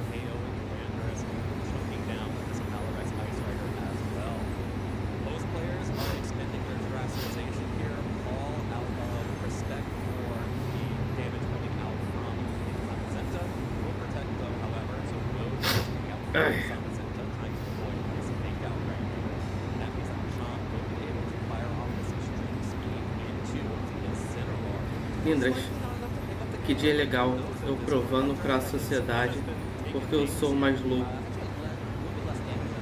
Como assim? Tu diz eu? Só porque eu falei do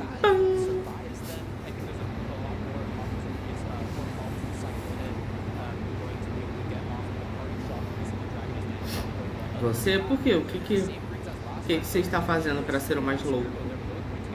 Você está sendo um corintiano?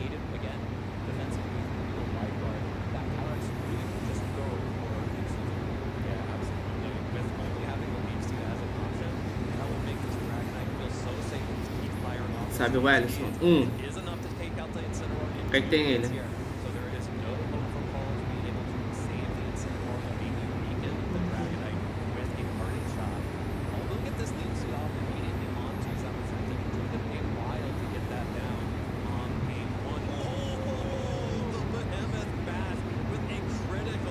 Teu crítico, tá explicado.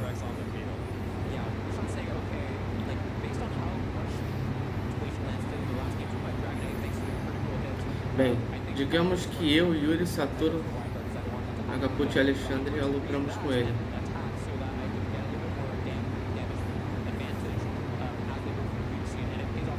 Eu só tenho uma coisa pra dizer pra vocês. Cuidado, tá? Vocês não sabem como é que ele vai reagir, tá? Aí depois acontece alguma coisa perigosa aí, isso vai ficar martelando na cabeça de vocês. Então, cuidado com o que vocês estão fazendo.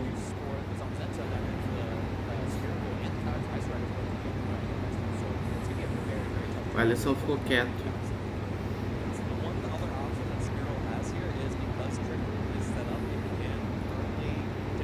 E outra coisa, espero que não tenha sido nada envolvendo meu nome, tá?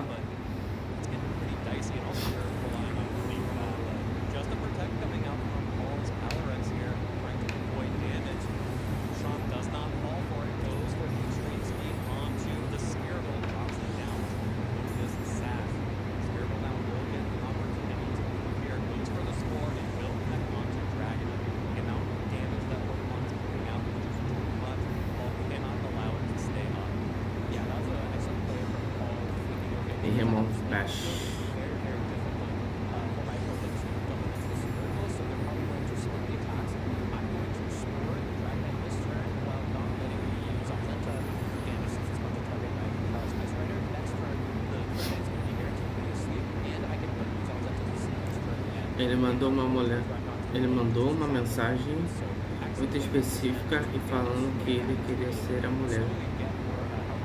É o máximo que eu posso falar.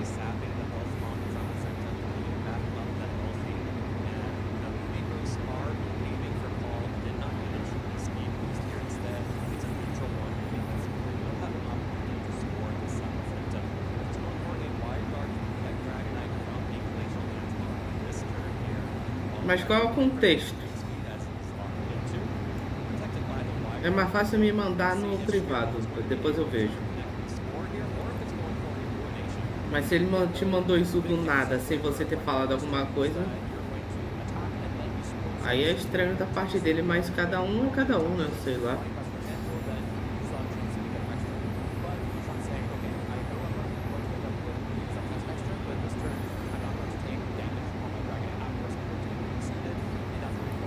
Cheguei no clima mais pesado da face da Terra.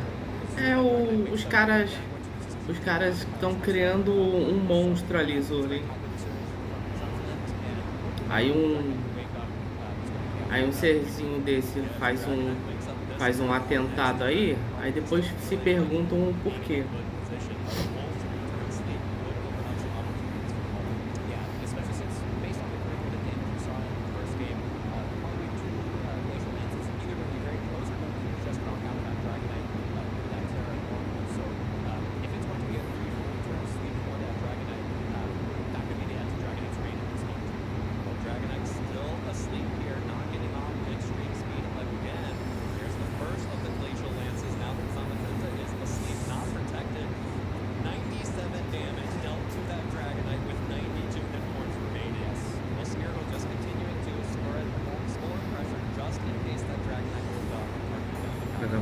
resenha é implacável, o Ellison falou.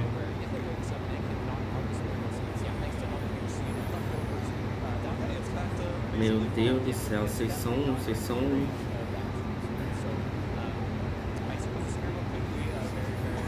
terríveis. Ô Marlon, você sabe que isso pode soprar pra mim, né? Que eu posso ir em cana por causa de uma brincadeira infeliz de vocês, né? Ah, mas você não tem nada a ver com isso, Lindras. Pra me ligarem a qualquer porcaria é questão de segundos. É, tá bom. Vocês acham mesmo? Tu acha mesmo que eles vão querer ouvir um adolescente? Eles vão dar mais razão a um adolescente do que um adulto. Vai ser mais fácil prender um adolescente do que um adulto. Tá bom. Vai pensando nisso.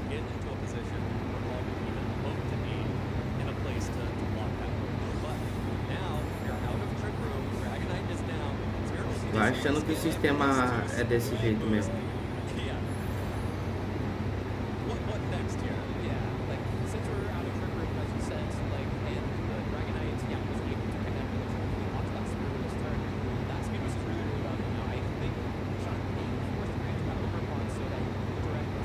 A Ellison só sabe falar disso. Disso o quê?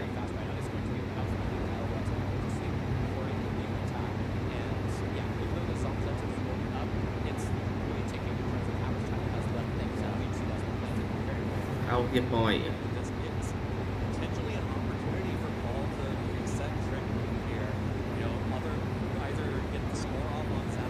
Claro, pô. Vocês traumatizaram o moleque. Vocês querem o quê? Que ele esteja completamente são. Que ele fale qualquer outra coisa que não seja isso. Ué. Imagina. 5 cabeças falar um monte de besteira no teu ouvido. Ficar martelando coisa na tua cabeça. Tu acha mesmo que a pessoa vai estar bem, pô? Claro que não.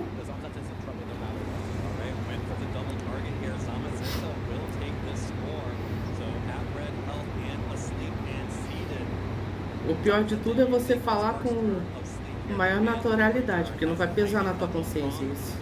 Isso é um negócio sério. Não é um negócio que se brinca. Ele pode simplesmente fazer isso, do nada, e aí acabou. Imagina, né? Um negócio que vocês acharam engraçado virou um negócio sério.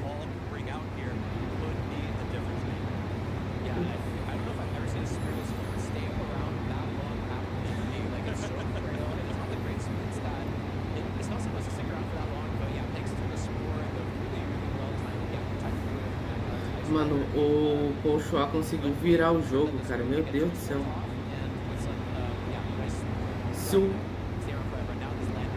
Se o Zamazenta não acordar agora, ferrou.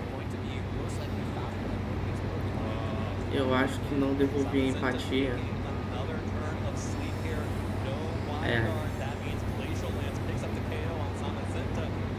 Aqui acabou.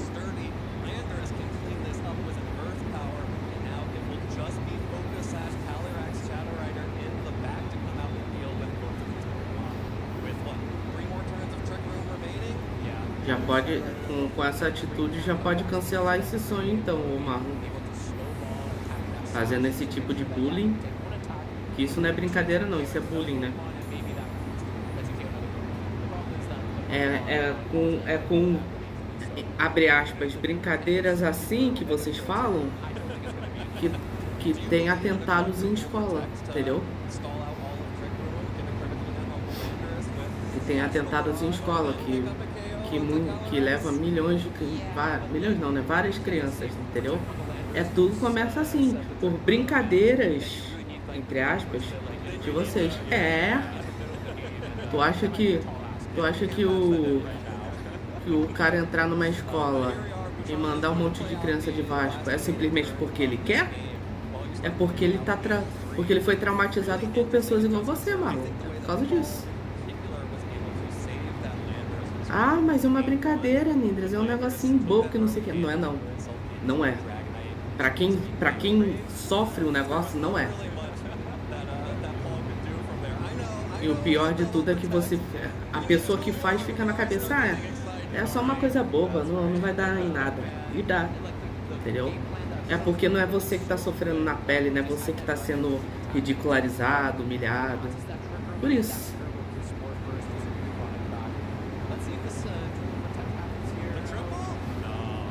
Ah, quase. Esse tipo de coisa eu passo por coisa muito pior.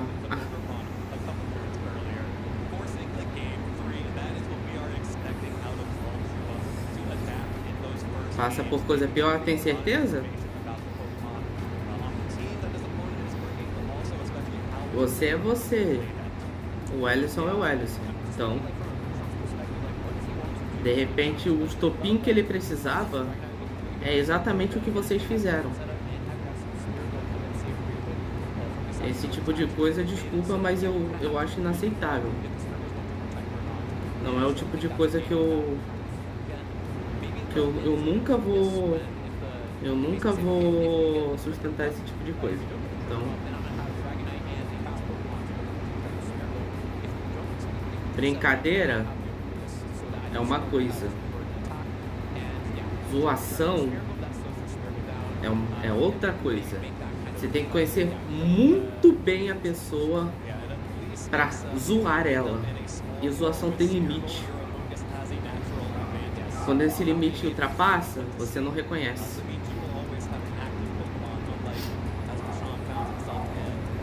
Eu tomei 93 traumas diferentes. Nada mais me machuca.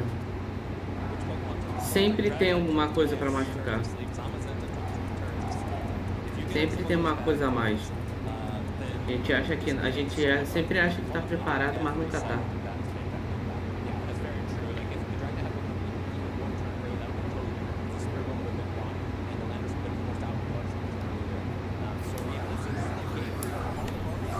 Terceiro e último jogo do top 4. Vamos ver se o Bolshua vai passar ou o Buchan vai desbancar o Bolshua.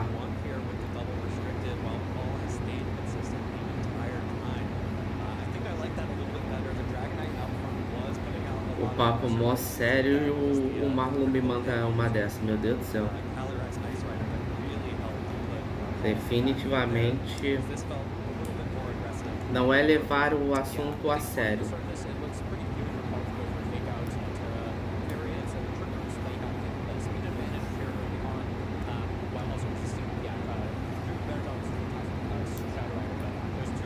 Ué, ele tá usando... Ué, tá no jogo é pra usar, né?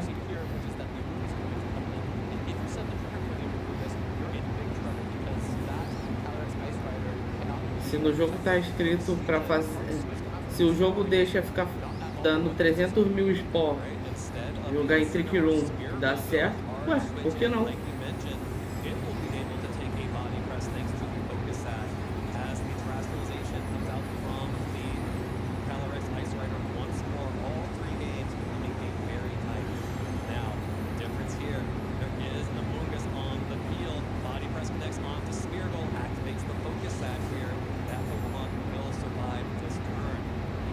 Ok, o Arceus está no jogo.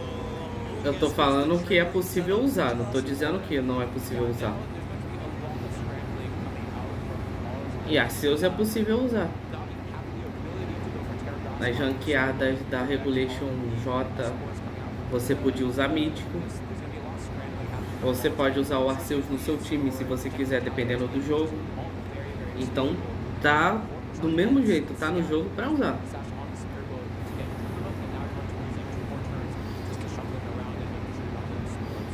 Agora, num campeonato não pode usar mítico, então, ué, fazer o quê?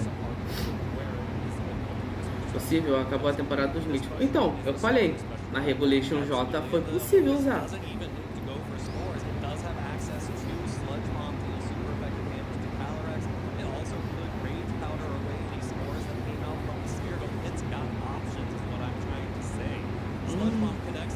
Quase. Já ter pego o Poison, né?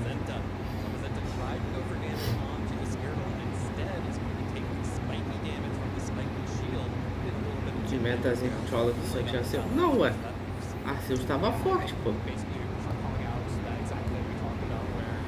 O Marlon, não é porque você não gosta que não se que tem que definir como ruim. É isso. É gosto, entendeu? O Arceus é um Pokémon. Arceus é um Pokémon bom pra usar. Ele tem as plates pra mudar de tipagem. Tava sendo viável usar naquele meta. Então por que não? É gosto.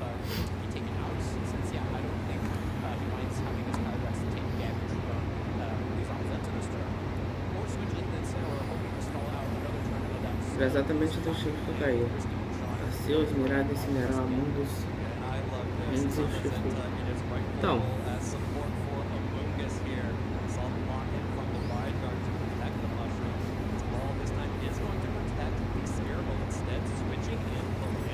Wildguard, ok. Cara, se o Among Us der um Sludge Bomb e der Poison... Ai, dá Poison! Eu quero ver se... Quer dizer, o Ponchoá tem que torcer pra não dar Poison. Porque se der Poison, acabou.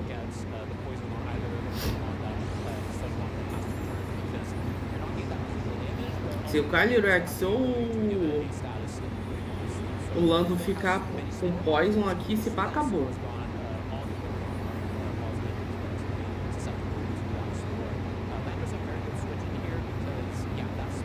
Tá torcendo contra o Ponchoá? Não, eu quero que tenha jogo, porque até agora não teve.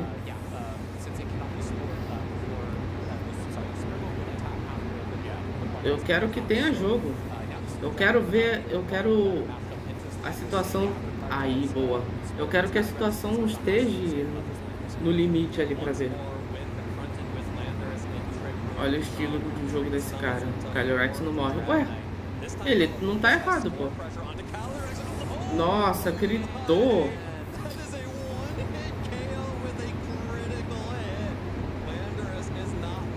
Gritou, que desgramento.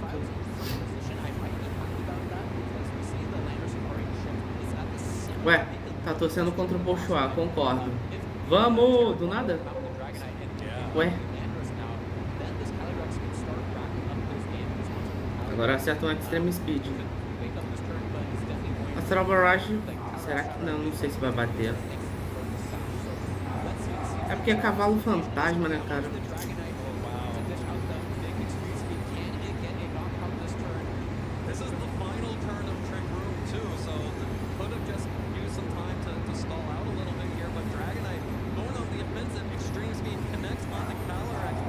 Tá.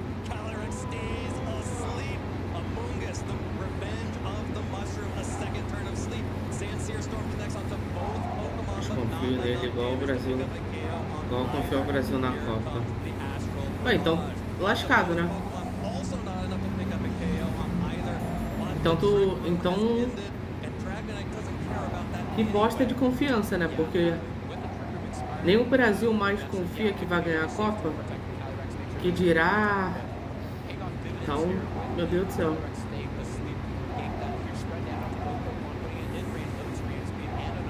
Vai trazer o negócio de volta, né?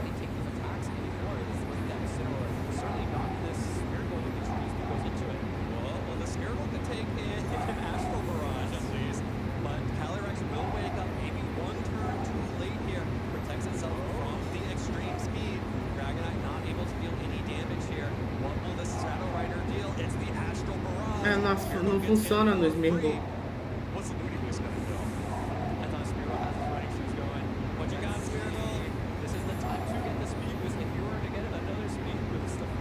Será que a maldição do alfabeto continuará? Não, porque a Dinamarca foi eliminada, Marlon. A não ser que o Brasil resolva pular e perder e ser eliminada para a Espanha. Mas por enquanto não, porque a Dinamarca foi eliminada na Copa. Das eliminatórias, né, no caso.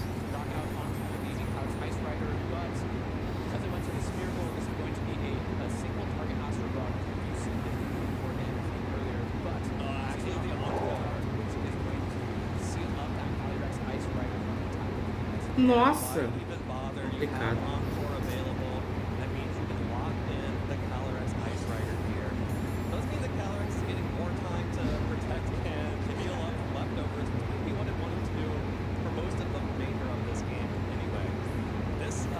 ver. Astral Barrage aqui. E Extreme Speed. GG, não?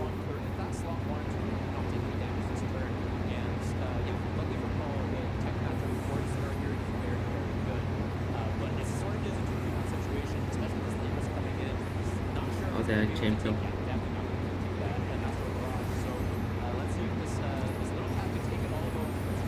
Tá. Tomou winds e waves. Ventos e ondas, é?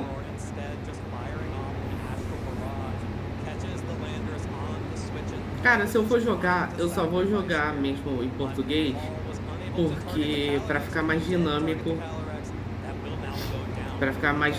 pra live, pra eu conseguir ler o que tá sendo dito no jogo, porque como eu não entendo inglês, vai ficar complicado.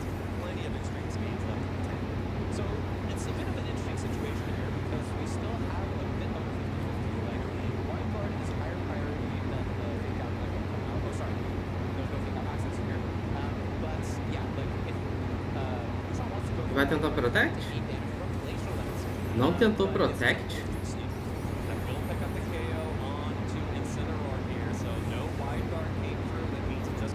O Glacial Lance? Remove Bash.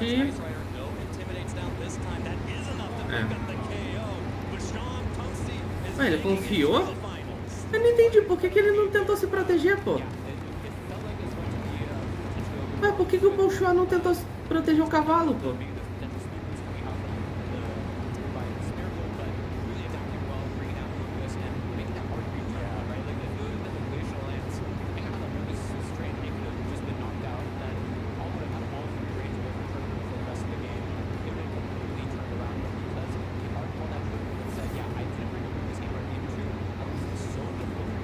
Eu não entendi, ô Marlon, por que ele não tentou...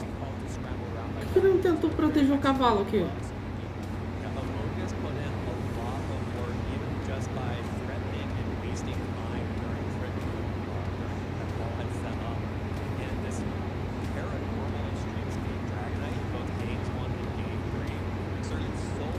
Grande e poderoso Pochuá não terá o seu 7º regional. Detalhe, tá? Não só o 7º regional, o último regional de Scarlet Violet, tá? Tem esse detalhe. Ele perdeu a oportunidade de fechar com chave de ouro, sendo o último campeão em Scarlet Violet.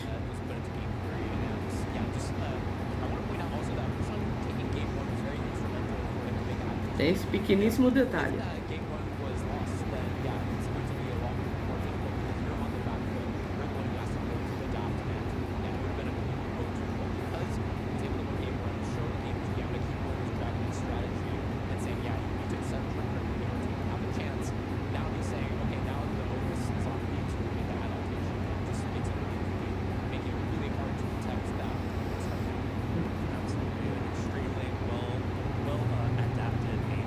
Eles não vão passar análise de jogo não, né? Eles vão direto pra final, né? Pelo amor de Deus. Não, eles vão passar, não acredito.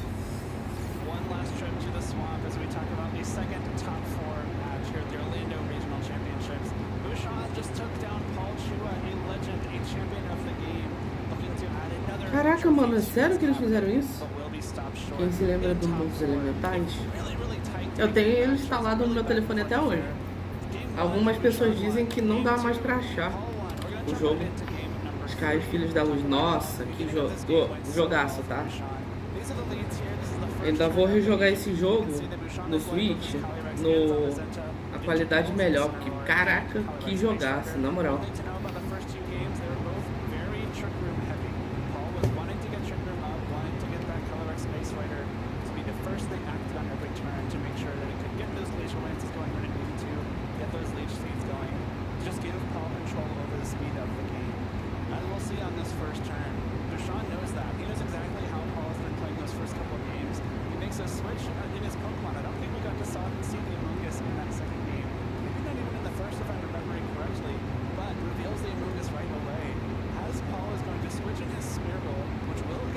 Sabe uma coisa que eu acho engraçada? Tem a live do... Tem a live do treinador Zard aqui. Ô, Marlon. Marlon, tem a live do treinador Zard aqui pra mim. Apareceu ela como recomendada pra mim. O título da live dele: o primeiro torneio de lendários. Ele tirou essa informação da onde? Primeiro torneio de lendários. Cara, essa regulation já foi usada há muito tempo. Então, se tu for lá na live, se tu procurar aí agora, o treinador Zard, tu vai ver a live dele, tá escrito: o primeiro torneio de lendários, quem vai vencer? Mano, esse cara fumou o quê?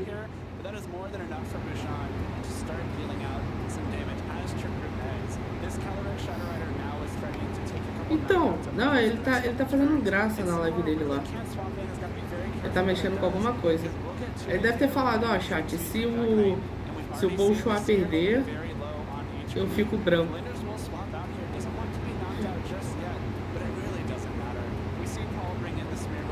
Fumou a própria Pokémon. Cara, mano, o Bola também tá doido. Mano, que bizarrice, cara.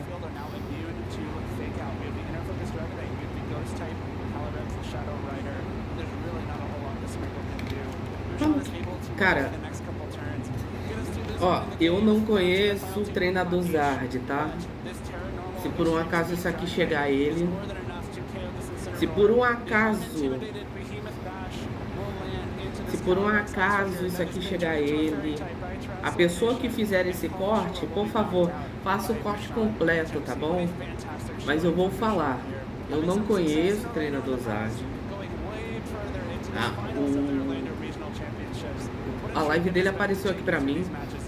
Eu não sei se esse título é clickbait que ele fez, mas na moral, primeiro, cara, mano, olha isso, cara. Cadê?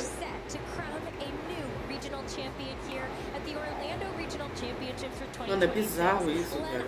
Olha lá, o primeiro torneio de lendários, cara. Mano, esse regional já foi jogado. Esse regional foi jogado... Deixa eu ver. Em janeiro, ô Marlon?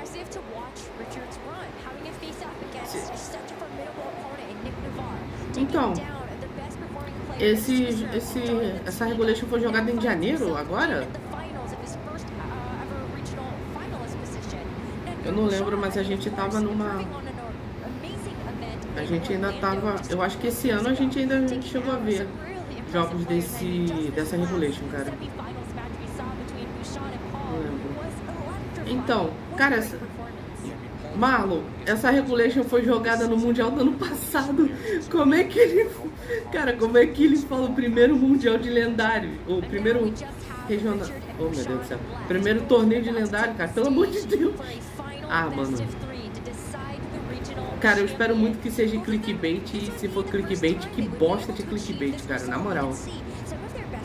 Na moral. Se for clickbait, cara, quem caiu...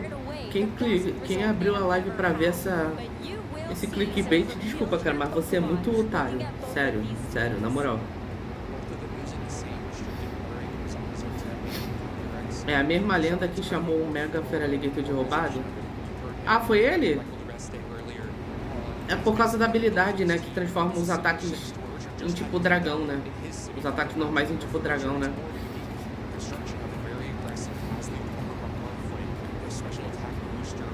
Mano, que bizarro, cara, na moral. Ó, o time do mano Richard Bongolon, Zamazenta de Rusted Shield, Calyrex, Shadow Rider de Life Orb, Chimpaul de Fogo Sash, Orgepon Máscara de Fogo, Rage Bolt de Boost Energy e Whimsicott de Covid Claw. É, rir pra não chorar, realmente. É, rir pra não chorar. Olha isso, cara. Não, E, Marlon, a capa, cara, eu não tenho nada a dizer sobre a capa, tá? Quer dizer, eu tenho a dizer porque, meu Deus do céu, que cara é essa?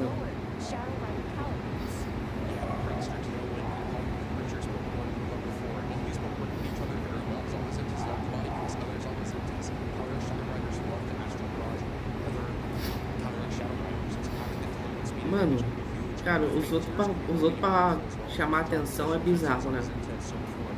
Pra fazer clickbait Na moral, tem que ser muito desespero pra fazer um tipo de thumbnail assim, cara, na moral.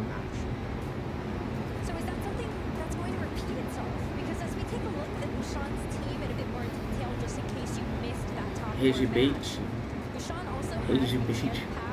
E o time do San Tunsi, né, que acabou de jogar Rusted Shield, Calyrex, o Zamazenta de Rusted Shield, Calyrex, Shadow Rider de Fox Sash, Amondo de Rock Helmet, Chimpao de Assault Vest, Dragonite de Choice Band e Orgepon Máscara de Pedra.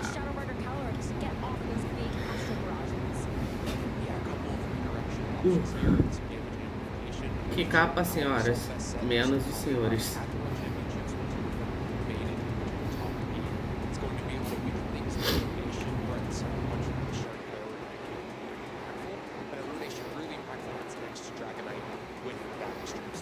Acho que eu já sei, Marlon. Eu vou pro Champions. Eu vou colocar assim, ó. Vou fazer uma capa pro Champions e colocar assim, ó. O melhor time pra ganhar todas as partidas na ranqueada. Pronto. Eu só vai clicar horrores na live. Clickbait feito com sucesso.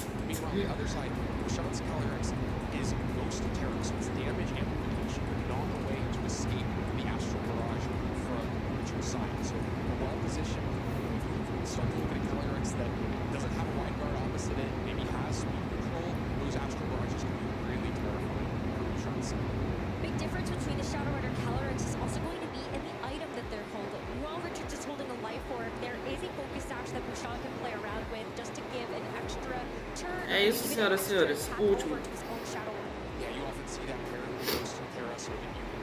O cara tá postando o vídeo da Regulation aí.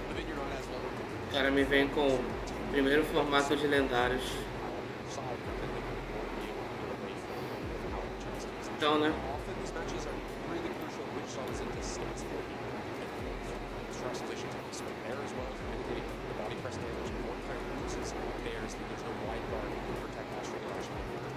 Regional title on the line for Richard and Bouchon as they enter into the first game of this Masters Finals of the Orlando Regional Championships. Bouchon is going to lead off right away with that Zamazenta next to the Chimpao, as Richard is going to have the Overpod Hardfoot next to the Calyrex Shadow Rider. So immediately a lot of damage being threatened from Richard's side. One more flames and swing very hard into either of his Pokemon, might force the defensive dress position quickly out of his Zamazenta and Dragon on that side. Vamos ver se essa partida vai ser rápida, né? Calyrex on the other hand, not as well positioned. Doesn't want to see the Salt's chip out on the other side again. Which is that hit sure of what damage is throwing in Zamazenta, and you have to feel pretty unfortunate without attacking out with it, because you could just take a Sucker Punch. Use Follow Me to redirect and save that Sucker Punch. Maybe you feel better having Overrun be the one attack. Well, the Chimpao is going to say goodbye for now, as it's going to be the opposing Shadow Rider Calyrex that hits the field. A very ballsy play when you think about the fact that you've got an opposing Shadow Rider Calyrex across the way from you. But that Shadow Rider is going to just protect itself. Knows that there is threat of a wide guard available from this Zamazenta, but also doesn't want to fall victim to something from this Chimpao. So it's just going to be a spiky shield as well from the Overpod. Spiky shield is actually going to catch this Zamazenta, going for a body press, so it actually does chip it just a little bit from the residual. Richard goes for a little bit of scout and tries to understand Bouchon's intentions. Marlon, eu lhe pergunto, quem vai ganhar? Zamazenta e Calyrex Shadow ou Zamazenta e Calyrex Shadow? Tô há 5 minutos atualizando essa thumb e o título. Qual? De qual thumb e título você tá falando, Dragapult?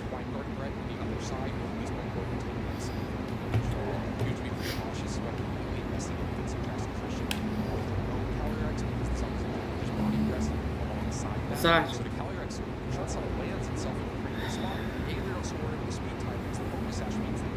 É como eu falei, o Dragapult, eu não conheço o cara, não sei a índole dele, mas essa capa de live é um clickbait daqueles que tá desesperado pra que gente apareça na live.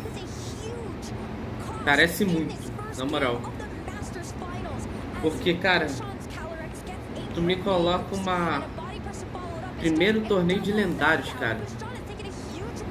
Claramente ele não acompanha o competitivo ele não acompanha o VG, né? De Pokémon, né? Aliás, Dragapult, você deve saber. Essa Regulation Wii, né? O pessoal chegou a jogar em janeiro desse ano, não foi? Pior que ele acompanha, claramente dá pra ver. Claramente dá pra ver que ele acompanha, sim, super acompanha. Aí, ó, tá vendo? Mano, a Regulation tá desde do Mundial do ano passado até janeiro desse ano. Como é que ele me fala que é o primeiro? Meu Deus do céu, cara, na moral.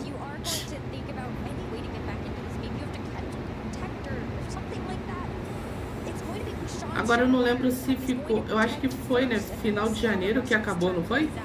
Que aí voltou pra Regulation. Aí voltou pra H, né? E depois foi pra F, né? Foi pra H e depois foi pra F. Final de janeiro, viu? Tá vendo? Caraca, cara, como é que... Ah, para. Depois dessa, chat, eu vou pegar água e já volto, rapidinho.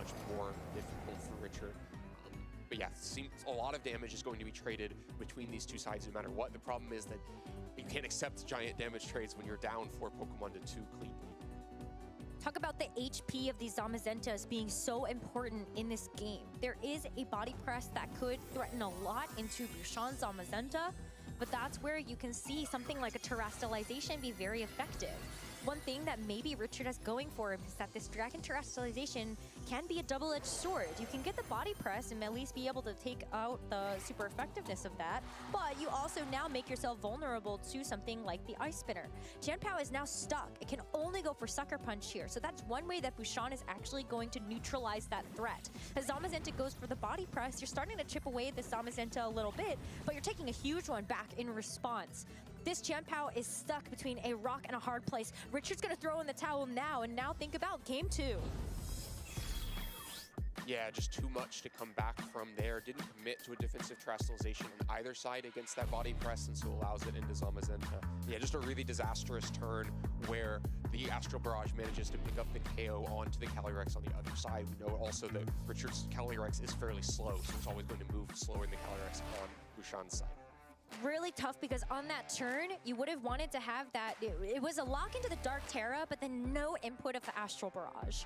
So if that had been the case, right, and no wide guard actually goes through, at least you bring the Calyrex down to a Focus Sash, and then you have the Follow Me to redirect away the body press from now a Dark Terra Calyrex. So the timeout there was really rough. How do you recover? How do you mentally recover from that and go into this next game? Yeah, I think mentally recovering is a good point because it's really difficult to get to this big stage, the biggest stage you've been on in Pokemon, up in the Grand Finals, to build that mental energy and then have it fall apart so quickly with a mistake like that. You've just got to reset. One game is not the set. You came here to win 2 games, you can still do it. You just got to clear your head, clear that last game out, and figure out how to move on in the next one. It's been a long day of Pokemon, and when the stakes are this high, sometimes mistakes are bound to happen. But in a best of 3, anything is possible. Richard still has a chance to get a reverse sweep. Win this game here, bring us into a game 3, and maybe take it all after that. But Bouchon leads the series up 1 game as we head into game Voltei, chat, vou pegar água. Inclusive, chat, bebam água, não esqueçam de se hidratar. So that's going to take the field first, and then we will see the Whimsicott next to the Zamazenta for Richard. Game 2 que pode ser o último se o Bouchon ganhar daqui da final, chat. Vocês falaram alguma coisa? Oxi. Começou a brotar gente agora? Na live?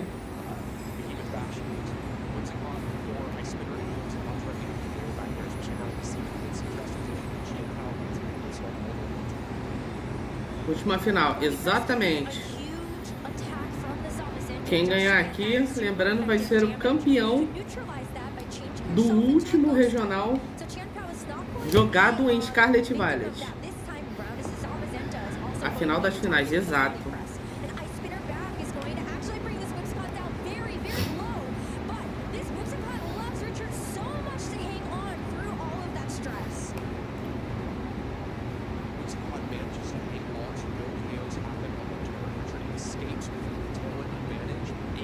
Mano, o Inzicote é muito bonitinho, né? Na moral, cara.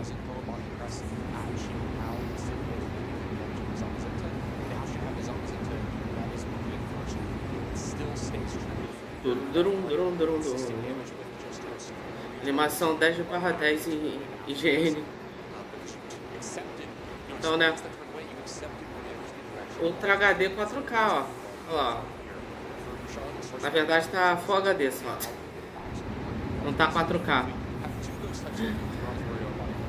Esse corte me tá pesadelo. Por quê, pô? Um bichinho tão fofo. Eu tenho muita vontade de usar um. Tomara que tenha no... Tenha como pegar no Champions.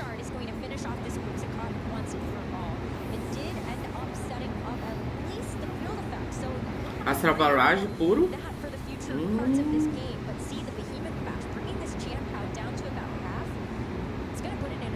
Não, pera. O cavalo atacou?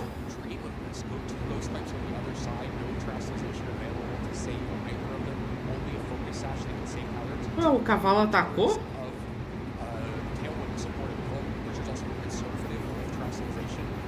Eu não vi o cavalo atacando. Deixa eu subir de novo aqui.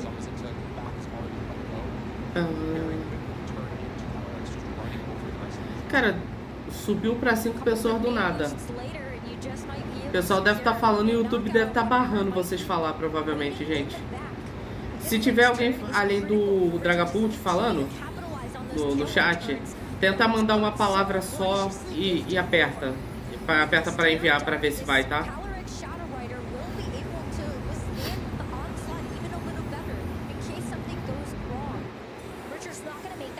Bro. Linha.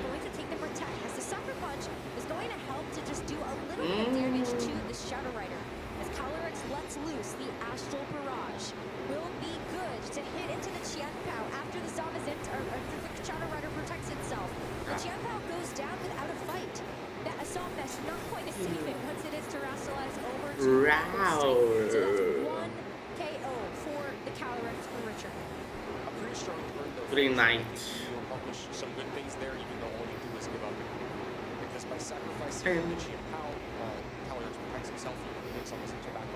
Que isso que o Dragapult?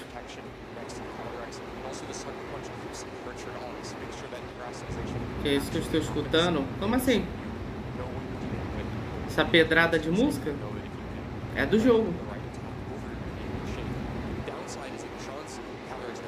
É, pra ser do jogo.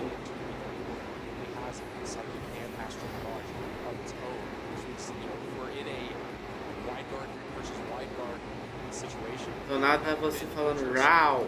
Ah não, porque foi o... Porque o Shinpao caiu. Quando ele é derrotado ele faz, né? Quando, na verdade quando ele entra em campo, ele faz Rau. Entendeu? Aí eu só imitei, porque como ele acabou desmaiando e ele abriu a boca, aí eu fiz o Rau. Entendeu?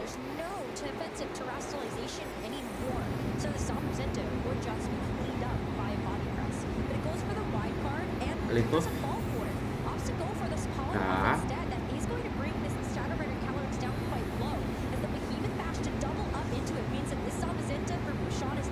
Ele dobrou no cavalo, foi esperto.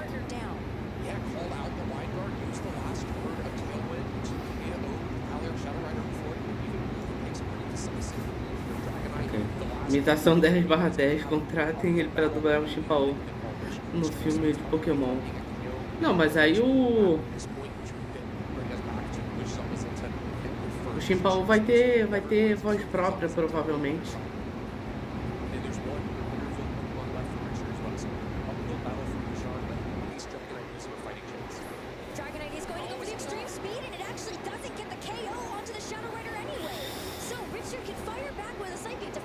Cara, Dragon Knight contra o mundo, será que ele consegue?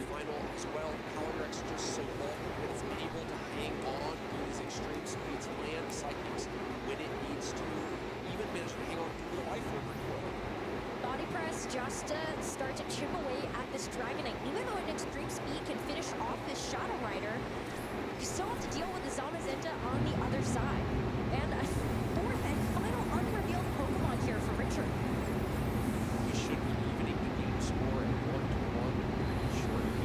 Remove Bash. Cara, o Dragon Knight tá tanque, hein? Mas é Reagindo. É, aqui acabou. Ele pode até levar o... Ele pode até levar o Zamazenta, mas ele não sobrevive pro... É.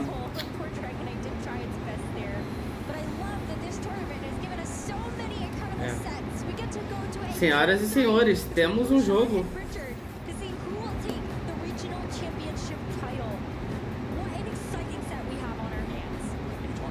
É, eles...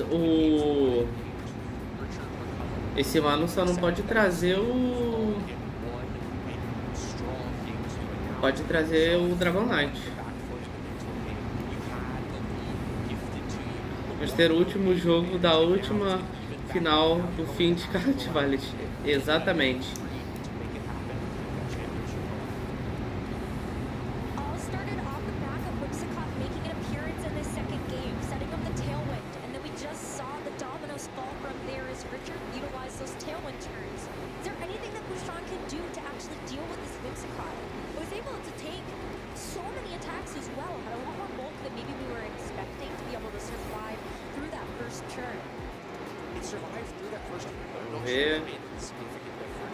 Cara, eu reconheço essa música. Pelo visto essa música ela é usada universal, porque o pessoal usa bastante. No LoL também usam essa música. Zamazenta e Calyrex Shadow contra Inzicote e Zamazenta.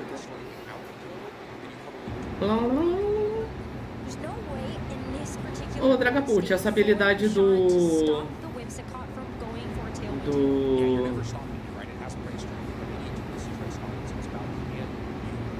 Essa habilidade do Zamazenta, ela aumenta enquanto a defesa é mais 1 ou mais 2? Nem assisto o Zad, o YouTube me recomendou quase 2 vídeos dele seguidos. É porque você acessou o canal dele. O YouTube tem uma configuração de que todo canal novo que você assiste, ele recomenda... O algoritmo faz com que... O algoritmo entende que você gostou do conteúdo e do canal e te recomenda coisas sobre o que você viu e o canal em específico, entendeu? Por isso que é sempre bom você ver, não puxando sardinha pra mim, mas é sempre bom você ver os vídeos e as lives daqui, porque ele vai te recomendar coisas normalmente que eu faço também. De tipo, eu tô fazendo live de Pokémon, né? Tô fazendo live de Zelda. Ele vai te recomendar coisas de Zelda também de outros canais, entendeu? Se você gosta de Zelda.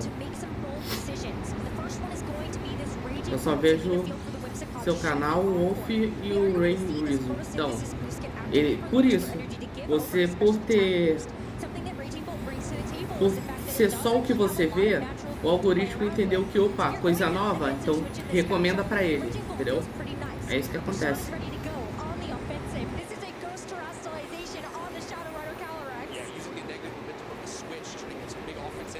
Beleza, já foi. Ironzeg também, então. Bora, Reagindo. Só assiste 4 canais? Ué. Você não assiste do Marlon não, pô? Olha aí, feliz Páscoa a todos. Opa, boa noite, Resdra, tudo bom? Feliz Páscoa pra você também. Um ótimo finalzinho de domingo aí, uma ótima semana. Marlon tem canal? Oxe, tem, ué. Não sei se ele posta mais coisa, mas ele tem canal.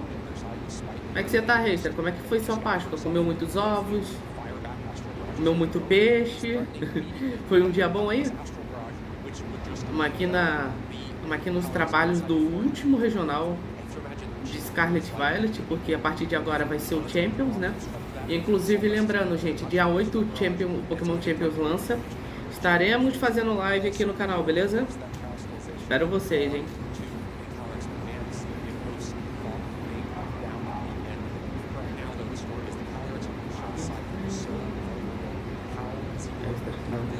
É Esdras, não Reisdras.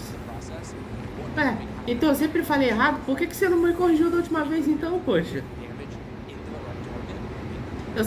Das outras vezes que você veio, eu te chamei de Reisdras. Você não falou nada. Então desculpe, Esdras. Como é que foi sua Páscoa? Comeu muitos ovos, comeu muito peixe, e aí? Foi bom? O U fez churrasco nesse dia. Carne de vaca, porco ovelho, meu Deus do céu. Faltam 3 dias, pois é. Dragapult, olha que semana boa. Olha que semana boa, Dragapult. Quarta-feira tem Pokémon Champions lançando. E sexta, meu aniversário. Olha que legal. Combaço da semana. Eu tô indo bem. Só fiquei vendo vídeo no YouTube. Então foi bom, pô. Se você viu coisas que você gosta, então foi produtivo, foi legal, pô. Não deixa de ser. Parabéns então, né? Fazer 3.000 anos aí. 3.000 anos de idade. Estamos indo de 2.900 anos para 3.000 anos. Muito tempo, né? Passa muito rápido.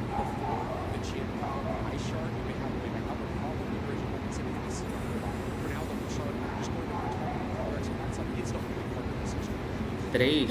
Caramba, 3.000 anos, pô. É muita coisa. Eu só tenho 16.000. Ué. Como assim tu é mais velho que eu, pô? Os caras ficam me zoando que eu vi o dinossauro. Quem viu o dinossauro foi você, pô.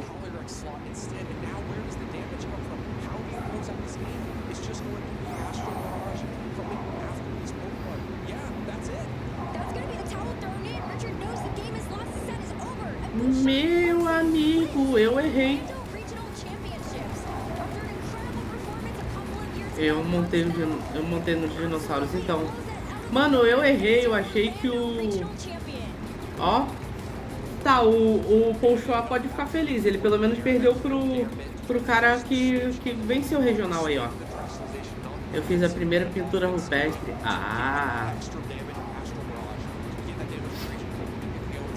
Mano, eu achei que o Mongol ia ganhar, pô.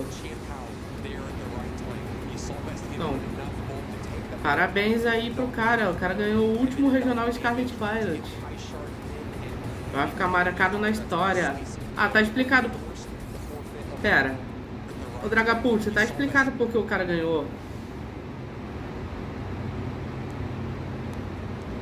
Dragapult, tá explicado porque o cara ganhou. O cara tava com uma camisa bufada, pô. Olha lá. O cara tá com a camisa do deus do VGC, pô. Olha lá. É isso. Por isso que o cara ganhou. O cara tava bufado. Se você viu os dinossauros, como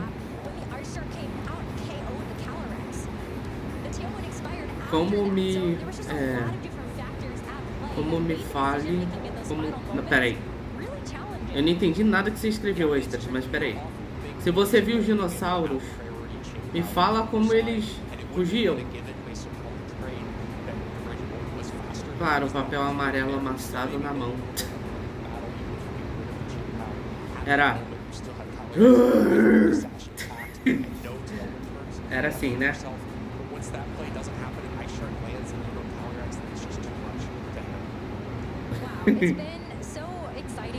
rugido deles é de ficar surdo, então, né?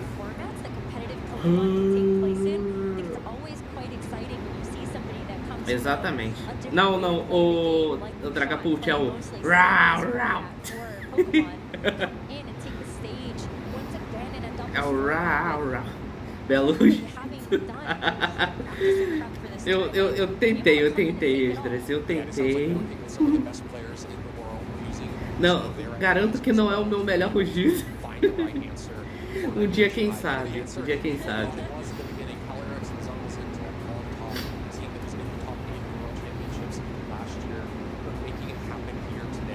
Um javali, um tigre, uma vaca na casa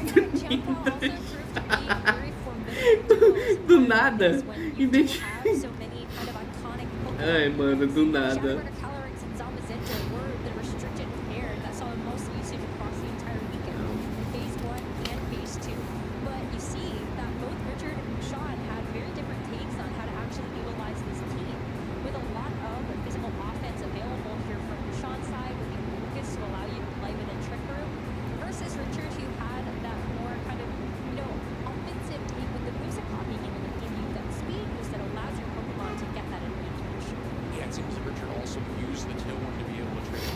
Ai, mano, na moral, isso aí foi sensacional, gente. Foi sensacional, chat, na moral. Definitivamente vai ser um rugido que Esdras jamais vai esquecer na vida. Esdras, eu não sei se eu cheguei a perguntar, não que faça diferença, assim, é mais por questão de te chamar mesmo. Mas é o Esdras ou é a Esdras?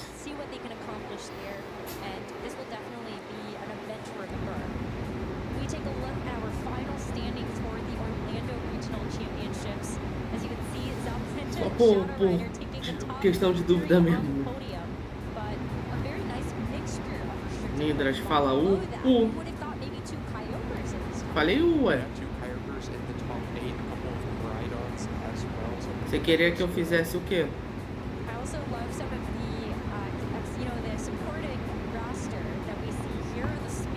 É, gente. Faz o. Pronto. Tá bom aí pra vocês?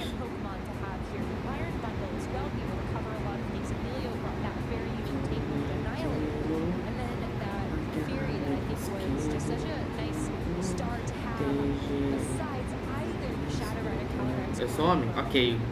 O Esdras Arindo. Teu nome parece muito uma música, o Esdras. Faz o... Ah não, aí já é demais. Fazer Gugu Dadá, pô. Aí não dá não. Calma lá. Esse nome meus pais tiraram da Bíblia. Ah, legal. Aí, ó. O próximo regional é esse aí, gente. 25 e 26 de abril em Prague. Ou Prague, sei lá. Hollywood.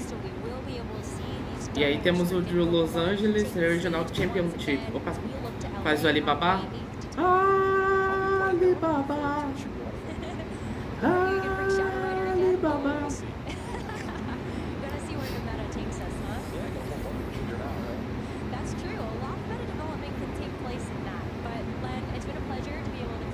O que a gente não faz por entretenimento em live, né? Esse é o streamer de vocês, tá vendo?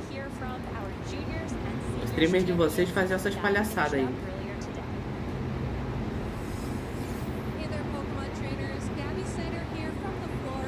Gabi Snyder, ela é filha do Zack Snyder, sei lá. Indras, você apoia Jael?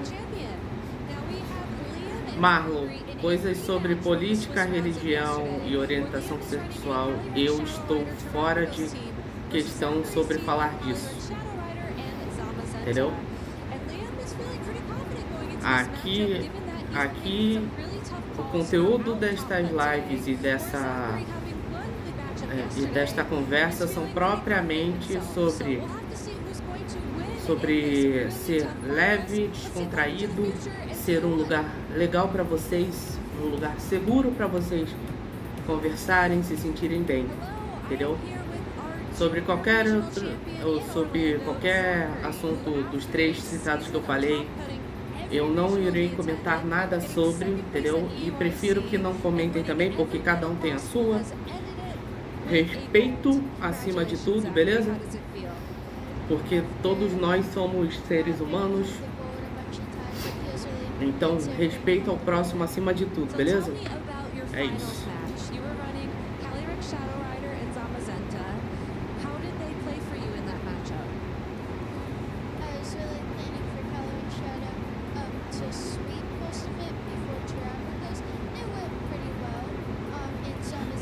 O menininho não sabe nem o que falar direito. Que bonitinho.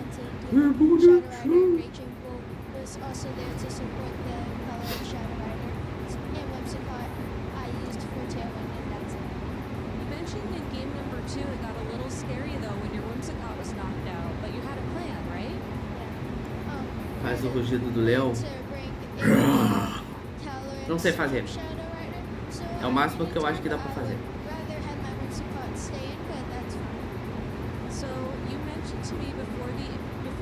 Eu quero muito depois ver como é que ficou, porque eu não tô ouvindo nada. Então, deve ter ficado maravilhoso.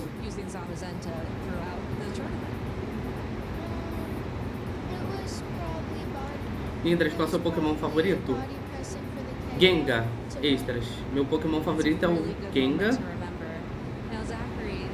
Eu tenho um Pokémon favorito e tenho um lendário favorito, mas o meu Pokémon favorito é o Gengar.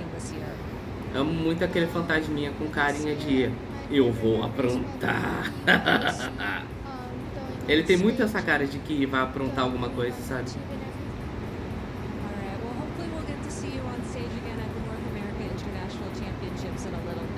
Ele tem muito essa cara, na moral. E o seu, Extras, qual é? Normalmente, o Extras, eu não sei se eu cheguei a te perguntar isso quando você chegou na live. É a primeira vez que você chegou.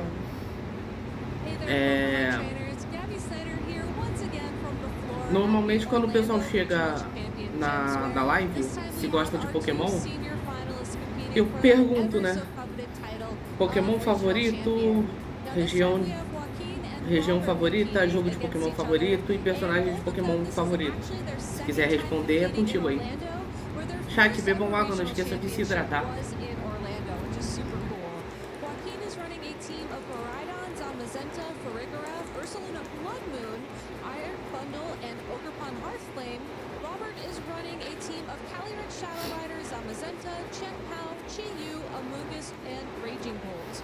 Robert had a really tough loss in round 2, however he came back strong and was able to overcome his nerves to make it into the finals, having to face a lot of new matchups that he was prepared for. Whereas Joaquin is facing Você gosta do nosso querido Furry da Áurea, né? and had to make a lot of very hard reads. So best of luck to both of these trainers. Let's go ahead and see who ended up taking home the title. Que Pokémon o que animal o Lucario seria categorizado? Meu Deus, quase que não sei a palavra. Olha, gente, a descrição de puberdade. Literalmente o moleque tá entrando na puberdade aí, ó. Ele está se tornando um homem.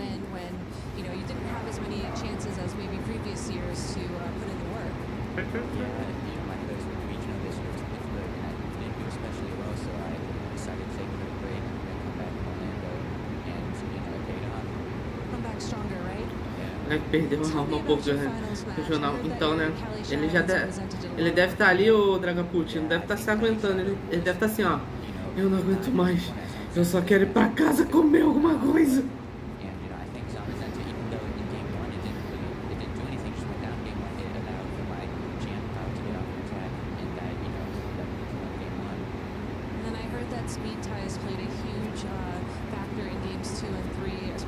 Ah, e parabéns a esses dois, né? O menininho lá E este jovem, vulgo jovem, que foram os últimos campeões também, né? De Scarlet Violet, no Júnior e esse no Sênior, né? Então, parabéns pra eles.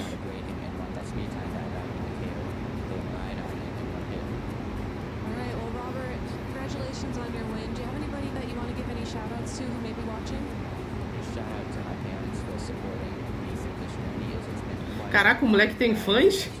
Que massa! Ele, eu gostaria de agradecer aos meus fãs. Ó. Daqui a 2 anos estará. Daqui a 2 anos eu entraria em Masters. Boa! Ué, saiu da moça pra moça?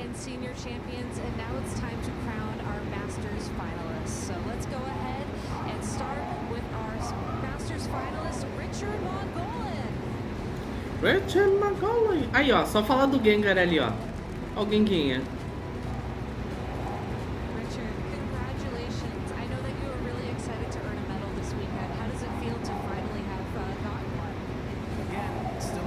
Eu acho que o Lucario seria categorizado como um chacal, já que ele é baseado no deus Anubis do Egito, uma cabeça de chacal. É, exatamente. Exatamente, o Esdras.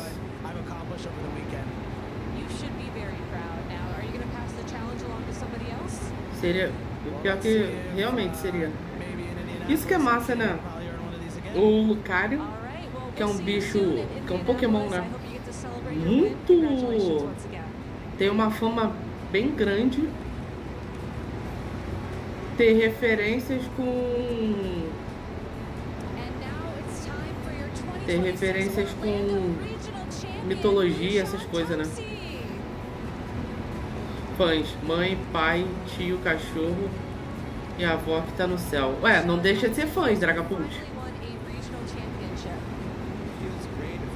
Ô, Esdras, acredito que por você gostar do Lucario, você deve ter gostado, você deve ter amado, né, na verdade, o fato do Ash, na última temporada que o Ash aparece, ele ter um Lucario no time, né?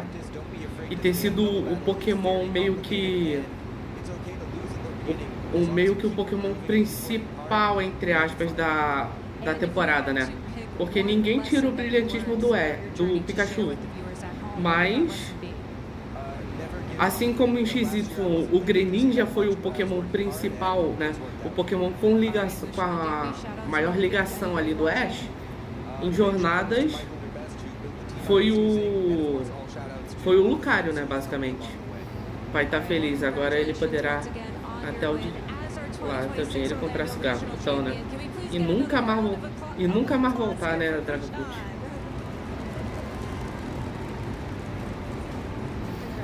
Sim, amei quando o Ash ganhou ele. Então, né? E foi desde ovinho, né? Ele ganhou um ovinho. E aí nasceu o Riolo, né? E aí veio o Lucario.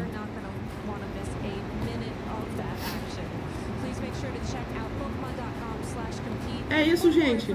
Nos despedimos de Scarlet Violet oficialmente.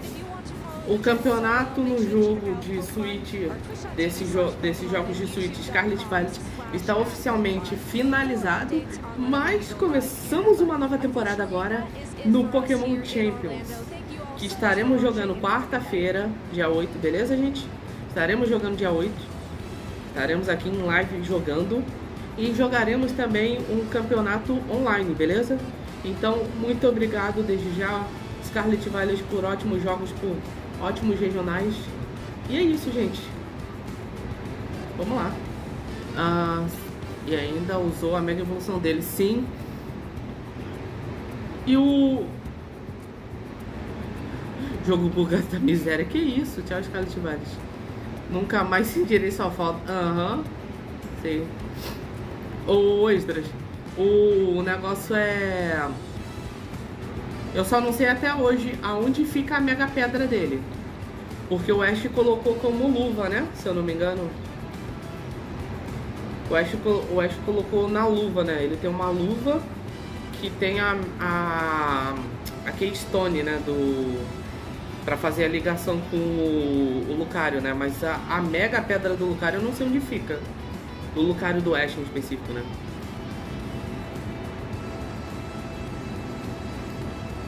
É isso. Agora os próximos, o de praxe já é se pá no... O de praxe já é no Champions? Já o Scarlet Violet. Até nunca mais. Então, né?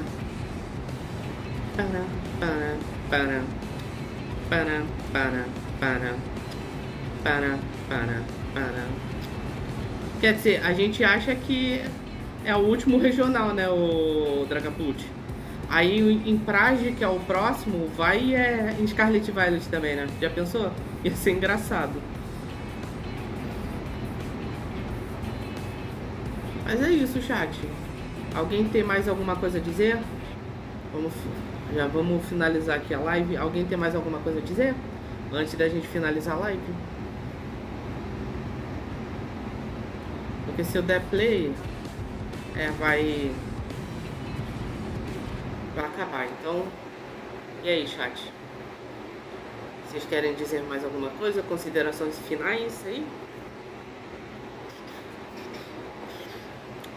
Tchuru. Eu vou tentar ir atrás logo do... Acabando a live aqui, eu vou tentar ir atrás do time, né? Vou tentar ir atrás logo do time para jogar o Champions, né? Para deixar ele prontinho já pro Champions já, pra gente ter pelo menos alguns Pokémons para fazer jogos. Feliz Páscoa a todos e que Deus abençoe todos vocês. Igualmente, Esdras. E é com isso, gente, que eu vou finalizando a live. Valeu, Esdras, por ter colado aí. Dragapult, Marlon, Zurlin, Simon, Alexandre. Todos os que colaram aí, beleza, gente? Eu vou ficando com a live por aqui. Uma boa noite a vocês. Um bom restinho de Páscoa e domingo. Desde já uma ótima semana para todos nós.